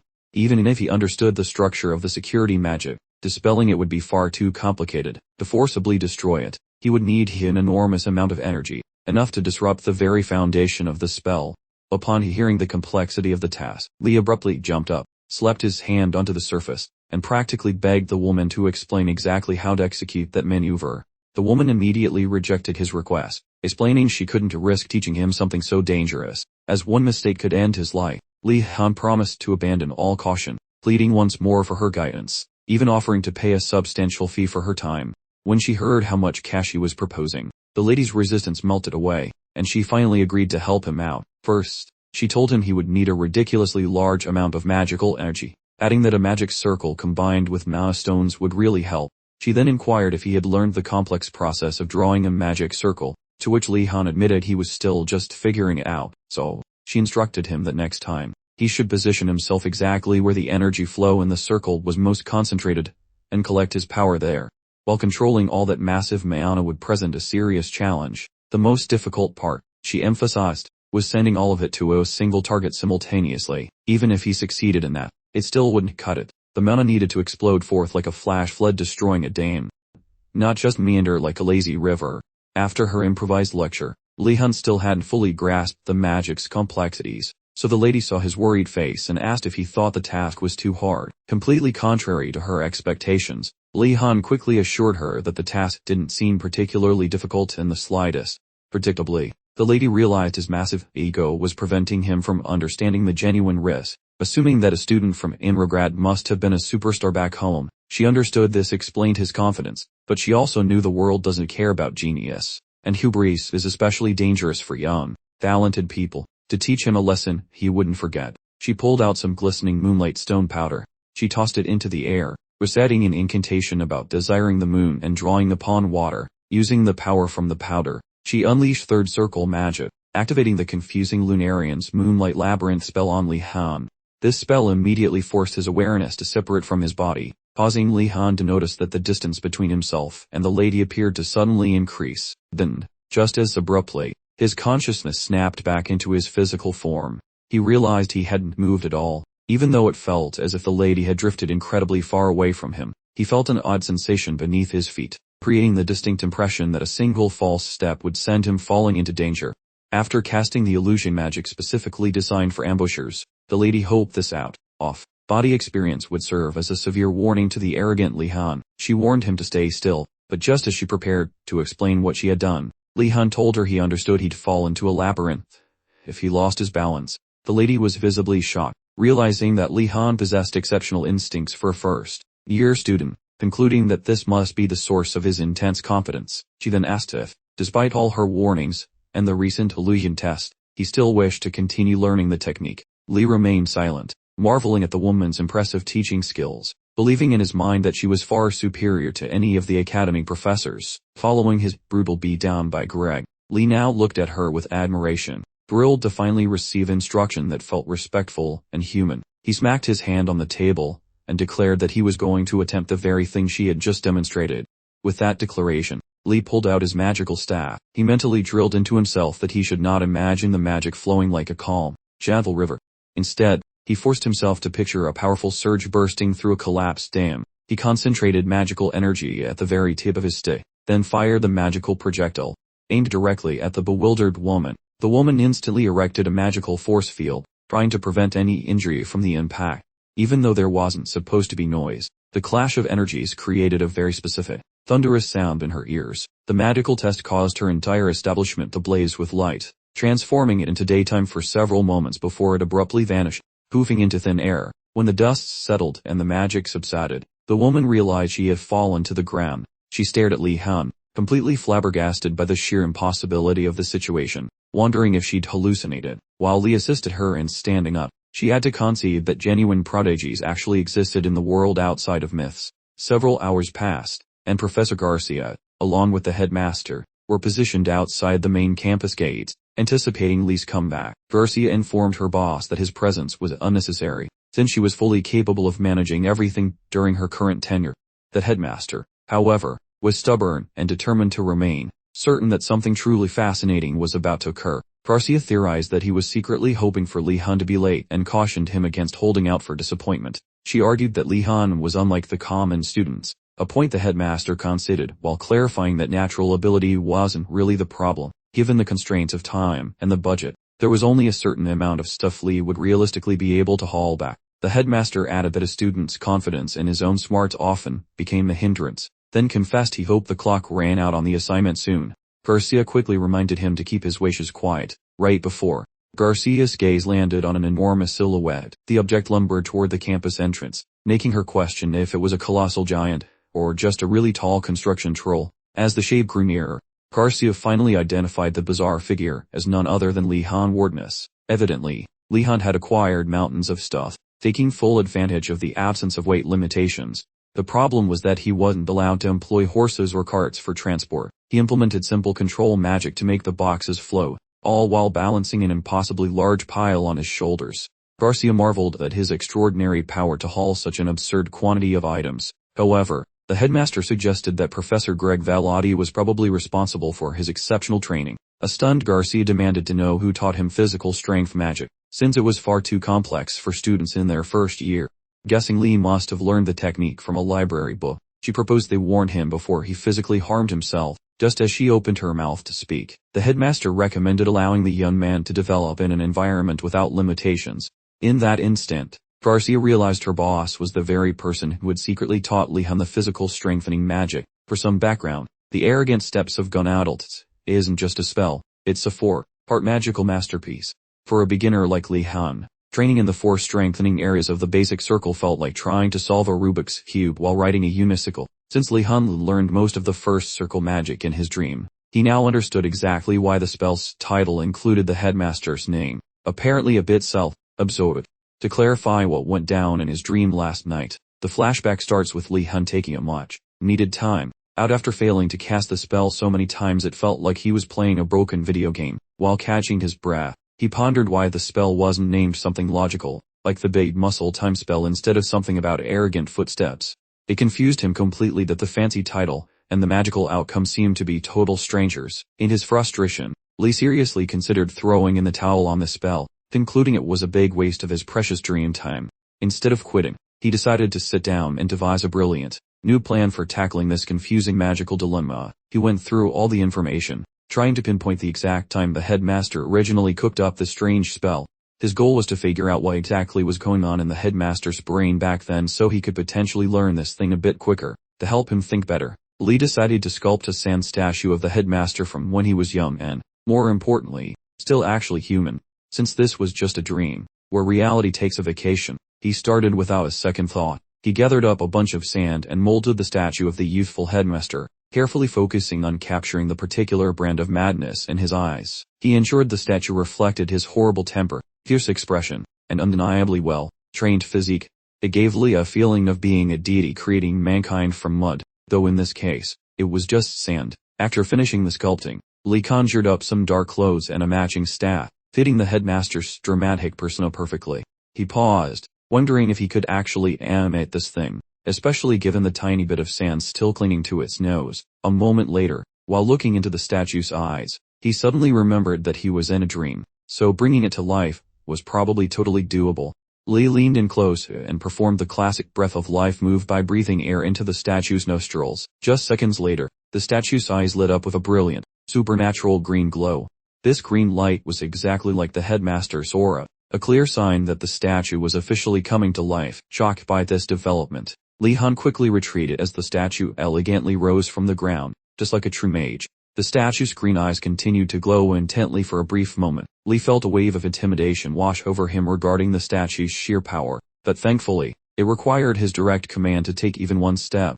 Armed with this valuable new understanding, Li Han finally started to understand the complex magic he had been wrestling with for what felt like forever.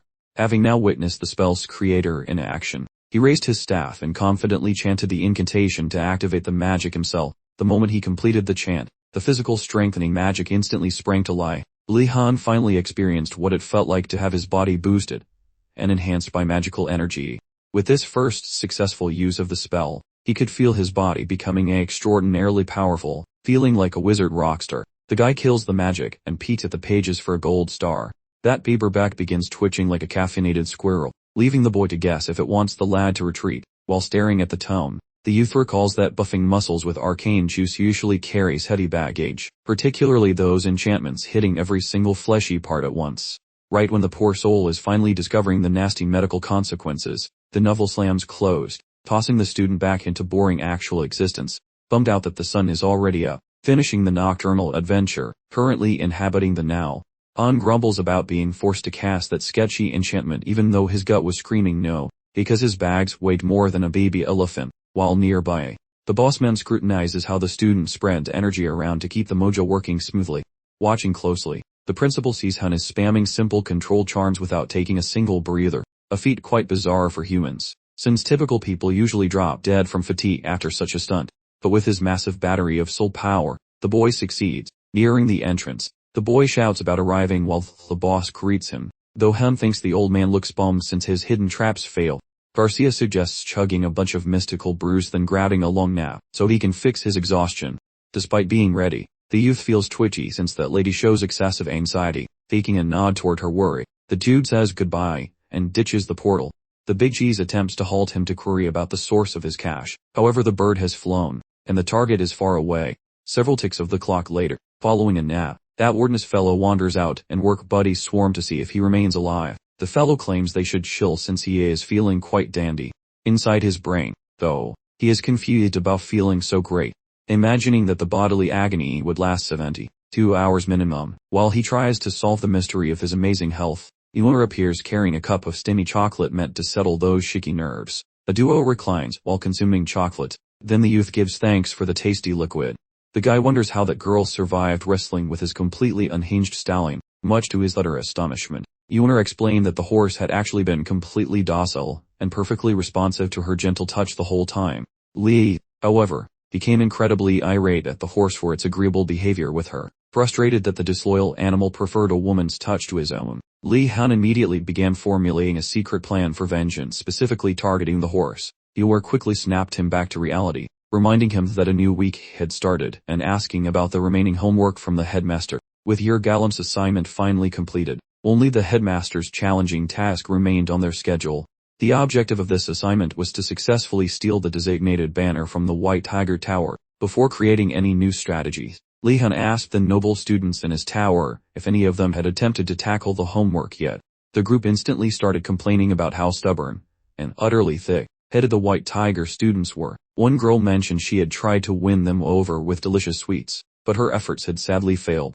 Another student recounted the numerous complex strategies they had employed, including infiltration, outright bribery, and elaborate disguises. Apparently, none of these ingenious methods succeeded in convincing the Tigers to part with the flag.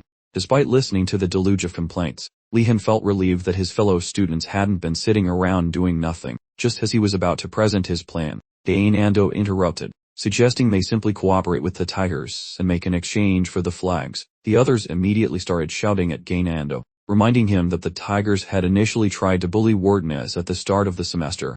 Before the disagreement could escalate into a full argument, Li Han settled everyone down. telling them to wait while he finalized the plans for their ambush. This sneak attack seemed to be their last viable option, and the group departed, assuring Li Han they were counting on him. Gainando, however, lingered behind, still insisting that exchanging flags was a far better idea because he found the tigers perfectly trustworthy. Puzzled by his logic, Li Han asked why Gainando felt that way, noting that it was extremely rare for Gainando to actually offer an opinion. Gainando explained that earlier, the White Tiger students had been incredibly friendly, and even gave him bread and milk to alleviate his hunger. This particular revelation instantly set off several loud warning bells in Li Han's mind. He wondered why those arrogant, bullying students would waste food on a nobody like Gainando. Li Han quickly realized that the tigers were probably trying to bribe Gainando into setting a simple trap for the rest of the group. Although he initially considered Gainando a very poor choice for such a scheme, Li Han suddenly had a brilliant idea. He called Gainando over to him and whispered some detailed instructions into his ear. When he finished, Gainando smiled broadly, and thanked Li Han for finally understanding him. He then quickly departed to carry out Li Han's new directives. Li Han couldn't help but smile at Gainando's utter naivety, confident that the first phase of his plan was complete.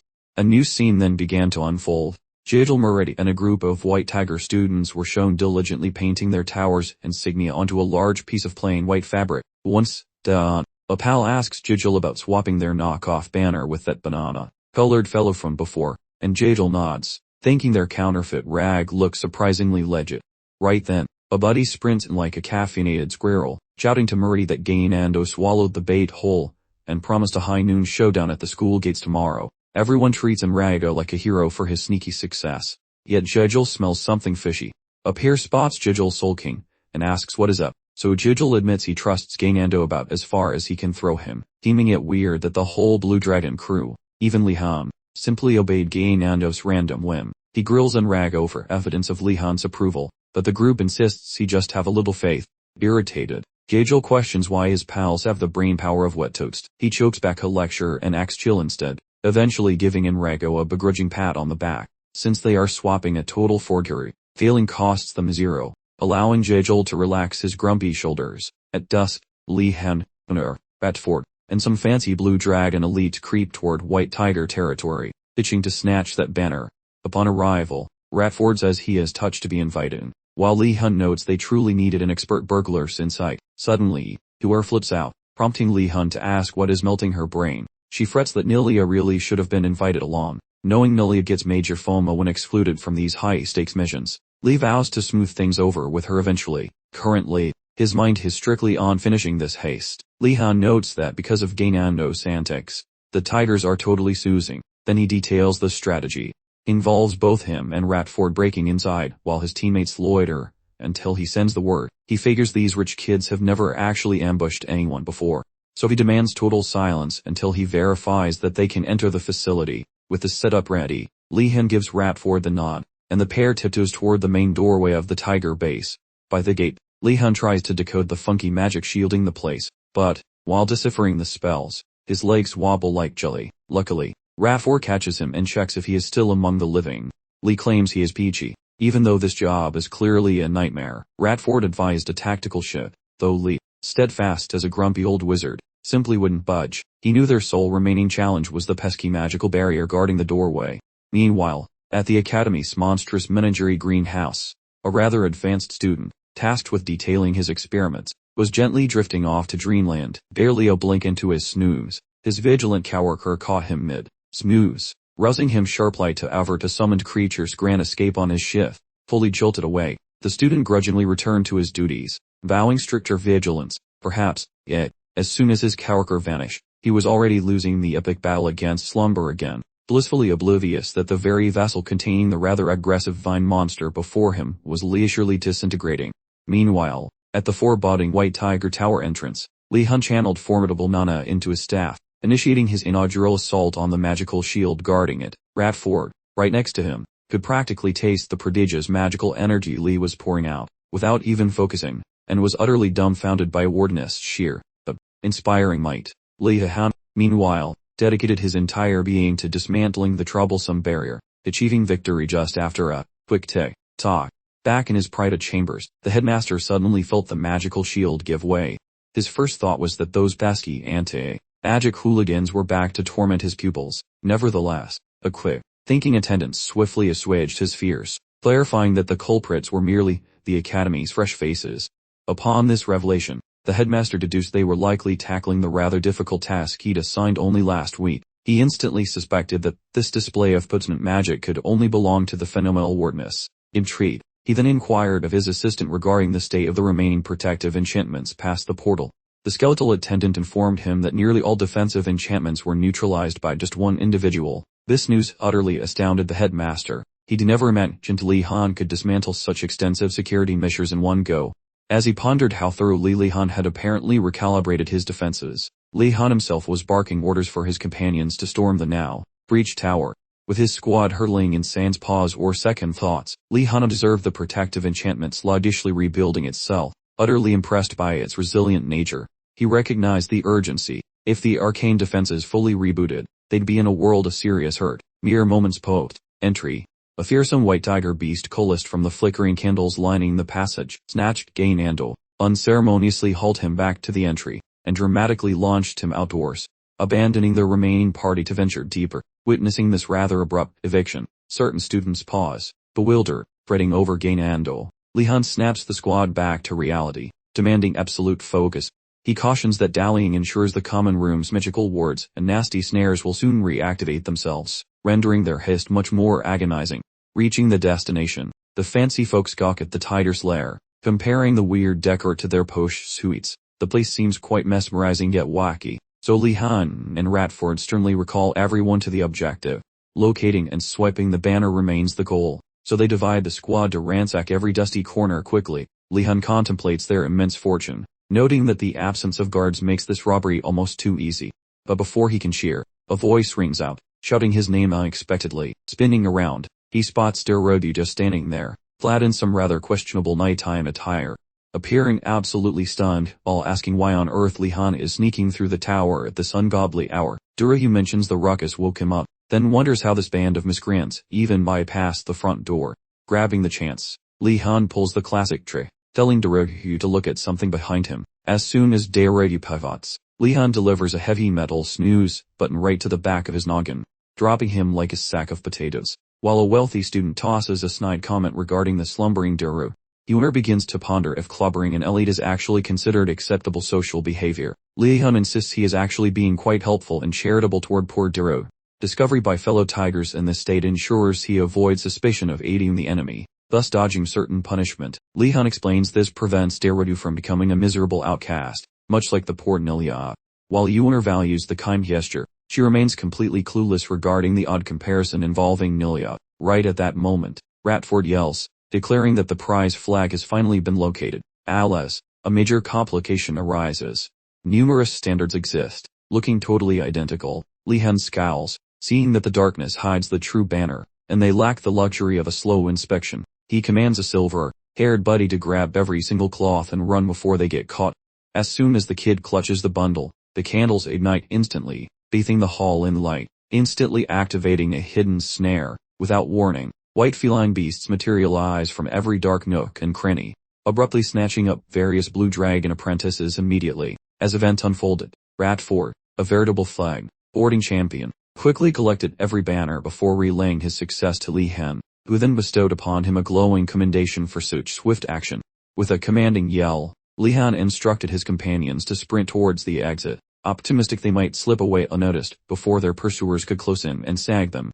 Meanwhile, approximately then, Rowena, accompanied by a fellow White Tiger Tower resident, began their cautious descent down the staircase, intent on investigating the peculiar commotions emanating from the lower level. It seemed his companion had voiced concerns to Rowena about strange audible disturbances originating inside their fortress, though Rowena, ever the skeptic, found his claims rather difficult to swallow, given the White Tiger Tower's supposed impenetrable security, which absolutely forbade external entry. Rowena reluctantly trailed the man to the ground floor, primarily to demonstrate the utter absurdity of his worries. The moment they drew near the lounge area, the final remaining Blue Dragon scholars, looking quite frantic, abruptly burst past them in a flurry of motion, a rather unexpected sight.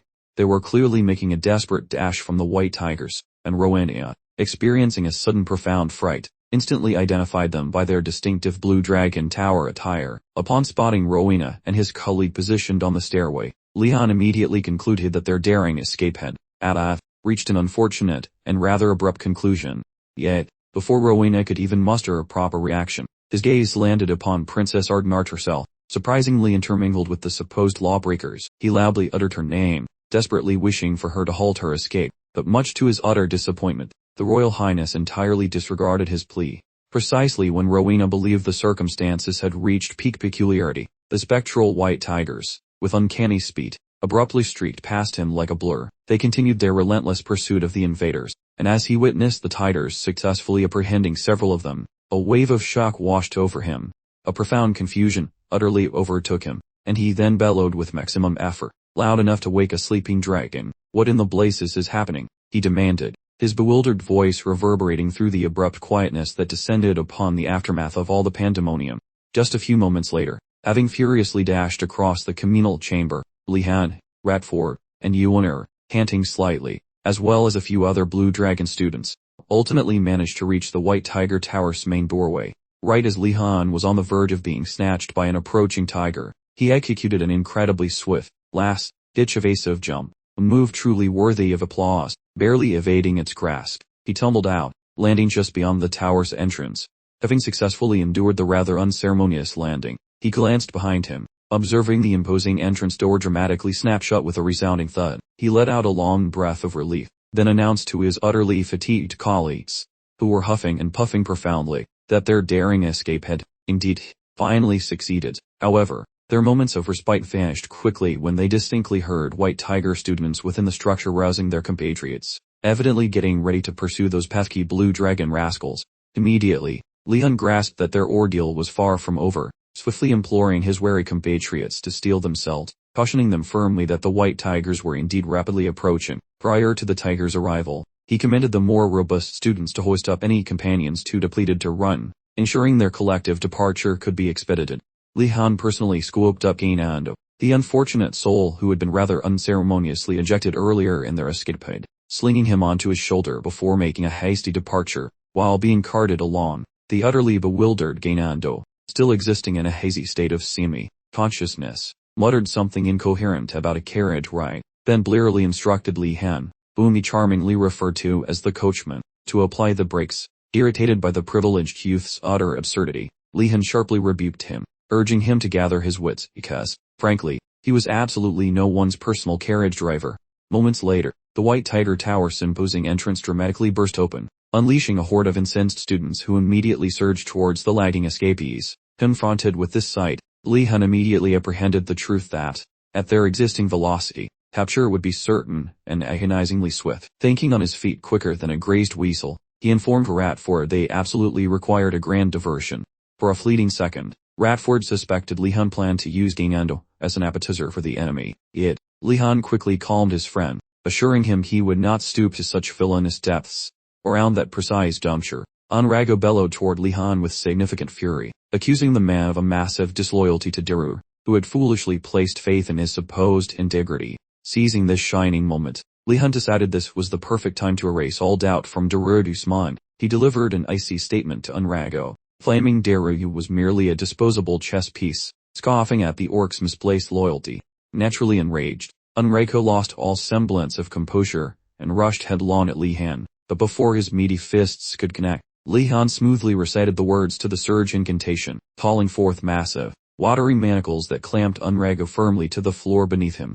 While Anrago strained mightily against the suffocating grip of the magical restraints, his only acceptable verbal contribution was hurling insults at Wardeness for being, well, a massive jerk. Just as the White Tigers were about to lose sight of the escaping Blue Dragons, 3 more pupils materialized, only to discover Anrago already neatly bundled up. They shot him glares for going down so quietly, and checked his pulse, just in case. Meanwhile, Gainando, exhibiting his usual award-winning talent for being obnoxious, began needling the White Tigers, boasting that Wardeness was unbeatable. Li Han, totally over the idiocy, commanded him to zip it and remain perfectly still while he worked some magic to keep the followers off their scent. Without even pausing for breath, Li Han issued a stern warning for the White Tigers to abandon the chase immediately, asserting that he possessed infinite magical power, and they certainly couldn't evade his spells while stumbling around in pitch blackness. Internally though, Li Han knew they absolutely had to vanish before a larger troop of tigers arrive, since his bluff only worked if they didn't swarm him instantly. Just then, Enrago roared at his pals to forget about him, ordering them fiercely to make Dorodu's enemy, Li Han, suffer for his treason. At that inconvenient instant, Li Han genuinely regretted not having introduced that loudmouth to unconsciousness when he had the perfect opening, but alas, the moment had fled. All four of the White Tiger scholars scrambled back up, quickly forming a tight circle around the perceived traitor. Observing this unpleasant development, Ganondu nervously squeaked if their current situation was utterly hopeless, to which Li Han irritably told him to shut his trap while he firmly grasped his staff, ready for combat. Right before the inevitable melee commenced, he mentally constructed a complex battle plan at lightning speed. His idea involved deploying water projectiles and his sword for offense and defense, then making a daring escape right after temporarily blinding every single pursuer. Before he could initiate this brilliant strategy, however, Ganondu suddenly shrieked a warning about something lurking suspiciously right behind the White Tigers. Naturally, the Tigers instantly dismissed his alert, assuming it was nothing more than a pathetic sheep trickery maneuver. Yet, within mere seconds, a recognizable, leafy monster appeared, its grasping appendages immediately wrapping around the four tigers. Before any of them could fully grasp the situation, they were totally entangled by the creature's sticky, verdant ropes. Shortly thereafter, the headmaster used the academy's magical announcement system to inform everyone about a runaway enchanted plant that had obviously bolted from the conservatory. Still chatting over the intercom, the person who originally woke the sleepy student denied all responsibility, demanding that the idiot who had been sleeping on duty be thrown into the punishment room instead. Frustrated, the headmaster cut them off and ordered them to simply get the monster back. After listening to the pair argue over the intercom, Li Han quickly realized they were just incompetent staff members who couldn't handle even one minor experimental creature. Turning around, Li Han saw that all four of the tiger students remained entangled in the vine monster's grasp and knew this wasn't the time to panic. He started thinking of a plan, completely aware that fighting the beast, while simultaneously carrying Ganondu's unconscious weight was impossible. Moments later, the vine monster extended its grasping tendrils to strike Li Han, leaving him completely vulnerable. Fortunately, Professor Garcia appeared at exactly the right moment, immediately using her powerful magic to slice through the attacking tendrils. Startled, Li Han turned to identify his savior, and gasped audibly when he recognized the distinct figure of Professor Garcia. Without wasting a moment, Garcia instructed Li Han to get behind her immediately so she could launch a proper counterattack. Before the creature could strike again, she commented on how surprised she was that yet another summoned monster had escaped the greenhouse and warned Li Han that the next few weeks would be very challenging for new students. Following her brief assessment, Li Han forced himself to stop wondering how the monsters escaped and instead pointed directly at the vine monster. Informing the professor that it had taken his friend captive, Garcia told Li Han to hold tight for just a second before activating her wide-range magical attack. The spell sliced cleanly through every one of the vine monster's tendrils that were holding the tiger students down. Once the attack was finished, Li Han turned to Garcia and requested a proper explanation of the situation. Garcia explained that while the school's external magical defenses were practically unbreakable against outside invaders, they were useless against internal incidents. She clarified that preventing mishaps during magical education was extremely difficult, citing the escaped vine monster as a perfectly standard example of a learning curve gone wrong. Based on the situation, it seemed that some senior students had botched an experiment, but Garcia insisted this kind of thing happened all the time, so it was nothing to worry about. After hearing this, Li Han understood that this was actually very serious, given that students had been physically attacked inside the academy.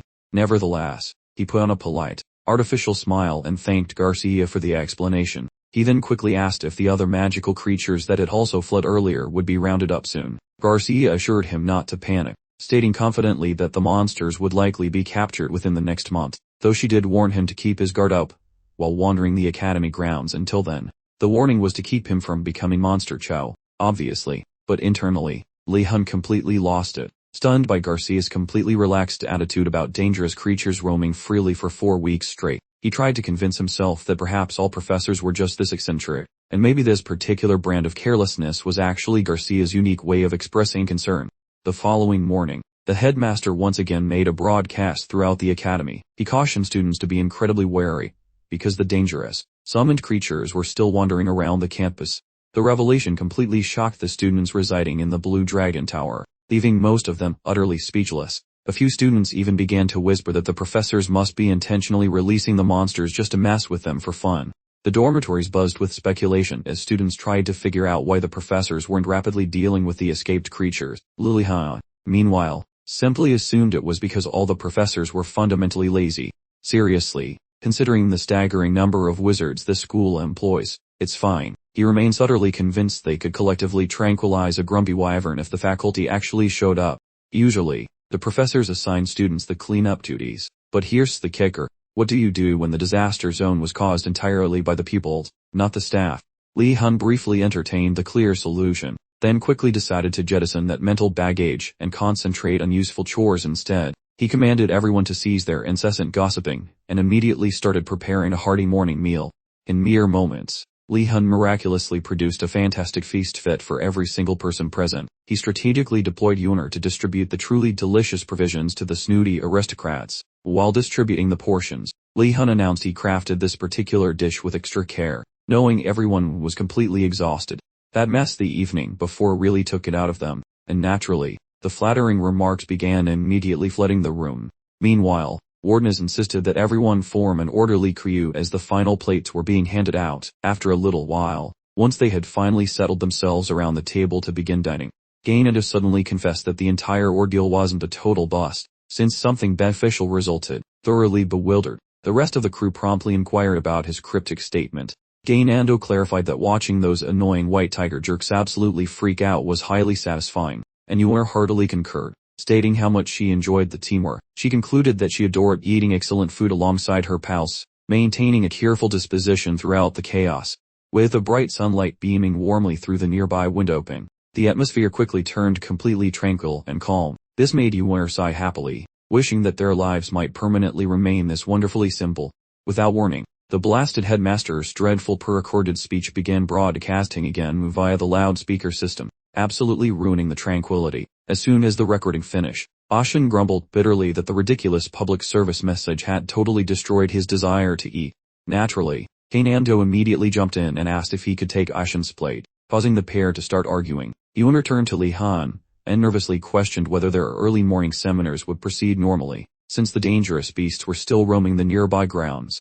Once Li Han realized they were currently in the middle of a school week, he cheerfully declared that everything would likely proceed smoothly. Following the conclusion of the breakfast session, Li Han promptly departed for his scheduled fencing instruction. Upon entering, he noticed every single student from the White Tiger cohort was delivering death stares, for absolutely apparent reasons. Obviously, precisely the moment he prepared to find his seat and settle down comfortably, Dorogu marched straight over to him and announced sternly that a private conversation was immediately necessary. The second Li Han focused on him, Dorogu immediately insisted that if he was making an effort to be helpful or thoughtful, he should simply stop, because Dorogu claimed he finally grasped why Li Han felt compelled to forcibly render him unconscious yesterday evening. Dorogu, upon waking from his concussion, questioned his colleagues about the events leading up to his sudden unconsciousness. The irate group informed him that those obnoxious Blue Dragon students had invaded their tower to steal their flags. They also claimed Li Han had exploited Dorogu and abandoned him, treating him like a disposable tool. With this dramatic account, they encouraged Dorogu to join their protective circle to shield him from further attacks. However, after listening to their heavily biased version of events, Dorogu quickly realized Li Han had assumed the role of a villain for Dorogu's benefit. Now, in the present moment, Dorogu sternly told Li Han that their friendship couldn't truly thrive if Li Han constantly worried about others' opinions, insisting he stop intentionally making himself look dishonorable. Li Han was touched by the sentiment and decided to accept the situation as it stood, despite still believing there was nothing remotely honorable about stealing flags and knocking people out. Just then, a tiger student yelled at Li Han, accusing him of attempting to manipulate Dorogu. The others swiftly intervened, forming a human barrier between Dorogu and that bastard, determined to halt their interaction.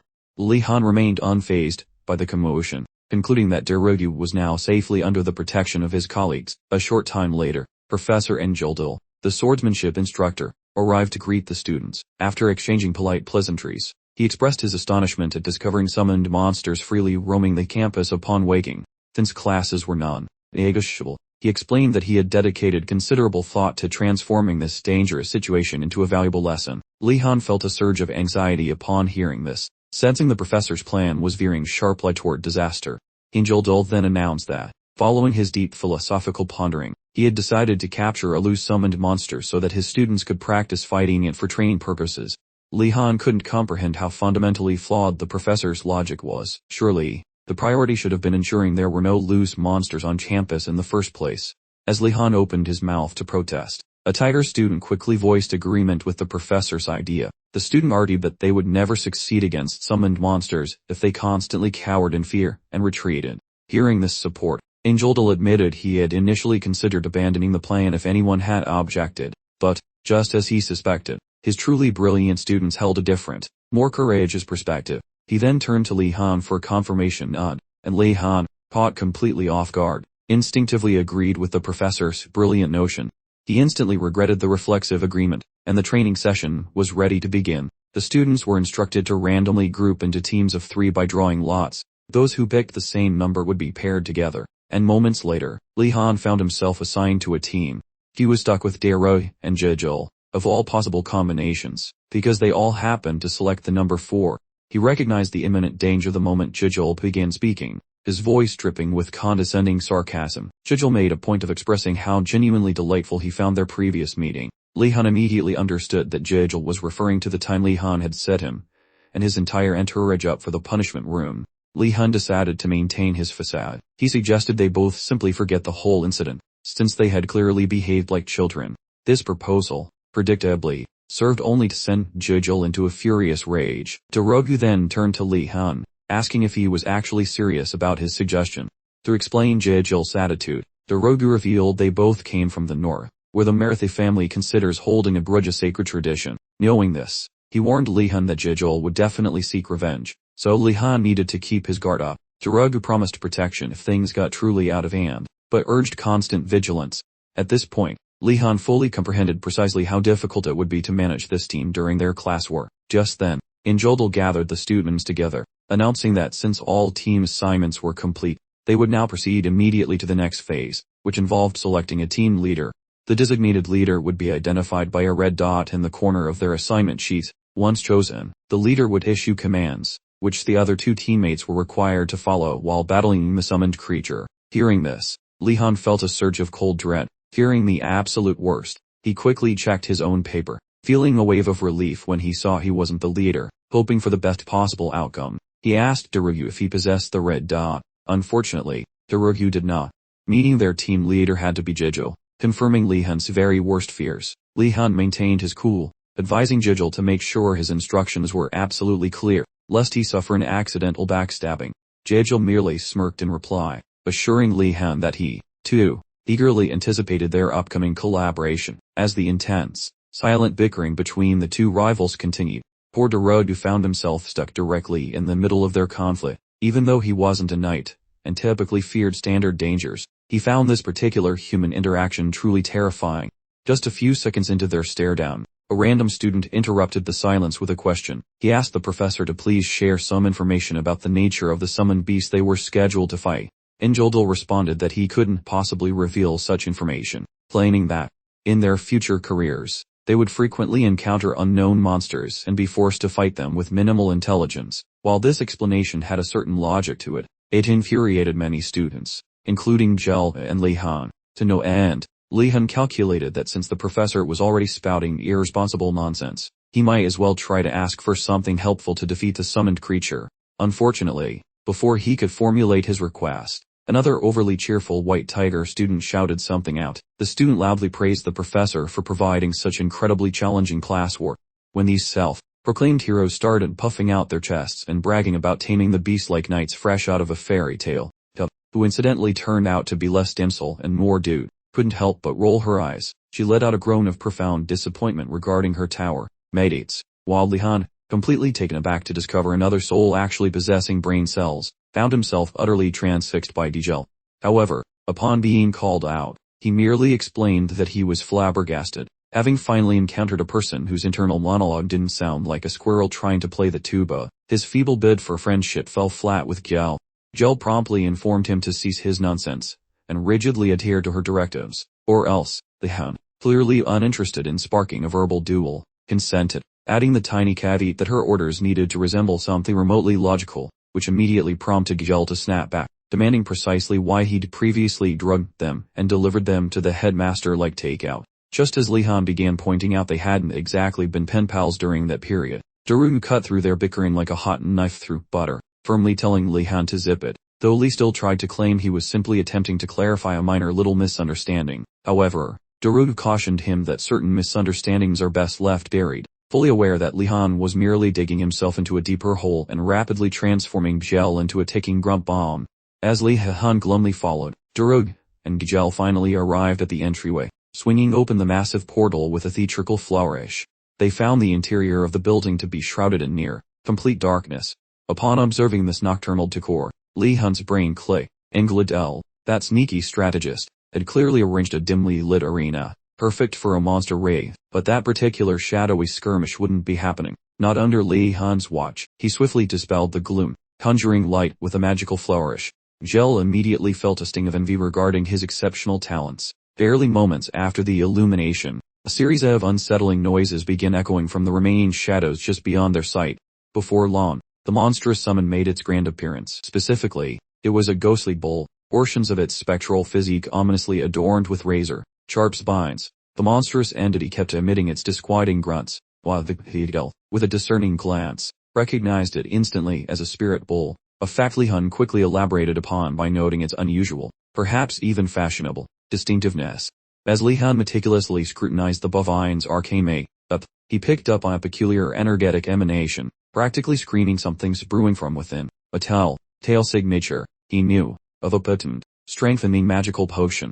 This intriguing discovery prompted him to ponder if this particular horned terror might be the exact same one Urigelum had inconveniently dispatched during their memorable mountain excursion. However, upon further reflection, he swiftly dismissed the notion as highly improbable, just as Daru, catching Li Han in a momentary trance, sharply inquired about the contents of his wandering mind. Li Han, brushing off the query with a vague nothing at all, inwardly commanded himself to snap out of it and redirect his brain power towards the impending monster. Mashing strategy. Consequently, he briefed his comrades, revealing that he detected a peculiar dual power signature emanating from the creature, specifically the invigorating buzz of that magic potion combined with the ethereal hum of a true spirit. Upon receiving this intel, Daru turned to their designated leader, asking for a coherent plan to bypass the Buffet brute, while Dajjal, predictably, let out a disdainful snort, lambasting Li Han for making such a trivial matter sound like quantum mechanics. Li Han patiently clarified that tackling such an immensely powerful entity with conventional jabs and pokes would likely prove to be an exercise in utter futility. Dajjal then haughtily inquired if anyone possessed the arcane knack for mana infusion, clearly anticipating an anonymous choice of no way, only to be utterly deflated when both Li Han and Daru, much to her obvious chagrin, confidently declared their mastery of the skill. She mentally fumed, utterly baffled by how Li Han, a man devoid of any prestigious knightly lineage, could possibly wield such an advanced maneuver. But regardless, Li Han seized command, proposing they execute a strategic pincer movement from multiple directions. Because this strategy seems most sensible, Dajjal concurs. However, he queries Daru regarding which person occupies middle ground, noting such a location absorbs every primary impact from that beast. As the big guy remains silent, Han arrogantly proposes their squad leader assumes that dangerous interior role.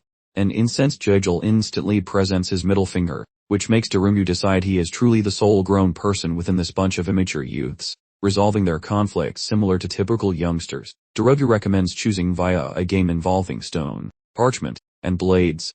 The contest concludes. Then shortly thereafter, our trio enters their specific tactical arrangement. The Han occupies that middle spot, seemingly having been beaten by Dajjal during the previous hand duel. Their blueprint stays basic. Every member branches away separately then advances until that ghostly cow shows some aggression. After movement occurs, the interior fellow, Li Han, must prioritize fleeing whereas his companions attempt to neutralize the monster. Li Han realizes getting away represents the toughest task, whereas simply hitting that heifer feels much more convenient. Minutes afterward, the spectral cattle loses its temper, emitting a mystical pressure quite formidable, affecting both Dajjal plus Daru. Notice that heavy atmosphere. Regarding Li Han, that massive overflow of magical energy proves this beast shall not perish without significant effort. Therefore, instead of merely moving closer, the boy chooses to initiate an early assault. Following this, he recites the magic phrase, flow plus relocate, summoning a liquid cage which effectively hampers the animal's mobility. Daru instantly offers plenty of sincere kudos toward Li Han regarding such an amazing magical feat. Yet he hesitates upon noticing those watery traps appear, as though pushing the heifer toward one specific path, aiming straight at D.J.L. Sometime previously, while D.J.L. was busy distributing roles, the girl organized a scheme for sending the monster directly into Lee Hun's space. Regrettably, Lee Hun evidently foresaw her trickery, then performed the exact same maneuver beforehand, while the beast barrels her way. The girl ponders whether Lee Hun nurtured those identical mischievous intentions. Lacking any moments for reflection, Dill decides should she inevitably suffer, then fellow allies shall join such misery. The girl scurries past Lee, making the angry cattle aim for both students simultaneously. Feeling quite bored with her unsuccessful and transparent efforts to act intelligent, Lee merely mumbles the command for triggering his stealthy strap, then suddenly disappears. Startled, Jia, unaware of his vanishing trick, panics while searching for him, though as the heifer looms near, she understands the final moment has arrived. Mimicking some courageous combatant, the girl draws that forced tool, then succeeds in placing one faint blow atop the creature's throat. Even she could tell the blow barely scraped the surface. It was definitely not deep enough to actually hurt the creature. The wound vanished instantly, nullified faster than a bad joke in a comedy club. Having nothing left to lose, Hill adopted her fighting pose, channeling Patent Mana through her weapon, an entire beam. She waited for the massive bull to launch its last furious charge, praying this single opportunity would be her only chance to finally take the beast down. The bull began its furious charge in her direction, exactly as she prepared to deliver the finishing move. An unseen force abruptly slammed into the bull's flank. This blow sent the creature sprawling to the ground, knocking it unconscious for several seconds. Jill and Derugi just stood there, completely dumbfounded and trying to figure out what had just transpired. Lee Han revealed himself, dropping the invisibility spell from his cursed Persinger belt and reappearing with a shattered wooden sword in hand. The sword's splinters vanished into thin air, and Lee Han casually thought to himself that it was inevitable the cheap thing would break upon impact. After all, it was only a wooden sword augmented with mana. Once Lee Han became visible, Durug quickly demanded an explanation for how he managed to take down the massive monster in just one hit. Lee Han told him to stop worrying about it, emphasizing that they needed to run away immediately. Before the bull had a chance to wake up, Jejul finally recognized the wisdom in Lee Han's words. Jejul, furious with Lee for his manipulation, and Durug, too terrified to even glance behind him. They both made a break for the exit, and as they ran, Durug nervously asked Lee Han if it was acceptable to leave things unresolved with Jejul, to which Lee simply replied, "It's fine," since it was unlikely they would ever be paired together again after completing this training session. A few moments later, they reached the exit point, thereby completing the training exercise successfully. Soon after, the last remaining group also finished the training session. Lee Han found himself pondering whether the specific swordsmanship lesson had concluded for the week. Quickly, Injoldal called for all the students to congregate, but before the professor said anything, Lee Han wondered exactly how the other groups managed to escape the bull safely, especially considering his own group possessed members capable of infusing their weapons with mana. With no clear solutions, he kept quiet and listened carefully to the professor. After complimenting their hard work, Injoldal singled out one team for managing to subdue the bull, unlike the rest of the class who had simply fled in terror. In that moment, Lee Han finally understood that they were never truly required to take down the bull. He quickly reviewed the initial instructions in his memory, recognizing that Injoldal hadn't mentioned defeating the beast even once. Jejul, conversely, grew even more furious upon hearing whispers from her classmates asking if she had been the one responsible for defeating the bull. The professor then continued, inviting the students to express their opinions and observations after facing a monstrous foe for the first time. The other students offered rather timid assessments, with most claiming the bull was unexpectedly faster and stronger than they could have possibly imagined. Injoldal dismissed their concerns, saying such reactions were normal for novices, but suggested that by running away, they should have already learned there was no need for fear. After offering some wise advice on conquering fear and mastering swordsmanship, Injoldal explained that the secret was to calmly evaluate the foe. When students realized they couldn't possibly win, they needed to devise a specific strategy for escape. With that final point, the professor thanked them for their efforts in grasping certain lessons that simply cannot be learned through words alone. Just before finishing the lecture, Injoldal announces that these awkward group pairings are now a permanent disaster for everyone, since he mistakenly thinks the magical chemistry among these mismatched losers is actually starting to work. Hearing this update, the specific trio of protagonists look as though their entire world has just spontaneously imploded. The boy whispers to Derug, questioning if a formal apology to Jejul is required for the recent catastrophe. Seeing how traumatized she appears, Derug suggests that Lee Han should let him handle the diplomatic damage control. Following the lecture, our hero migrates toward the spike, antlered spire to begin his fundamental potion making tutorial.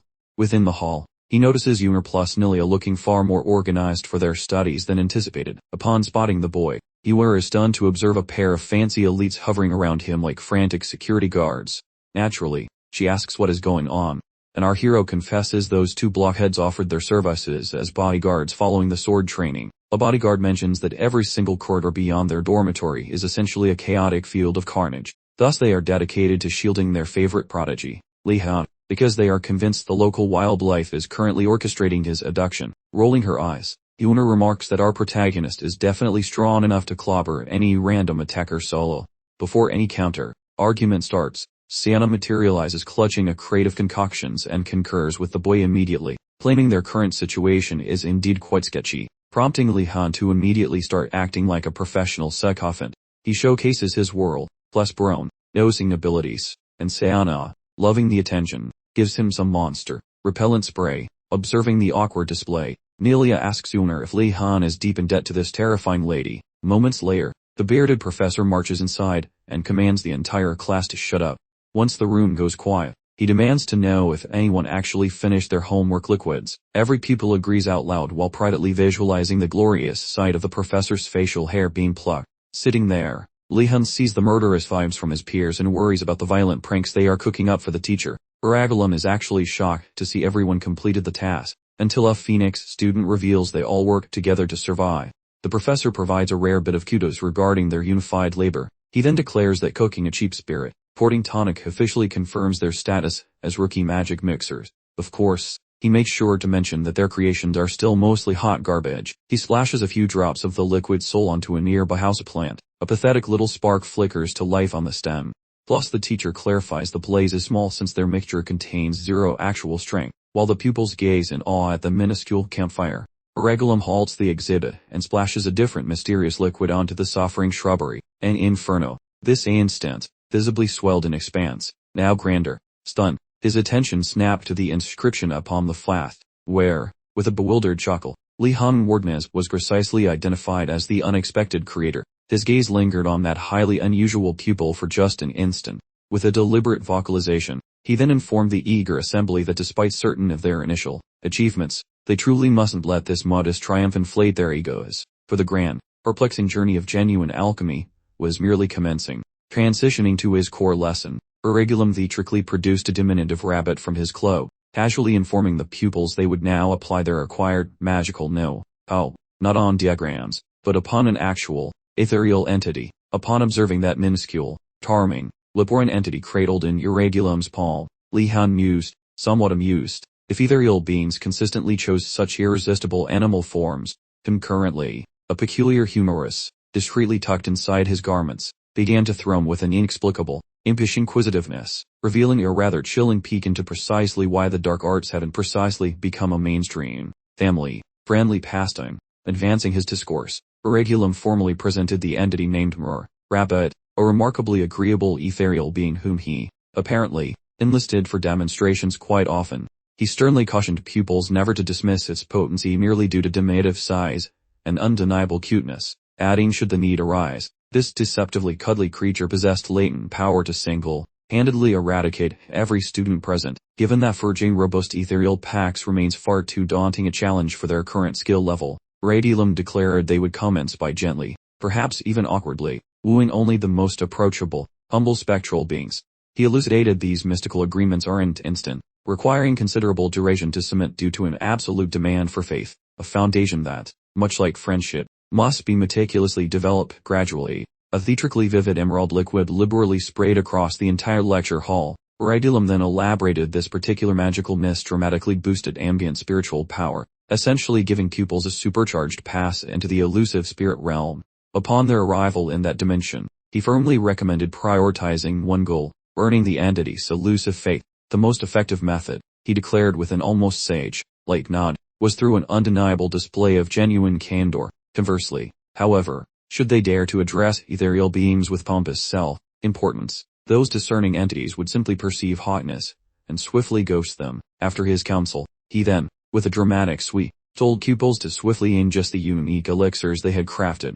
Following their odd elixir consumption, he cheerfully, if ominously, bade them farewell. hoping for a fruitful journey into the enigmatic spirit realm. Li Han, after a momentary blink, reopened his vision, only to discover, with bewildered amusement, that he had spontaneously materialized within the enigmatic ethereal dimension, perched precariously amidst the fiery and glacial spirit's distinct domains, an electrifying junction. For merely a fleeting instant, he mentally registered the ethereal sensation of simply existing here strikingly resembled the peculiar vibes he'd once absorbed from the headmaster's antique tome, with the vital distinction that, on this instance, his presence was entirely by conscious decision, a magic tourist rather than a cosmic mistake, and noticing that all appeared to be progressing rather swimmingly, he resolved to kick off his sojourn by cultivating friendships with the ethereal beings. Venturing bravely into the scorching territory of the fire spirits, Li Han initiated his endeavor. Barely a handful of earthly minutes later, the various students began the somewhat disorienting journey of popping back into their respective corporeal forms.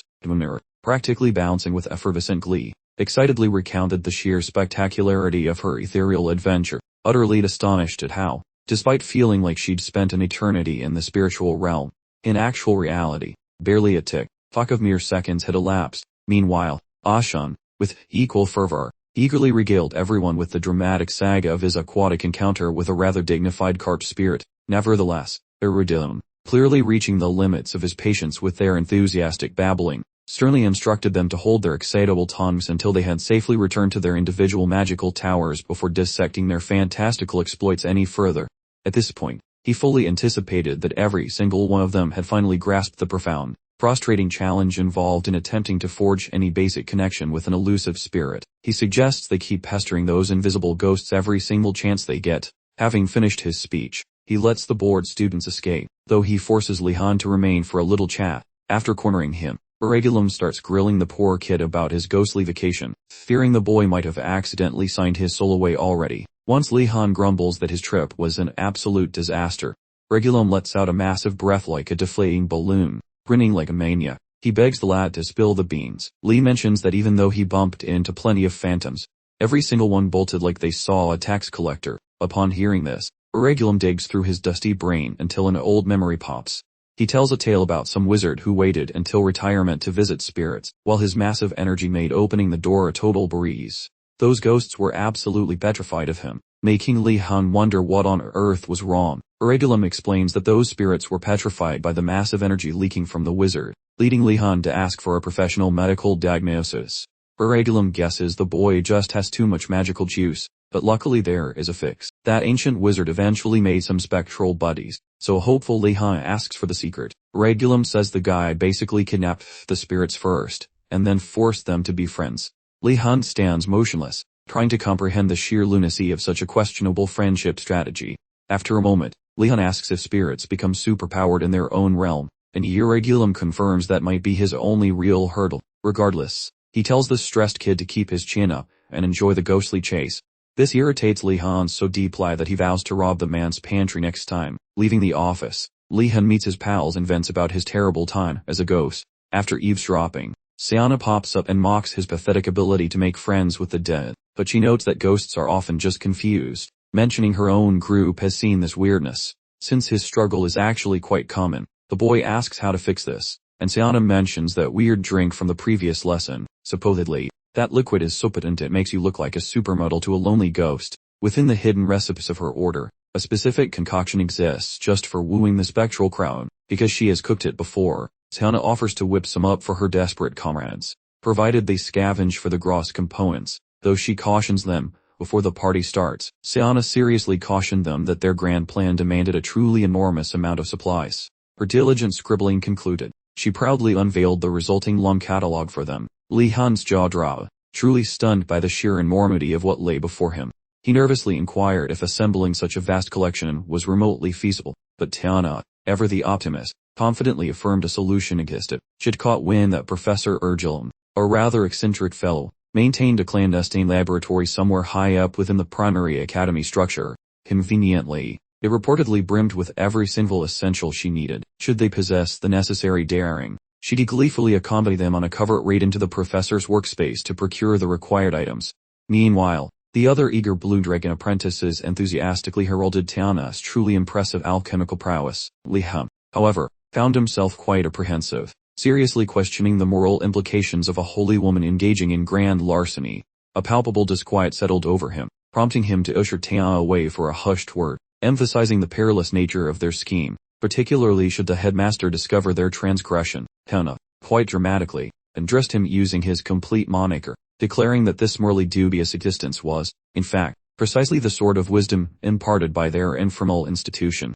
Despite her logic sounding utterly preposterous, Li Han simply couldn't muster the courage to debate her, especially once confronted with her sheer, unwavering resolve. Moreover, he reasoned, successfully acquiring a substantial cache of components would undoubtedly prove invaluable for all their future escapades. Their sole imperative was to truly strike it rich on this particular caper, absconding with every single item, without suffering detection. Deep in contemplation, Li Han was abruptly jolted back to reality by Nilia's unexpected tap, as she casually announced her desire to participate in this latest illicit expedition. Gazing upon her, he suddenly grasped that this adventurous persona was a far cry from the Nilia had initially encountered. This alarming transformation fueled his growing suspicion that perhaps the institution itself was the true instigator of all this mischief. Mere moments following the meticulous conclusion of their elaborate pilfering strategies, Li Han offered his comrades a polite goodbye. He then proceeded directly to Greg Villada's infamous teaching chamber for the scheduled weekly instruction.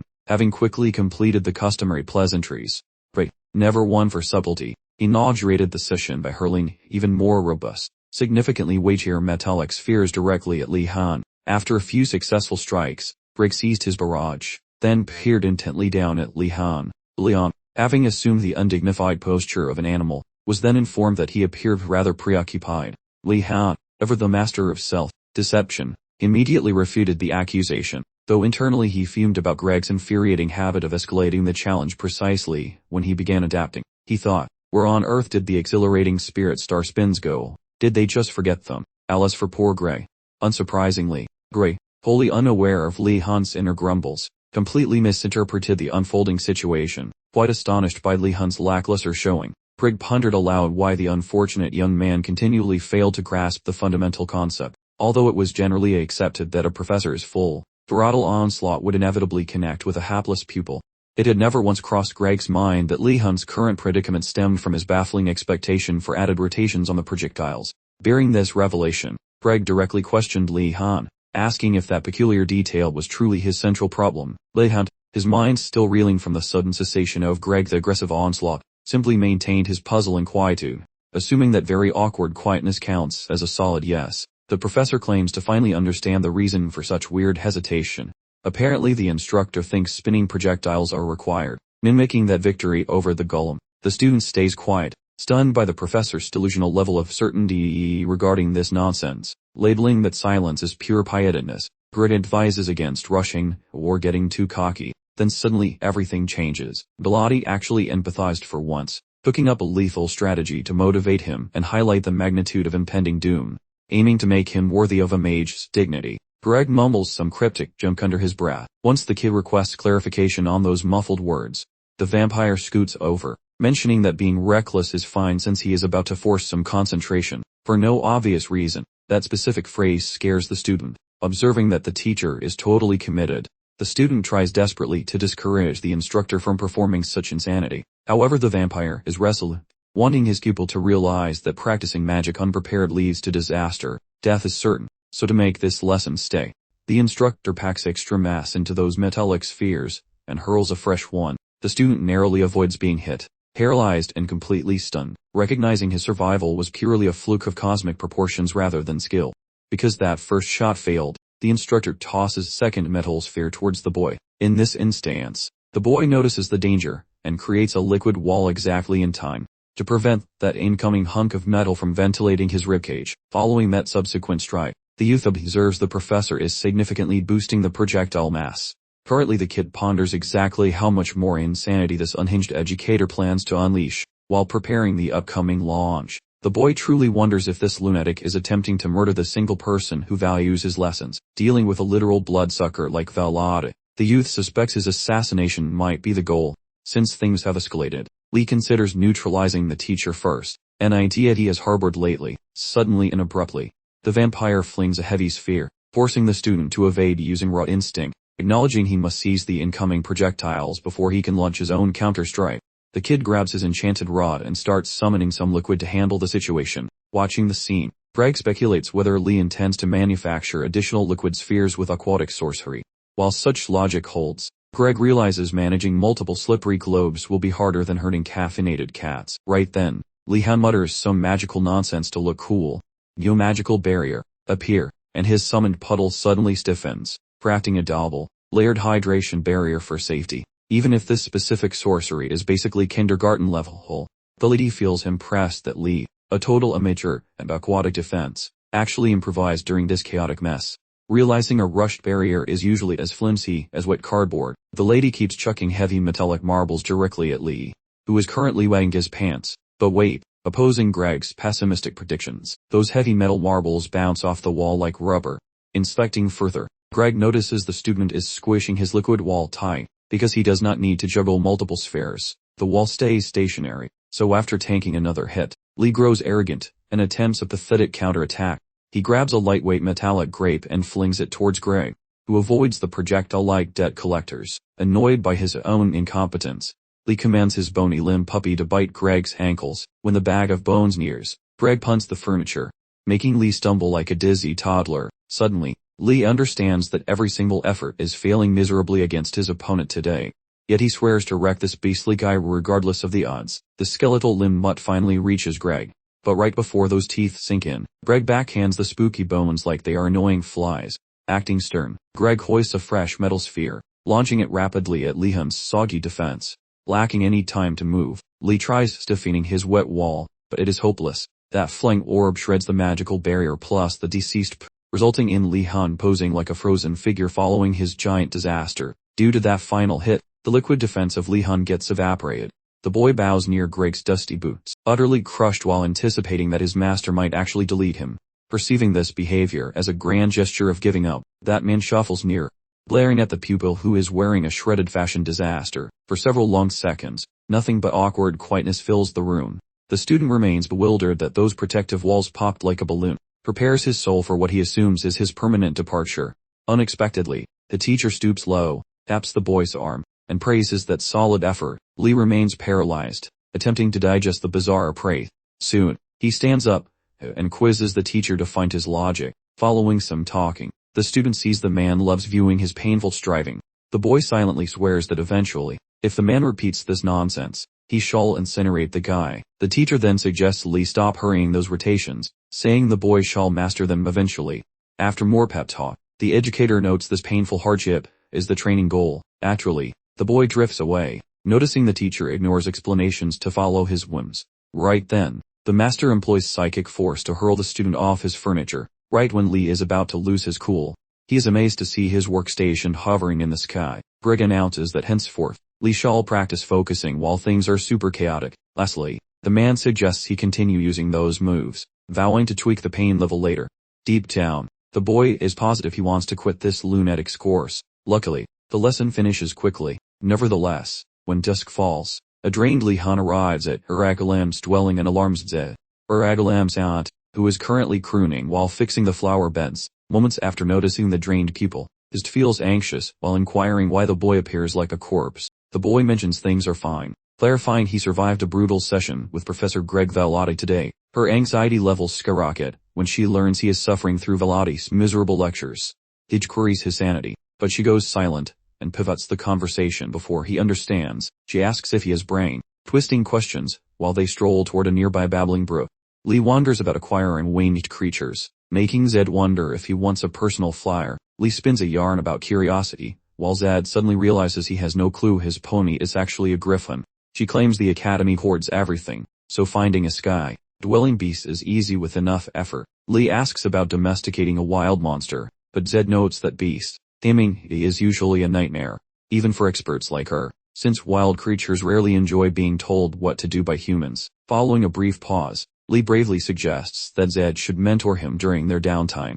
He wants to graduate from her intense tutelage, which surprises her since he seems quite motivated. His agrees to help him but warns that her lessons make a marathon feel like napping, telling him not to regret it. So Lee accepts the offer and sleeps quite peacefully. When dawn arrives, the young man and his academic peers enter Garcia's lecture hall.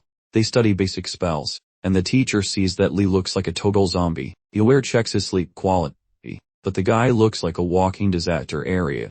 He says a nightmare about a creepy instructor left him feeling like he was pulverized, worried but avoiding details. He pats his back and promises that things will improve soon.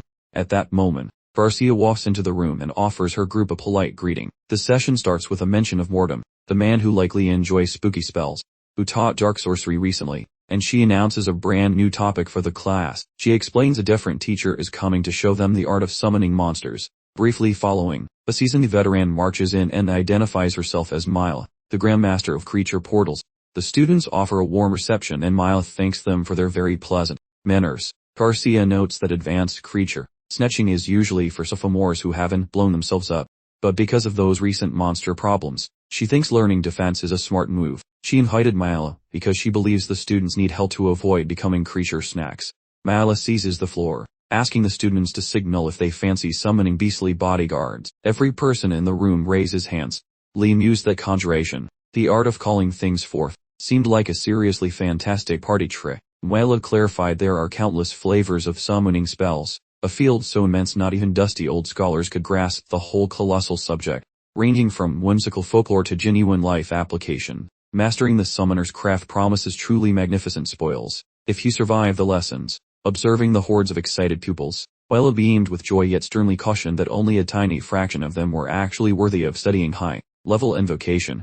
This stuff is notoriously brutal, she stressed, and dabblers merely seeking novelty will find themselves failing spectacularly. Lee mentally applauded her instructional style, deeming it prudent for the attendees to appreciate the sheer gravity of her pronouncements immediately, drawing a sharp contrast with Professor Velotti, that maniac who almost vaporized him previously. Lee decided Velotti was merely a heavily armed hooligan who stumbled into academia. Mila proceeded, detailing how dominating the esoteric arts required a robust comprehension of numerous disparate fields, warning that if students only chase the flashy spectacle of conjuring monsters, they should immediately pack their bags, since the sheer complexity rivals the powerful allure. Yet despite the discouraging words, the pupils stayed resolutely firm, eager to unearth their innate skill for calling things. Seeking to inject some levity, Garcia urged Mila to kindly grant the hopeful attendees a fair opportunity. He cheerfully pointed out that they weren't entirely useless, and after a brief deliberation, Mila conceded, and dramatically brandished her magic stick, instantly manifesting a parchment covered in complex geometric shapes for every person present.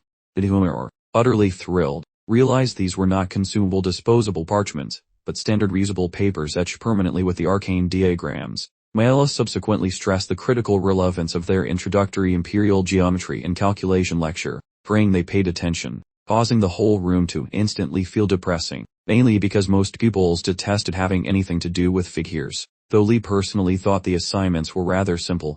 Conversely, Gaynando, bless his cotton socks, felt it was utterly insurmountable, and once she heard the collective whining about introductory math concepts, Mila instantly deduced that their probability of achieving success in summoning was now bordering on non-existent. She strongly recommended that they devote intense focus to their foundational mathematics training, considering that sketching activation rings and executing precise sums are utterly fundamental to all conjurations. Following her pronouncements, she directed the class members to perfectly picture the complex diagram displayed on the paper within their minds. Leon immediately seized his parchment to meticulously analyze the arcane drawing's intricacies before trying to implement the professor's directions. For background knowledge, these enchanting loops operate much like complicated wiring diagrams, mimicking the movement of electrical energy. These devices generally boost, diminish, boost, or prevent the mystical fatigue a spellcaster endures during challenging enchantments. And as Lee grasped the energetic current, a strange image of a feathery writing instrument abruptly popped into his consciousness, leaving him quite perplexed. Mila then announced that the specific magical diagram was intentionally created for summoning a common feathered ink dispenser. Upon processing this information, Lee instantly realized the true reason his brain had fixated upon the writing implement initially. The instant the instructor issued the definitive command to proceed with the attempt, every student concentrated intensely, desperately wishing the feather pen would spontaneously materialize atop the fragile document they clutched.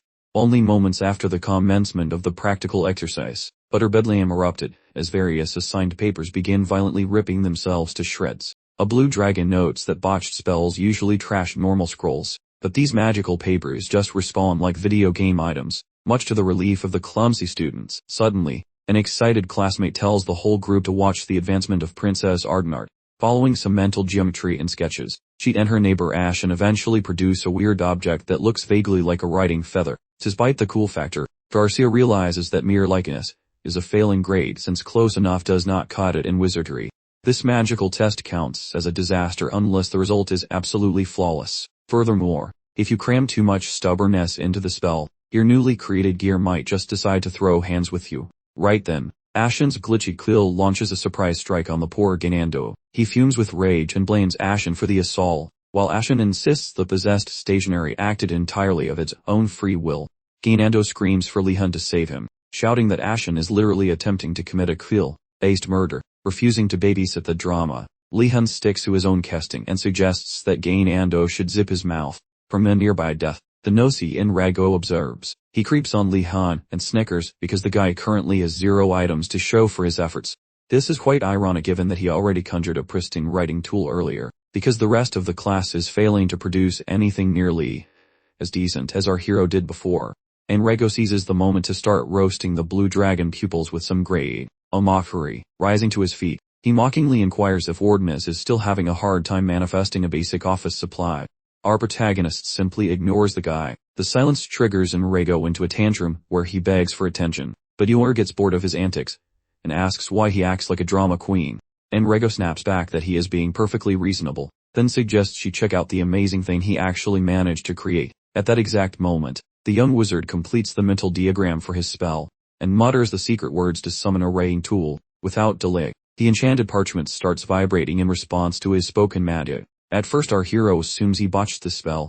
Suddenly, a massive bang echoes as a blinding Zoe radiance floods every corner of the laboratory, sending the boy tumbling directly onto the hard classroom tiles. Yor and her buddies stare around, wondering if the entire room just exploded. He spots an absolutely gorgeous writing instrument manifesting right before his very eyes. As he picks himself up, he discovers that the air is thick with thousands of feathers floating like confetti. The students just stand there, completely lost for words. One person yells that Wordness somehow conjured the entire massive pile of items simultaneously. Lee took a serious look at the magic quill. He quickly figured out that despite its elegant shape, the pen was almost impossible for him to control, like trying to pour a thimble from a fire hose with his massive energy supply. His overwhelming magic reserves were making things difficult, so he started to worry the spell might be ruined for good. The item reverted to its original condition. Lee was utterly baffled as to how such a thing happened. The explanation for this phenomenon was that Li-hun's command over his magic had secretly improved far more than he knew. Professor Garcia grabbed a sample of Li-hun's newly materialized quill pens. She looked completely shocked, noting that the rest of the class was having serious trouble even conjuring a single writing utensil. Meanwhile, Li-hun had popped out multiple pens. Garcia glanced at Professor Mila, eager to see her thoughts. Instead, she was horrified by the expression of pure disgust on Mila's features. Garcia attempted to clarify that the student's mistake was really just an overflow from his powerful magical core. Mila promptly interrupted her, arguing that it wasn't merely a simple blunder. While acknowledging Li-hun's natural skill with summoning, Mila decided his behavior was completely arrogant. She specifically pointed to the excessive number of quills, which she believed were created purely for bragging rights. Garcia tried to stick up for Li-hun, insisting he wasn't the type to behave in such a manner. However, a single, severe look from Mila quickly shut her up. Apparently, Garcia had previously studied under Mila in her youth. Consequently, even though she was now an instructor, Garcia felt instinctively compelled to defer to her old mentor. Mila proceeded to tell Garcia that supporting her students was fine, but she shouldn't ignore their imperfections. Once Garcia acknowledged the point, Mila quickly told her there was no need to fret. Apparently, there are numerous methods available to fix a student's swollen ego. Across the room, Li-hun started pestering Rago about his previous attempt to mess things up for him. This caused Rago to call him a total menace, screaming the insult as loud as possible. Moments later, the White Tigers tried to cause a commotion in the classroom to protect Rago. Luckily, Garcia managed to restore peace before the situation completely imploded. With the tension gone, Mila reminded everyone that conjuring magic was far more complex than it seemed. What they practiced today was only the simplest level of magic, and in reality, they would usually have to do it without cheat sheets like the scrolls. But, if they felt up to the challenge of mastering this skill, she extended an invitation to visit her workplace. Although a lot of people think natural skill is the main ingredient for magical success, Mila concluded by stressing that dedication and stubbornness are actually what count when trying to achieve true magical greatness. Once the speech ends, The student gets a weird vibe that the lady targeted her entire lecture right at his forehead. Once the opening session concludes, the pair dashes toward that gloomy stone spire to watch the teacher shadow spells. Reaching the destination, the boy thinks the building looks wonderfully creepy and impressively neglected, desperately hoping a janitor might fix this absolute dumpster fire of a structure so it stops hurting his eyeballs. Since nobody likes this spooky course, he reckons the teacher should try polishing the furniture to trick some new suckers. Exactly when our hero starts assuming himself and that silly prince are the solitary pupils exploring forbidden gloom, he notices two extra people lingering like awkward statues right by the main door of the gloomy spire. It shocks him that others would volunteer for the sketchy magic usually ending in disaster. Gainando, conversely, throws a massive temper tantrum, demanding to know why those two weirdos are trying to steal their spooky spotlight. He suggests his friend pipe down, yet the prince keeps crying, claiming the teacher only picked him for his legendary skills. Our hero simply gawps at that moron, recalling when his buddy insulted shadow arts, and doubting if those old, bitter vibes remain. While they bicker, a random student labels them pathetic blue losers, ordering them to zip their lips immediately. Hearing closer, the prince realizes the brown-haired kid is actually that notorious troublemaker known as Wartness, and the protagonist spots a feline badge, though a different weird detail grabs his focus with much greater strength, specifically those shimmering colored eyeballs and the strange aura the stranger is leaking. To verify his hunch, the boy asks if the fellow has some shiny angel juice in his veins, plus that arrogant feline named Raphael gloats over his special ancestry, claiming he owns the divine genes of his predecessors. While the blonde keeps flapping his gums, the boy thinks of Dejoling, who stays humble about his own celestial family, and figures this jerk is likely just a tiny fraction angelic. Even though he is acting like a total brat, the student doubts this guy would actually take orders from a loser like Jigel, so he decides to poke the bear. The student mocks him, questioning why a person from such noble, sacred stock would choose to assist a total creep. Raphael, appearing deeply triggered, growls in response that he would never consider obeying a trashy loser like that Merity guy. Baffled by this, he wonders why the student is acting so aggressive if he also hates that slimy guy. Following another angry screech, the blondie clarifies that his grudge stems entirely from the incident involving Darudu of the Choi clan, that fancy companion, whom the hero mocked endlessly when he raided the Tider house to snatch their favorite banner. Now he understands why the boy is so grumpy. The student concludes there is no way to fix this mess. Suddenly, his friend cuts in, rudely inquiring if the blonde actually belongs to that famous, high-end, Mai Grell family. Those Grells are a southern clan of warriors, famous for their sparkly divine ancestry and an obsession with smacking evil. The student nods, so his baffled pal wonders why sacred warrior candidate is spending time studying dark axes. Raphael mocks Blue Tower's fresh meat, claiming he only dabbles in the dark arts to stomp out future shadow sorcerers. Upon eavesdropping, Li-hun predicts the instructor might cry into his cauldron once he discovers Raphael's true, purely heroic motives. He keeps his trap shut for now, allowing Raphael's mysterious companion to finally break her silence. Rising to her full height, she questions why the duo would ever want to investigate such spooky shenanigans. Her massive stature leaves poor Gainendo completely stunned. Li-hun slowly processes the fact that this lady is actually a formidable half-giant. This timid, oversized sweetheart uses the name Emerg for identification. She mentions her sincere passion for necromancy, wishing for a world where they all just become best buddies. Raphael simply scoffs at that suggestion. Li reaches out for a greeting, mirroring her desire for harmony. Yet things get spicy the second their palms touch. Li-hun's entire arm explodes with agony from her truly massive power, almost pulverizing his fingers. Luckily, he had already wrapped himself in a defensive layer of mystical energy. Li praises his fortune, because that hand would have turned to dust otherwise. Gainando, ignoring that warning, reaches out for a greeting, feeling equal agony. After arriving at the teacher's spooky office, the academic looks stunned that so many kids actually want to learn the forbidden stuff. Raphael looks remarkably eager, playing the part of a model pupil, while masking his true snarky nature. Li-hun pities the poor educator for being completely clueless about the kid's actual intentions. With names exchanged, the teacher suggests they gather around the table for some gloom and doom education. The mentor inquires about any new skeletal pets prior to Li-hun admitting he possesses none. Wardum suggests looking in the sketchiest, most depressing holes to find high-quality undead companions. Sensing the teacher's creepy vibe, Li just nods along. Shifting gears, the academic recap ends as he announces the session emphasizes mastering nasty hexes. Gainando suddenly shouts that tossing hexes sounds way more entertaining than actually studying proper sorcery. Hearing talk of conjuring, the teacher asks if they explored it, which Gainando enthusiastically confirms. The mentor wonders how the other pupils felt regarding the subject. Gainando clarifies that everyone else had a blast before rushing off to the specialized conjuring lab. Li Han sneers at his friend's obliviousness. Then Mordom pivots suddenly, ditching those boring hacks to discuss raising zombie puppets. Meanwhile, every other student feels totally hyped for this change. Li Han suspects the cranky instructor leaped past several basic chapters because he felt mentally unstable today. Following that, Mordom spills a spicy secret. Flaming bone magic is the heart of all summoning. Then pauses. The brat interrupts to ask if skeletons are required, so the teacher explains that while old weirdos rob graves, current wizards utilize legal bodies to keep things classy and avoid annoying the ghosts.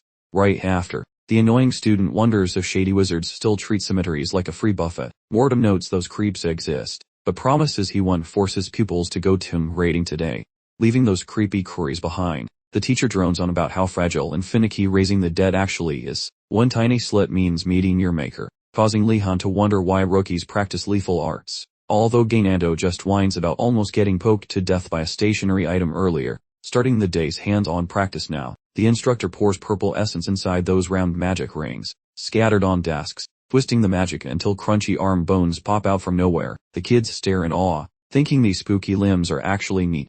Once the bones appear, the educator warns that looking flashy does not mean this spooky stuff is simple to master. Bringing beasts to life requires thinking about many tiny, annoying details first, especially with things that think for themselves, because zombie pets are famously prone to acting totally erratic. Hence why wizards require special tricks to bond with their new, decaying best friends. He tells them to find unique ways to bond with the limbs, so Gainando tries to pet the bony wrist like a good little puppy. Simultaneously, the boy worries regarding his personal skeleton, wondering if spooky monsters ever get the jitters, but the teacher notes that dead things lack pulses.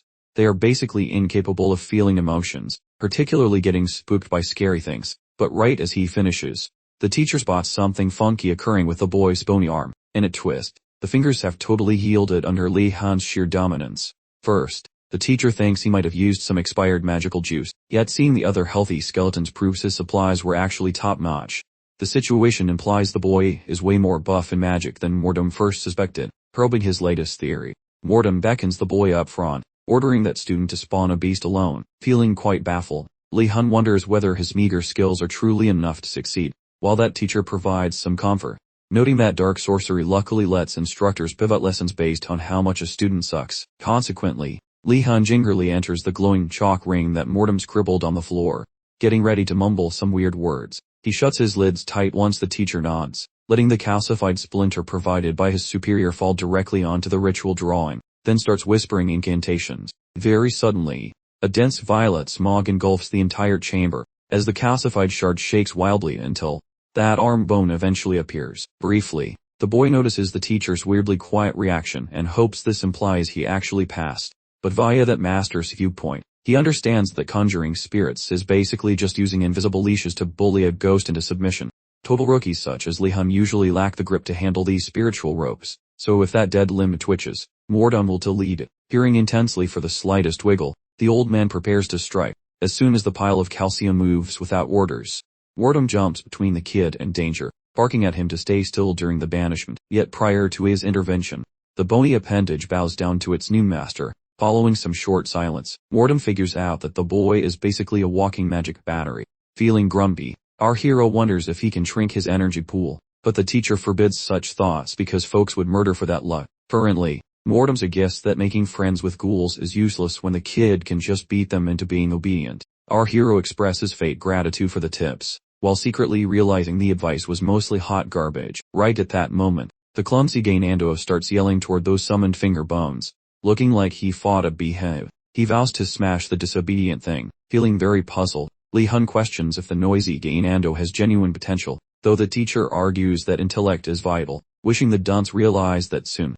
Roughly 60 minutes later, Mordom finishes his weekly session. Then those scholars leave that tall spire. During their exit, Gainando whines that zombies have zero respect for his fancy bloodline, then begs Li Han to try different spells together, claiming that literally anything is superior to playing with smelly corpses. Thinking over Gainan's talk, Li Han realizes that besides spirits, summoned beasts are terrifyingly aggressive and require mental adjustment. Suddenly, Raphael appears with a comically puffy and bruised moan. He shouts at Li Han, calling him a nasty warlock. He demands to know why he was slapped, and even though Ye-hun claims innocence, the boy refuses to listen. This is a bad omen for our hero, and you might wonder how things got so messy. Earlier in the day, while testing out skeleton commands, Ye-hun successfully ordered a bony hand to smash itself, while he focused on rebuilding the skeletal arm. Raphael decided to be a jerk, and shouted just to mess with his focus. Sensing the brat's malice, the ribbon, wearing skeletal hand, which was hidden inside Ye-hun's cloak, burst out of hiding, and ignored all his commands. It delivered a massive, stinging slap to Raphael's face. The boy's screeching shook the school, as he promised to ruin whoever killed his vine. Ye-hun tries to explain that the rogue bone was acting of its own free will, but the angry victim leaves before hearing any excuses, accepting that the bridge is burned. Ye-hun and Ganon walk together until they finally reach the Spirit Mastery Tower. They reach Myla's workshop during the evening, noting that this spire is much more inviting than the gloom of the Black Rock Tower. They knock, and apologize for being late, spinning a yarn about a very important previous meeting. Willow, not realizing who she is talking to, says that business comes first and there is no harm done. When she notices Ye-hun, she immediately shoots him a glare and looks away. He stands there confused about why she looks so appalled to see him. Just for a moment, he briefly wonders if Mortem told her to be nice to his favorite, but that seems impossible. Kanan ignores the thick tension. He asks where the others went, and Myla notes they already finished class and grab their work. Horrified, Ganon complains that they already have mountains of homework from their other mean professors. Myla remains completely unbothered. She magically pulls out a giant textbook for both of them to study immediately. Ye-hun looks at the title, Summoning Magic Theories and Practical Cases, and sighs. He finds a chair as Myla tells them to sit, copy the text, and solve every problem inside. Lee tore into the book's pages, only to discover a genuinely delightful revelation within. It truly was an effortless read, remarkably lucid, but refreshing departure, unlike most textbooks seemingly crafted purely for time-wasting purposes. Reading on, he distinctly recalled Myla's earlier wisdom. It was about assimilation, and he silently awarded her an imaginary gold star for being such a phenomenal educator, offering her a beaming smile of thanks. However, was having a full-blown internal panic attack, utterly bewildered by his peculiar, persistent gaze. Regardless, Myla found Ye-hun's peculiar demeanor quite perplexing. Typically, when she handed out these sorts of assignments, a symphony of groans and grumbles would erupt, particularly from the younger crowd. But Ye-hun, whom she had mistakenly pegged as an insufferable snob, was the sole student meticulously adhering to her directives. Not a peep of dissent heard. Witnessing his unusual cooperation, a little bell chimed as she recalled Garcia's prior insistence that Ye-hun wasn't, in fact, a complete arrogant jerk. Clearly, she'd have to put her snap judgments on hold and dedicate herself to some more rigorous, scientific-level observation. Several hours flew by, and finally, Myla wrapped up her riveting discourse, generously distributing a hefty pile of worksheets to the class. Of course, she then charmingly advised them to absorb every single detail before their upcoming session. Kinando, with a thoroughly unconvincing grin, received the papers. But Lei and Myla shared the unspoken certainty that his attendance was now officially a thing of the past. Lee secured his required reading material, then gracefully departed from the professor's presence. Prior to his departure, Myla's voice rang out, momentarily halting his progress. She quickly apologized for her earlier misjudgment, then cheerfully stated her anticipation of their reunion the following week. Ye-hun, blissfully unaware he had ever been subjected to any form of character assassination, remained utterly perplexed. He found himself genuinely pondering what on earth he might have done to initially earn such a negative impression. The following morning, every single first-year student reported for the headmaster's lecture, a captivating session titled Fundamentals of Magical Temperament Comprehension. Kicking things off, the venerable headmaster graciously reminded everyone present of the unforgettable assignment he'd bestowed upon them merely a week earlier. Swiftly moving to inspect the results originating from each tower, Ye-hun reasoned that forgetting such a memorably rigorous assignment would be utterly unthinkable, considering its completion involved deploying some truly masterful, but chivalrous strategies. First up, the headmaster embarked on an examination of the findings submitted by both the august Black Turtle and the fiery Burning Phoenix Towers. Their respective delegates rose to declare that they had, with impeccable diplomacy, simply swapped their banners, thus finishing the test utterly devoid of any hitches. The headmaster, betraying absolutely no interest in their disappointingly tame results, offered a truly uninspired, lukewarm commendation for their satisfactory performance. Next, his attention pivoted sharply toward the Blue Dragon Tower. Ye-hun then confidently stood to speak for his cohort, smoothly declaring that they, too, had managed to peacefully acquire the flag. confirming their assignment's successful execution. Our principal, aware of the gentle way Li Han handled things, beams and calls him a muscular miracle of nature. Eventually, the boss man turns to the feline squad and asks if they actually brought back their fancy banner. Right then, Li Han senses the kittens shooting lasers from their eyes, aimed directly at his unsuspecting skull. Losing patience, the headmaster pushes Ji Jul to speak, who rises and through gritted teeth says sorry, confessing they couldn't snag even a single flag. Essentially, the kitty dorm failed their basic chores, and Ji Jul is internally boiling like a tea kettle. Realizing this flop will murder their gipe, just as Ji Jul finishes her awkward public apology, the headmaster bullies the Strike B team for their bad deals, making Li Han crave some industrial plugs. The leader starts a long, boring lecture about how the school is basically a big, kumbaya friendship circle. Clearly, given the White Cat disaster, some students missed the memo on being nice neighbors. After that rant, the principal declares that their next assignment will be simpler than a preschool puzzle. He mentions that if they walk toward the setting sun, they will stumble upon a massive puddle, which is basically a mini ocean, containing a lonely island sitting right in the center, where he tucked away a golden ticket that lets the lucky winner escape this academic prison. The whole room looks very intrigued, visualizing a chance to flee from this educational jailhouse. Seeing their faces light up, the headmaster kills the vibe faster than a wet blanket, mentioning that everyone must play nice and work in groups to snag the prize. Quickly, everyone's excitement totally disappears. Gainando flips out, shouting about how he cannot possibly cooperate with those smelly, incompetent idiots, while the Snowcat crew, also grumpy, starts hurling insults back at the loudmouth Gainando. The boss previously decided the fiery birds and shelled reptiles would be stuck together as one big happy family, whereas the azure drakes and snow felines are forced into the second crew. Unfortunately, he told them they could quit if they wanted to fail, then offered some sarcastic good luck. Once class ends, the phoenix and turtle groups mingle like lifelong pals, while the dragons and tigers stress out over their mandatory teamwork and the annoying new task. Li Han spots the bad energy between the rival dorms and realizes this is a recipe for disaster, chooses to intervene, waving over his reluctant buddies from the rival White Tiger squad, suggesting they stop hating each other for 5 minutes to finish this one simple job. Naturally, the tigers refuse, arguing that the school would probably crumble into dust before they ever considered cooperating with a bunch of azure lizards. Worse yet, a tiger blames Li Han for their bad marks, leaving the boy totally shocked. Oh hey, Dex, and scrubbing his reputation clean, Li Han begs for a rethink, arguing the boss wants brains, not just mindless drones. Failure shouldn't be the reward for a tiny stumble, and as those big cats chew on that, he keeps yapping, cautioning that a single messy project shouldn't wreck their squad vibes unless they enjoy failing miserably together. Precisely when the striped gang starts nodding along, Moretti crashes the party, barking at his buddies to ignore that smooth talker and his suspiciously shiny teeth. He mentions that hanging with this guy is usually a one-way ticket to a very bad day, highlighting how they just got jumped and disciplined because of that human disaster Magnus. Moretti snitches about how those other dudes got played like cheap fiddles, hinting they are probably next on the list. After that spacey revelation, the furry squad shoots some seriously icy stares at our main man, who realizes being subtle is boring, so he switches to a much more aggressive strategy. Suddenly, Li Han beckons that giant cat to approach, snags him in a very awkward hug, promising to start a massive riot if they refuse to play nice. Boosting his scary vibes, he quips about testing the big guy's swimming skills in a lake filled with hungry things. Even Nuoner is speechless, never guessing his buddy would actually resort to such hilarious yet terrifying kidnapping tactics. Digjaru, catching the drift of the joke, decides to audition for a dramatic theater award right then, begging his fuzzy brothers to rescue him, and seeing this performance, Raffadal breaks, finally consenting to the team-up provided the hostage is released without any further cuddling. Once those predators pinky promise on their sacred feline dignity, our hero lets go of the hostage but warns them to keep him happy from here on out.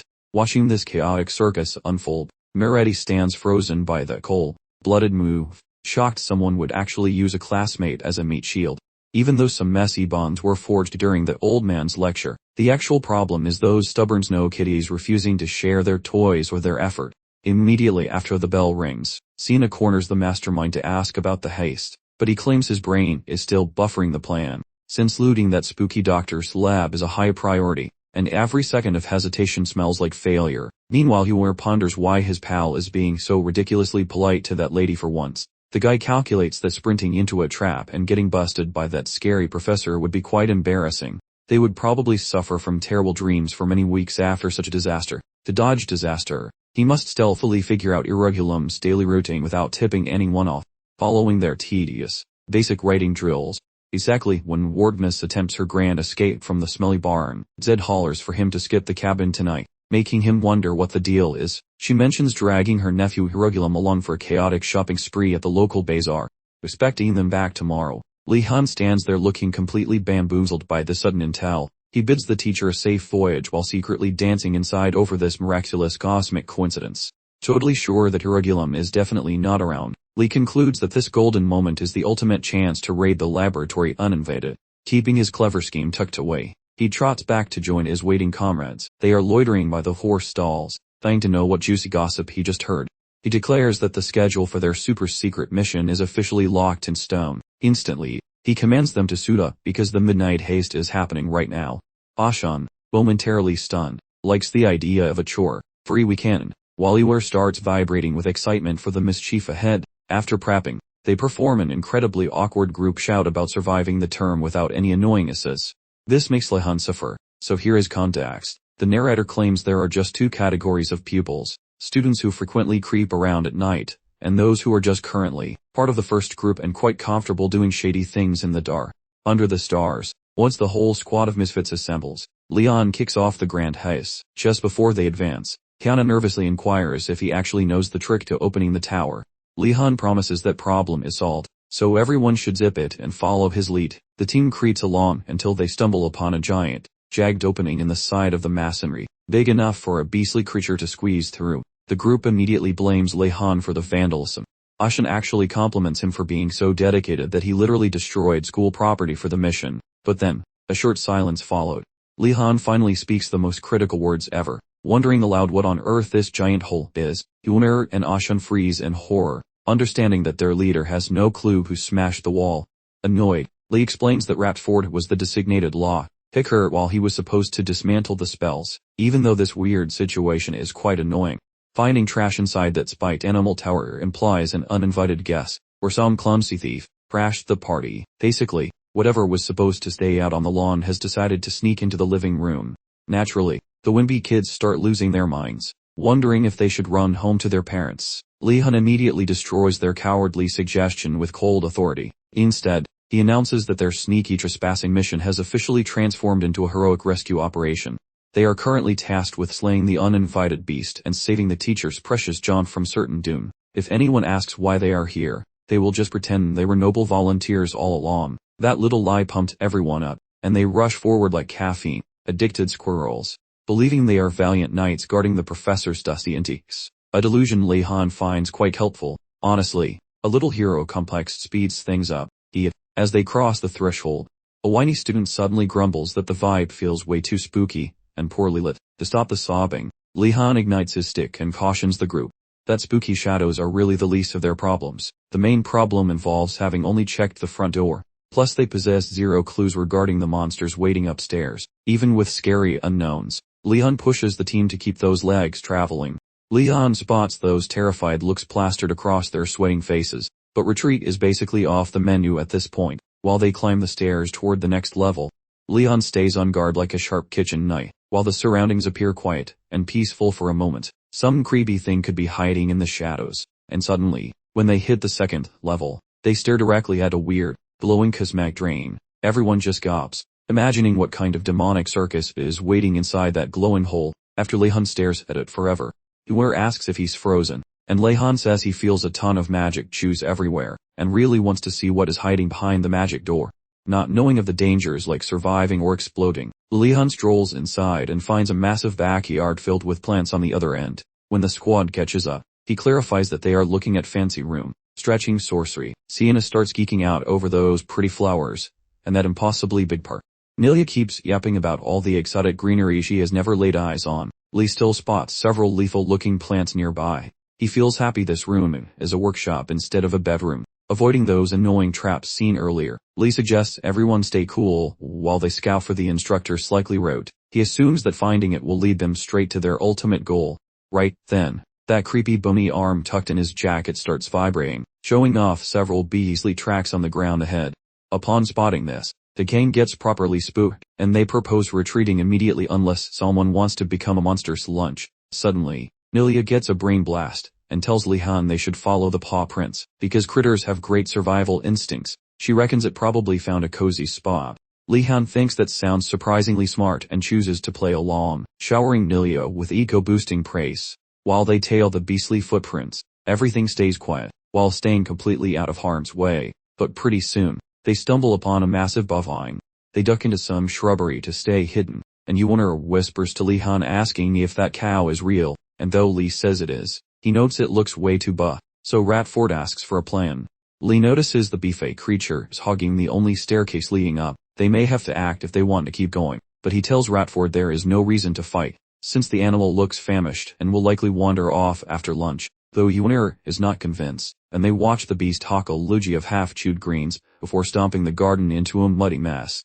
Observing the mess, Yuner gets ticked off at the beast for trashing the teacher's workshop. She cautions that they will face major consequences if the boss finds out. Li-han concurs, so he moves to block the cow from causing more chaos. He mumbles some magic words to make himself move much faster, rushes toward the beast while trying to zap it with stun magic. Yet the beefy target nimbly sidesteps his magical bolt, observing that things just got much worse. The rest of the squad jumps in, though Li stops Ashen from casting fire, warning him that burning bushes amidst foliage is just a recipe for disaster. Rather, Ashen and company lob dark cactus hoping to freeze the beefy beast, though the beast remains unfazed. Pondering if the teacher gave this bovine some illegal steroids or magical oats, Siana appears clutching a debuff juice, screaming for everyone to pelt the creature. Scholars soak the steer in smelly liquid, yet rather than shrinking, it sprints at them, looking absolutely grumpy and murderous. Yuler begs for silence, clarifying that the brew merely melted the animal's thick mystic armor, leaving it soft for sorcery, so they hurl more hexes at the moo, a menace. Together right now, as the cow throws a massive tantrum, fighting the group assault, though it finally flops onto the dirt. The crew crawls out of the bushes, foolishly assuming the scrap is finished. However, that Steak remains alive, twitching and sprinting back toward the squad. Many jump away, while the slow ones get trampled. Meanwhile, Li-han gawks as that monster commences bullying those companions. Sensing his pals are toast, Li-han knows he must unleash a nuke instead of his usual weak sparkles. Suddenly, a dormant power begins to tickle his inner spirit. Mystical energy leaks out, skipping the whole boring chanting process entirely. As the lad babbles the words, this weird little glitch turns into a legendary spectacle, a feat that shall leave future crowds utterly baffled. When the ox collapses, a local gardener, Critter catches the sound of the ruckus, and wanders over to snoop, having frozen the lunatic steer. Li-han breathes out, poking those cowardly associates to quit hiding behind those rocks. Once those folks poke out, they confirm their limbs are attached, thanking him profusely. The piece is still a far cry away. Li-han suggests they stay alert, because the vibe is getting quite weird. Recalling that recent stun charm, the boy notes the magic fired off prior to him opening his mouth. Worst of all, the beef is just sleeping, so it might wake up and choose violence soon. Besides, hidden creeps might be stalking them right now, so they must hustle to a sanctuary before another beast decides they look like sacks. Suddenly, a massive vibration rattles the soil, making the whole gang jump out of their skin with fright. As the group scans the bushes for the noise, they spot a mysterious figure drifting toward them. Soon after, a thunderous roar erupts from a giant weeping tree, rudely questioning why these tiny bites are trespassing on its personal lawn. The kids freeze in shock once they grasp that the timber is actually yapping, wondering if this plant is just another hungry carnivore. Li-han steps up as the boss, telling his trembling buddies to just chill and keep their cool. The magical vibes radiating from the bark suggest this isn't some chic garden ornament, especially given how grumpy the foliage seems to be. He figures the leafy giant is probably the landlord of this forest, so sucking up to it is definitely their best survival strategy. Rapidly spinning a yarn, Li-han claims they were merely guarding the flowers for the old professor, while Yuner nods like a bobblehead. The plant seems touched that they babysat the roses for free, and its scary voice suddenly becomes as soft as a fuzzy peach. Once Li offers some polite gratitude, the giant shrub reveals its name is Professor Willow, the local expert in teaching veggies to behave. Old Man Willow asks if they were the brave souls who clobbered that angry cow, and he starts tossing compliments like confetti. When they say yes, he is relieved they saved the dirt from that pathetic bovine, explaining the beast belongs to that messy dwarf, the infamous Professor Herculum. Capitalizing on the moment, Li asks if the treat is the regular gardener, but Willow grumbles about being a temporary sub for a boring shit. Apparently the dwarf had to chat with imperial suits, though Li mentions the guy claimed he was shopping with his aunt, Professor Z. Suspiciously, Willow asks if he is totally certain. Lee suggests checking the facts with Professor Zed as soon as she drags herself back. Believing the kid, Willow gives him a leafy salute and expresses his sincere thanks for both the gossip and the garden's security. The massive tree decides to reward them, asking if there is a favor they might desire. Lee asks if there is a magical pantry nearby where they can loot some fancy potion ingredients.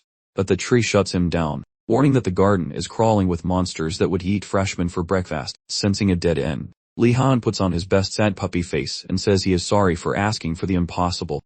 He explains that seeing such a beautiful place made him greedy, hoping to score some loot among the flowers. He then slickly mentions that maybe that messy dwarf's private laboratory has some spare junk they could put to better use. Willow shouts that robbing the dwarf is a brilliant plan, and he zips toward the stairs, while ordering the students to follow him. The tree schemes to blame the missing gear on that hungry bull, leaving the kids free to pillage whatever shiny objects they can carry. Not wanting to miss out on the haze, the group chases the branched professor through the portal, and up to the next floor. Arriving there, Eware complains that she is as blind as a bat in this darkness. While Lee's flashlight spell fizzles out, Willow tells them to watch their toes, because this maze is more confusing than a tact form and just as likely to swallow them. Following a short stroll through the gloom, they spot a mysterious door that seems to be floating toward them from the dark. Suddenly, a portal marked with a giant 6 manifests right before the instructor's nose. While those kids struggle to comprehend the magical occurrence, the teacher unleashes that, only to feel sickened by the chaotic mess within. Such intense visual trauma makes him slam the frame shut like a frightened kid, screaming that this specific room is cursed and must stay hidden forever. Similar chaos repeats as the Elder calls forth several more study spaces, discovering that most contain stuff which breaks every law of nature. That student finally understands how the whole system functions. He scribbles details regarding why lower levels currently lack any lethal traps. After documenting the secret technique for summoning those bizarre laboratories, he concludes they have gained plenty of knowledge for one day. Eventually, the group finds Uragolam's lair and grabs their hard-earned magical prizes. The youngsters express much appreciation for the old man's surprising kindness. When he frets about being too kind, Lee claims they are delighted. But just as freedom nears, the elder reveals a truly wicked sense of humor, proving he is just another wacky academic. He commands the group to hydrate every single weed on floor 2. Lee Han feels his spirit departing, while questioning every life decision. The misery actually began earlier at the lair, right after snatching the loot for Seona's invention. Previously, the instructor told the squad to go downstairs while he finished his chores. However, just as the boy turns to Lee, he spots the man watering some ferns. Being a nosy overachiever seeking extra credit, he asks if he can help out, thinking that sucking up to faculty members never results in bad consequences. Right then, Eware also volunteers to perform some free labor, boasting about her superior gardening talents, exactly as one would anticipate. This sweet gesture touches the old man's soul and moves him deeply. Consequently, he promises a gift and leads them through a hidden corridor. The hopeful pair follows behind, dreaming of legendary artifacts and gold, but stepping outside teaches them why nobody should trust an insane academic. With extreme devastation, that fellow gives those pupils buckets for every nearby shrub. The young man gasps, failing to perceive any value in this reward before Chor's comments. Pivoting to grill his mentor, he learns from Eware that Willow vanished like magic. Hating his selfish nature, Lee Han tells the girl he feels bad for trapping his friend, currently drenching the dirt. Eware wonders about his mood, while he questions the difficult labor. Surprisingly, Eware confesses she loves gardening, as these rare weeds are things she only dreamed about. Basically, this date is a dream for her, since she loves plants more than anything. Lee Han quits talking and snatches a pail, eventually choosing to aid the hydration effort. In the meantime, while the teenagers sweat near a specific pool of murky water, fizzing air starts rising, looking like a secret creature is monitoring them under the waves. After several exhausting hours of back-breaking gardening, the pair finally finishes trenching the dirt, then they start stretching their cramped limbs. Lee Han discovers this labor is incredibly exhausting, feeling shame for tricking Eware into joining. Before he can apologize, Eware asks if the work was enjoyable, making him rethink his pity. After the chore finishes, the pair snatches their parkas while getting ready to depart. At that moment, a wet ghost in the basin awakens, becoming a massive, shaking glow. The kids named Eware plus Lee Han become statues while the strange liquid phantom starts yapping, stating that he observed their every move for a long duration. Terrified, the pair yells to find out what entity is talking, presenting its identity. This entity calls itself by the moniker of Farakis, a mystical protector assigned to this specific pool. It realizes Eware plus Lee Han are apprentices of that bearded shorty. Right, Vellum. Lee Han wavers, though he admits the truth when Yuener says the orb is harmless. Farakis agrees, mentioning his legal deal with Heragulum to manage this floor. He remarks that teenagers usually hate nature, so he feels impressed that they did such a holy, dirt-related service. Suddenly, Leon perceives the plan of Willow to get this ghost to finally respect them, acting quite kind. Farakis suggests granting Leon one special wish. Before Lee speaks, the entity explains that sharing wisdom is an alternative option. Taking the chance, Leon asks how to stop spirits from fleeing like he is a monster. Farakis ponders the situation, confessing he totally sees why ghosts escape from Leon. Anyway, that fellow spots a leafy ghost inside the stick and inquires. The youth clarifies it arrived as a boon from some timber. That elder promises, even if the twig phantom feels spooked by such an aura, the sprout still swears this boy's a nice fellow. The hero is shocked by this news, and stares at his wood, feeling pretty guilty for acting like a complete tool earlier. Right then, the companion wonders if there exists a method for the protagonist to sign a deal with apparition. The ancient notes that bottom tier ghost will probably keep running away like he has got terrible breath or something. To avoid this, the boy should seek elite souls instead, mostly the mean or punchy ones. He says thanks for the tip, though the guide admits there is no pinky promise the big shots stay. He is merely suggesting they might not flee in terror. The kid, squinting at the stoic face, decides to take every claim with a massive bucket of salt. Because the discussion currently involves ghosts, the friend bravely wonders if the master might personally sign an agreement with the lad. Mortified by the sudden meddling, the hero quickly shuts that suggestion down, claiming it is unnecessary. The pal argues that such golden chances do not just fall out of the sky. Yet the boy hates confessing he resembles a toddler whose tutor is attempting to assist him in finding companions. Concerning the response, that entity clarifies how creating an agreement remains unattainable, as he already belongs to another. The lad comprehends, refusing to eject the duo without providing some festive tokens.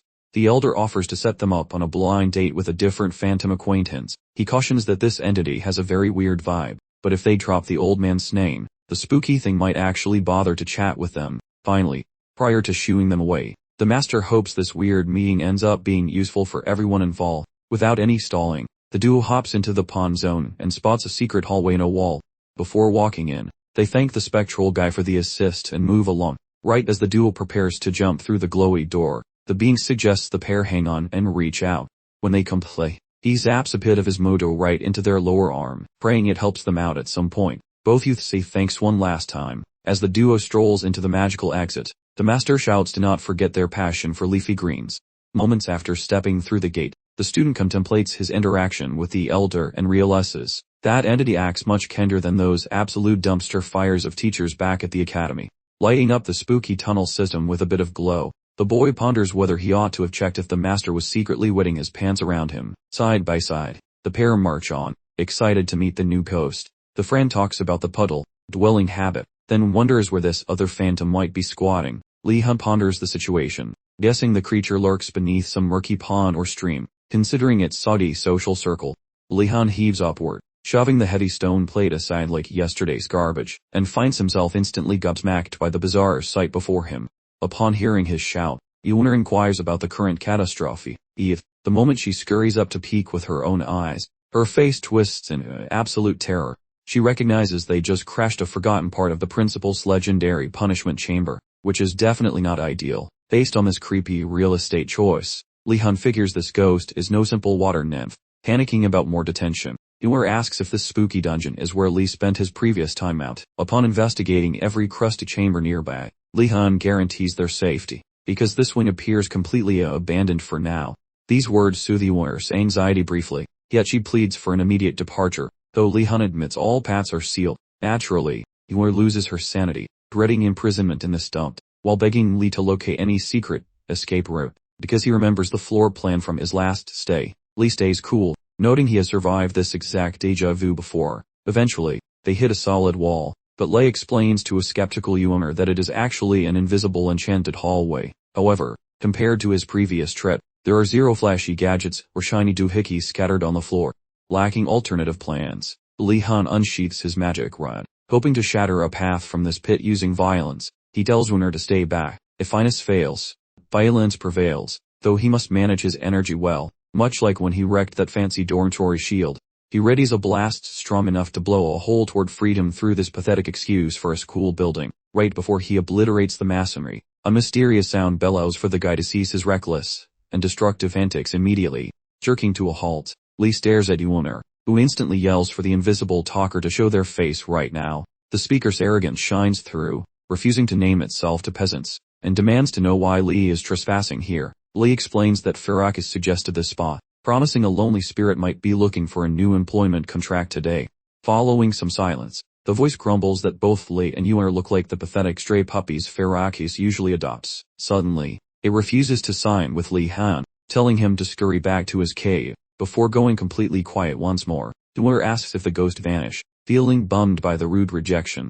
The girl whispers to Lee how history repeats, as a different phantom seems petrified by his mere existence. Hearing the word scare, the spirit roars back into existence, curiously asking what kind of nonsense she is spewing, boasting about its immense bravery. The creature stays put, much to the relief of the two frightened children. Yuner retorts, wanting to understand this evasion, assuming the creature isn't trembling with intense fright at the sight of Lee Han. Farak has already mentioned how ghosts usually wet their pants around Lee, and this spook appears equally petrified by him. Lee Han keeps his trap shut, wondering why this specific phantom is playing hard to get and acting thicky. Following a short silence, the disembodied voice claims it just finds pointless brawls rather tacky and beneath its noble dignity. Yuner along with Lee Han clearly see through the pathetic lie, while the phantom senses its deception is failing miserably. Feeling their doubt, the ghost finally decides to spill the beans and explain the truth. The phantom admits its refusal to sign any magical deals stems from the fact that it was lately tricked into a deal by the schoolmaster, even though its ego normally forbids serving an undead lich. After wrestling that undead school director for 7 days, it surrendered on the promise that its future chores would be simple. Alas, that supposed cakewalk job actually meant babysitting juvenile delinquents into detention and preventing any clever jailbreaks from the naughty corner. Those academy youngsters were total terrors who broke out so frequently that the deranged phantom finally fled into the ruins seeking peace. Burnt out and deeply humiliated, the haughty phantom suffered lasting psychological damage from that ordeal. Consequently, it quit the contracting game, because its fragile ego cannot survive another embarrassing defeat at the hands of mortals. Regardless, the ghost starts sensing that Lee and Yuner think it has the combat prowess of a wet paper towel. It attempts to flex by demanding Lee Han gather every drop of mana he can find and mold it into the most terrifying element imaginable. Because Lee considers arson the peak of destruction, he prepares to unleash some serious heat for this little spectral audition. He first recalls that messy incident involving a certain rock monster throughout his previous stay within the freezing highlands and vows to never permit such a disaster to strike once more. Thence his caution.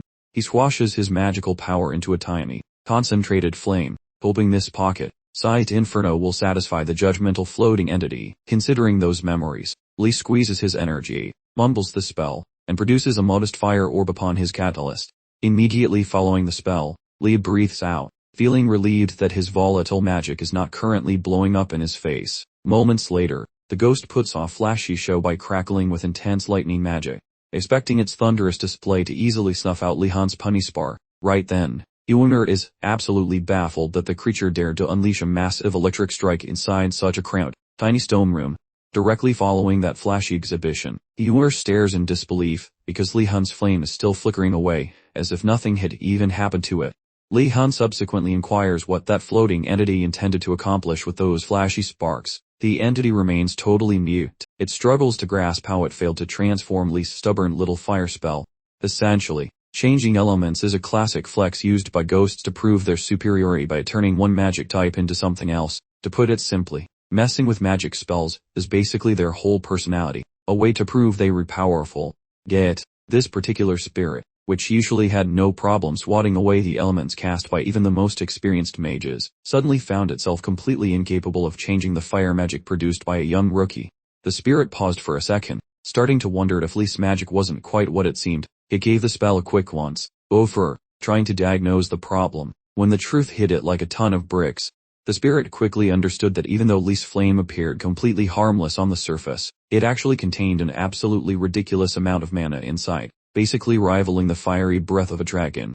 The notion that this fresh-faced beginner, Lee Han, somehow conjured such a dangerous conflagration was genuinely alarming, especially since new mages typically have zero control. The spirit basically saw a toddler holding a hand grenade with the pin pulled, or maybe even worse, accidentally setting off an explosion. At this point, the spirit realized its pride was completely irrelevant. It needed to cancel the spell immediately before Li Han freaked out and lost command of the fire. Meanwhile, Li Han, oblivious to the high stakes, paid the spirit a compliment on its lightning abilities, then casually requested if it could just make a path for them to escape. The spirit, now operating at maximum panic level, immediately snapped at Li Han, instructing him specifically not to move his magic staff. He, understandably confused by the sudden outburst, slightly shifted the staff, causing the spirit to shriek at him to absolutely stop moving it.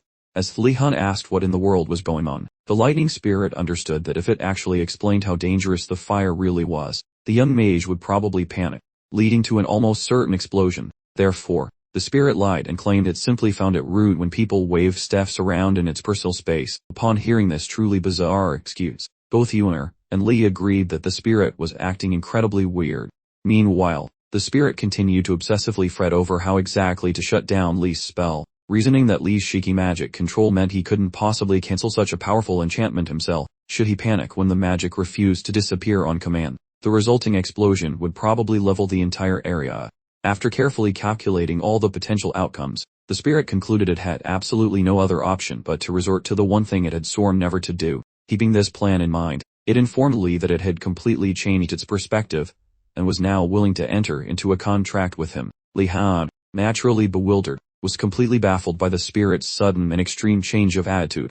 Eventually, he simply asked the spirit for an explanation. The spirit responded by claiming it had finally seen his truly boundless potential, and, just to top off the flattery, continued praising Li Han excessively.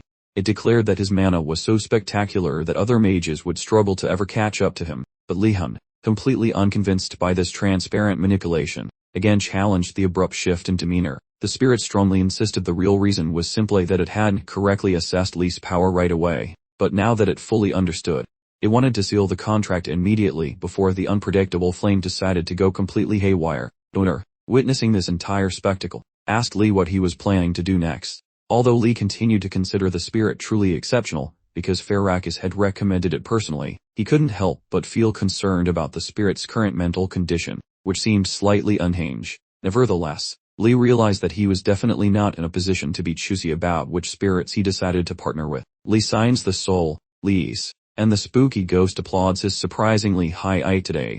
Once the atmosphere is ready, the entity commands Li Han to unseal his inner essence for their union. Thus the spectral ceremony commences, where throughout their binding, the phantom provides Li with emergency calling rights.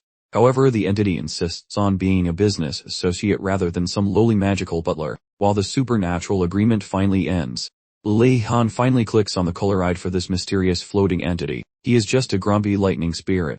People call him Furcontra, or simply Fur. After sealing the deal, a sparkly lightning bolt tattoo gets slapped right onto his face. Li suspects that being made of pure voltage explains why this ghost acts like a caffeinated toddler. With the pack done, Furk tells Li to behave, because he can smell his smelly human thoughts now. Wona, having watched the whole show, applauds the boy for recruiting a ghost. While Li Han mumbles some gratitude, switching gears, Furk decides to flex his sparky muscles. While Li asks why things are getting weird, Furk hitches a ride inside Li's arm, specifically the limb clutching the magic stick, and promises to babysit the flames, until his partner stops being such a magical amateur. Next, Furk barks at his partner to quench those flames before things get way too spicy, which makes Li Han wonder why this lightning cloud is suddenly so terrified of a little matchstick.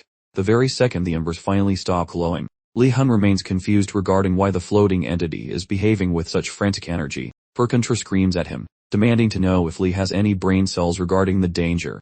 Li simply stares back with total, utter bewilderment. Furcontra bellows about why Li squashed so much mana into such a tiny, ticking bomb. Without that timely intervention, this detention chamber would have turned into a smoking crater, and while still clueless, Li nods along. Watching Furk panic makes Li realize he almost exploded, leading him to conclude that fire magic is far beyond his current control since he lacks mana. Furcontra nags him that despite his raw talent, he is still basically a magical toddler. Then he points out that the giant yellow ball in the sky is already shining, hinting that school starts soon, which causes the pair to shriek in absolute horror upon noticing the time, about to completely miss their opening morning lecture.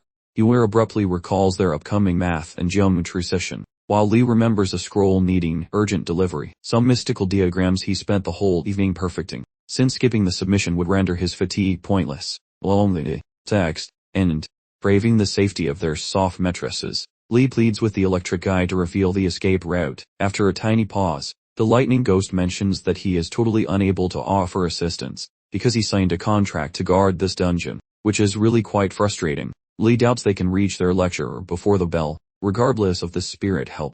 Under massive stress, Lee loses his cool and calls the ghost useless, wondering why they signed a deal at all, since the Zat Master is failing him right when things get really spicy. Defensively, the Sparky dude argues that this jail is a weird case, but if they were outside and called him, he would flex his massive cosmic muscles, though from now, he just unseals a secret stone door, requesting that they leave him locked in this brick box. Since his shift is not over yet, he begs them to tell someone he is trapped so he can get help, and Lee accepts with a relief-filled sigh, then exits the chamber with Huer through a glowing hole the spirit just opened. While they vanish, the Zap Man shouts for them to call him once they are finally free, so he can prove his actual strength, right before they sprint down a long stone staircase together.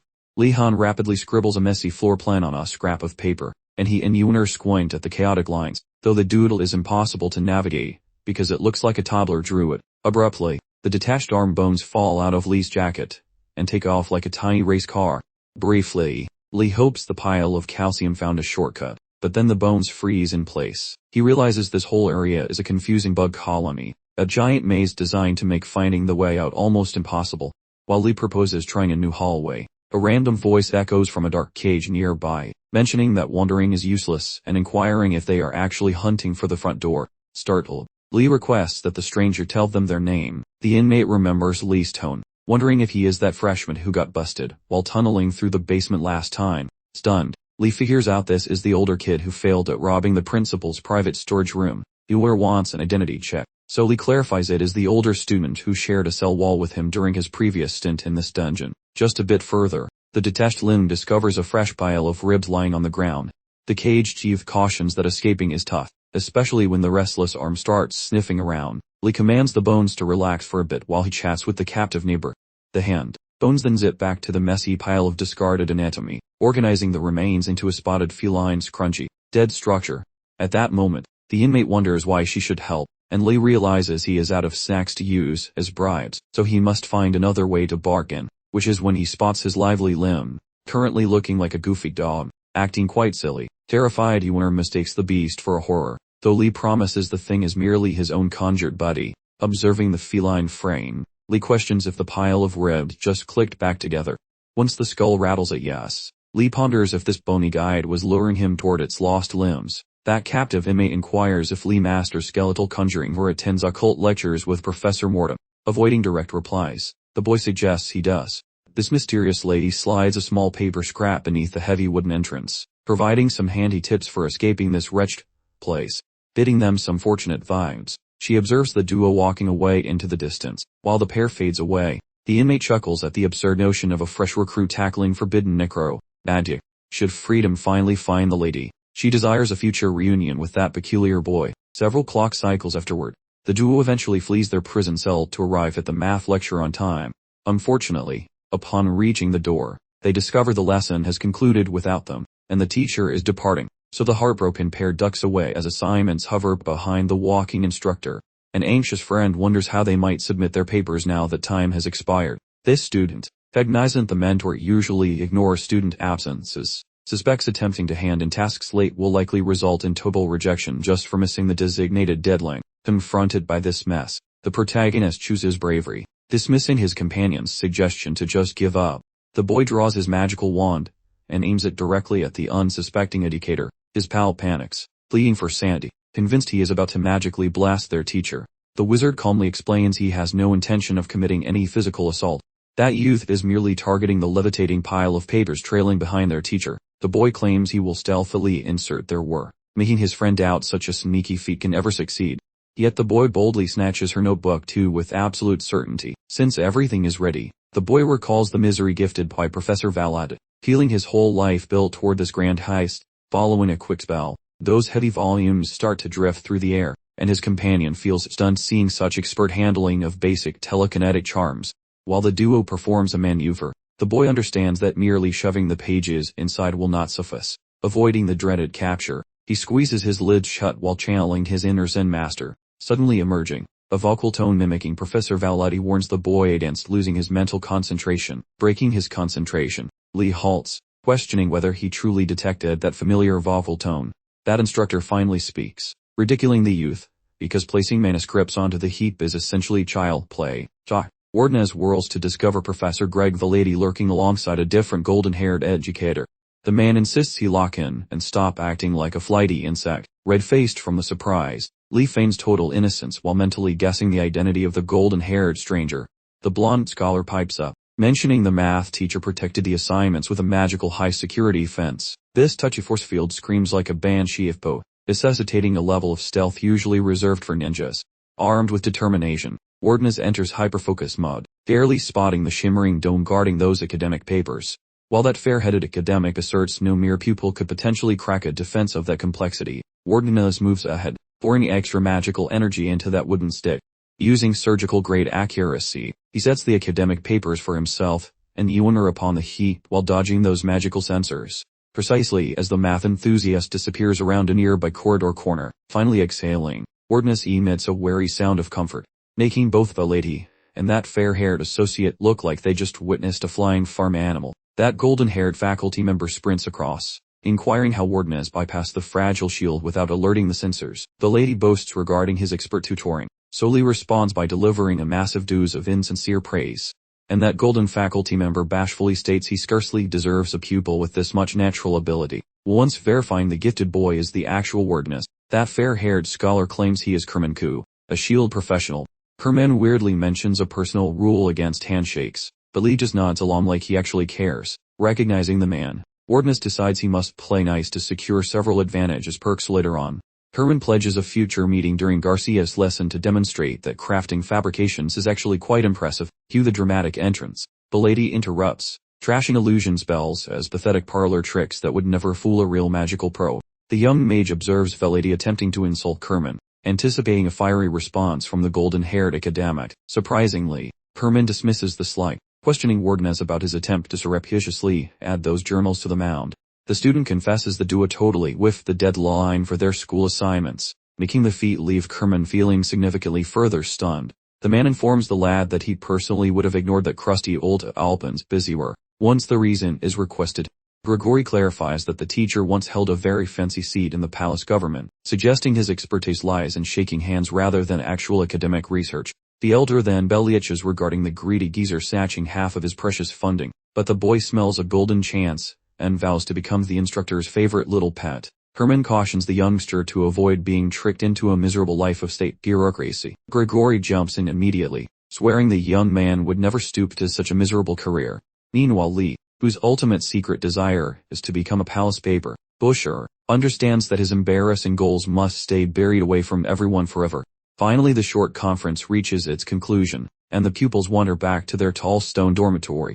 While preparing to hand out supplies, the boy notices his peers huddling outdoors. Suddenly, Ashan comes sprinting toward his position, shouting the terrible update that Gainando and Daruhi were snatched by unknown forces. Skipping any hesitation, Lee and his classmates bolt toward the central hall to alert the faculty, praying they might actually offer some real support.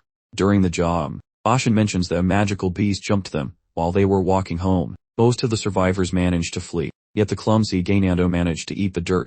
The student assumes that is just classic for Gainando, but wonders how Daruhi was snatched, so Ashan clarifies the orc was grabbed while saving the idiot. Approaching the central hall, Ashan tells the group to keep their heads straight before talking to the faculty. To their surprise, those rival Tiger Tower kids are already standing there when the team arrives, and Rago had already bolted inside to snitch, praying the teachers would step in to save the orc. Regrettably, the educator commanded the teenagers to manage the disaster personally. At this point those Azure students are confused, realizing that begging for mercy is totally useless.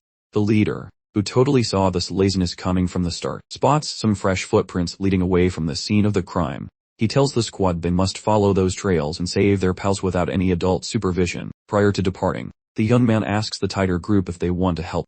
Normally, those feline rivals would never play nice. These kids abandon every petty squabble, while trailing Li Han for a daring savior mission.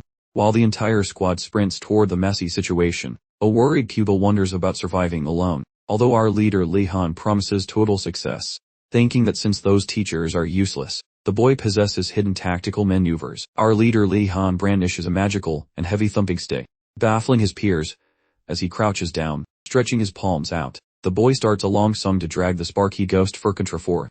While the hero continues singing praises to the electric deity, Ardmart watches this ritual, noticing it serves for calling forth high-level supernatural entities. She is stunned by the extreme length and difficulty of those magic sentences. The young man's magic song continues for an absolute eternity, resulting in a pathetic marble of electric static. Feeling quite awkward about that weak and tiny spark, Li Han feels roasted when the others mock his pocket-sized thunder friend. Annoyed, the boy asks Furkantra why he appeared as a mere battery. The ghost claims he remains stuck because of previous commands, but the boy feels scammed since Furkantra acts like a flake during emergencies. Furkantra, grumpy from the nagging, misses the era when he fried cocky wizards into crispy snacks. Dismissing the whining, the spirit signals that a threat approaches. Lian, currently a phantom, asks where because he sees nothing. Seconds before things explode, the spirit mentions the foe is under their boots. Instantly the leafy salad beast pops out, using vines to grab every pupil standing nearby. Looking closer, Furkantra points out the plant shouldn't have stealth abilities, implying that Academy wizards probably messed with its now for extra powers. He tells the boy to stay alert, or the bush will suck him dry. Our hero, currently unseen, boldly claims he can manage the situation. However, Furkantra warns against using flames, unless he wants to turn his friends into bed. Sick of the advice, the hero asks if the ghost wants to do it. Furkantra says that would be tough in his current shrunken form, although a secondary option actually exists. As the boy wonders about the secret, his spirit suggests a quick sorcery lesson. If Li can successfully master this technique, he will be able to defeat the creature, but he remains hesitant. He worries about the potential dangers of using freshly acquired magic, while Furkantra impatiently demands he silence himself. To start the lesson, Furkantra instructed Li to picture lightning differently from other magical elements. He should envision it as a force that descends from the heavens and branches out in different paths. While most magic requires concentrating mana in one place, lightning operates on the completely opposite principle. The electricity is constantly moving and unpredictable, so Furkantra warned that imagining it without splitting would be hard. He offered to help by physically controlling Li's arm, and as soon as Furkantra grabbed the limb, a bolt of electricity materialized at the very end of his staff.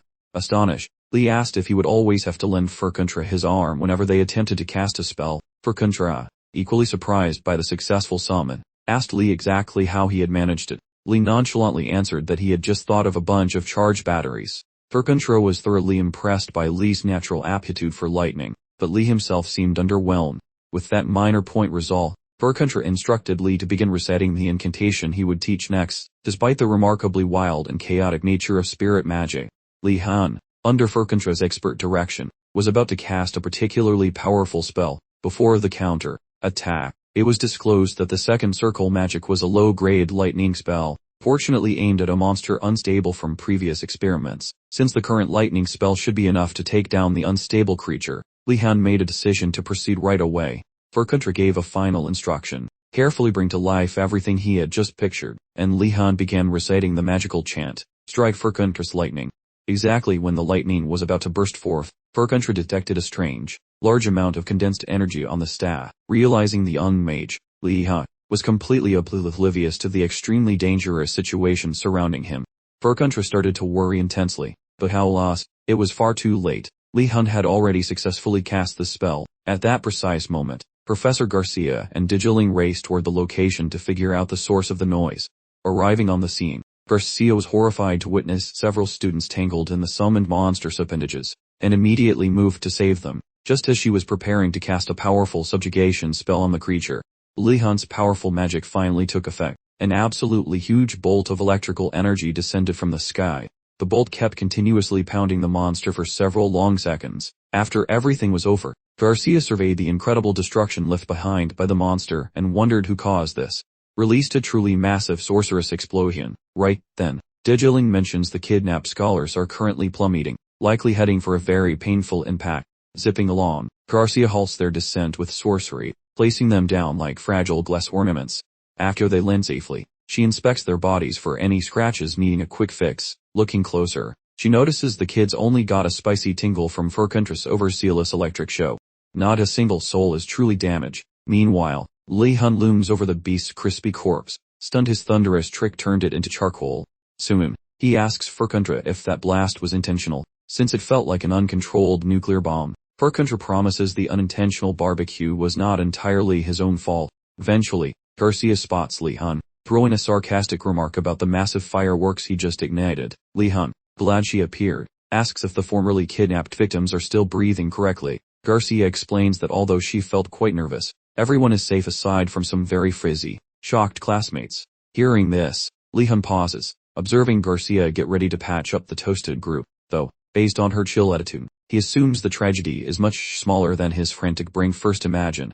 Also, watching her perform Dr. Sorcery catches him by surprise, since he realizes that many teachers rarely study any sorcery beyond their own specific subjects. Regardless, Garcia mends every single pupil, making them feel as fresh as garden daisies. When they stop shaking, they shower her with praise for their sudden, magical rescue, but Garcia points toward Li-hun, noting he was the hero who actually smacked the beast to save them. Viewing the scowling white tiger squad, Li-hun anticipates a wave of teenage saltiness, particularly because his thunderbolt hurt them far more than the monster Smana, sipping straw. Oddly enough, Enrago marches up and offers a stiff thank you for the whole group, although clearly annoyed. Enrago says that ignoring Li-hun's bravery would stain his fancy knightly reputation. Next, sounding almost nice, Enrago admits he finally understands why Dorohu bothers to hang out with him, but, just as Li-hun begins feeling happy, Enrago kills his joy by flatly refusing camaraderie, though he respects the courage shown, and pledges his team will assist with the lake assignment. After that, the tigers walk away, leaving Li-hun to realize their thanks was strictly business. When the kittens depart, Garcia beckons Li-hun to explain his rather explosive choice of illumination. Sniffing out a crisis, Li-hun immediately endeavors to dump all the blame upon Furkantra, acting like it is a live grenade, begging the spirit for some clarity. Nonetheless, Furkantra, braving Zero Drum, the phantom fibs about his shift ending, and vanishes before Li-hun can even spot her, abandoning the poor lad to face the music solo. Prior to ghosting him, Furkantra actually manages, vowing to reveal his actual muscles during their next chaotic brawl. Bereft of his ghostly buddy, Li-hun fumbles for a half-decent excuse. Just as Garcia starts prying, a random intruder cuts in, bluntly inquiring if he toasted that beast with some spicy electric zaps. Rotating their necks, the duo spots Lady Greg clutching a fried monster stick, humming with static energy, shutting their traps. They hear Greg musing about the fascinating mess before them. Instantly, Garcia puts the brakes on the chat to query the interest in shocks, while Greg calmly claims it is for purely academic reasons. Stunned, Garcia pivots to the boy to check if he actually joined the lady's madhouse. After he nods yes, the girl turns ghost white thinking about Greg's terrifyingly quirky reputation. Though she admires the faculty, she recognizes that the lady's curriculum is a one-way trip to Crazy Town, acting way too savage for normal kids to survive.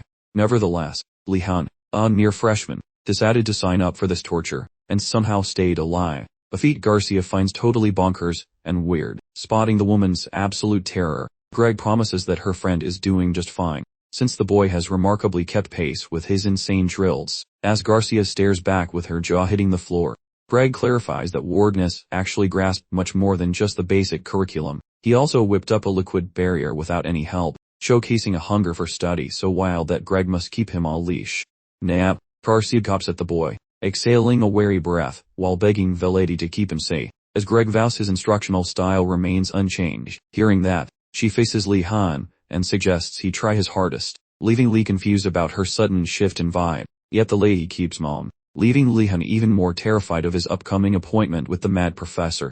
Several ticks later, Ashen and Gainando trot off toward the shady underground bazaar, managed by the Black Turtle Squad, while they haul a giant basket of snacks. Strolling along, Ashen notes they should toss some snacks to Li-hun since he fed them first, picking the illegal bazaar for the fancy treats. Gainando gripes, complaining that the shelves were basically naked during his previous visit to the stalls. Ashen chuckles drily, noting a weirdly huge pile of goodies just appeared, probably because some folks sold their souls to the local tiger gang.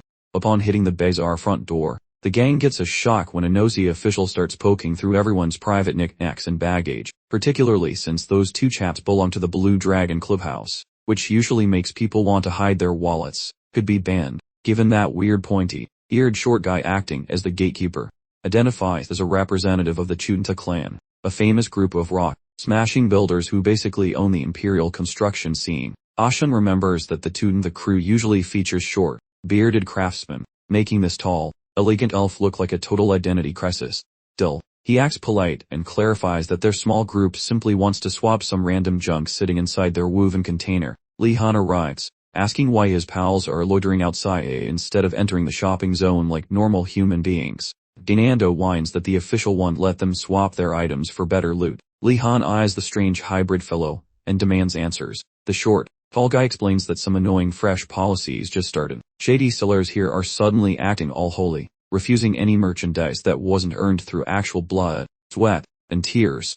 Grasping the logic, Lee Han ponders if this short fellow might be the head turtle. Either way, he shows off his veggies and claims he did all the dirty gardening work, asking for permission to pass. Once the food gets checked, the official waves him in, so Lee says catch here later to his two stranded bodies. Observing him vanish within the trading stalls, Ashen feels like a total loser, annoyed that he missed yet another chance to pay back his debt to his friend. Indoors, the elven short guy starts walking alongside Lee Han as his personal guide, doubts that a fancy rich kid actually touched her, since high society types usually think a shovel is some kind of weird spoon. Lee Han shrugs it off as trivial, mentioning he plans to feed those slow-moving turtle students with his home-grown snacks for free. The weird official looks stunned, wondering if the boy really intends to hand out his hard-earned groceries without charging a dime. Lee Han agrees. So next, the small guy yanks a dusty tuber from his pocket and shoves it toward Lee Han as a potential peace offering, bragging that even the royal brat who hates everything actually thought this specific vegetable was delicious enough to eat twice. Lee Han pauses, thinking this guy might be a fanboy for the princess, but the fellow confesses he has zero other gifts. However, Lee Han keeps smiling, saying he is perfectly fine giving stuff away without getting a single gold coin back. Hearing this charity talk again, the fellow gets cranky and tells Lee Han to stop being so incredibly rude. He shouts that his whole family follows a strict rule about equal trades, meaning nobody takes a freebie without paying up. The guy stomps away angrily, leaving Lee Han wondering why a dude with elven ears keeps pretending he is a short dwarf. Tossing the thought aside, Lee Han heads over to Ratford's place to get the latest gossip on the local trading scene. Getting cozy, Ratford whines that life currently stinks for professional property redistributors like themselves. Intrigued, Lee Han nudges him to spill more tea. Ratford clarifies that although the bays are expanded since Salco started playing boss, some annoying pupils began stirring up big heaps of drama. Because the turtle spire couldn't punch its way out of a soggy wet paper bag, Salco enforced harsh laws to keep the peace. Rule 1 mandates sweating for snacks, whereas Rule 2 bans fencing hot items to keep the local economy from exploding. Upon processing this, Lee Han flips, shouting that nice guys finish last, because of some loudmouth clowns who never learned how to stay quiet. Should these morons remain unpunished, thing-hurt folks will go hungry, causing Ratford to bob his head like a dashboard toy. Voting, Ratford highlights a betting den that Salco grumpily allowed just to keep the shoppers from dying of pure boredom. Watching from afar, Lee Han spots Emer, a massive teddy bear hailing from the dark stone citadel, deftly flipping decks. She lets pale striped felines gamble on choices hoping to multiply their meager stashes of cash. As they predictably fail, they sob about losing 72 hours worth of delicious snacks. Observing the madness, Ratford cautions Lee Han to avoid tangling with that scary giant lady, since her manual dexterity is terrifyingly fast and precise. Lee Han heeds the warning and keeps blabbing away. Suddenly, that pointy-eared short fellow makes a comeback, appearing with two recognizable faces. Looking grumpy, he asks if it is factual that these two moochers gobbled Lee Han's grub without paying a single copper. Lee Han quickly identifies the duo pair as the hungry folks he once served a big pot of red soup, then queries the hybrid dude about the consequences of identifying them, while the tiny guy promises no finger-pointing is happening, claiming he is only visiting to say sorry for them, mentioning that being a lazy bum is totally uncool, while they desire to buy their meals. Their financial situation is currently a total dumpster fire. Lee Han, feeling weird for taking thanks from strangers outside his circle, tells them to relax because it is all cool. Progressing, the small man declares he wants to ignore this debt and promises to settle their bill himself. Baffled, Lee Han wonders exactly how he intends to pull that off. The fellow mentions hearing rumors regarding Lee Han's tendency to creep around the school grounds after dark. Knowing this, he suggests possessing juicy secrets that might help, making Lee Han eager for the shorty to start spilling everything, rather than spilling the beans. The fellow suggests a spooky midnight rendezvous for more gossip. At nightfall, the boy encounters the small guy at the headquarters, and trails him up several spiraling steps. Only the rhythmic thumping of their shoes disturbs the creepy quietness of the vacant hallways. Following a quiet stroll that felt like forever, the magic man spills a juicy secret. Fresh meat at the academy typically lacked any clue regarding how to reach the higher level. Whenever a rookie climbs The architecture does a little dance to confuse their tiny human brains. Luckily, through countless failures, folks found a sneaky trick involving 5 separate hallways that eventually reach the stairs. He explains. Yet simply spotting them won't cut it, because opening the door requires checking 3 very specific boxes. Initially, both of the pointy hands on the wall clock need to point at funky odd numbers.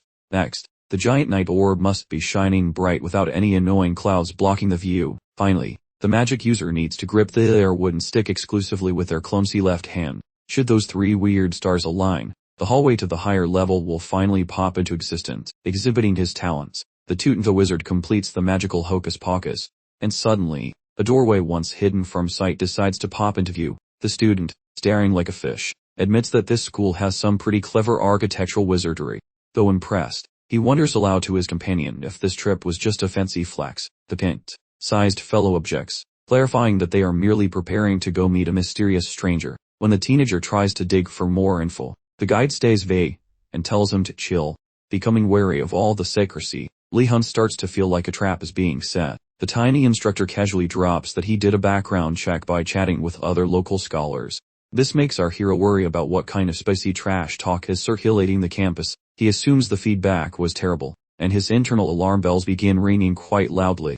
For a moment, he thinks that this whole situation might just be a giant setup, a scheme cooked up by those irritating striped bullies to attack him in the dark. He attempts to ignore the bad vibes, telling himself that life is not that much of a nightmare. The little fellow spots his worried face and inquires if he just swallowed a sour lemon. Weaving off the concern, the youth pivots and asks for the tea on his student reputation. The mystic mentions hearing rumors that the young man enjoys handing out treats to his starving classmates. Worriedly, he suggests stopping, because folks who never work for their pants or pizen never truly appreciate them. Quite unexpectedly, the boy nods immediately, confessing that idle individuals never truly cherish physical exertion, particularly the lazy faculty members. Amazed by such a gentle reply, the tiny man instantly feels sorry for his bad attitude. It seems the Tiger Tower bunch described Lee-hun as a malicious and soulless wizard, but meeting him personally proves those claims are total garbage. The boy, acting the part, gives gratitude for that high opinion, while repeatedly claiming those nasty rumors are complete nonsense, which they certainly are, especially after their friendly chat. The pair continue strolling until they stumble upon a carved woman resting on a royal seat. Lee-hun gazes closely at the detailed masonry and notices how gorgeous the figure appears. Still, despite being a first-timer here, the sight feels strangely familiar to his soul. The pointy-eared fellow checks the sculpture, mentioning it is currently busted in a few spots. That guy mentions Bro mended the fractures during the previous visit, yet, coming back later, he discovered it was ruined again. Being a total workaholic, Bro tried to mend it, prompting Lee-hun to inquire regarding the reason that Rock Lady keeps falling apart, but the shorty has no answers, as he is also confused by the recurring breakage. Showing grit, the dwarf slides a stony slab in, and instantly the figure starts to wiggle. With a heavy metal grinding, a secret door opens under the lady, revealing a spooky cavern that was totally hidden. The little guy looks at Lee-hun, and tells him to enter solo, claiming someone inside is eager for a meeting. Lee-hun stalls, staring into the pitch-black abyss, wondering what kind of trouble is lurking, but relying on Tantha, he finds his guts and marches into the gloom. With the stubby man's shouting of encouragement fading away in the distance, the young man wanders further inside the damp grotto. While he travels forward, a secret entity in the blackness begins moving. A mysterious critter, hiding in the shadows, instantly notices the arrival of a fresh face. Shortly after, Lee-hun encounters the strange beast and feels quite baffled by the situation. Noticing Lee-hun, the animal acts friendly and says its name is the Forgotten Monster Sculpture. It calls Lee-hun the handy student who mended the Rock Lady and begs for a vow of silence regarding its hideout, which Lee-hun grants before questioning why a statue lives in a gloomy grotto. The stone guy says he is just wasting time since his old duty station was deactivated 187 years ago. Lee-hun, even more puzzled, asks why staying hidden is such a massive priority. The creature explains that those bossy professors would likely assign him more chores if they caught him. Understanding the vibes, Lee-hun respects the lazy wisdom and asks for a way out of this school. To stay on his good side, Lee-hun quickly sucks up to the beast, praising its huge brain and asking for some guidance. The boy then asks if the rocky beast knows where the horse stalls sit atop the plenary structure. Wearing a punchable grin, the stone figure boasts of its vast intellect. Pumped up, Lee-hun prepares to demand those coordinates, but the rock shuts him up with a dare, testing him via playful games. Unexpectedly, this great trial is merely a nerdy game of chess strategy. The slab gleefully begs the boy to make a move, and Lee wonders if the boulder has literally nothing else to do for eternity. When starting that duel, Junta glues together some shattered fossils, pondering the terrifyingly superior gaming skills possessed by that ancient beast statue. Not even Junta, his clan's undefeated champion, could ever beat this grumpy pile of rocks. Doubting his friend's talent, the dwarf assumes Lee will fail miserably. EX, the lad walks out from the shadows looking completely dead inside. Junta blathers about coaching the loser until he eventually tastes a tiny victory. Our protagonist astounds that dude by disclosing his victory plus obtaining some parchments sketched via masonry. Floored, the dwarf hears, as the supposedly genius rock played like a distracted toddler, surprisingly, exhibiting lower talent than that strange immigrant scholar from his former existence's workshop.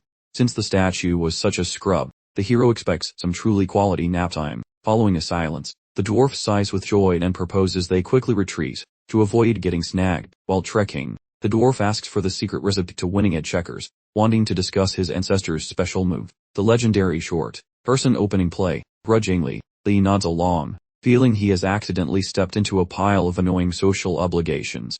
At school, the little guy keeps annoying Lee about gaming, treating him like a god. Even though the yapping remains constant, the protagonist survives the night without drama, eventually waking up to a quiet, breezy Sabbath dawn. Lee arrives at that reservoir regarding school tasks, feeling shocked by its massive scale. Judging the scale, the kid knows he requires a magic drink to navigate the wet expanse. Looking through his inventory, he discovered nothing but some fancy imported booze from abroad, being totally worthless, one vocalizing elixir, plus one peculiar bit of trash. During the evening, after the man got home, he requested that Gainanda teach him the basics of brewing a cheap energy drink. Meanwhile, Gainanda blathered every ridiculous thought that surfaced, fully believing in his own genius.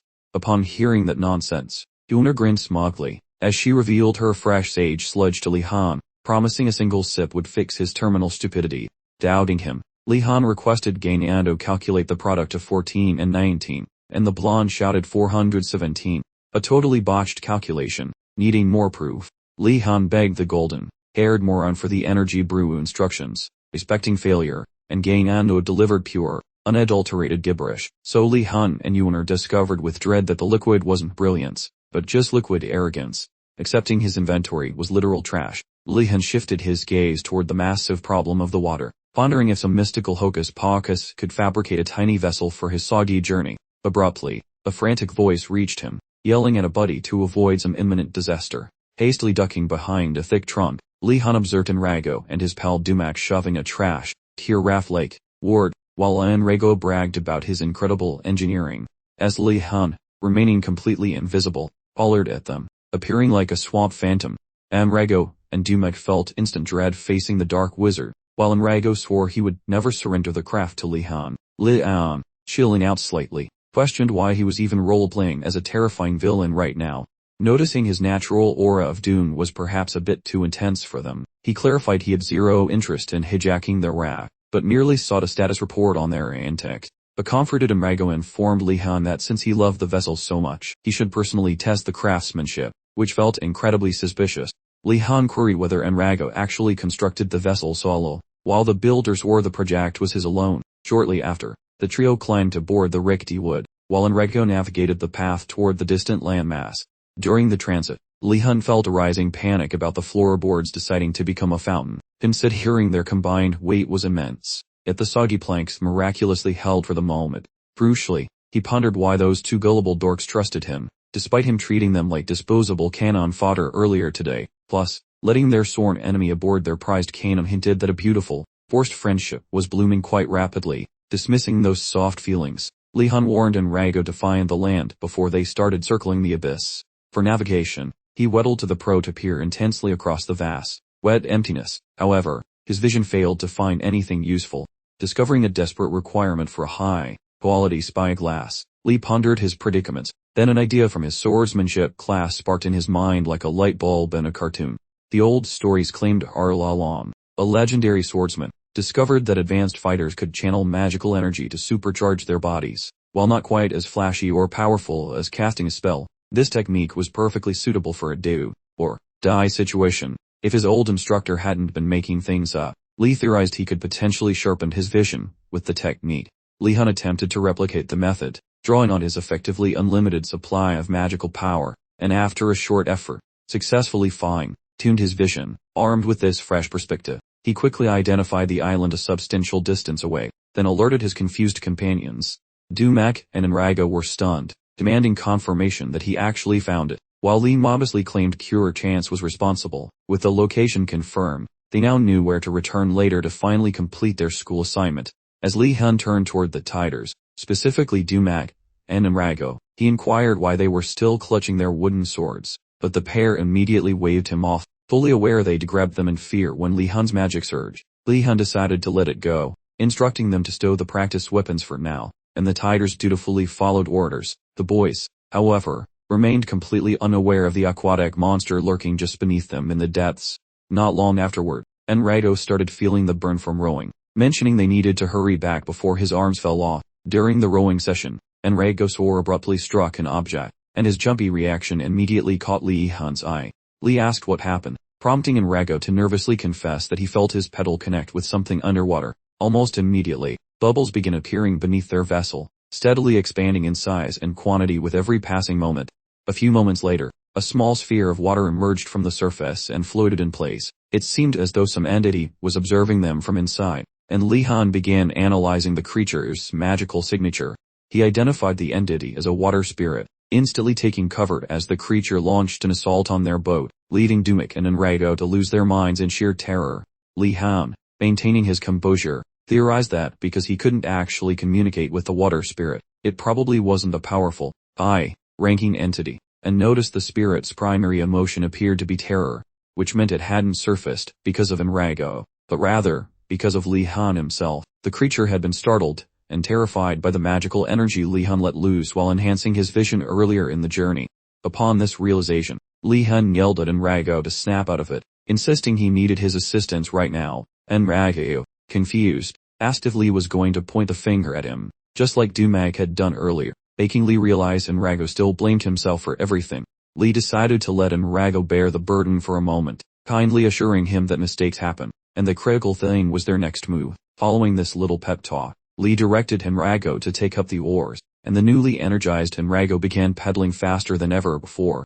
Li Han calculated that maintaining this current pace meant they would soon escape danger and find solid ground. Right about then, Li Han decided to throw some serious side-eye at the glowing orb of Wu.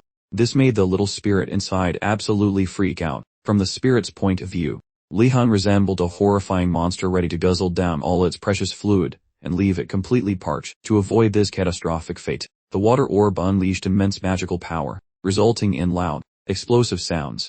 Li Han, completely puzzled by the spirit's skulls, failed to foresee the upcoming events. In just a flash, the original water spirit called upon reinforcements to protect its territory from the trespassing visitors. While his feline companions shivered in fear, Li Han held strong, preparing to defend their vessel against the aquatic entities. Just as the water-based creatures prepared for their assault, Li Han quickly materialized a gigantic water barrier surrounding the entire boat. Amidst the barrage, he commanded Enrago and Dumak to continue paddling furiously, and not stop. Recognizing the danger to their existence, the Tiders rowed with frantic speed, shrieking constantly until they reached a less hostile area. Enrago gasped for air, informing Li Han they were far enough, and Li Han concurred that the distance was sufficient for safety. They immediately encountered a new dilemma. Despite their desire to turn back around, they had somehow landed on an island and were marooned there until help could arrive to locate them.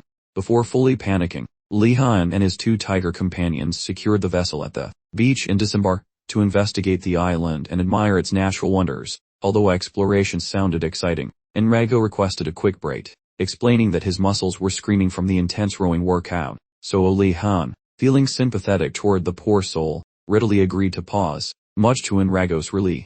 After feeling the surface of the beach, Dumak observed that the sand felt suspiciously too soft to be natural. He imagined sinking in up to his knees, not realizing they had stumbled onto a beach completely covered in quicksand, so they remained standing, oblivious to the impending doom. Before long, Dumak began to sing, exactly as his premonition had described, causing him to completely lose his cool and shriek at maximum volume. But fortunately, Li Han immediately understood they were stuck in a literal ocean of sinking sand. Oh well, placed trap by the headmaster, and shouted at everyone to move forward and escape the treacherous coastline. To Li Han's dismay, Enrago, in his usual impulsive manner, sprinted to save Dumak, only succeeding in making the predicament much worse. He completely disregarded Li Han's advice about being cautious, and predictably, Enraga began sinking too, forcing both of them to plead with Li Han for assistance, though Li Han understood that extracting them quickly would be difficult. Instead, he grabbed an iron sphere from his pocket, and caused it to float in the air using magical power. Li Han understood that basic telekinesis wasn't strong enough to lift individuals, but it certainly worked for smaller manipulations. A sudden brainstorm hits him regarding how to avoid a muddy death. The wizard snatches his metallic orb, directing its movement with purely mental willpower, and leverages the momentum produced to yank his body from the suffocating grid. Gratefully, the scheme succeeds, allowing the student to employ the sphere to drag himself toward solid land. At this moment, the lower portions of both Dumac and Unrago are buried, preventing any immediate application of his levitation stunt for their benefit. As he eventually touches down upon a solitary piece of granite, the lad inspects the surroundings only to witness their vessel disappearing into the grainy abyss. He concludes that rowing away from this tropical nightmare will be remarkably problematic now. Moments later, he spots some wiggling in the dirt, and ponders what subterranean weirdness is occurring. Instantly, a rattling pile of bones rises from the earth like a puzzle, presenting its dusty frame to the thoroughly perplexed young maid. He ponders what sort of calcified stranger has crashed the party. The skeletal fellow applauds the lad for effectively dodging that unpleasant drowning incident. Our hero, meanwhile, recognizes the talkative ribs as a classic undead specimen, and concludes his hunch was correct about the principal being the architect of this messy situation.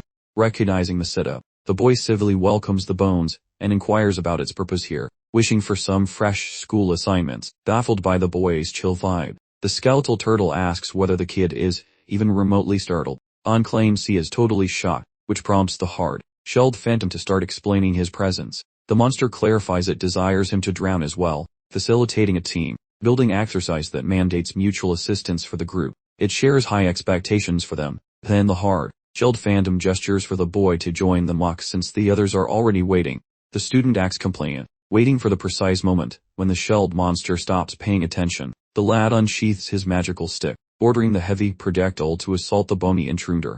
That calcified shell dweller receives a forceful thumping from the soaring heavy orb, yet no cracks appear, leading the bewildered monster to inquire why the boy is being so rude. The boy fibs, claiming the strike was unintentional, which leaves the shelled spirit even more muddled. While the ghost pauses, the teacher orders his heavy sphere to launch another blow. On this specific occasion, the hard-shelled phantom moves with surprising agility, manifesting a gritty defense to parry that subsequent metallic assault effortlessly. Deducing that the human student has been treating it like a complete simpleton, that skeletal reptile gets extremely grumpy, readying itself for an immediate magical confrontation.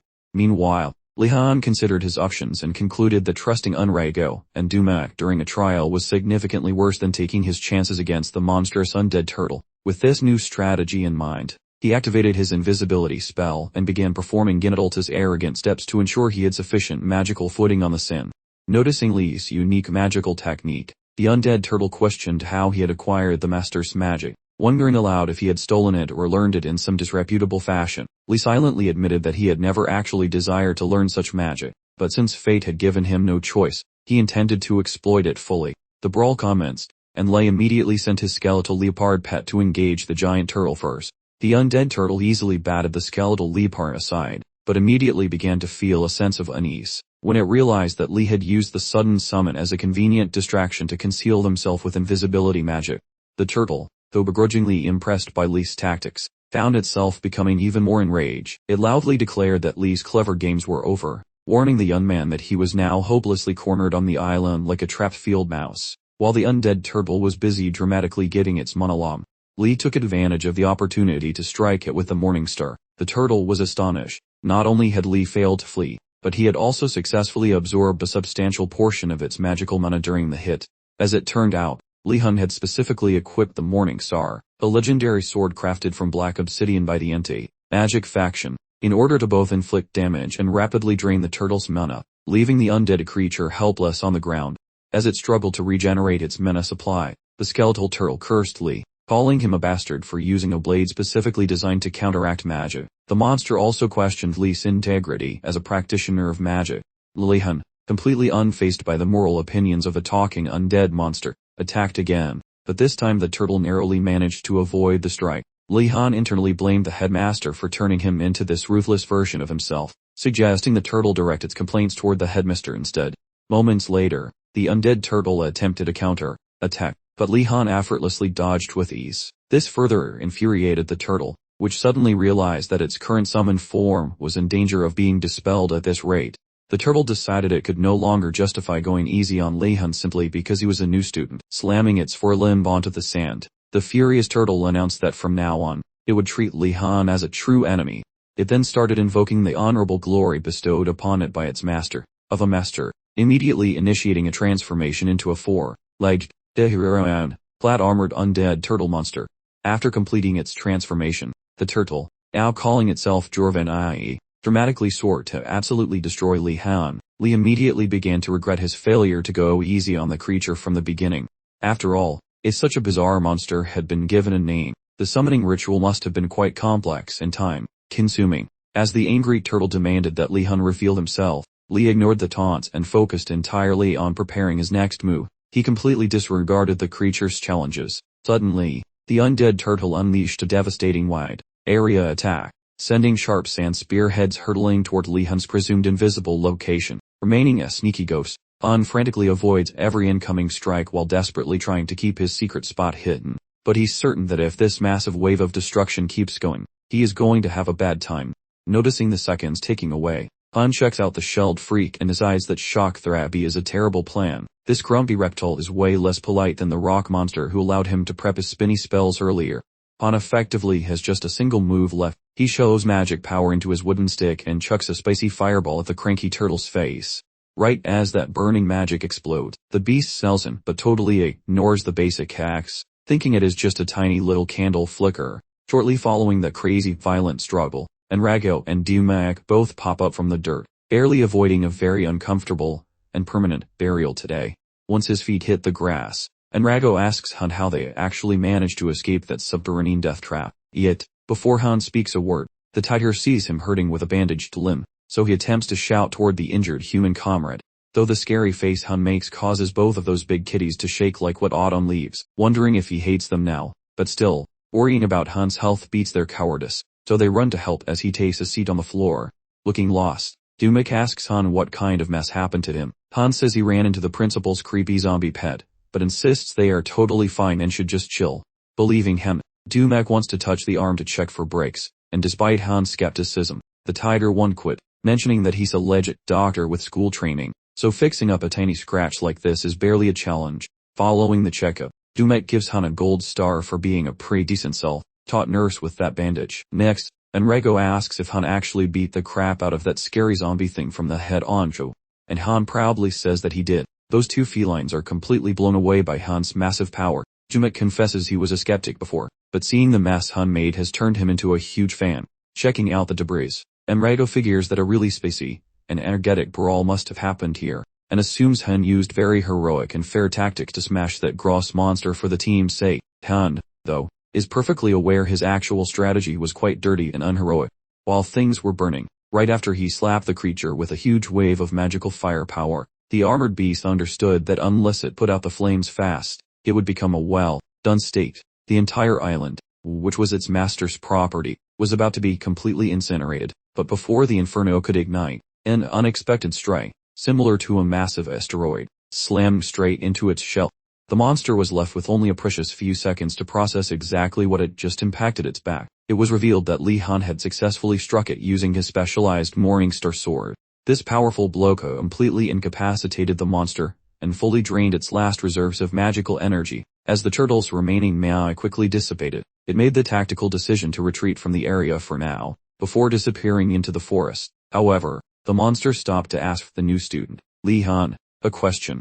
It demanded to know his name, ensuring it could easily remember him for a future rematch. In a final, incredibly spiteful act of trickery, Li Han flat out lied, fabricating the name Murati Jijil, which was an obvious falsehood to anyone paying attention. Fortunately for Li Han, the turtle totally believed the fabrication. Before leaving, it promised Li not to go easy on him next time just because he was a novice. Once the monster was gone, Li Han immediately dropped his defenses, completely unaware that a massive, toppled tree trunk was leisurely collapsing directly toward his location from behind. By the time he actually noticed the impending disaster, he had no chance to escape.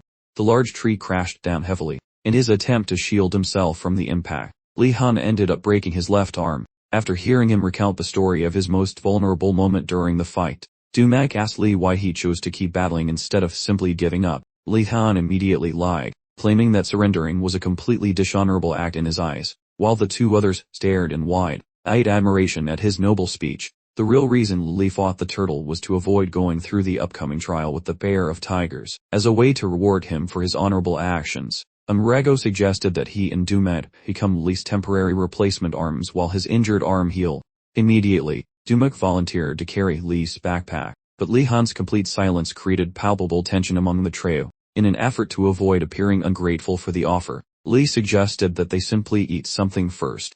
The pair hesitantly volunteered to handle the meal preparation, but Li quickly turned down their assistance. Roughly 16 minutes later, Li Han finished cooking a delicious tomato stew for the entire group.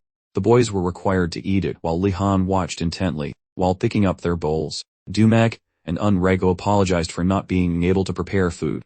Apparently, Li took over cooking because, despite their offers, their actual plan was to consume tree bark, which isn't exactly a delicacy. As the duo savored the rich aroma and taste of his stew, Li Han instructed them to pay attention to his words. While they finished their meal, he pointed out that their boat had been completely annihilated, leaving them marooned on Hell's Island, and requiring a strategy to leave the headmaster's property. Following those words, Li inquires about crafting a secondary vessel. Though his companion dashes hopes with a unified refusal, he admits to himself that a solo jailbreak will be a massive logistical nightmare. A genuine dilemma arises, and recognizing the weight of things, Enrico remembers how Ordness pulverized the principal's bony zombies. He assumes whatever has Li spooked must be catastrophic, so he and Dumek pester him to spill the beans. Li admits that if they keep this pace, they will ghost every single one of their morning lectures tomorrow. Enrico and Dumek freeze in shock, unable to believe the mighty Ordness is sulking over school attendance, and Dumek argues that being stranded on a cursed rock is probably a decent enough excuse for missing a lecture or two. Han remains adamant, declaring that academic neglect is a far greater tragedy than death.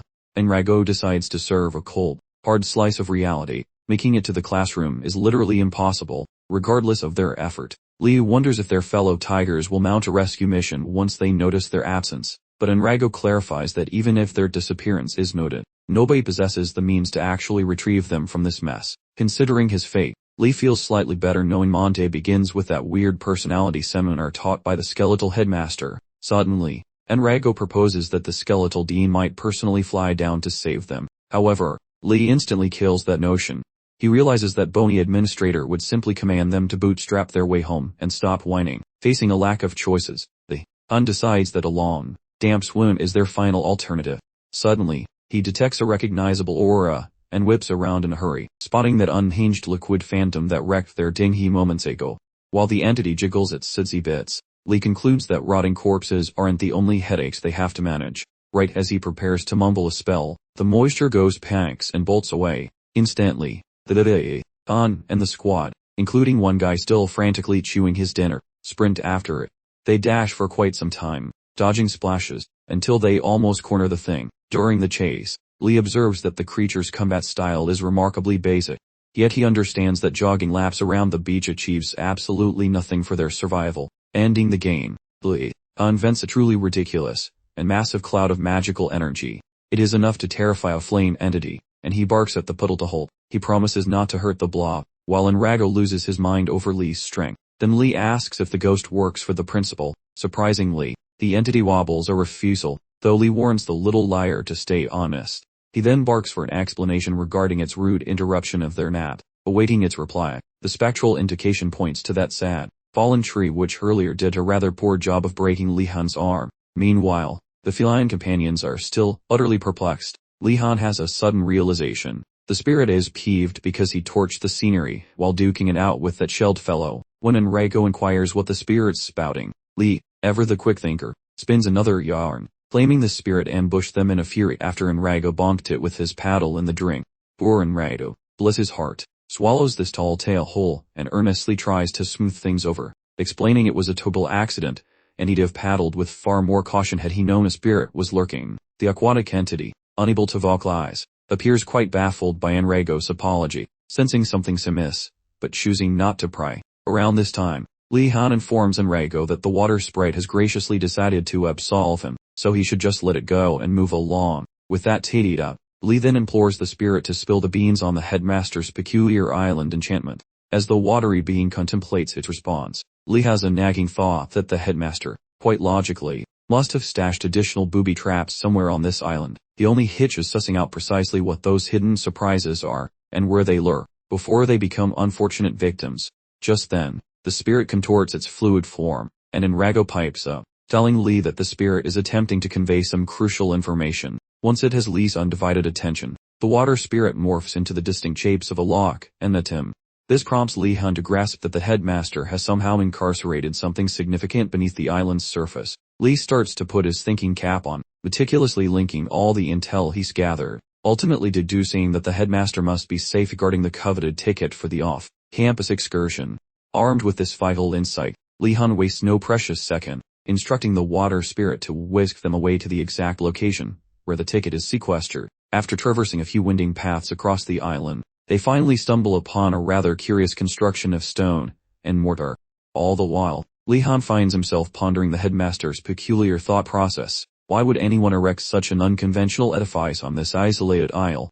Before his musings can go any further, Enrago beckons him over to examine an inscription etched upon a stone tablet. Lee hurries forth, inquiring if the script therein might reveal the nature of any traps they ought to anticipate. A bit bewildered, Enrago replies that it doesn't quite seem that way, but requests a brief moment to decipher it more thoroughly. Once fully prepared, Enrago articulates the headmaster's message, which extends congratulations to the new students for their progress, and playfully inquires if the trials came as a complete shock. To legitimize the elaborateness of the traps and challenges, the headmaster expounds that the sheer intensity of his testing regimen is purposefully designed to foster the development of aspiring mages like them. He voices his fervent hope that the students have mastered the art of collaboration with the various towers encountered thus far. The community further suggests cultivating robust relationships with the towers, emphasizing its paramount importance for a final, critical undertaking. Should they venture into the sealed chamber, the headmaster posits, they will encounter an altar positioned centrally amongst the stone columns. In order to dissolve the seal binding the altar and bring forth the off-campus trip ticket, one individual must be placed upon the altar and offered as a sacrifice for the greater good. Having absorbed the inscription, Lee contemplates the potential fate awaiting the person designated for the altar. Dumek instantly erupts in a flurry of panic, insisting an alternative solution must exist, yet Lee Han reassures him that such options are non-existent.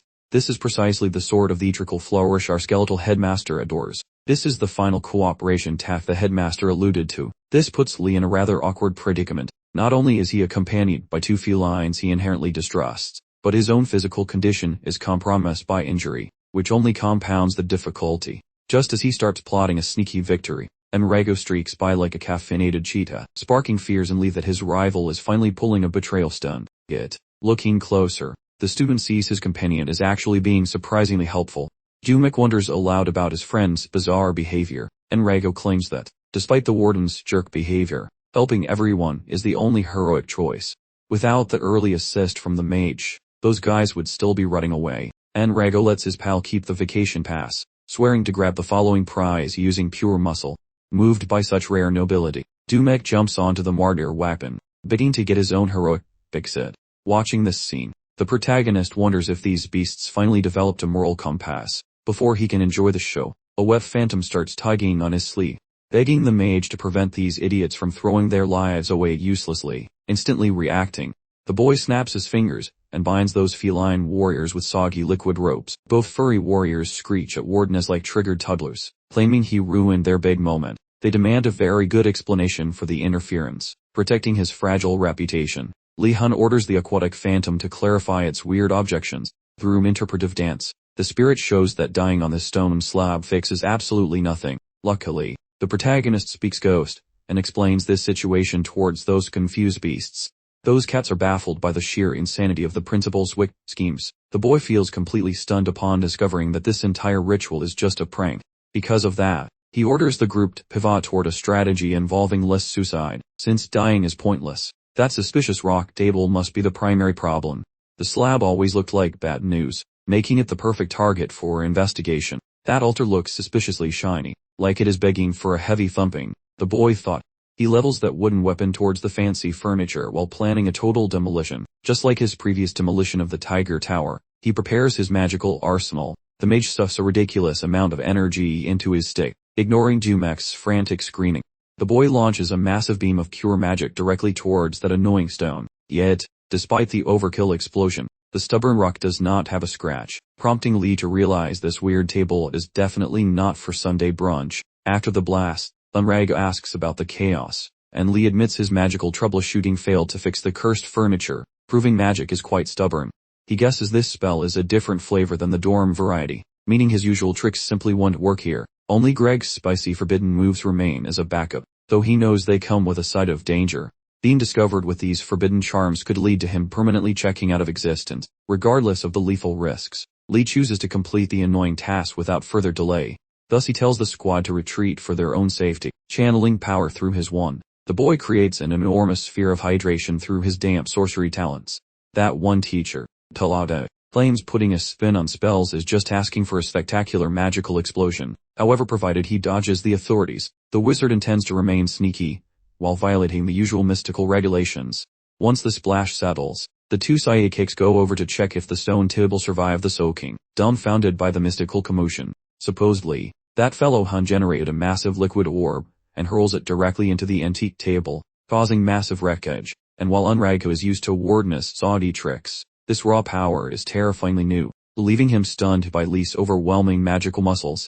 Unrago questions how insanely strong this absolute madman has actually become lately. In the meantime, Lee wobbles like a jelly, shocked that just one cast drained his batteries so completely and quickly. The boy finally comprehends why this particular maneuver is not ready for actual battlefield scenario, promising to play it safer next time, even as he tries to stop tipping over sideways. That dusty spellbook from Gunadalt slips out of his pocket, just as Lee grabs for it. The tome flips itself open. The thin glowing emerald text starts downloading directly into his brain like a weird magic iris. Seeing the light show, the two friends dash over to ask if his head is still attached properly. Lee waves them away, insisting he is not currently dying or turning into a toad, telling them to hunt for that golden permission slip for their vacation instead of hovering. Once the pair vanishes, Lee inspects the book, curious about what lesson the sentient paper is forcing on him. The pages showcased a second-tier trick for making limbs dangerous, essentially turning his hand into a sentient kitchen knife. Lee ponders if the paper is laughing at his clumsy smashing attempts, or if there is some hidden wisdom in these sharp instructions. Right then, Unrago discovers the travel pass and flaunts it toward Wardness with a big goofy grin. Assuming that fellow would keep the prize, Lee feels floored when his companion gifts the pass away generously, confirming they plan to stick to their deal. Lee grabs the pass, noticing its design matches his other piece of paper perfectly. Intrigued by the field trip passes, he questioned if they all looked identical. To conduct his highly scientific investigation, he ordered Unrago and Dumek to retrieve a null rock from the area. A bewildered Unrago immediately wanted to know exactly how Lei intended to use a giant rock for this task, while Dumek proposed they simply take a small nap first to recharge their batteries. They, however, slammed his foot down, adamantly refusing their plea, and stressing that his incredibly important work had to happen right now, all while casually holding a tiny feather pen. Meanwhile, back at the academy during the early morning hours, the rest of the students gathered for the basic magic personality education class, which sounds incredibly boring. In the headmaster's lecture hall, before things kicked off, a mob from the Blue Dragon, Phoenix, and Turtle Towers quickly cornered Jijiel. They immediately began grilling her about where Lihun had run off to. Jijiel looked completely startled, and demanded an explanation. So Ashan revealed he witnessed Wardness vanishing near the lake, taking several other Tiger Tower students with him. Jijiel immediately jumped to the conclusion that Lee had been kidnapped, completely losing her mind and shouting for them to quit spouting such ridiculous nonsense. Yet, deep down, she suddenly remembered that Unrago and Dumak had also vanished without a trace, which only piled up more difficult questions in her already spinning head about their location. While Jijiel attempted to make sense of the situation, the headmaster suddenly materialized from thin air, cheerfully welcoming the students. Their faces all displayed expressions of absolute horror, prompting him to inquire why they were making such a racket so early in the morning. Immediately, the students snapped to attention, bowing and offering polite greetings while claiming they were just happy to reunite after the long weekend. In reality, however, they were all secretly panicking that things would spiral out of control if the headmaster got involved, firmly believing that inter-student conflicts should remain exactly that, between students. Luckily, the headmaster bought their flimsy excuse, though he did condescendingly mention how incredibly dull they all were first. He then proceeded to ask if they had remembered to retrieve the field trip pass. The students immediately realized they had completely forgotten it. The headmaster displayed his disappointment by giving them a lecture about how their older classmates always managed to complete their assignments without fail. He begrudgingly granted them a second chance, and upon seeing their expressions light up with hope, he began leading them toward the nearby lake. During the walk, the students from White Tiger Tower chatted nervously about how they initially feared punishment, but the headmaster was actually being surprisingly kind. Chill, though, was far more cynical than that. There simply wasn't a universe where the headmaster acted this lenient without some kind of sinister, hidden agenda up his sleeve. Even though she was absolutely positive he was plotting something evil, she couldn't quite put her finger on the exact details of his plan. She begrudgingly found herself wondering if Li Han would have already figured out this whole charade if he hadn't mysteriously disappeared. At the same time, the headmaster carefully scrutinized every single student walking behind him. He specifically wondered why Li Han Wartness, the so-called little dragon of the Wardness family, was conveniently missing from the lineup. He mused that Li might get off scot-free if he simply overslept and missed class. However, if he actually went to the island, he was definitely in deep trouble, probably stuck in the underground dungeon since Friday. The headmaster, a man who truly enjoyed watching people suffer, was eagerly looking forward to seeing Li struggle helplessly and beg for mercy. As they reached the lake, the headmaster casually conjured a smooth, icy path right across the surface of the water using a little ice magic. This allowed the students to walk safely over to the island. Once finished, he told them to form pairs for the journey across the ice path. He officially changed the homework assignment into a group class activity, revealing he never genuinely believed the students would actually manage to complete the task on their own. He figured some students would try to escape if sent to the island by themselves, so he meticulously created this elaborate scenario to completely thwart any potential runaway attempts. By feigning helpfulness, even the brightest students wouldn't suspect his true intentions. As they finally reached the island, the headmaster began to practically vibrate with excitement at the thought of hearing them scream during the trial.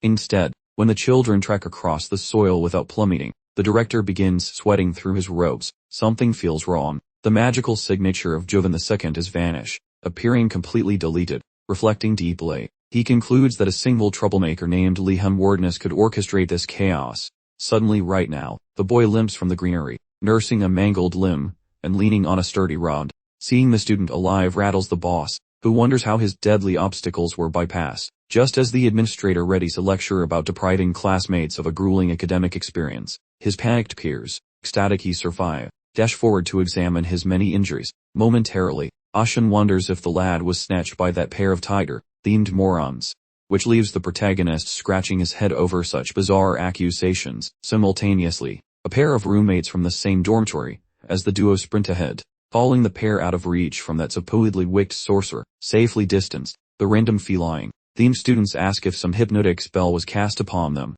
Fed up with the drama, Dumet claims they are fine while Enrico explains they're dead. Without his intervention against the principal's monster, they would currently remain buried in the dirt. Truly, hearing this makes the feline duo suspect their friends have been mentally hijacked. Surely, they assume, the school leader would never commit such an unhinged act. Immediately, the administrator publicly declares that the student triumphed, stating that defeating a boss alone confirms his superior skills. Realizing the boss is fuming, Li Han says sorry for destroying the creature, but the man describes how it should have buried everyone, inflicting a brutal lesson, which the listening tighter clowns realize proves their companions were actually telling the truth. Regardless, the director expresses disbelief that the student snatched the holiday voucher from the shrine, admitting the feat is impressive. Following that, he magically mends the fractured bone, causing the young prodigy to offer excessive thanks. Soon after, Li Han clarifies to the administrator that his actions were not solo. The boy gestures at his partners, labeling them as the coworkers who assisted his haste. The pair acts humble, claiming they barely helped it, yet the principal shocks them by stating he already realized their minimal contribution. Stating obvious facts is pointless. Moving along, the leader addresses the boy formally, and awards bonus marks for being the fastest to finish. The director then requests that holiday pass, which that student relinquishes with a heavy sigh. In a blink, that precious pass evaporates, causing the nearby teenagers to lose their collective minds over its disappearance. Doubters ponder if the grumpy principal truly snatched that paper back for himself, while several classmates shout that the boss totally broke his pinky promise. Suddenly, the big boss suggests they actually use their brains to remember his specific phrasing during the lecture. Upon reflecting, the group realizes the sly fox never once promised to hand over the goods to a single student. Heartbroken by this technicality, the gang falls into a deep pit of sadness and regret, giggling at their misery. The old man mocks them and explains why grammar matters in this cruel school of lie. Right then, Li Han concludes that Principal Bong Cheeks is a professional at being a total pain in the neck, attempting to appear honest. The leader singles out Li and questions if the boy felt bamboozled by the switcheroo.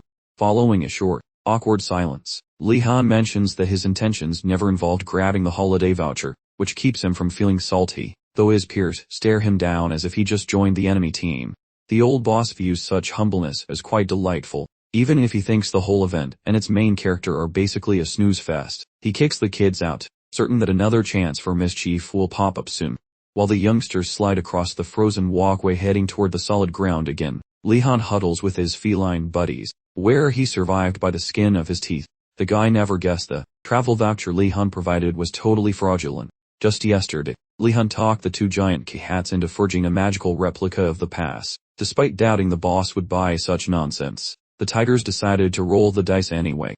Following many massy blunders, Li Han eventually cooked up a flawless imitation of the original, walking the frozen trail. The pets inquire if he planned this, but Li tells them to zip it. Shortly later, they question if swiping such a pricey item from the boss is actually ethical or just dangerous. This moment, Li promises everything is cool provided they wait until the old man leaves the building. He figures keeping his partners in crime happy is vital to avoid a future backstabbing incident. Wondering if the scam holds up, Li weighs his choices. Since the boss was startled, the guy would never guess the item was bogus. But Li chooses to observe if his friends can succeed before judging, though it hardly counts, considering the genuine pass remains in his pocket. When the entire class reaches the shore, the frozen crossing simply vanishes into thin air. Li Han offers his gratitude to the liquid ghost for its helpful service. The spirit, clearly not prepared for such high praise, suddenly looked embarrassed and became incredibly shy. Li pondered if his relationship with the water spirit had just become uncomfortably close. The water spirit, spotting Nelia from afar, immediately bolted over to give her an enthusiastic embrace.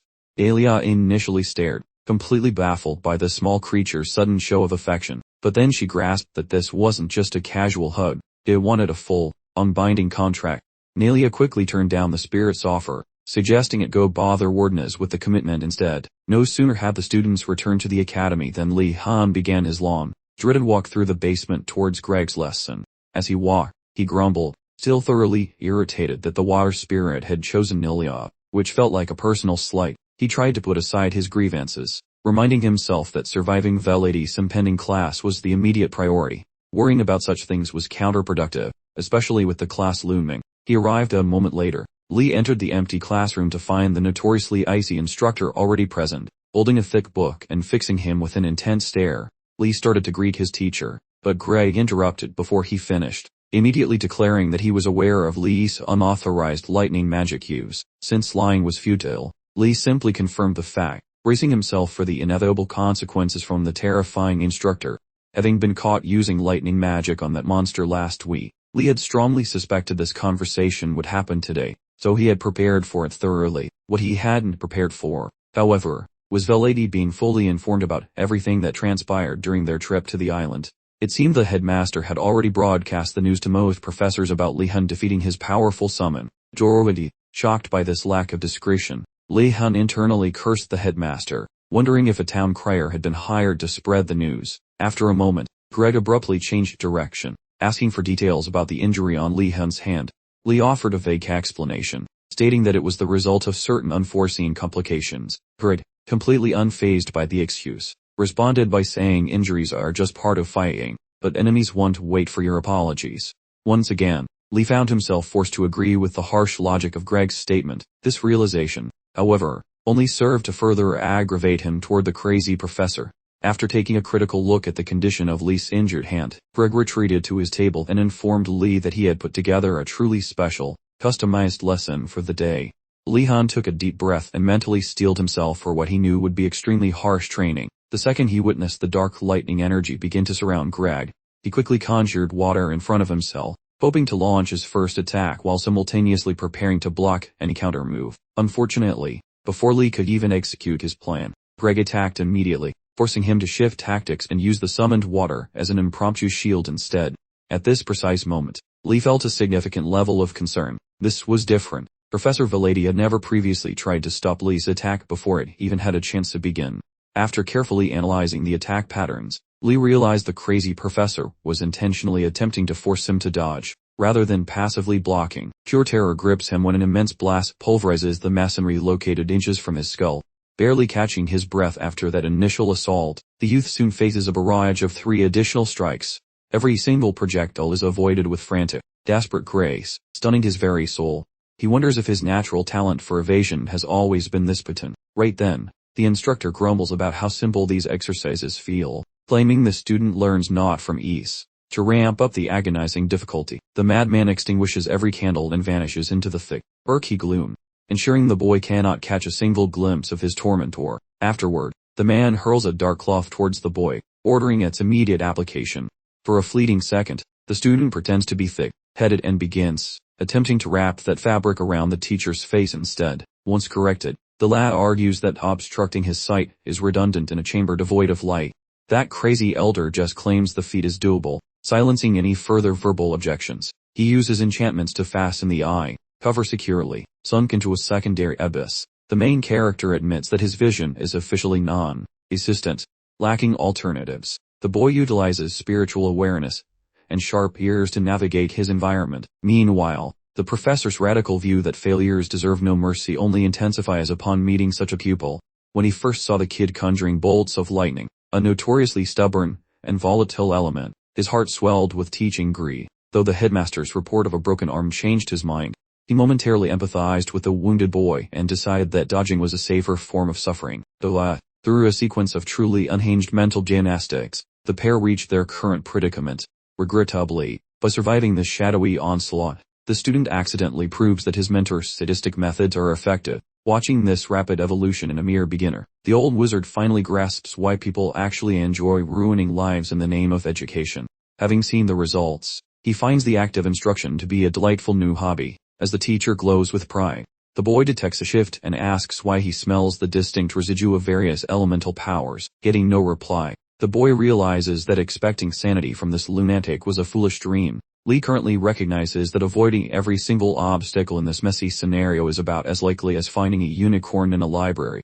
Therefore, he concludes his best bet is to brace himself and try to make the inevitable blow sting slightly less than a bee sting in a wasp nest. When Professor Greg wraps up the lecture, he notes that Lee Han's magical power supply is truly impressive, like a bottomless soda cup at a buffet. However, his real genius is a sponge-like brain that soaks up new information instantly. Greg didn't anticipate this level of mastery on day one, but Lee delightfully made him eat his words. After surpassing every benchmark set for him, a very sleepy Lee Han mutters a grateful thanks to Greg for the instruction.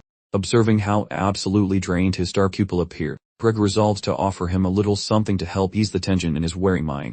Lee Han, finding it a tad alarming that the notoriously eccentric professor would actually express concern for his well-being, accepts the package gratefully, and then quickly unwraps it, secretly wishing it contained some much-needed pain medication. He finds instead a textbook discussing the fundamentals of lightning magic and its practical uses. Following the exchange of the book, Greg orders Lee Han to memorize every single page before they meet again for their next session. Despite being thoroughly stunned by the command, Lee Han nods and confirms that he comprehends the new homework assignment. Right then, Lee recalls that the academy's exams are looming next week, which means he'll be so overwhelmed with studying that sleep will likely become a distant, beautiful memory. Suddenly, he notices some jarring noises echoing down from somewhere above him. He inquires of Greg about the commotion occurring outside. Greg clarifies that the instructors are currently handling the runaway summoned creatures. Lee wonders aloud why on earth the faculty waited so long before addressing the issue. Greg responds that the beasts are only being subdued now to make sure they don't cause any disruption during the imminent examinations. Lee, deeply let down by the professor's priorities, excuses himself and departs, simultaneously chiding himself for posing such an incredibly simple question. As he exits the underground chamber, Lee pulls out the volume that the lady had presented to him just minutes before, and much to his relief, he quickly realizes the contents are far more insightful than he originally assumed. This tome doesn't just explain magical theories. It also includes critical safety protocols, establishing it as a highly comprehensive manual for students. Upon checking for the author's identity, he discovers the space is blank, causing him to speculate whether the whole thing was produced by the school administration itself. He calculates that if the material keeps the space, absorbing all the knowledge won't be overly challenging. He continues down the hallway. A figure abruptly materializes behind him, scaring him half to death by cheerfully shouting hello. Lee spins around and breathes a sigh of relief, realizing the culprit is Professor Kerman, easily one of the kindest faculty members he has encountered. Kerman inquires if Lee is headed toward the Foundational Magic Comprehension lecture, and Lee affirms that he is. Kerman reveals he's going to the same place, so he offers to accompany Lee. Noticing Kerman's warm and pleasant demeanor, Lee struggles to accept that he's supposedly close with the cold-hearted and malicious Velady. Their dispositions are polar opposite. As they proceed, Lee asks Kerman if he teaches the art of illusion, to which Kerman replies affirmatively, adding that the craft is far more practical than most students assume. He informs Lee that illusions are valuable for creating protective shields to deter trespassers or to, well, fabricate misleading images to fool opponents. Furthermore, certain mages are now blending illusion spells with dimensional techniques to build complete, confusing mazes. Some folks use it with sheer mental prowess, mind you, to flatten foes with just a stare. Upon hearing this, Li Han gets all jazzed about mastering illusion magic, figuring it's the ultimate tool for bamboozling the faculty. With a chuckle at Li's eagerness, Kerman remarks that he appears to have a knack for illusion spells and inquires if he fancies learning them. Puzzled by the notion that he's got hidden talent for such trickery, Li mulls over his choices, realizing that since enrolling at Inregard, dodging new skills is a lost cause, and considering that the Mentor 1 studies under matters far more than the course itself, he opts to dive headfirst into illusion magic, especially since Kerman, up to this point, has shown himself to be a rather friendly and approachable instructor. Just as Li Han is about to spill his decision, Kerman throws in a query about whether any other professors are providing him with extra tutoring aside from Velady.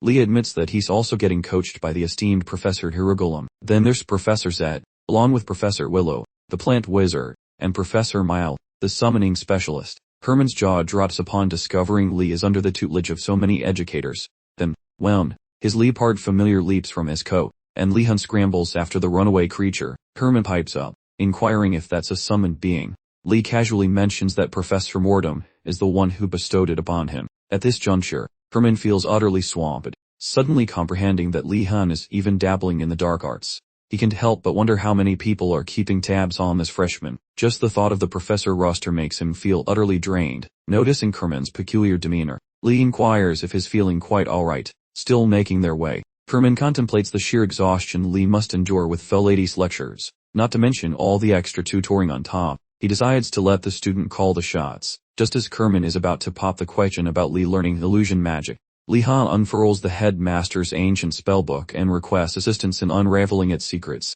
Realizing that the headmaster himself, the Big Cheese, had entrusted Li, a mere first year, with his personal grimoire, Kerman instantly concludes that Li really doesn't need to bother with illusion magic after all.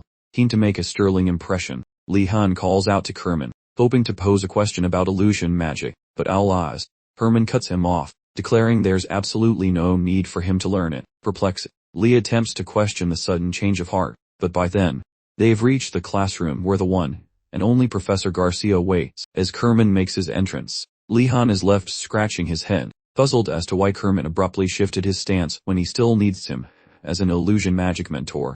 A few minutes later, the lecture commences, and Kerman assumes his position in Professor Garcia's class. The instant he steps onto the platform, the students unleash a barrage of utterly preposterous inquiries about illusion magic.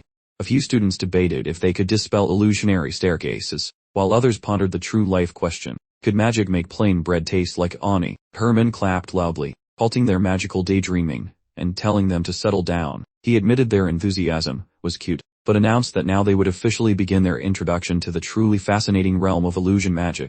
To begin, Kerman insisted they first grasp the fundamental definition of illusion magic. For the demonstration, he instructed everyone to give him their undivided attention.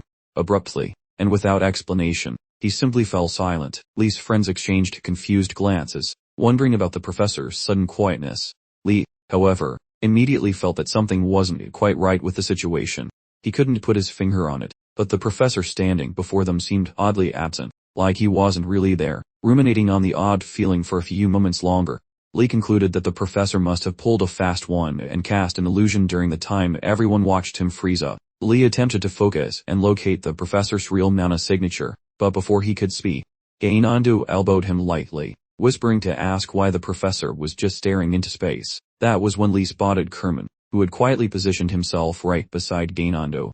Li quickly alerted his friend to the discovery. Gainando, however, reacted by immediately pulling out his wand and attempting a paralysis charm on the unseen Professor. Kerman, with almost no effort, simply reflected the incoming magic. The spell ricocketed back, paralyzing Gainando instead. Since the jag was up, Kerman congratulated Lee for correctly figuring out the trick. He cautioned Gainando, however, to stop randomly firing off spells because they might just come back to bite him. Lee quickly apologized for his friend's antics, but Kerman found the whole situation hilarious and dismissed the incident entirely. With a simple gesture, he dissolved the illusion. The class watched as the illusion dissipated, revealing exactly how he had slipped across the room. Kerman explained that illusion magic enables mages to turn completely invisible. It lets them sneak past foes and create diversions to totally baffle their opponents. Because the students were all newbies, Kerman decided to teach them the fundamentals first. He announced that he needed volunteers for a demonstration, asking anyone who sensed the presence of the illusion magic to come up to the front. The goal was to attempt a basic illusion dispel, and Li Han, a green-haired student, and Arden Art all stepped forward. Kerman told them that before they started, they first had to find where he had hidden an illusion somewhere in the room. Right away, Lee noticed a stack of wooden crates that absolutely had not been there when they walked in. The graybeard instructor selects a mossy, topped cubble for the opening act. Tremulously, the girl attempts to pop the mirage, yet merely succeeds in clicking open a single padlock on those crates, giving her a jolt. The mentor suggests keeping your eyes peeled, since phantoms usually mask nasty stings for the unsuspecting. Following that, the young prodigy steps forward, hoping to earn a gold star. The boy gives those fake containers a judgmental squint. The youth spots the fakery instantly, while believing the existing gritty style constitutes their genuine essence. Focusing hard, the lad mutters the spell, "Begun you silly spirits," while leaking mana like a broken pipe, causing those wooden objects to simply evaporate. The room goes wild, because the boy wonder just finished the trial on his maiden attempt. The teacher, instead, shrugs. The master admits the victory, but suggests that sweating over basic phantoms is totally overkill. Hearing that, the youth seems a bit bummed. Historically, not one faculty member has responded in this specific manner. During the remaining period, his brain goes on a long vacation, attempting to decode why the teacher used such a strange tone with him. Once the session concludes, the mentor tells the group to keep waving their wands at home. While the man packs up, the student blocks the exit to inquire about his errors. That instructor promises everything is fine, though he admits the entire faculty is basically stalking the boy. Motionless and baffled, the hero hears the man theorize that while possessing massive energy stores makes sense, some secret sauce must explain why the faculty are. The professor then suggests hitting the hay, proving he actually cares about the kid's pulse. After noticing this teacher is actually sweet compared to the usual batch of wizardly nutcases, the protagonist swears an oath to attend this course regardless of the cost. Armed with fresh bravery, the lad informs the elder he can handle any future nightmares. Stunned by the boy's abrupt burst of grit, the mentor mentions that if the boy truly desires the course, he must join the next social. The student offers gratitude, while the elder repeats his plea to avoid working until he explodes. The lad guarantees that he holds zero intentions of enrolling in further courses later. In that very instant, Herman's got twisted, confirming Li Han's tale was as solid as a house of cards in a hurricane. Still, to spare Li's fragile ego or perhaps just his own sanity, Kerman wisely opted to let the whole charade go. The next week, when Tuesday rolled around, Li Han found himself among his peers, poised to face Professor Zed's dreaded assessment. Mere moments before the ordeal officially kicked off, Li Han's mind, however, drifted to Professor Garcia's looming quiz. A beast of an exam Garcia had warned would encompass every single nugget of wisdom, or lack thereof, absorbed since day one. A true academic marathon featuring Mortem, Bobo, and even fresh-faced Professor Kerman. Just as Lee's brain decided to take another vacation, Nuenger, ever the diligent friend, delivered a firm pat and a curt instruction to rejoin reality. Lee quickly rebooted his focus, acknowledging that ruminating on future academic nightmares was utterly counterproductive, particularly with the all-important basic writing training quiz commencing right now. As the students and Zed finally convened at the designated torture chamber, it, practically buzzing with unholy glee, chirped, "Are we all prepared for a bit of fun?" As anticipated, the students, still half asleep, managed a groggy, utterly unconvincing yes, clearly not sharing Zed's enthusiasm.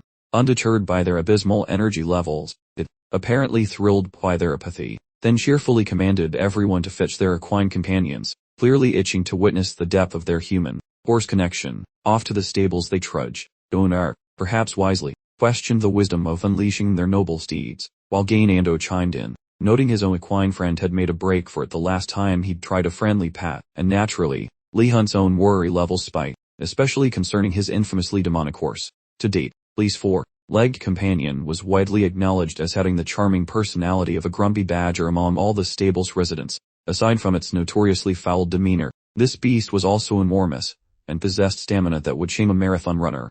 This often made Li question if it was actually a horse or some monstrous, devouring-shaped prey. Nevertheless, he was, however, profoundly relieved to have discovered a secret technique to rein in his chaos just prior to the exam, knowing full well the alternative was utter, catastrophic pandemonium.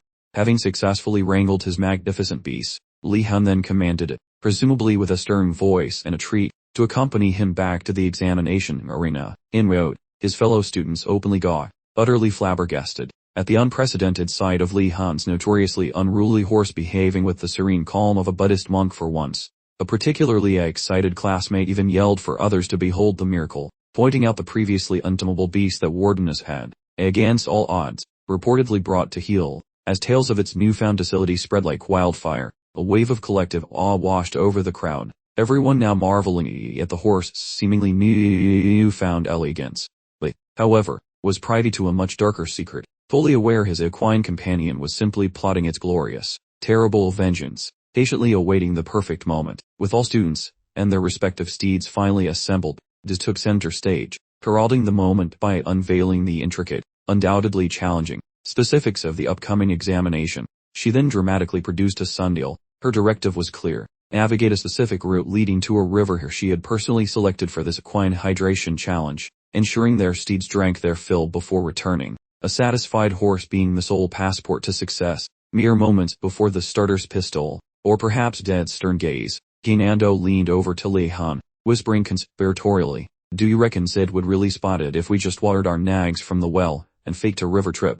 Before Li could even formulate a reply, its voice cut through the air like a rusty blade. "If any of you dare to pull a fast one, expect to spend several unpleasant hours experiencing the river from an entirely submerged perspective." Gainando, now visibly paling, instantly declared his complete and utter commitment to following every letter of her command. The test officially commenced. It gave a dramatic flourish or perhaps just a nod, and the students, with their trusty steeds, galloped off, where, trotting along atop her own steed, glanced over to find Li Hun nonchalantly strolling next to his equine companion, prompting her to inquire why he wasn't mounted, to which Li sagely replied that riding might unduly exhaust the creature, though in truth, he secretly understood this was entirely thanks to a magical gizmo currently throttling its usual legendary endurance.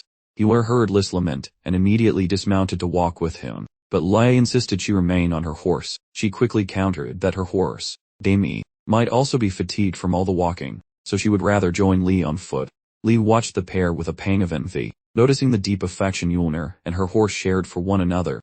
He was in the middle of complaining about his terrible, first-level steed, when Gainando's horse suddenly charged past them at full speed. Gainando was frantically screaming for assistance as the runaway steed bolted straight back toward the venue. Li felt a surge of validation, realizing he was not alone in possessing a truly problematic four-legged companion. Once Gainando was completely out of sight, Li turned to his own horse, sternly demanding cooperation. He reminded the stubborn creature of all the exceptional care it received, then offered it a sugar cube. Li knew the animal loved sweets, hoping this small bribe would encourage better behavior, at least for a while the horse munched on the cube. Slyko and Tanta, the elven dwarf, along with two turtle students, came up to them. They called out to Wardenus, asking precisely what he was feeding his horse. Li Hun simply explained that it was a basic sugar cube. This prompted one of the turtle students to exclaim why he would waste such an incredibly valuable item. The student then suggested Li should have instead sold the sugar cube on the illicit black market. Li stared, completely baffled by their reaction, wondering what exactly they were talking about. Slyko then offered Li a basket of carrots, explaining that horses love them just as much, adding that sugar was quite rare here. Li accepted the basket and thanked the dwarf, still extremely puzzled about this sudden, overwhelming generosity. Slyko casually added that Li should really come by the black market again soon to play some chess. As Slyko and his companions left, Li realized the carrots were a bribe for a chess match. Excited by the gift, pointed out that he could now save all his sugar. However, Li's horse displayed a profound lack of interest in the carrots. This made Li seriously consider swapping to a less demanding horse, purely for the preservation of his own sanity. When they finally reached the river, Li spotted Rowena kneeling near the water's edge, carefully examining the surroundings. Rowena warned Li to be cautious, because there was something decidedly strange about this river. Lee asked for specifics, and Rowena immediately directed his attention toward a green-haired student. The student was trying to offer water to her horse. The moment the horse lowered its head to drink, the water level began to mysteriously drop, almost instantly receding into nothingness. The impossible phenomenon instantly piqued the student's suspicion. Lee remembered Zed's mischievous look from earlier, questioning if the water truly lowered when the horse attempted to drink. Lee asks his companion for help with this brutal test. Yet Rowena sighs, because every attempt to reach those waves fails as the liquid scurries away, while the princess wanders past. Rowena remarks how the girl seems thrilled at spotting Lee. However, the boy notices her hungry eyes are locked on his basket of snacks rather than his own face. Guessing she wants a treat for her stallion, he holds out some produce, praying this bribe earns him royal favor. However, the royal lady surprisingly chomps down on that raw, unripened garden snackercell. While she wears a look of absolute revulsion, Han realizes he intended that vegetable for the beast, not the beauty, while Hüer acts like he sees nothing to avoid embarrassment. Soon, those two scholars stare elsewhere to avoid the embarrassment, and Han proposes utilizing splashy wizardry for hydrating their stubborn, furry companions. He yanks a glob of liquid right out of the stream by waving his fancy magic stick, which stuns Rowena, who cannot believe how effortlessly the talented boy performs such complex spells. She is certain that following his clever plan will prevent any further embarrassing blunders during this trial, guiding a levitating puddle toward his ride's snout. That young mage expects every beast to enjoy a premium delivery service. Poof, the moisture simply vanishes, startling the whole bunch, because those scholars suddenly discover that they must lead those animals into that actual stream for this task to officially register. Admitting this chore is a nightmare, Hüer begs her brilliant friend to invent a better way to succeed. Han claims he already prepared a secret tool, knowing things would probably go south quickly. He reaches inside his pack and brandishes a shimmering cord for his friend to inspect, who identifies the item, but hides its secret from the others to keep the mystery alive. Soon after, that apprentice employs the shimmering cord previously shown to his friend, to forge a sturdy safety connection amongst those frustrated kids, and those uncooperative steeds. While Hüer is baffled by his endless supplies, Han explains they will act as human weights to fight the rushing current. After sending Rowena in as a brave guinea pig, Lee shouts to check if his invention functions properly. Fortunately, she confirms the setup holds, noting they won't have to go deep since the river level remains steady. This update settles his nerves, making him confident they can finish. So he begins the grueling process of dragging his horse toward the waves. That stallion refuses to sit, yet once Han offers those tiny sweet white treats, the beast eventually yields. Precisely when the boy expects a breather, an eerie intuition suggests those circumstances are definitely suspicious. He smells the teacher's prank, guessing this exam has way more layers than a suspicious, enchanted onion. Unexpectedly, a thunderous boom vibrates across the distant horizon. Moments later, our hero and his peers, lingering mid-stream with their four-legged mounts, behold a wall of water barreling down upon them. Seething at their instructor for orchestrating such a lethal prank, the young wizard bellows for the crew to scram pronto. While his terrified associates scramble for dry land, the brave lad conjures a liquid ore to stall fate through the mayhem. A pal cheers his bravery, yet highlights that he and his pony are literally drowning. He fights to keep his magic steady and retreat, though during his defensive stance, the surging torrent grabs his steed's ankle, yanking the creature from his protective zone. Noticing his favorite hairy friend in jeopardy, our guy opts for extreme tactics to rescue it. He permits the waves to carry him off, horrifying everyone. A girl offers to dive in, but her friend blocks her path, cautioning that she would just get flushed too. A classmate attempts to unfasten the tether he used for safety, but it remains knotted. She signals her friend to tug the cord, but alas, the heavy pressure snapped the string. Amidst this nightmare, a lady screams for him to forget the nag, and prioritize his survival. Fearing he met a watery grave, the maiden loses her cool, until, unexpectedly, the stallion's head pops up. It turns out the dude manually hauled the beast from the depths, blowing everyone's gaskets. His aquatic dome, albeit quite flimsy, remains intact, sheltering himself and his mount. The confused nag looks lost, but the boy commands it to stop squirming, threatening to sink it for good otherwise. The stallion seemingly ponders why he is even bothering, given that he looks like a wet noodle. However, our hero stays locked in, burning every drop of mana to maintain his barrier, and avoiding a one-way trip downstream. Finally, he scales the gorge with his pony, and dumps it on the mud upon reaching land. Once he regains his lung capacity, he furiously bellows the name of that crazy teacher.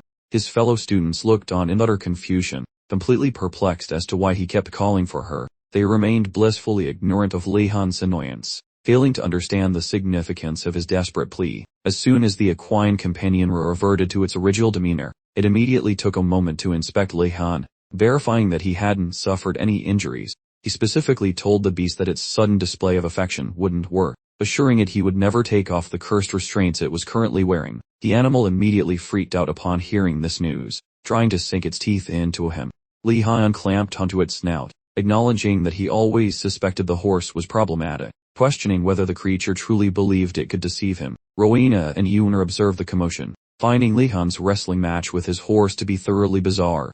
However, their main feeling was just relief that he was still in one piece, and hadn't been hurt. As Li Han worked through his issues with his unruly steed, the remaining students voiced their anger regarding the life-threatening danger posed by the examination to both them and their animals. One student specifically lamented how disappointed she was, having once revered Professor Zed and studied her past expeditions. Now she felt cheated, realizing the professor wasn't nearly as amazing as she believed. If she'd known Zed possessed this level of irresponsibility, she wouldn't have bothered looking up to her at all. While the students were thoroughly occupied complaining, a gigantic black crow suddenly emerged in the sky and touched down at the location.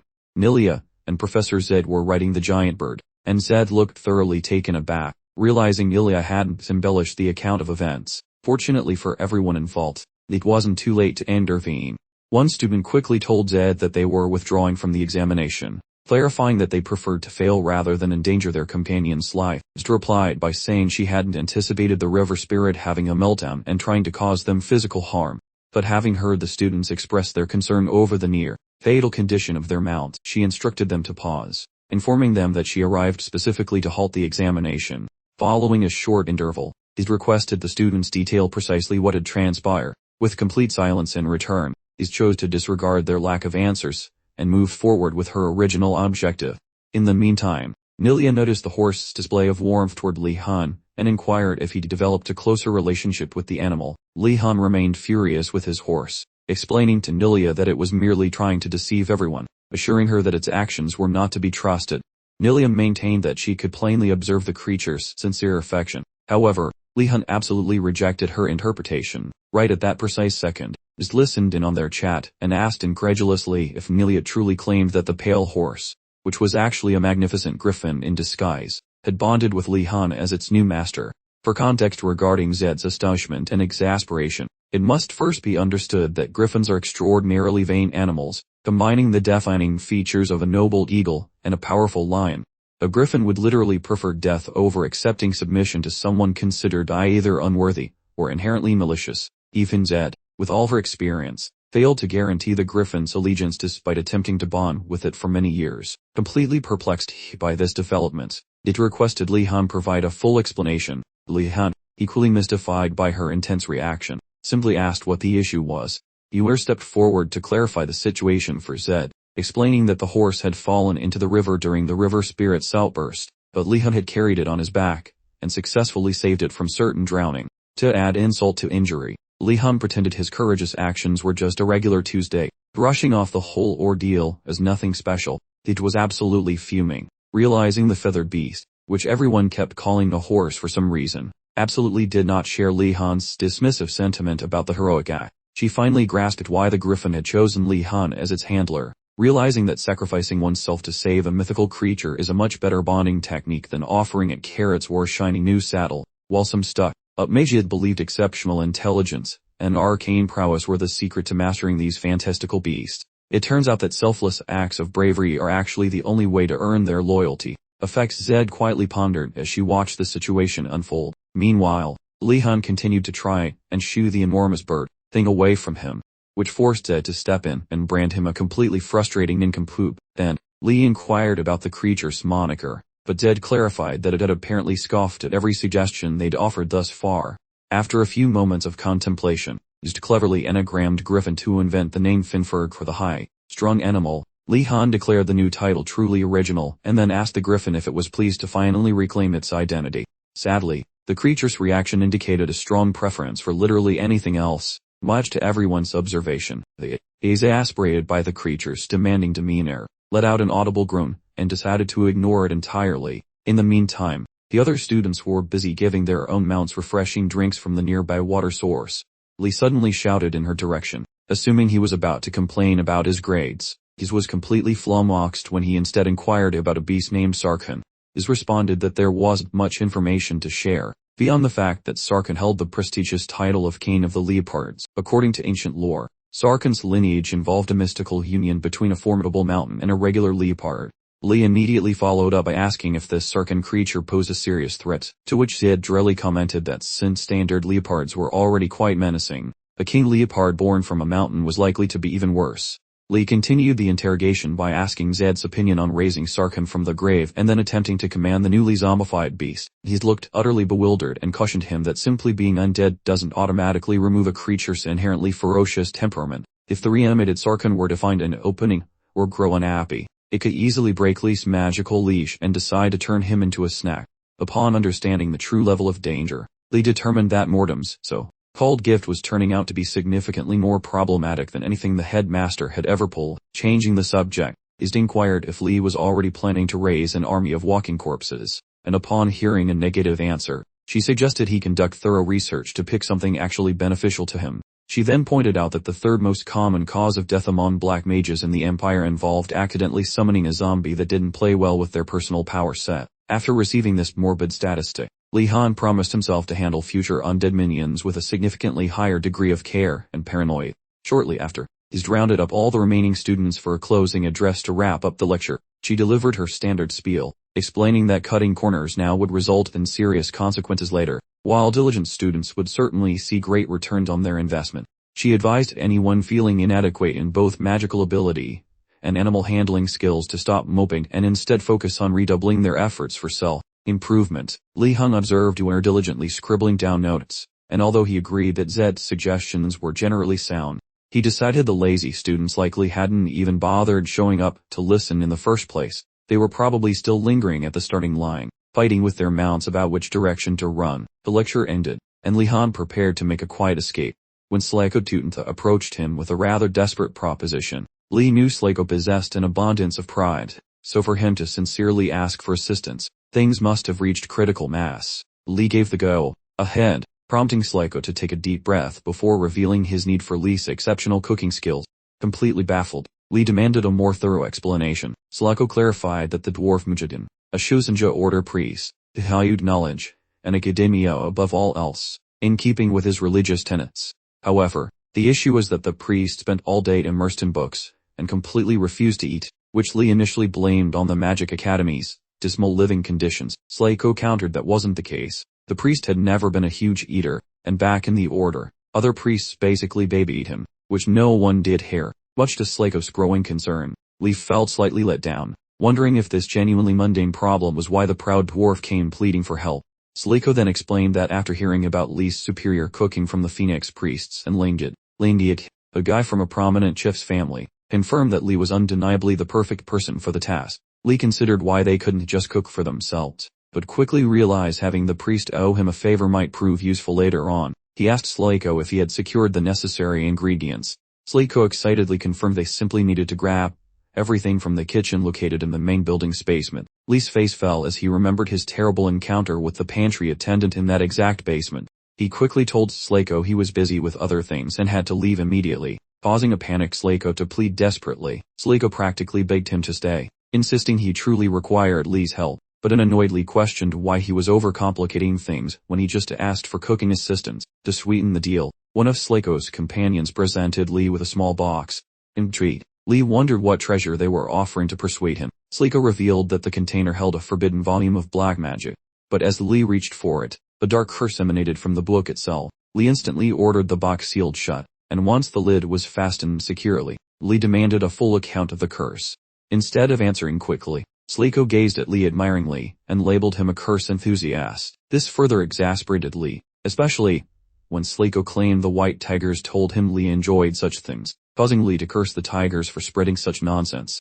He made a vow to lock them in the punishment room once they returned. Li asked about the book's source, and Slayko claimed they discovered it in an endless chasm on the library's 4th floor. Li realized the library contained far more dangers than its peaceful facade suggested. The first 2 floors offered tranquil serenity, yet the upper levels were a chaotic mess, packed with more dungeons and twisty labyrinths than a goblin's treasure map. Lee pondered why anyone would bother exploring the library's more treacherous, fire, obsession. Sliko then clarified they were mapping the entire academy, hoping to simplify everyone's lives, a level of selfless dedication that left Lee genuinely rather impressed. Lee contrasted their admirable dedication with his own Tower's rather impressive laziness, seriously considering a transfer, which made Sliko sigh about Lee's apparent disinterest in the book. Lee, ears distinctly overheard their hushed whispers. Realizing the curse absorbed mana like a sponge. Alarmed, he promptly asked them to repeat their shocking revelation. Sliko confirmed the curse drained mana, making previous readers faint from depletion, proving it was a real page turner in the worst way. Following a brief mental deliberation, Lee, with a touch of recklessness, opted to read the book. He reopened the box, intentionally letting the curse siphon away some of his mana, like a magical charity. Despite feeling the mana drain, it wasn't strong enough to actually overwhelm his impressive magical reserves. As he read, two unexpected revelations absolutely floored him. Firstly, the book discussed not black magic, but rather blood magic, a dangerous technique amplifying mana using one's own blood. Quite a messy business. It was a top secret, extremely hazardous practice. Second, to his astonishment, the writing and cover looked remarkably similar to the professor's SPO. Quite a startling coincidence. Lee relentlessly continued his reading adventure. Sliko then abruptly interrupted, asking if Lee was now finally interested in their mysterious deal. Lee, contemplating blood magic's enormous mana demands, suddenly realized it might perfectly align with his own unique abilities. How convenient. He agreed to help with the cooking, but only if they met one particular condition. The scene, annoyingly, concluded without ever revealing what that single condition entailed. Currently, Lee Han and his intrepid crew were discreetly hiding in a forgotten corner. They were observing a salmon, a gift from the headmaster to the pantry guard. After witnessing the decidedly robust new security measures, Lee finally grasped why the pantry path had been such a suspiciously easy stroll earlier. The headmaster had, quite clearly, beefed up security significantly since their last guarded escape. A sharp aide crew member helpfully noted that their brand new security system was, in fact, a rather intimidating walking suit of armor, prompting Lee to question if the student knew its precise nature. The student elaborated, having witnessed it snagging several unfortunate classmates previously, stating that direct attacks were utterly futile, as it instantly restored itself like a magical self-healing sponge, thus necessitating a completely different defeat strategy. Upon closer inspection, Lee sagely identified the entity as an inorganic type of summon, a mechanical monstrosity. Similar to Jorvan, this meant the summon could be banished if it simply sustained enough damage, like a magical punch bag. However, Lee knew using lightning magic, though highly effective, was impossible, as the headmaster would instantly recognize his signature, blowing their cover entirely. He then queried his crew if the skeleton relentlessly followed targets, but they, unhelpfully, weren't quite sure. Because the summon's behavior changed unpredictably, they couldn't be certain. Just then, a second suit of armor emerged from the other direction, making them realize, with a sinking feeling, they were completely surrounded. A heroic student volunteers to be the diversionary bait for the guards, but Lee stops the idiotic plan, and pulls the student into a convenient room. When the clanking armored guards eventually regroup, they are thoroughly confused to find nobody waiting for them in the corner. The guards had no idea that Lee Han and his entire group were actually hiding right behind a nearby door. The group was desperately trying to stay completely silent, waiting for the all-clear signal. Lee concluded the danger was over for now, and took a closer look at the room where they had taken shelter. The room appeared to be an abandoned classroom filled with cobwebs. Redford wondered if something was wrong, but Lee quickly reassured him that everything was perfectly fine. While the others explored their surroundings, Lee felt that something about the classroom just didn't sit right with him. Although he dismissed the feeling as mere paranoia, the room's surprisingly pristine state continued to unnerve him. Regardless, he informed his companions that they wouldn't be able to stay hidden there for very long. He stated that when the armor inevitably entered the room, he would fight it with magic, allowing everyone else to escape.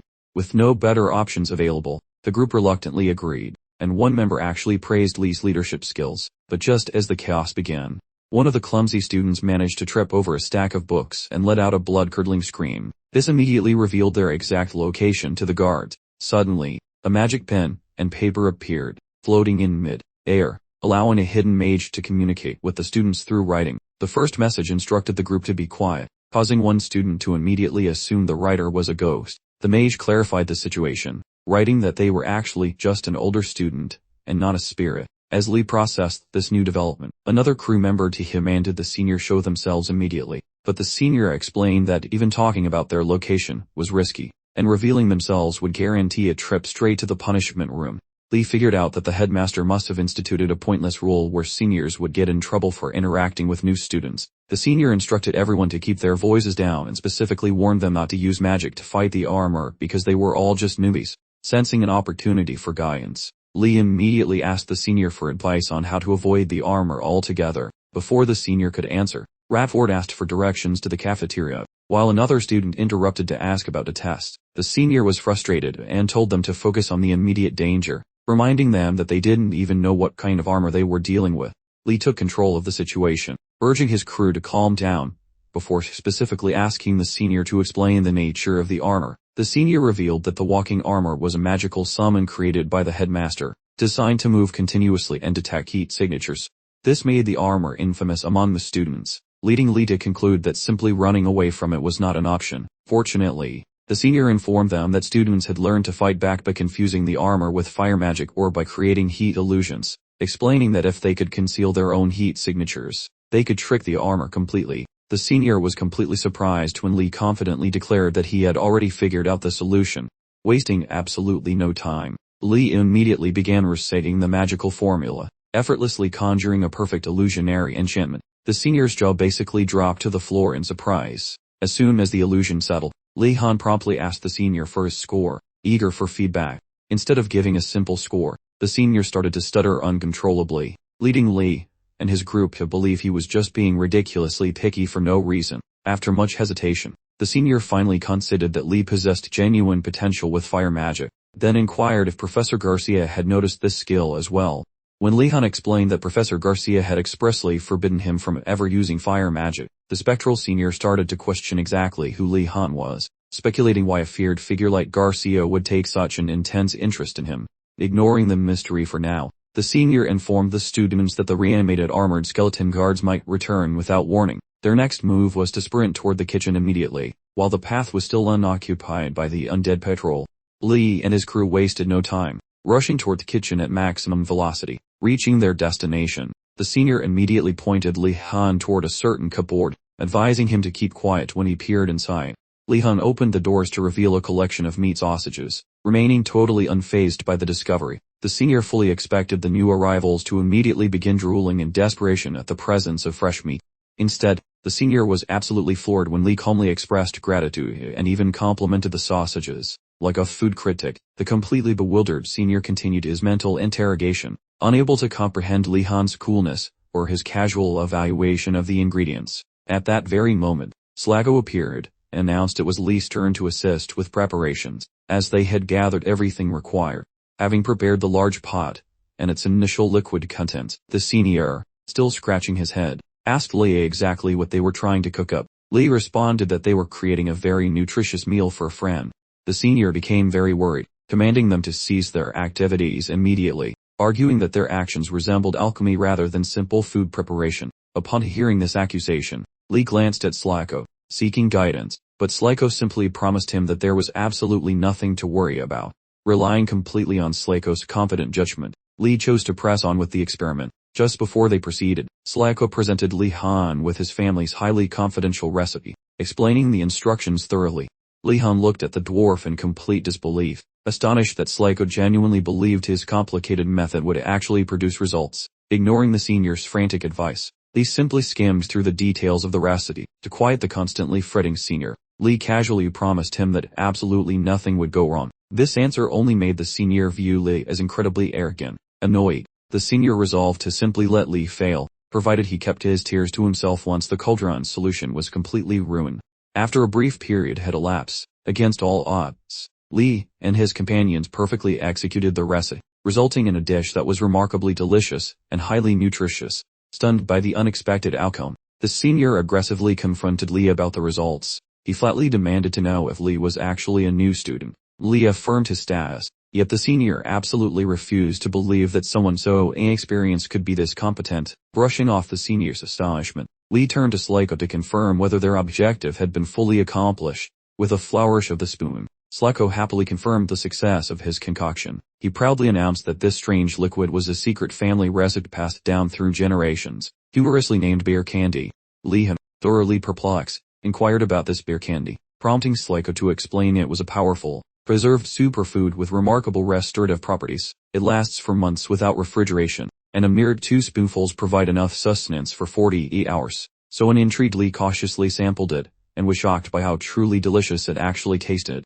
Munching happily, Sliko casually added that the candy restored mana, then recounted how his ancestors developed it when they were stuck underground, and desperately needed a substitute for their beloved bear. Having completed their mission, Lee immediately insisted they make a hasty retreat before they were discovered by the authorities. Just as he spoke, the senior whacked Lee on the back of the head with a roll-up scroll of parchment. The senior grimly predicted impending doom, causing a bewildered Lee to ask what in the world was happening now. The senior immediately told him to keep quiet. He then whispered the terrifying news that the pantry guard was quickly heading towards the kitchen. This revelation sent a wave of quiet terror through the entire group. The senior directed everyone to pile into a corner while he attempted an illusion spell, prompting Lee to silently question its effectiveness. But the senior, equally unsure, only responded by demanding absolute silence. When the pantry guard finally reached the doorway, he stopped dead in his tracks, fussing with an object in his hands instead of entering, securely concealed. Lee puzzled over why the guard hesitated to enter the kitchen, considering he was standing right outside the threshold. Before long, the guard initiated a magical chant aimed at the door, which Lee, to his own surprise, picked up on immediately. Lee inquired about the guard's spell, prompting the senior to react with shock that Lee was even capable of sensing the magic in the first place. The senior confirmed the guard was indeed using magic, but was genuinely perplexed by how Lee could tell, since the senior's own awareness was based only on a hidden magical trap he had previously set outside the kitchen door. When Lee confessed he could simply detect the guard's mana directly, the senior was absolutely floored by his ability to perceive magical energy from so far away. The group quickly realized the pantry guard was serious about catching them, which was especially confusing given that the guard was usually apathetic and never this careful. After a moment of observation, the senior determined the guard was applying magic not only to the kitchen but also directly to the door, realizing it was actually sophisticated dimensional magic. This particular kind of magic was incredibly complex and difficult to execute, causing the senior to immediately freak out, drop his pen and paper, and then instantly disappear, leaving Lee and the others wondering what had just happened. Suddenly, the kitchen entrance doors burst outward, leaving Lee's entire group frozen in a state of stunned disbelief. For a split second, Lee wondered if the disappearing senior had been responsible for opening the doors. However, to everyone's relief, the senior materialized again, frantically instructing everyone to flee through the back door, even as Lee was still trying to process the situation. Sliko, ignoring the senior's frantic pleas, chose to investigate the danger firsthand. However, when he pushed open the door that was supposed to lead to freedom, he discovered he was magically transported right back into the very same kitchen. Sliko, thoroughly confused, asked what in the world was going on, since he had just walked in the door. The older student explained that the pantry security guard had used magic to fundamentally twist the room's dimensions. When Lee inquired if there was a way to reverse the spell, the senior sadly admitted he couldn't think of a single solution. With no other choices remaining, Lee sighed and informed his friends that they were probably heading for the punishment room, as surrender seemed unavoidable. While the rest of the group complained like toddlers, Lee Han reminded them that they had planned for this exact scenario from the beginning, stating that as long as they kept their word, he would keep them from getting into additional trouble. Meanwhile, the senior noticed Lee Han didn't look scared or nervous at all, despite being on the fast track to the punishment room, which made the senior feel foolish for trying to prank him just to feel better about himself.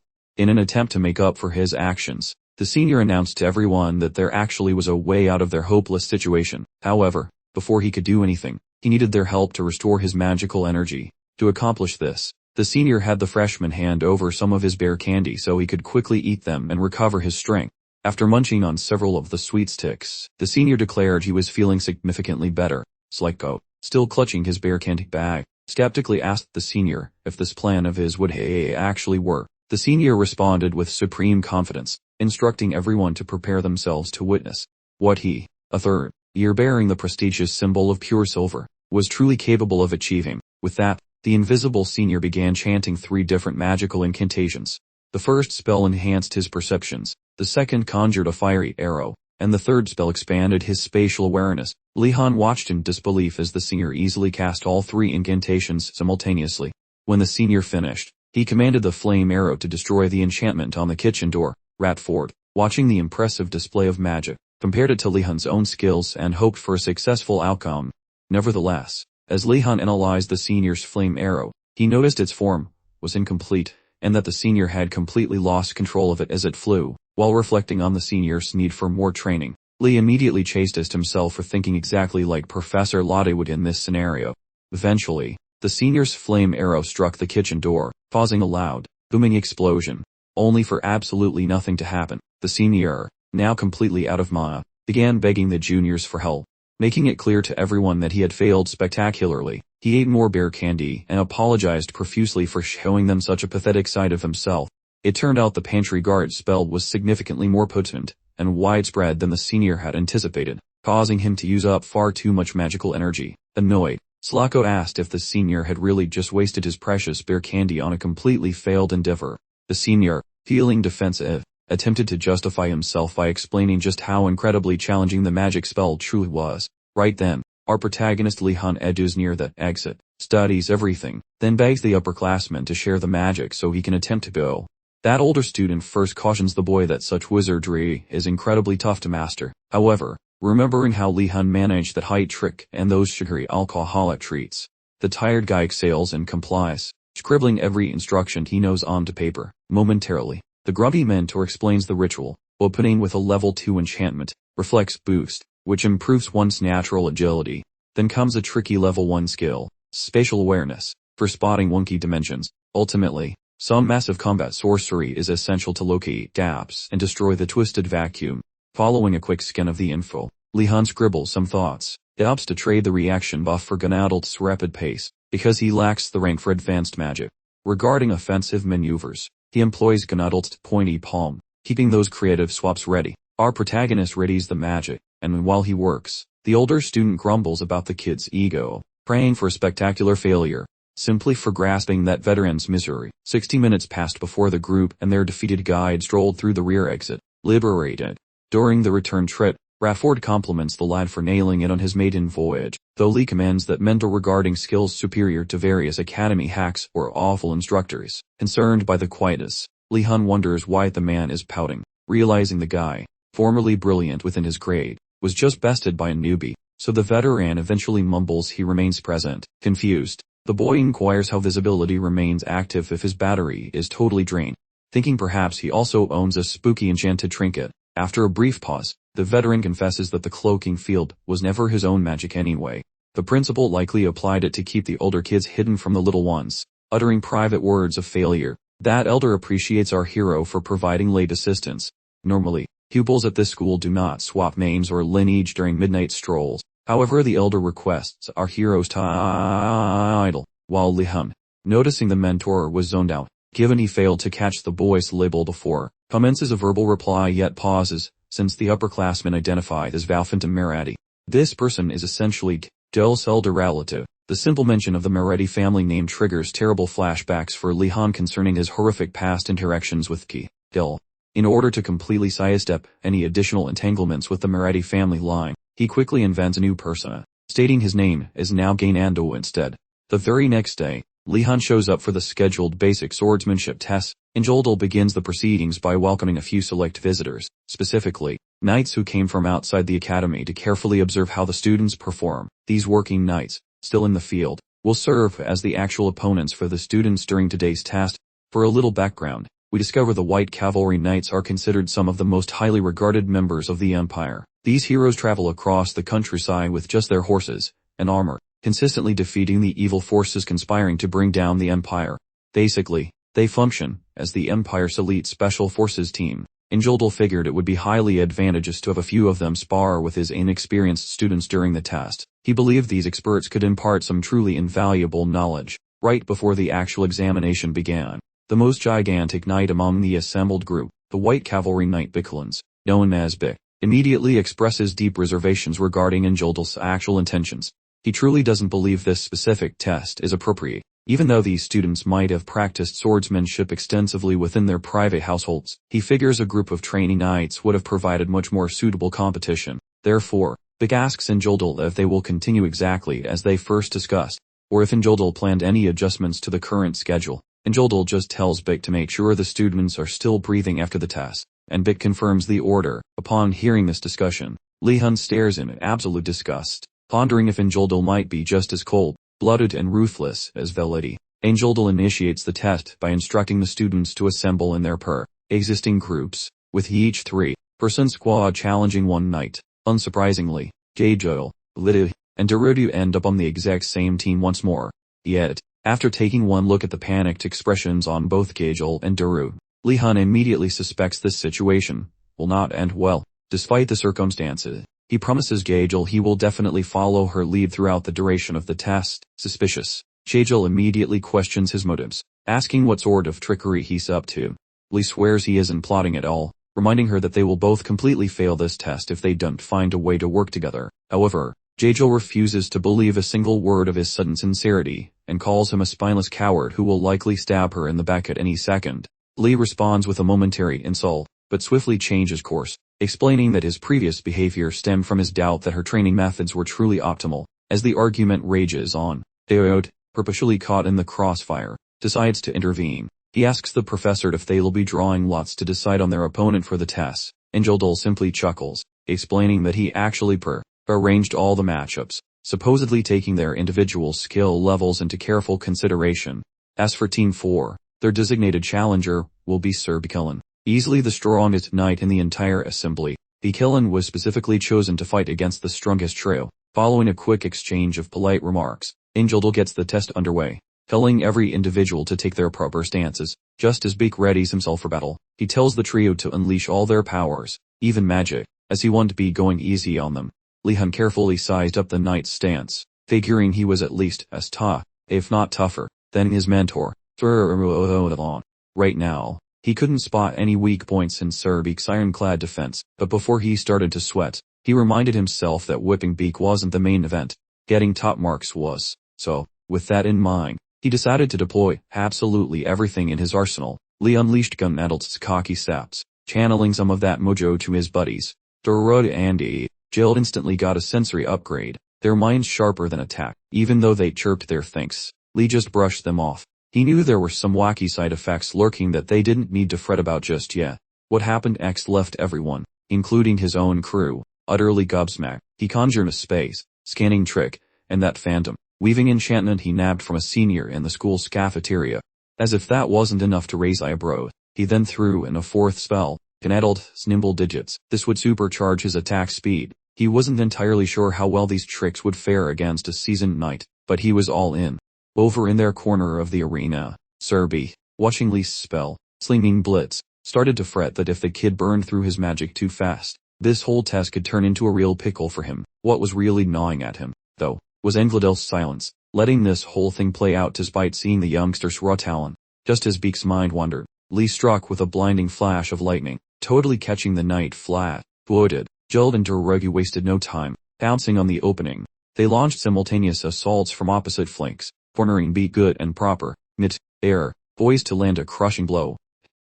Jill suddenly felt strangely nimble, her every move lighter than air. She had to admit, Lee Hun's magic was actually giving them a boost, which was pretty neat. Sir Beak, realizing the sticky situation he was now in, flickered out of sight, only to reappear behind Darugu, leaving the poor guy utterly baffled. Before Darugu could even twitch a muscle, Beak landed a serious wallop on his back, sending him tumbling right onto Jill, effectively squashing her. Just as Beak prepared to finish them off with another whack, Lee countered with a watery blast called Surge. Beak scoffed at the seemingly basic water spell, easily sidestepping it, and turning back to deal with Darugu and Jill. However, just as he was about to deliver another finishing move, the water spell did a bizarre turn and came hurtling back his way. The knight saw it coming instantly. Sir Beak stopped his strike short, using his shiny armor to fend off the splashing return wave. Genuinely taken aback, Beak admitted that the kid actually had skills. Lee Hun simply wouldn't quit, instantly launching another barrage. He conjured additional spheres of Wu, sending them directly toward Sir Beak's location. Mentally, he gave a shout out to his spatial awareness for making the simultaneous handling of various water assaults feel effortless. Beak, whose jaw was practically on the floor, started questioning if every first-year student at the academy was this ridiculously skilled. He quickly dismissed the thought, knowing that chances were slim. Finding this level of magical prowess was incredibly uncommon. This particular talent, he concluded, must be specific to Lee Han Wardness. Meanwhile, Angel Dal understood that a chat with Professor Velady was absolutely necessary.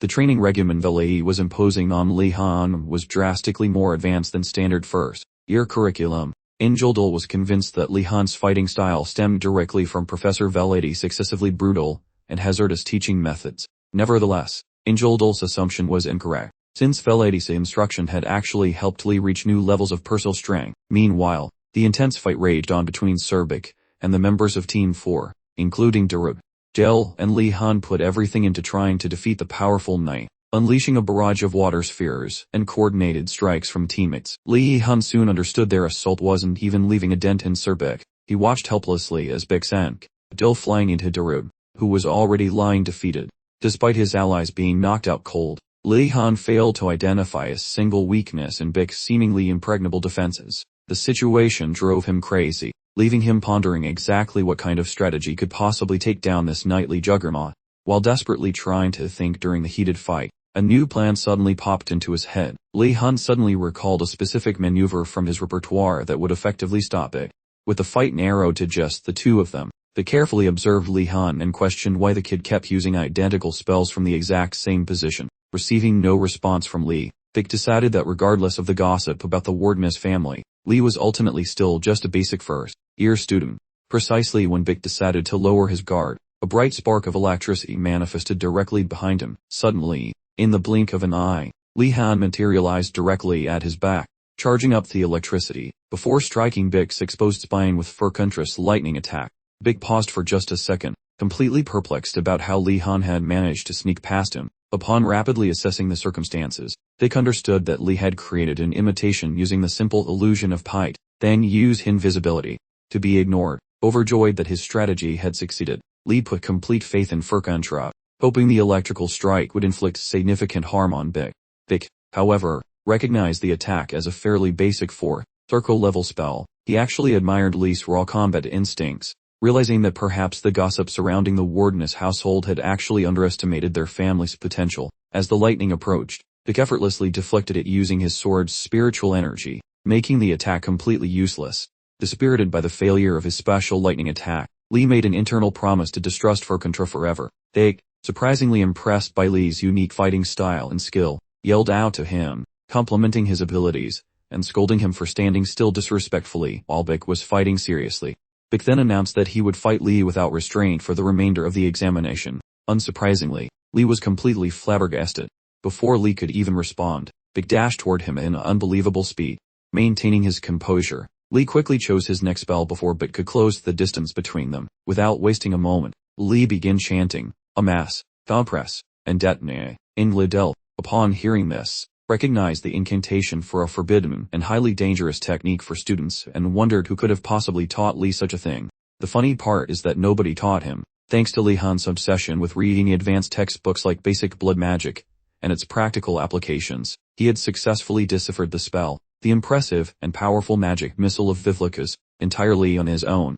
In contrast to the standard magic missile, which is a simple first-circle spell, this version gathers a significantly larger amount of mana and compresses it into an explosive blast. This particular spell was absolutely perfect for someone like Li, given his vast mana reservoir, and he knew it. As he activated the incantation, Li Han suddenly remembered that this was his first real combat test with the spell and that he had zero practice.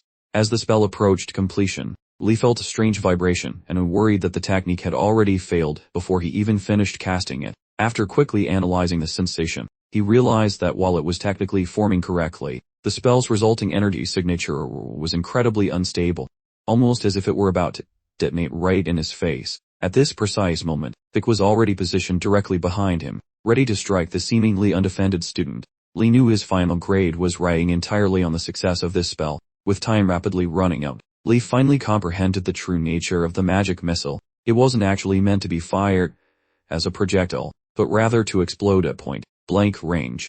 Armed with this realization, Li stayed put and allowed the forbidden technique to detonate directly in front of him, catching the completely unsuspecting Surbik in the resulting eruption. Shortly after the massive explosion, Darudhu and Jijal, having regained their footing, began to worry about Li Han's condition. He was quite annoyed that the textbook hadn't bothered to explain the full details of the spell's functionality. Li Han, surprisingly intact, let out a massive sigh of relief. Clearly delighted he had wrestled the explosion's reach under control just in the nick of time. Just as he prepared to gloat about launching his rival an impressive distance, Zerbik materialized from thin air directly behind him, delivering a rather rude sword whack to his unsuspecting spine. Li-Han crumpled to his knees, finally confessing his loss, a sight Bit carefully observed. With his guard completely down, Bit casually inquired if Li-Han harbored any aspirations of enlisting in the esteemed White Cavalry Knights, as if they were discussing the weather. But before the last syllable of his question had even settled, with a blur of motion, unsheathed his blade and precisely aimed it at the knight's throat. After a short, bewildered silence, Bit fully understood he had been completely played. He readily confessed his blundering error, having dropped his vigilance simply because Li had inconveniently misplaced his weapon.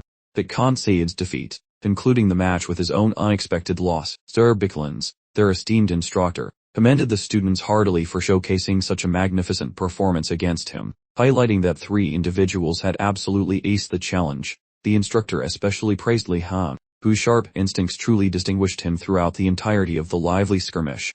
He further notified the apprentices that the knights, having already vanished to fulfill their urgent assignments, vowed to regale their fellow soldiers with exciting stories of today's thrilling practice bout. Prior to their departure, the knights eagerly inquired about future invitations, demonstrating beyond doubt that their enthusiasm wasn't merely polite pretense. They were absolutely thrilled by the spectacle they had just witnessed, likely craving more action. With his final comments delivered, the instructor then officially released his diligent students. While walking back, Li-Han began to experience a very strange and unfamiliar feeling. He speculated with some concern if their midterms would involve combat with a knight. Suddenly, his stomach began to perform an uncomfortable, internal churning. A sudden wave of intense nausea blurred his sight, causing his footing to become notably unstable. Naturally, Doomed, ever observant of his comrades' sudden decline, instantly recognized that their main character was clearly not having a good day. Concerned, Brodu placed a comforting hand on Li-Han's shoulder, only for the unexpected touch to entirely disrupt his already fragile equilibrium. He then quite ungracefully collapsed to the earth with a distinct thud, leaving the nearby students utterly aghast and thoroughly unnerved.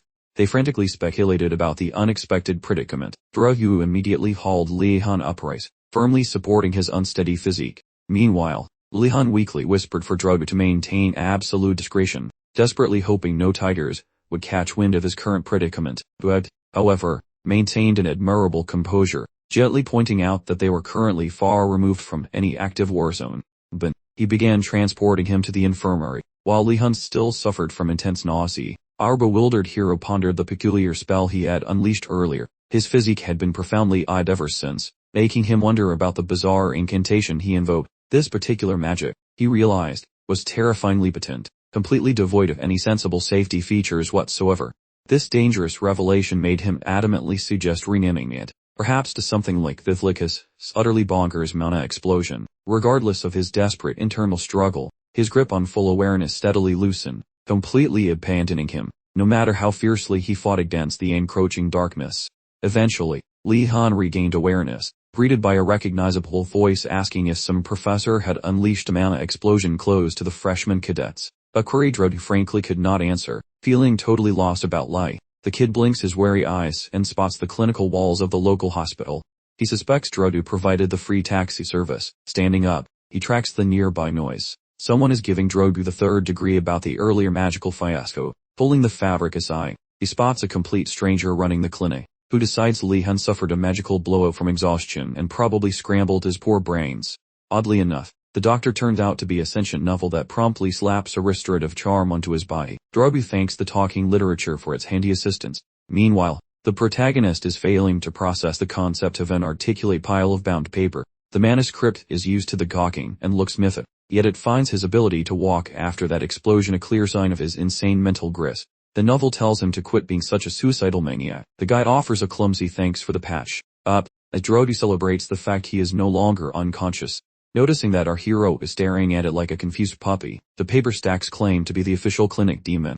He notes this weird vibe feels exactly like that encounter with the old forgotten monster statue earlier. The volume size, because freshmen usually scream in terror. Yet Li-Han stays chill, explaining that the school has already drained his capacity for shock. It asks if Gondoltus makes their lives miserable, admitting that the same man summoned it to play nurse in this ridiculous paperback form. Drodu says its voice sounds lovely, which triggers the dictionary to bark back that it still hates its job.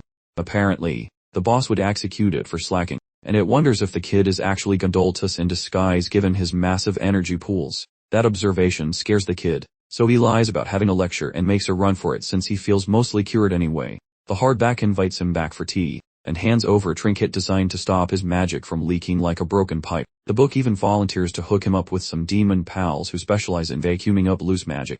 Though slightly creeped out, Lee-han appreciates the help, figuring this is just standard service from the principal's hand-picked supernatural staff. He determines that avoiding this book is smart, and some time passes. During a boring math and shapes lecture, the entire class looks incredibly grumpy. That is a fair way to feel. The hero questions if the teacher used a mass tranquilizer, because every single person is nodding off like a zombie.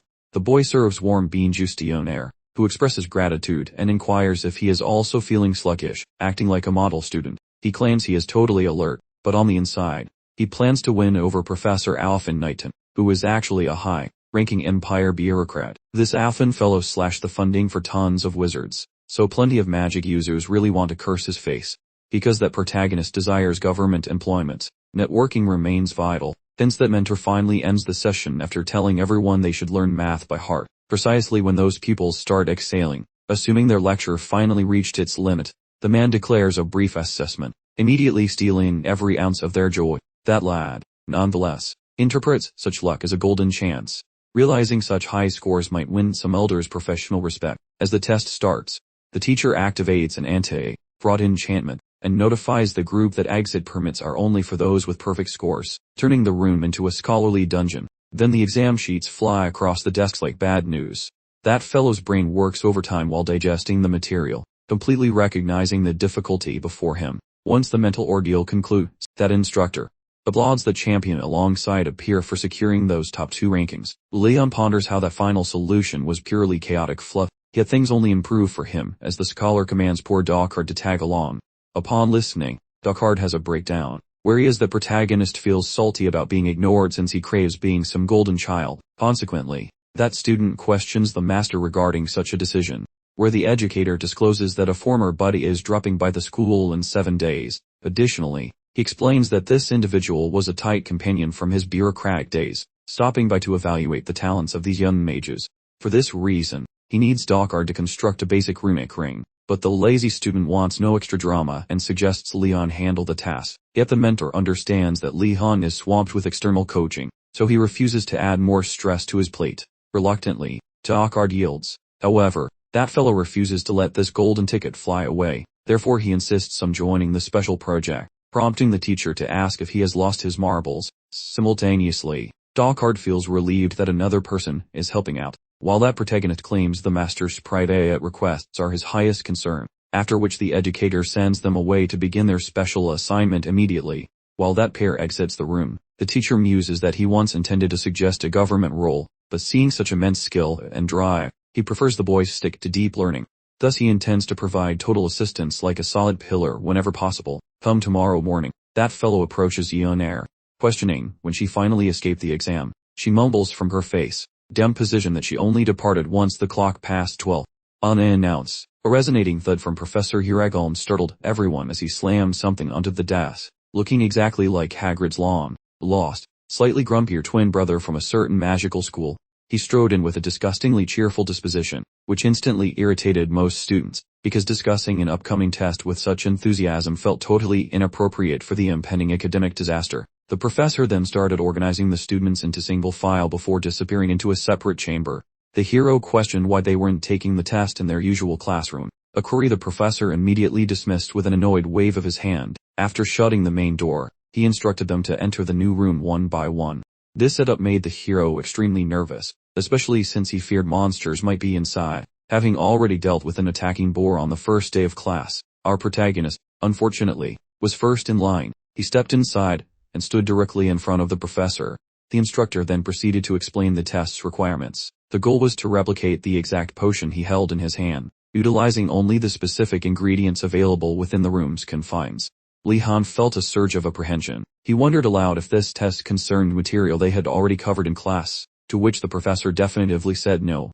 Our guy quickly asked about the type of potion in the flask, but the professor refused to answer, instead flipping an hourglass to emphasize the need for speed. The young man asked if he could use any materials present in the room. and the professor once again agreed, confirming that even personal supplies were fair game. So, our protagonist immediately snatched the flask right out of the professor's hand. The professor looked offended by this sudden grab, but the hero explained he knew the professor would have refused if he had asked politely first. The instructor acknowledged the hero's logic and allowed him to keep possession of the potion. He felt confident that Li Han wouldn't be able to figure out the complex recipe simply by holding the finished product. The professor knew this was more than just a standard exam, regardless of the unique skills the student might possess. However, Professor Uragum could not believe his eyes at what unfolded next.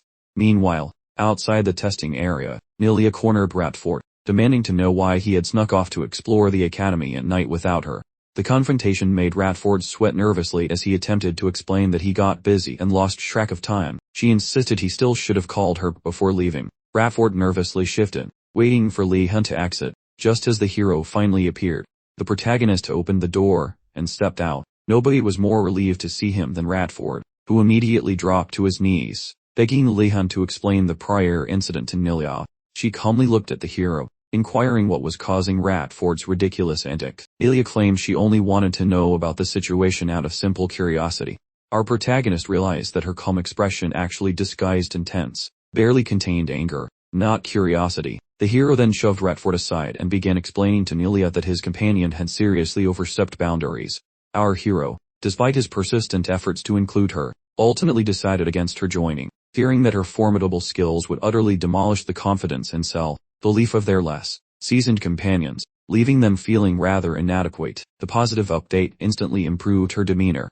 Meanwhile, our protagonist casually suggested she ease up a bit, explaining that Ratford's perspective was currently narrow to his social circle. Ratford, quite flabbergasted, found himself utterly impressed by the hero's remarkable talent for fabricating tales without so much as a nervous twitch, while he, on the other hand, barely strung a coherent sentence together. Clearly, our hero graduated top of the class in the school of smooth talkers. A green-dressed girl made her way to our protagonist, keen to inquire about his recent examination. Li Han, with a weary sigh, confessed the examination had been a truly formidable beast, a real struggle to conquer, which instantly ignited a wildfire of panic among his peers, who swiftly erupted in protests, demanding the test reflect actual curriculum content, confidently concluding that no one, not even their brilliant selves, could have possibly passed, or so they deluded themselves into believing.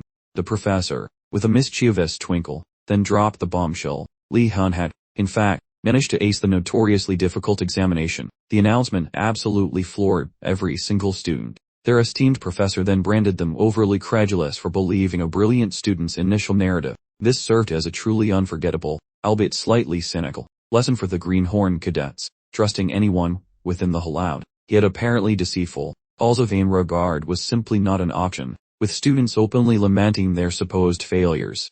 The instructor mused, quite puzzled, about Argus' source and method for such arcane abilities. Throughout the intense assessment, Li Han astonishingly applied the division enchantment for various ingredients. This feat rather surprised the professor, as it involved an enchantment considered standard knowledge among all alchemy practitioners. The professor had deliberately omitted teaching this particular enchantment, hoping it would ignite a fiery passion for independent study and self-discovery within his students, a crafty little trick that constituted Irreglum's initial shock. But the true jaw-dropper was still lurking just around the corner. Li Han, peering keenly into the flask, then casually asked if this was, in fact, the legendary potion of confidence. Oh, the professor's utterly dumbfounded expression alone was a tell-all sign, a clear indicator that Irreglum had certainly not foreseen this particular turn of events. His inquiry was particularly startling, because our young prodigy had identified the specific potion simply by glancing at it, a feat far beyond mere guesswork. The sheer brilliance gave him an unexpected,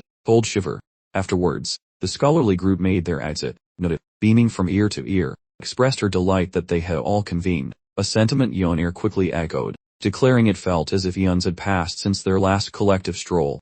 Kananda was also included. Arkea, with a keen eye, deduced Kanano had, in fact, masterminded this little outing purely to escape his own studies, and when confronted, Kanando, visibly flustered, vehemently denied the accusation on the spot, though Argus' astute observation proved entirely correct. Their grand assembly, it turned out, served the noble cause of pinpointing the elusive Tower Stable's location, an architectural marvel slated to materialize sometime this weekend, a prospect that filled our protagonist with hopeful anticipation of a future rendezvous there. Afterwards, Our hero positioned himself before the imposing stairway. He was aware this path ascended to the elusive third level.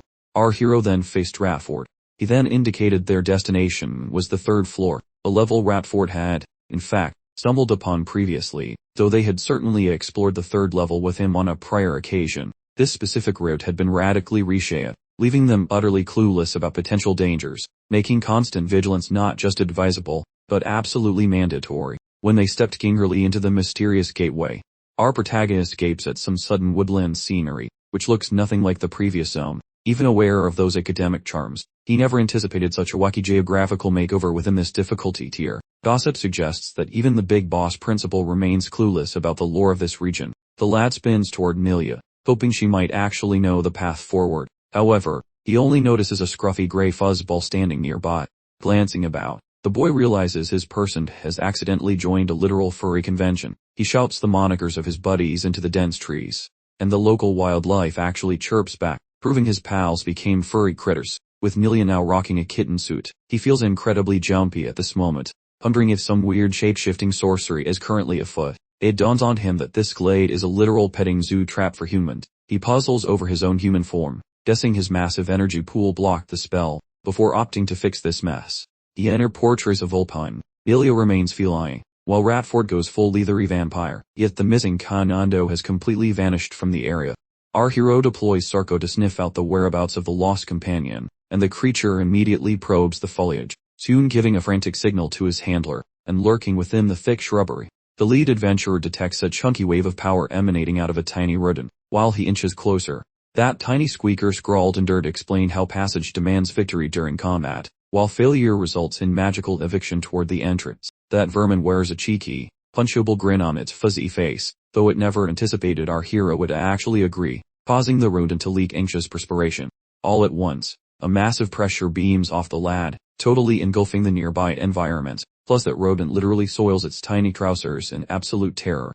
That small beast emits a terrified squeal, which makes our fighter ponder why this opponent is backing away from their designated brawl. He quickly surmises the rat is measuring his power level, mirroring how that grumpy storage clerk sized him up before. This explosive energy leak triggers a major communication breakdown. Even as our friend attempts to clarify he isn't the grand principal, the rat panics further because, in its tiny mind, it just witnessed the personification of death knocking on the front door. Without any delay, the critter bolts for its life, and the boy attempts to halt its retreat, purely for the sake of chivalry and integrity. He signals the squad regarding this rodent being the local sovereign, subsequently commanding his group into a pursuit. That rodent keeps sprinting until it hits the bank of a stream. The figure executed a powerful leap across the waterway, landing safely on the opposite bank. This maneuver established a significant liquid barrier between himself and the opposing party. He resolved to seal Furkantra permanently if this new water barrier tactic proved ineffective. With a decisive gesture, he raised his staff, preparing to engage in further combat. He then issued a command for Furkantra's lightning to strike the barrier with full force. The hero observed that Furkantra's lightning attack did not appear to inflict any visible damage on the watery construct. Furkantra, however, quickly shouted in protest that the damage was indeed present, but masked by residual mana sustaining the structure's integrity. Taking matters into his own hands, Leon drew his sword and cleanly sliced through the aquatic blockade. This action resulted in a considerable splash, as the water scattered dramatically. As he sheathed his blade, he commented that Igor must have been swindled by this boastful spirit, prompting Furkantra to immediately yell a defense of its capabilities. Meanwhile, the mouse remained hidden, observing the chaos from the safety of the bushes. It worried intensely that it would be discovered and recalled the water slime instantly annihilated in a single strike. This memory led the mouse to speculate Li Han was actually the headmaster in disguise, condemning him for appearing abruptly and causing mayhem, a habit characteristic of the headmaster. An unwelcome surprise awaited directly behind the mouse, Sarko's severed spine resting on the ground nearby. Li Han immediately detected the rodent's presence. The hero, using his magic, snatched the mouse, which began to emit high-pitched squeaks of sheer panic. The man noted that the small creature was visibly trembling. He deduced that the mouse still maintained its belief that he was the disguised headmaster. Li Han considered correcting the misconception, then decided against it, realizing the mouse would probably challenge him to a duel anyway. Adopting a grim expression, Li Han confirmed that he was, indeed, the headmaster. He proposed a bargain. If the mouse would allow him and his friends to return home, he would simply ignore the rodent entirely, all while squeaking loudly. The mouse instantly agreed and opened a return portal, which immediately revealed the familiar school hallway. Suddenly, a new loud squeak startled them all. It sounded like a desperate cry for help. A brown mouse scrambled onto Li Hun's shoulder, weeping, which allowed the hero to recognize it as none other than Kanando. The hero then offered a farewell to the forest mouse. Although the hero intended it as a casual goodbye, the mouse interpreted it as a lethal threat, believing it would soon be meeting its demise.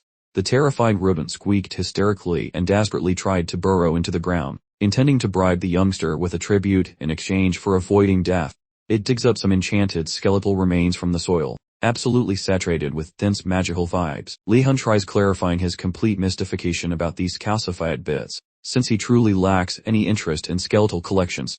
However, Sarkhan simply strolls toward those fossils, and abruptly the structural parts start clicking onto its frame, fitting like they were original factory equipment. The kid's peepers light up when he sees that Sarkhan has finally finished his custom full-body puzzle, while immediately plopping its bony rump down before the main character.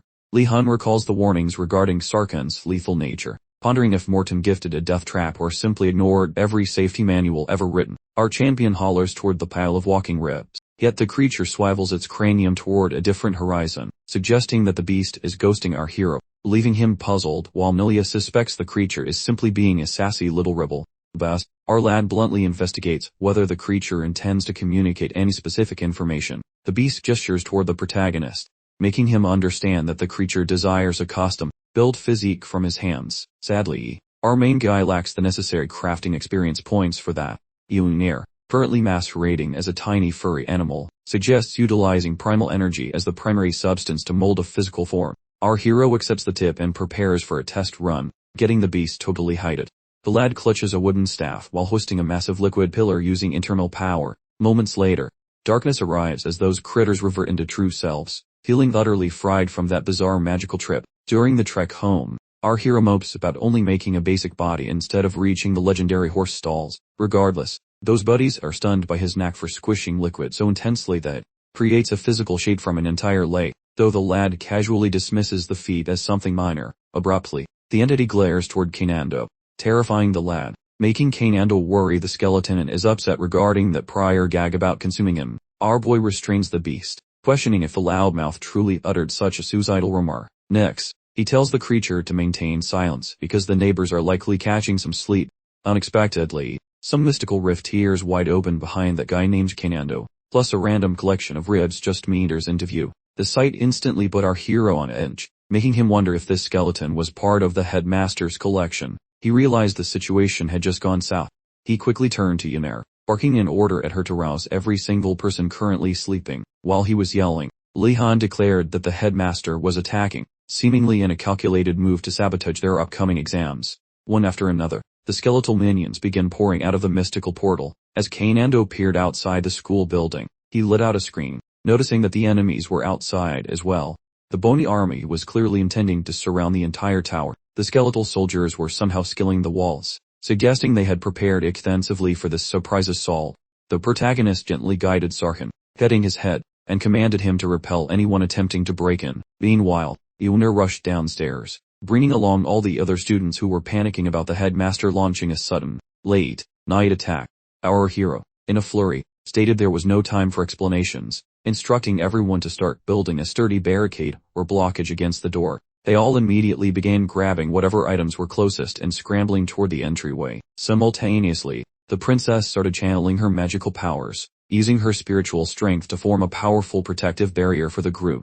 This display of resilience filled the protagonist with pride. He knew she was supporting them, even in the chaos. Suddenly, an enormous, resounding thud shook the door. The students grew instantly terrified for their safety, making them collectively hold their breath. A huge fist made of spiritual energy began slamming against the door with incredible power. It was none other than the headmaster, calling them foolish children, and demanding they open the door instantly. The sound was so alarming it nearly sucked the breath from the students' bodies due to fear. Meanwhile, the other students continued piling items against the entrance, determined to keep it from giving way. Outside, the headmaster grew curious, wondering why they hadn't unlocked the door. A student inside shrieked in desperation for the headmaster to stop, having run out of other options. The students were taking the concept of communication far too literally. The protagonist was also confused that the headmaster appeared personally rather than sending the undead. Finding this highly significant, this sent him into deep contemplation regarding the motives for such an ambush. Suddenly, a thought occurred to him. Our hero suddenly realized something and announced to everyone that this might actually be their magical ethics examination. The headmaster overheard this, and confirmed that it was, indeed, the exam. A student yelled out, questioning what on earth this had to do with ethics. The headmaster explained in response that they needed to avoid being apprehended by the soldiers through any means necessary. They would fail if caught, and they needed to survive until the morning light for the examination to be successfully completed. As Kanando clutched his survival kit, the student kept up his vocal protests. He yelled again that they had other tests tomorrow, arguing that this sudden assessment was probably not even allowed. The headmaster calmly informed them that every dorm was currently undergoing this exact same examination. Inexplicably, this realization fills Kanando with pure joy, given that everyone's grades are suffering equally tonight, though a peer shouts that failing collectively is definitely a pathetic reason to start a party. In the interim, our main man realizes the makeshift wooden seal won't survive the night against those bone intruders. Predicting the dean's predictable cruelty, he anticipates an ambush from every direction, and his paranoia is instantly validated when he glances behind his shoulder. Calcium-rich corpses are currently scaling the masonry like skinny, rattling spiders to breach the upper-level casements. He promptly commands Yunir to grab a couple of sacrificial lambs to block the glass portals, while sending Sarkhan to patrol the perimeter for any bony stowaways. Simultaneously, he supervises every terrified teenager performing their frantic chores. The grumpy principal seethes with rage at Li Han, mentally preparing a particularly nasty surprise for him during the following trial. Thanks to that meddling kid, the pupils are disturbingly composed, which really grinds the old man's gears. Nevertheless, he spins this chaos as a golden opportunity for character development and spiritual maturity. Without warning, a calcium-filled fist violently erupts via the makeshift wooden wall. The creature lunges, grabbing Kanando by his skull. Classmates lose their minds, certain their friend is toast. Luckily, our protagonist has a brain. Barking at Kanando to move, "Get low," he screams, before cleaving the bony intruder into many smaller pieces. Following that close shave, he cautions the group to keep their distance from the entrance. One bespectacled teenager frantically signals our protagonist toward the view beyond the glass. Peering through the dusty glass, the mob fears a fresh swarm of skeletons is flanking them, which causes a significant amount of pants-wetting terror. However, after focusing his vision slightly, actually, these are desperate survivors fleeing the nearby birdhouse, weeping and wailing for sanctuary. Our lead recognizes those poor souls opted for a tactical retreat from their masonry. Those nearby pupils contemplate their next move, initially deciding against granting entry since unlocking the entrance implies inviting a certain death sentence. Interrupting their bickering, he commands the gates opened for the stragglers immediately. Everyone is stunned that Li Han would actually play the saint during this apocalyptic magic school dumpster fire. Specs suddenly realizes being a jerk is bad for Per, so for the sake of his blue-blooded reputation and family crest, a bespectacled boy plus a classmate sprint forward to retrieve the incoming refugees alone. Our hero finds this abrupt moral pivot extremely suspicious, yet concludes they likely fear flunking their virtue assessments more than death itself. He remains quiet for the moment, mostly because the current situation is already a massive headache without adding any complex psychological analysis to the mix. In the distance, the administrator watches our protagonist, speculating about whatever thoughts might be rattling around inside his skull. That administrator finds it peculiar that this youth assists rival factions without any ego. As such, cross-dorm cooperation wasn't part of the intended curriculum for tonight's disastrous examination. He cannot ignore how Li Han mirrors his youthful days. Yet the lad is a total mystery. While our hero brawls with those rattling boneheads, he shouts for the pupils to sprint into the spire to dodge any fines. Then they offer gratitude for his generous path clearing. Just when Li Han and Speckles start their entry, Glasses suddenly stumbles with a seized calf and stays frozen, screaming about some dark magic hexing his limbs, triggering a frantic reaction, while the calcium warriors charge straight toward them. Li Han snatches a sin around the middle and demands the others retreat indoors immediately. Concurrently, the four-eyed chap feels like a dainty damsel during this heroic bridal carry. Out of nowhere, a jinx flies toward our protagonist. However, he utilizes a sen as a fleshy barricade to evade the spell before hoisting him back up. The bespectacled lad starts giggling like a maniac, signaling he was definitely zapped by a diggle hex. Thanks to his wiggly friend, he pinpoints the sneaky assailant. He gives a quick nod then pivots to smack those grumpy piles of ribs. This skirmish forces him to realize they have dealt with too many pesky interruptions. While lingering amidst the chaos, he ponders his subsequent strategic maneuver. Other classmates emerge from the stone structure, hoping to assist Li Han in this messy situation. They mention that every resident from the alternate halls has successfully fled to safety. Yet Li Han becomes ensnared by the bony brigade, fearing his final moment has finally arrived. A dinger-topped kid abruptly roasts the bone goons with scorching heat, and those clattering corpses notice the blaze. The skeletons retreat hastily, desperate to avoid becoming mere piles of grey soot. Amidst his snickering, Asen marvels that a mere rookie possesses the skill for such fiery magic. This prompts him to suspect the youth might be a blended flame, phantom creature. At that moment, the boy screams for the crowd to enter the keep and seal it. Shortly thereafter, the entire group is now gathered within the fortress. Appear praises our protagonist, since his bravery rescued all their fellow companions. Our dude acts modest, insisting the gratitude should actually flow in the opposite direction. They grip palms. Then the other guy's fingers start sizzling just by contacting Li Han's skin. Li Han also perceives the stinging heat, yet he sees no physical marks remaining behind. Glancing down at his hand, he noticed a faint glow. Realizing his body had automatically activated a mana shield without his brain's permission, the other student immediately launched into a flurry of apologies, worrying he'd caused harm to Li Han. But Li Han waved him off, perfectly fine and more interested in why this guy was discussing fire spirits. The student, seeing the opportunity, formally introduced himself as a priest representing the Afa order. He introduced himself as Negasor, explaining that his family, the Flame worshippers, got their fiery lineage from an ancestor who apparently signed a contract with a fire spirit. Li Han finally understood why Negasor's fire skills were so precise, realizing the guy wasn't just faking it. The fire spirit bloodline was real. Li Han gave a hefty sigh, feeling thoroughly cheated. Negasor inherited fiery powers, while his own family only bequeathed him useless rumors. Negasor offered his farewells and departed. Walking away into the distance, Li Han found himself thinking rather highly of the fire spirit guy. His pleasant musings were abruptly halted by Digiling, who sternly advised him to maintain a healthy distance from Negasor. Li Han was genuinely perplexed that she would issue such a strong warning. He immediately started speculating whether Negasor was some kind of notorious troublemaker within the academy.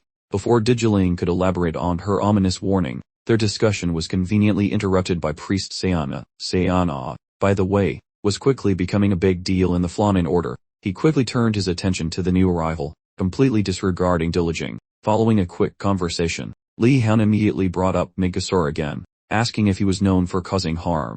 Sayana dismissed the idea that Negasor was malicious, but oddly enough, she echoed the identical warning, just don't get too close to him. Sayana cautioned, leaving Li Han completely perplexed as to what exactly they were hinting at. Suddenly, the students noticed that the undead creatures were finally retreating, presumably because the rising sun was making them feel self-conscious. Everyone immediately began to cheer and celebrate their hard-won victory. Then Kanando felt a sudden, possibly lethal, urge to step outside for a breath of fresh air. The protagonist immediately stopped him in his tracks, instead ordering Sarko to perform a quick perimeter check first. As Sarko scanned the area, he discovered an undead creature still lying in wait, prepared to ambush them. Fortunately, Sarko managed to successfully drive the remaining creature away. It turned out the headmaster had left traps active until the very last moment, purely out of spite. A short time afterward, the headmaster gave the students a truly judgmental sigh, before grudgingly awarding them full marks for clearing the exam. Li Han earned additional points for saving his fellow students, prompting the headmaster to storm off. Pondering why Li Han felt the need to play Mother Teresa, he concluded Li Han must be deliberately trying to provoke him. Even after Li Han's heroic rescue efforts, a number of Phoenix Tower students still ended up being caught. Diliging quickly assured them that teaching was far more valuable than a high score anyway. Suddenly, she recalled a vital piece of information. A priest was due to visit this coming weekend. This news immediately put the protagonist in high spirits. Moreover, she added that this wasn't just about fun festivals and celebrations. The headmaster would actually be simplifying their upcoming lectures.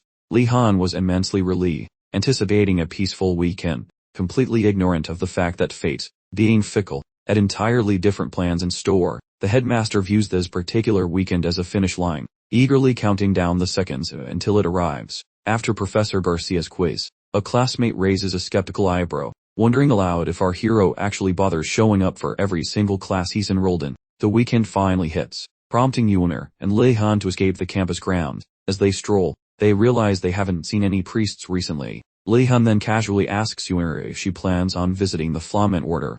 In response, she unzips her bag and pulls out a collection of potions, admitting she has absolutely no idea what half of them do. The hero worries that these strange mixtures might raise some eyebrows, but she calmly insists she'll claim she grabbed them by accident. Besides, she argues, those priests are too polite to actually confiscate anything from her. The moment the hero holds the potion, Sarkhan lets out a low growl, causing the hero to immediately question the dragon's strange reaction. He wonders why Sarkhan would suddenly start behaving so unusually.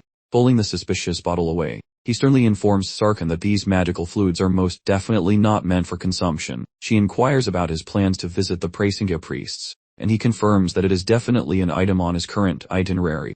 She then considers the myriad of other activities he intends to pursue, prompting him to elaborate further on his schedule. He reveals his desire to meet with religious leaders from numerous other orders, explaining that if he could, he'd probably join every single one.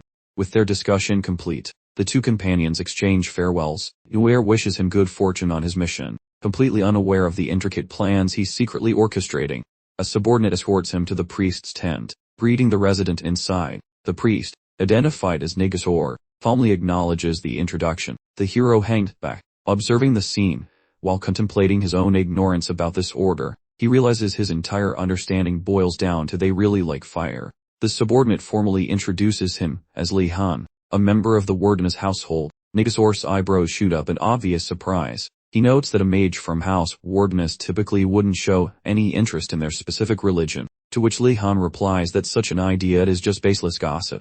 Nigasor accepts this response, and immediately begins to lay out the fundamental principles of their faith. He begins by detailing the core tenets upon which their entire belief system is built. He introduces the concept of the flame of Afa, a massive conflagration that will inevitably incinerate absolutely everything, bringing the world to a dramatic conclusion. Thoroughly confused, the protagonist inquires if the flame represents a metaphorical judgment intended to punish wickedness or cleanse the world of corruption. Nigasor shakes his head, explaining that the fire will consume everything and everyone, without exception. The Han then asks if this destruction results in rebirth or a new world. The priest offers a gentle smile, calling that idea pleasant, but ultimately false. The fire simply marks the end of all existence. While speaking, he subtly inspects the strange inner fire residing in Li Han's soul. The protagonist, understanding, simply nods to himself in response. He internally speculates if this apocalyptic worldview is why Digiling and Sayana cautioned him against getting involved with Nigasor. He then asks if the followers are expected to spontaneously combust to help burn down the world. Nigasor chuckles, noting that many people often jump to that exact same ridiculous conclusion about their religion. He explains that they aren't trying to cause the flame of Afa. They simply anticipate its eventual arrival, and therefore choose to live their lives without any lingering regrets. Han realizes this is more straightforward belief in the end times rather than pure insanity. Admitting the followers seems significantly more normal than he initially anticipated. Nigasor continues by outlining the surprisingly simple regulations of their group, explaining that meditation is essentially the only true requirement. The priest turns aside and performs a divine demonstration, using a quick wave of his staff to showcase his power. A torrent of fire suddenly streaks through the surrounding air.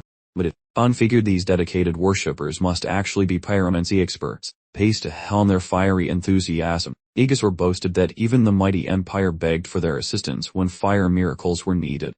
Han, who couldn't light a match if his life depended on it, wondered if he could get a similar discount on assistance. Nigasor announced it was time to put Li Han's internal bonfire to the ultimate test. He unveiled an ancient-looking chalice, claiming this mystical contraption could somehow extract a person's inner inferno, then instructed Li Han to place his hand on the object. The instant Li Han made contact with the relic, the chalice erupted in flames, causing Li Han to glance around with a mixture of bewilderment and slight satisfaction. Nigasor explained that this test specifically evaluated resistance to external magical tampering. Despite the attempts, Han's internal fire stubbornly refused to be snuffed out. The priest started a barrage of inquiries, and instructed his assistant to quickly fetch the bishop. But before the man could take a single step, a different character emerged from behind the canvas structure, announcing that the required bishop was present, having arrived ahead of schedule to conduct discreet observations of the potential recruits. Understanding the immense power held by a bishop, Li Han offered a greeting that demonstrated impeccable deference and protocol.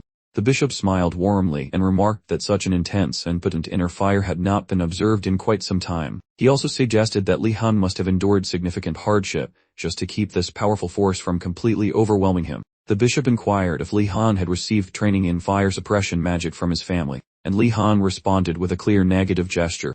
The bishop insisted that Li Han needed to stop depending on his family's magical tricks and discover how to manage this inner heat independently. Li Han offered a small smile, since obtaining mastery over fire magic was precisely the reason for his pilgrimage to this institution. The bishop cautioned that the required training methods would be extraordinarily intense for a normal cadet, but Li Han firmly stated that he was prepared. He reflected that this might resemble his professor's tough instruction, recognizing that shying away from the ordeal now would only lead to a greater degree of suffering in the future. He dramatically discarded his outer garment and adopted a ready position. Then he challenged the bishop to unleash his full fiery power. The bishop only smiled in response, then offered a peculiar request for pardon. The senior priest advised Li Han to utilize deep meditation techniques to enhance his command over the volatile fire magic.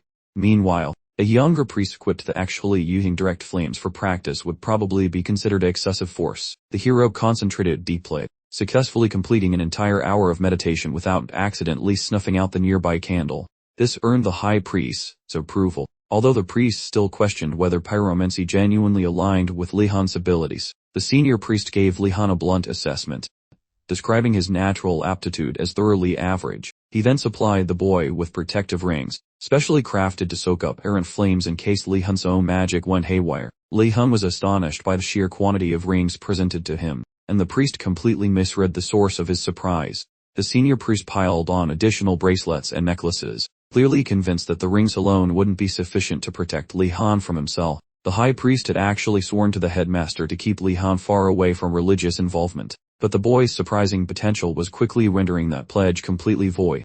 Messing with these magical trinkets gives our protagonist jitters, sparking a funny internal crisis over his status as a student or fire-starting fugitive. Following the cleric's exit, the youth and Negasor wander into the sunshine.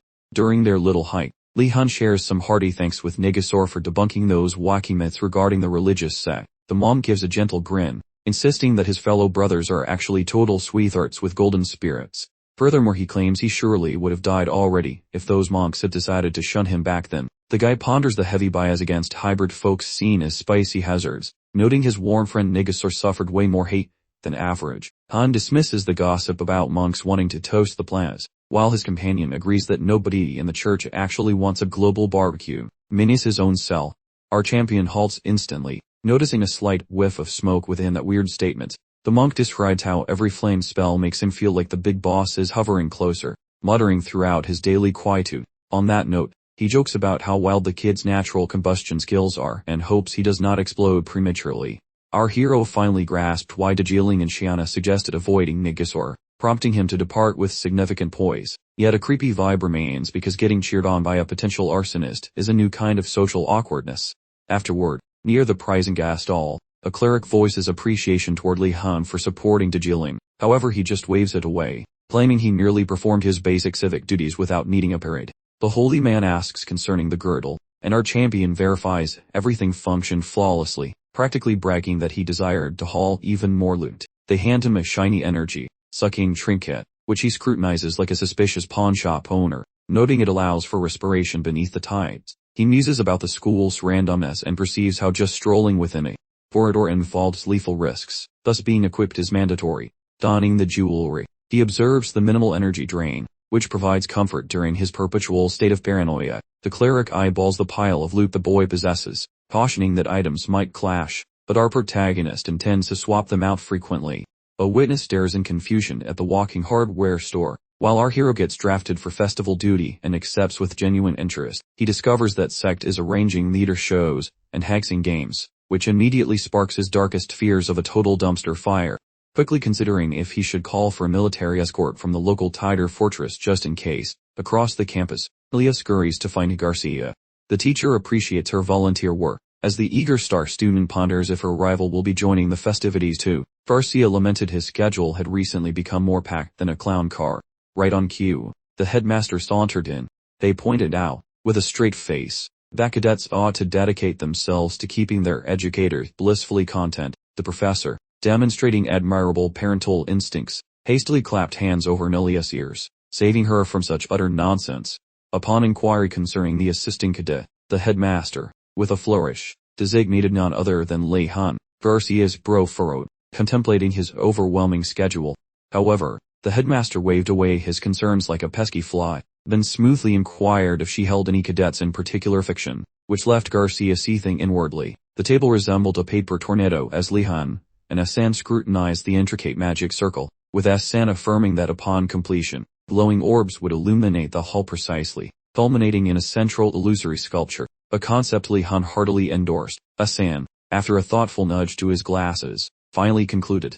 Professor Knighton, it seemed, had gone full on bonkers, and Lihan mentally winced at the newfound crudeness in his vocabulary. Her Royal Highness and her accompanying entourage swept towards the workstation, extending pleasantries to Lihan, who instantly knew their faces. They announced their grand intention of a group study session, then looked utterly bewildered that he was toiling away on a precious weekend. Our protagonist clarified he was merely executing a chore given by the professor, diligently crafting a mystical circle for some imminent, presumably significant, visitor. A member of the entourage gushed with praise, evidently quite dazzled by his efforts. Meanwhile, the princess subtly floated the idea of lending a royal hand to the task. Our hero jumped slightly at the unexpected proposition, then managed a gracious but firm refusal. He understood the genuine, unspoken reason why such assistance was utterly unthinkable. The royal prestige accompanying her involvement would completely overshadow his painstaking labor, a private musing he guarded closely while scrambling for a less perilous justification. Just then, with impeccable comedic timing, Professor Knighton materialized to inspect their advancement and probe into the peculiar state of affairs. The hero promptly explained the group had presented their offer of assistance. He fully expected the professor to send them packing instantly. To his utter surprise, the professor not only approved but ordered Lihan to tackle the entire endeavor alongside the rest of the eager cadets. He imparted a quick lecture on the merits of leadership, then vanished, saying, with a hint of trepidation, proposed that a group endeavor might actually pass muster. Yet our hero, radiating palpable annoyance, assented and dramatically announced he would conscript every single cadet residing in the dormitory, leaving Hassan utterly flabbergasted by the sheer scale of his resolution. Meanwhile, our hero grimly fortified his resolve, determining he would now strive for an utterly unprecedented, even more stellar, assessment. Soon enough, the Blue Dragon Tower cadets, a boisterous crew, swarmed the workspace with their cacophony, proving Lihan's mass recruitment strategy was indeed effective. Yet, a rather obvious snag soon emerged. A closer look at the mystical circle revealed a harsh truth. More cooks, it turns out, often spoil the magical bra. The grand circle lay barely a third finished, with a comical number of cadets twiddling their thumbs, utterly drained of mystical energy, a deficiency our hero now fully comprehended. That guy acts way too much. Some random dude plus his lackey manifest right behind our main character, mentioning how the current progress looks remarkably decent. Jumping slightly, Lihan rotates while wondering who this unknown person is. As this fellow utilizes cryptic speech, our hero instantly grasps his hidden meaning, proffering a humble nod. Our boy assumes he met the instructor's top tier per page, but the visitor disagrees plus placidly identifies himself as Kendry Baku, noting that citing instructor Alpin ought to demonstrate that prestigious role. Even though his trip was slated for 7 days later, random events pushed him here sooner. Our hero realizes the timing is weird and deduces that any pal of instructor Alpin must hold a government post. Then mentions the runic circle is for the teacher's visitor. Baku mentions that this fussy prep is just like Alpin and says sorry for the extra labor, while the helper whispers they arrived before anyone expected them. Baku retorts that appearing during that agreed upon time might prevent a thorough checkup, since tricky sorcerers cover up their blunders, justifying why that guy constantly beats the claw. He heard students were usually starving and beaten, but their glowy faces suggest otherwise, finally explaining where all those mountain-sized piles of shiny coins are going. Those eyes stay glued onto Lihan, which purely stems from observing a different pupil. Baku observes that despite the messy runic layout, the work seems incredibly finished, so he questions the duration since it presumably took months, but the boy claims everything started this morning. Baku feels totally stunned plus questions if the student actually speaks for real. Once the kid agrees, Baku confesses he assumed Alpin lied about those skills, yet now the reality makes sense. Our main guy feels shocked because the teacher actually told a government bigwig his specific name, and realizes that avoiding naps during those boring lectures finally yielded some results. Baku muses that schools raise students like Lihan, noting that even boring folks can work for the state, while true study is only for the brainy tykes. Our protagonist argues that civil servants are quite vital, leading Baku to find him odd, and suggest he might actually fit a desk job. Lihan starts daydreaming wildly, because the chance of becoming a real official seems totally possible now. Baku laughs the concept off, claiming a talent such as him belongs inside a lab. while our blushing protagonist secretly informs himself he might be a legendary bureaucrat anyway. Haku flashes a tiny grin, noting he witnessed greatness plus shall root for the lad, mentioning maybe Gonadaltz does not deserve such negative reviews. Lee Han silently mumbles that the old guy still deserves every bit of hate. Before moving on, Deku notes that outsiders shall appear daily, spanning from clerics to randoms, because the gala welcomes everyone fond of Amergard. Rival pupils from different sorcery colleges might also show up. Lee Han feels overwhelmed by the sheer magnitude and never thought things would get this chaotic. Afterward inside the campus, Lee Han plus his comrades get busy cooking some grub as a group, only, sixth, and he deftly grilled a steak, avoiding another culinary disaster. His eyes drifted toward Yuner, pondering the mysterious fate of those magical concoctions. Yuner returned his stare, her lips curling into a rather mischievous, knowing grin. Yuner announced triumphantly, having cracked the code on several mysterious brews, among them, a sunshine, yellow elixir, definitely not for kids. Another was a verdant morphing concoction, surely intended for a barnyard creature. Then there was a formidable curse, lifting brew, guaranteed to banish any hex. She rambled on, mentioning a bravery draught and many more intriguing vials, but her exposition vanished mid-sentence as a piercing shriek rent the tower's air. Lee Han and Yuner sprinted toward the disturbance, only to discover Sarkhan, mid-gulp with a potion, standing over a prostrate student who had clearly just vocalized their displeasure rather loudly. Sarkhan bolted, prompting our hero to give chase, yelling about the pilfered potion, while Yuner sighed, noting the tricky resemblance in their hues, making it impossible to tell if it was the curse breaker or the creature changer. Lee Han's temper flared, wistfully remembering a time when Sarkhan was merely an adorable, harmless nuisance, not a potion, guzzling menace. Their pace slackened near the stable, where the Aquine residents were now emitting ear-splitting, chaotic whinnies. Upon entering, they discovered a verdant vial smashed on the floor, conveniently next to a sheepish-looking Sarkhan, and a griffin casually lounged within the stable walls, perfectly explaining the Aquine chaos. Finn Ferg, the newly minted griffin, felt a surge of smug satisfaction that his boss finally got it, but alas, he remained tethered by a stubborn hex that even a magical brew couldn't fully erase. Lee Han and Yuner both simultaneously understood that Sarkhan had clearly pilfered the griffin maker brew. Our hero, however, pondered whether a different concoction had been snatched by accident, so they resolved to inspect the leftover green liquid with meticulous caution, fretting over the perils of haphazard potion chugging, particularly if it ended up with someone less responsible, or, Sarkhan. He then mused upon the rather odd moniker, Finferd, a name that made him start connecting some very peculiar dots. The weekend slipped by without a hitch, and promptly, on day materialized, Lee Han ventured into Professor Bloody's domain, immediately noticing the formidable, nonsense aura of the Academe. The professor issued a crisp warning about the hazards of biting off too much, especially after Lee Han's recent stunt involving multiple water orb manipulation. Our young hero wondered internally how far word of his escapades had traveled, yet he justified his deeds, citing the pressing urgency of the moment. The professor conceded his point, musing on the challenge of instructing magic users who only halt their wild antics when they personally grasp the folly of it all. The professor dramatically flung a magnificent spell, reinforced cloak toward Lee Han, then motioned for him to follow outside. Out of the stuffy chamber, Lee Han donned the enchanted garment, understanding this wasn't going to be another sedentary lecture, and pondered their mysterious destination. The professor clarified that Lee Han's knack for sensing, manipulating, and altering elemental shapes was, for now, sufficiently acceptable, although, apparently, the lightning magic textbook had proven a touch more challenging than anticipated. He then ushered Lee Han toward a mysteriously concealed barrier, revealing a sneaky hidden adventure route. He tags along, wondering their goal, and discovers they entered a basement. He ponders why death traps even exist, wonky pockets of reality governed by weird logic, likely old wreckage or wizardly skyscrapers full of hungry beasts. Entering this dump sounds awful, so he asks if the teacher has protection beyond that flimsy bathrobe. Apparently metal blocks spells, making him worry, so he hopes some sparkly force fields are actually available. The mentor claims shields mess with mana, suggesting that not getting hit is the only plan. Lee Han decides to ignore the advice, and prep his words, because entering blind is a recipe for disaster. While they descend further, smelly undead corpses start appearing in the darkness, so Lee Han prepares himself for the coming brawl. Inside the campus, Teach Garcia says hello to Granny, matriarch, a wizard renowned for splashing people with high-tier puddles, whose techniques were copied by every government employee. Even Garcia was once her student, though the granny insists she drop the stiff manners and relax. Garcia finds this funny. Most folks would never guess the sweet grandma was actually a terrifying war veteran who crushed her enemies. The crone compliments the campus and the kids, although she is clearly throwing shade at the faculty.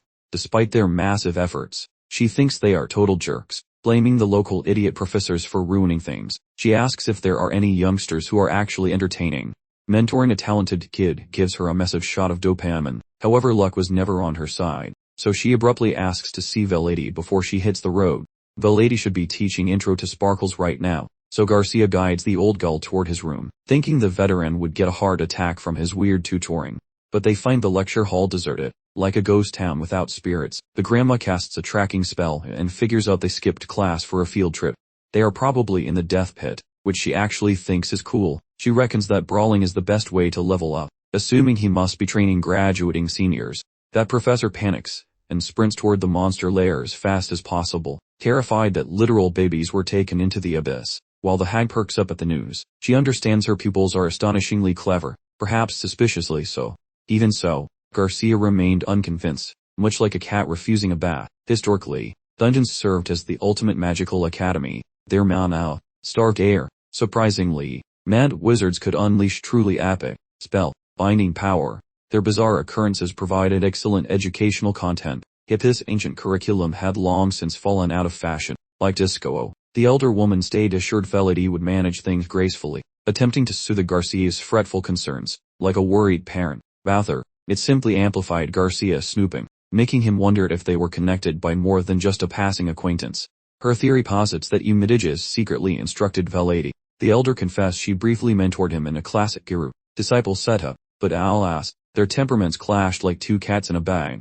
Her profound belief was that extended collaboration between them would have led to disaster. One individual would certainly have met their untimely demise. Down in the grim, subterranean labyrinth, a minor undead materialized right before Professor Velady and the valiant champion. The instructor ignited a beacon, enhancing visual clarity for all. Li-Han harbored a sneaking suspicion that Velady's mentorship was concluding, understanding no ghoul professor existed within this Sunday school. After all, ghouls are merely the walking, rotting consequences of a lifetime of bad choices. The brave champion hoisted his armament and unleashed a truly devastating incantation, obliterating the creature entirely. Velady was quite taken with the lad's lightning, fast reactions, and those distinct attributes defining an authentic combat sorcerer. Nevertheless, the figure displayed zero visible shock, as such remarkable skill was quite normal in their experience. The professor guided the student to advance. The student briefly faltered. He pondered why his instructor had led him into a dungeon brimming with trickery, compelling magic, users to unleash various incantations simultaneously. He realized utmost vigilance was crucial. Imminently, the young mage shaped an enchantment, materializing an unearthly skeletal hand. The lady's uncommunicative demeanor, meanwhile, only heightened the already strained ambience. Instantly, an eerie ghoul manifested beside the animated limb. The young mage jumped, bewildered, for that spot had been entirely empty moments before. The hero rapidly eliminated the creature, then queried his instructor concerning the undead fiend's stealthy camouflage. Velady revealed this was merely one quirky aspect of their extensive repertoire. The student conjured forth inferno sorcery preemptively, ensuring his skills were far more commendation worthy. The instructor commended his astute tactical choice. Velady promptly zipped away, off to his next dramatic engagement. He commanded Li-Han to finish exploring the dungeon and then report back to him. Eumidiges finally caught up with Velady, a reunion that felt long overdue. He brought up a magical observation screen, revealing he'd been secretly monitoring the hero's progress, much to Professor Gracia's immediate disapproval of abandoning a first-year student inside the dungeon.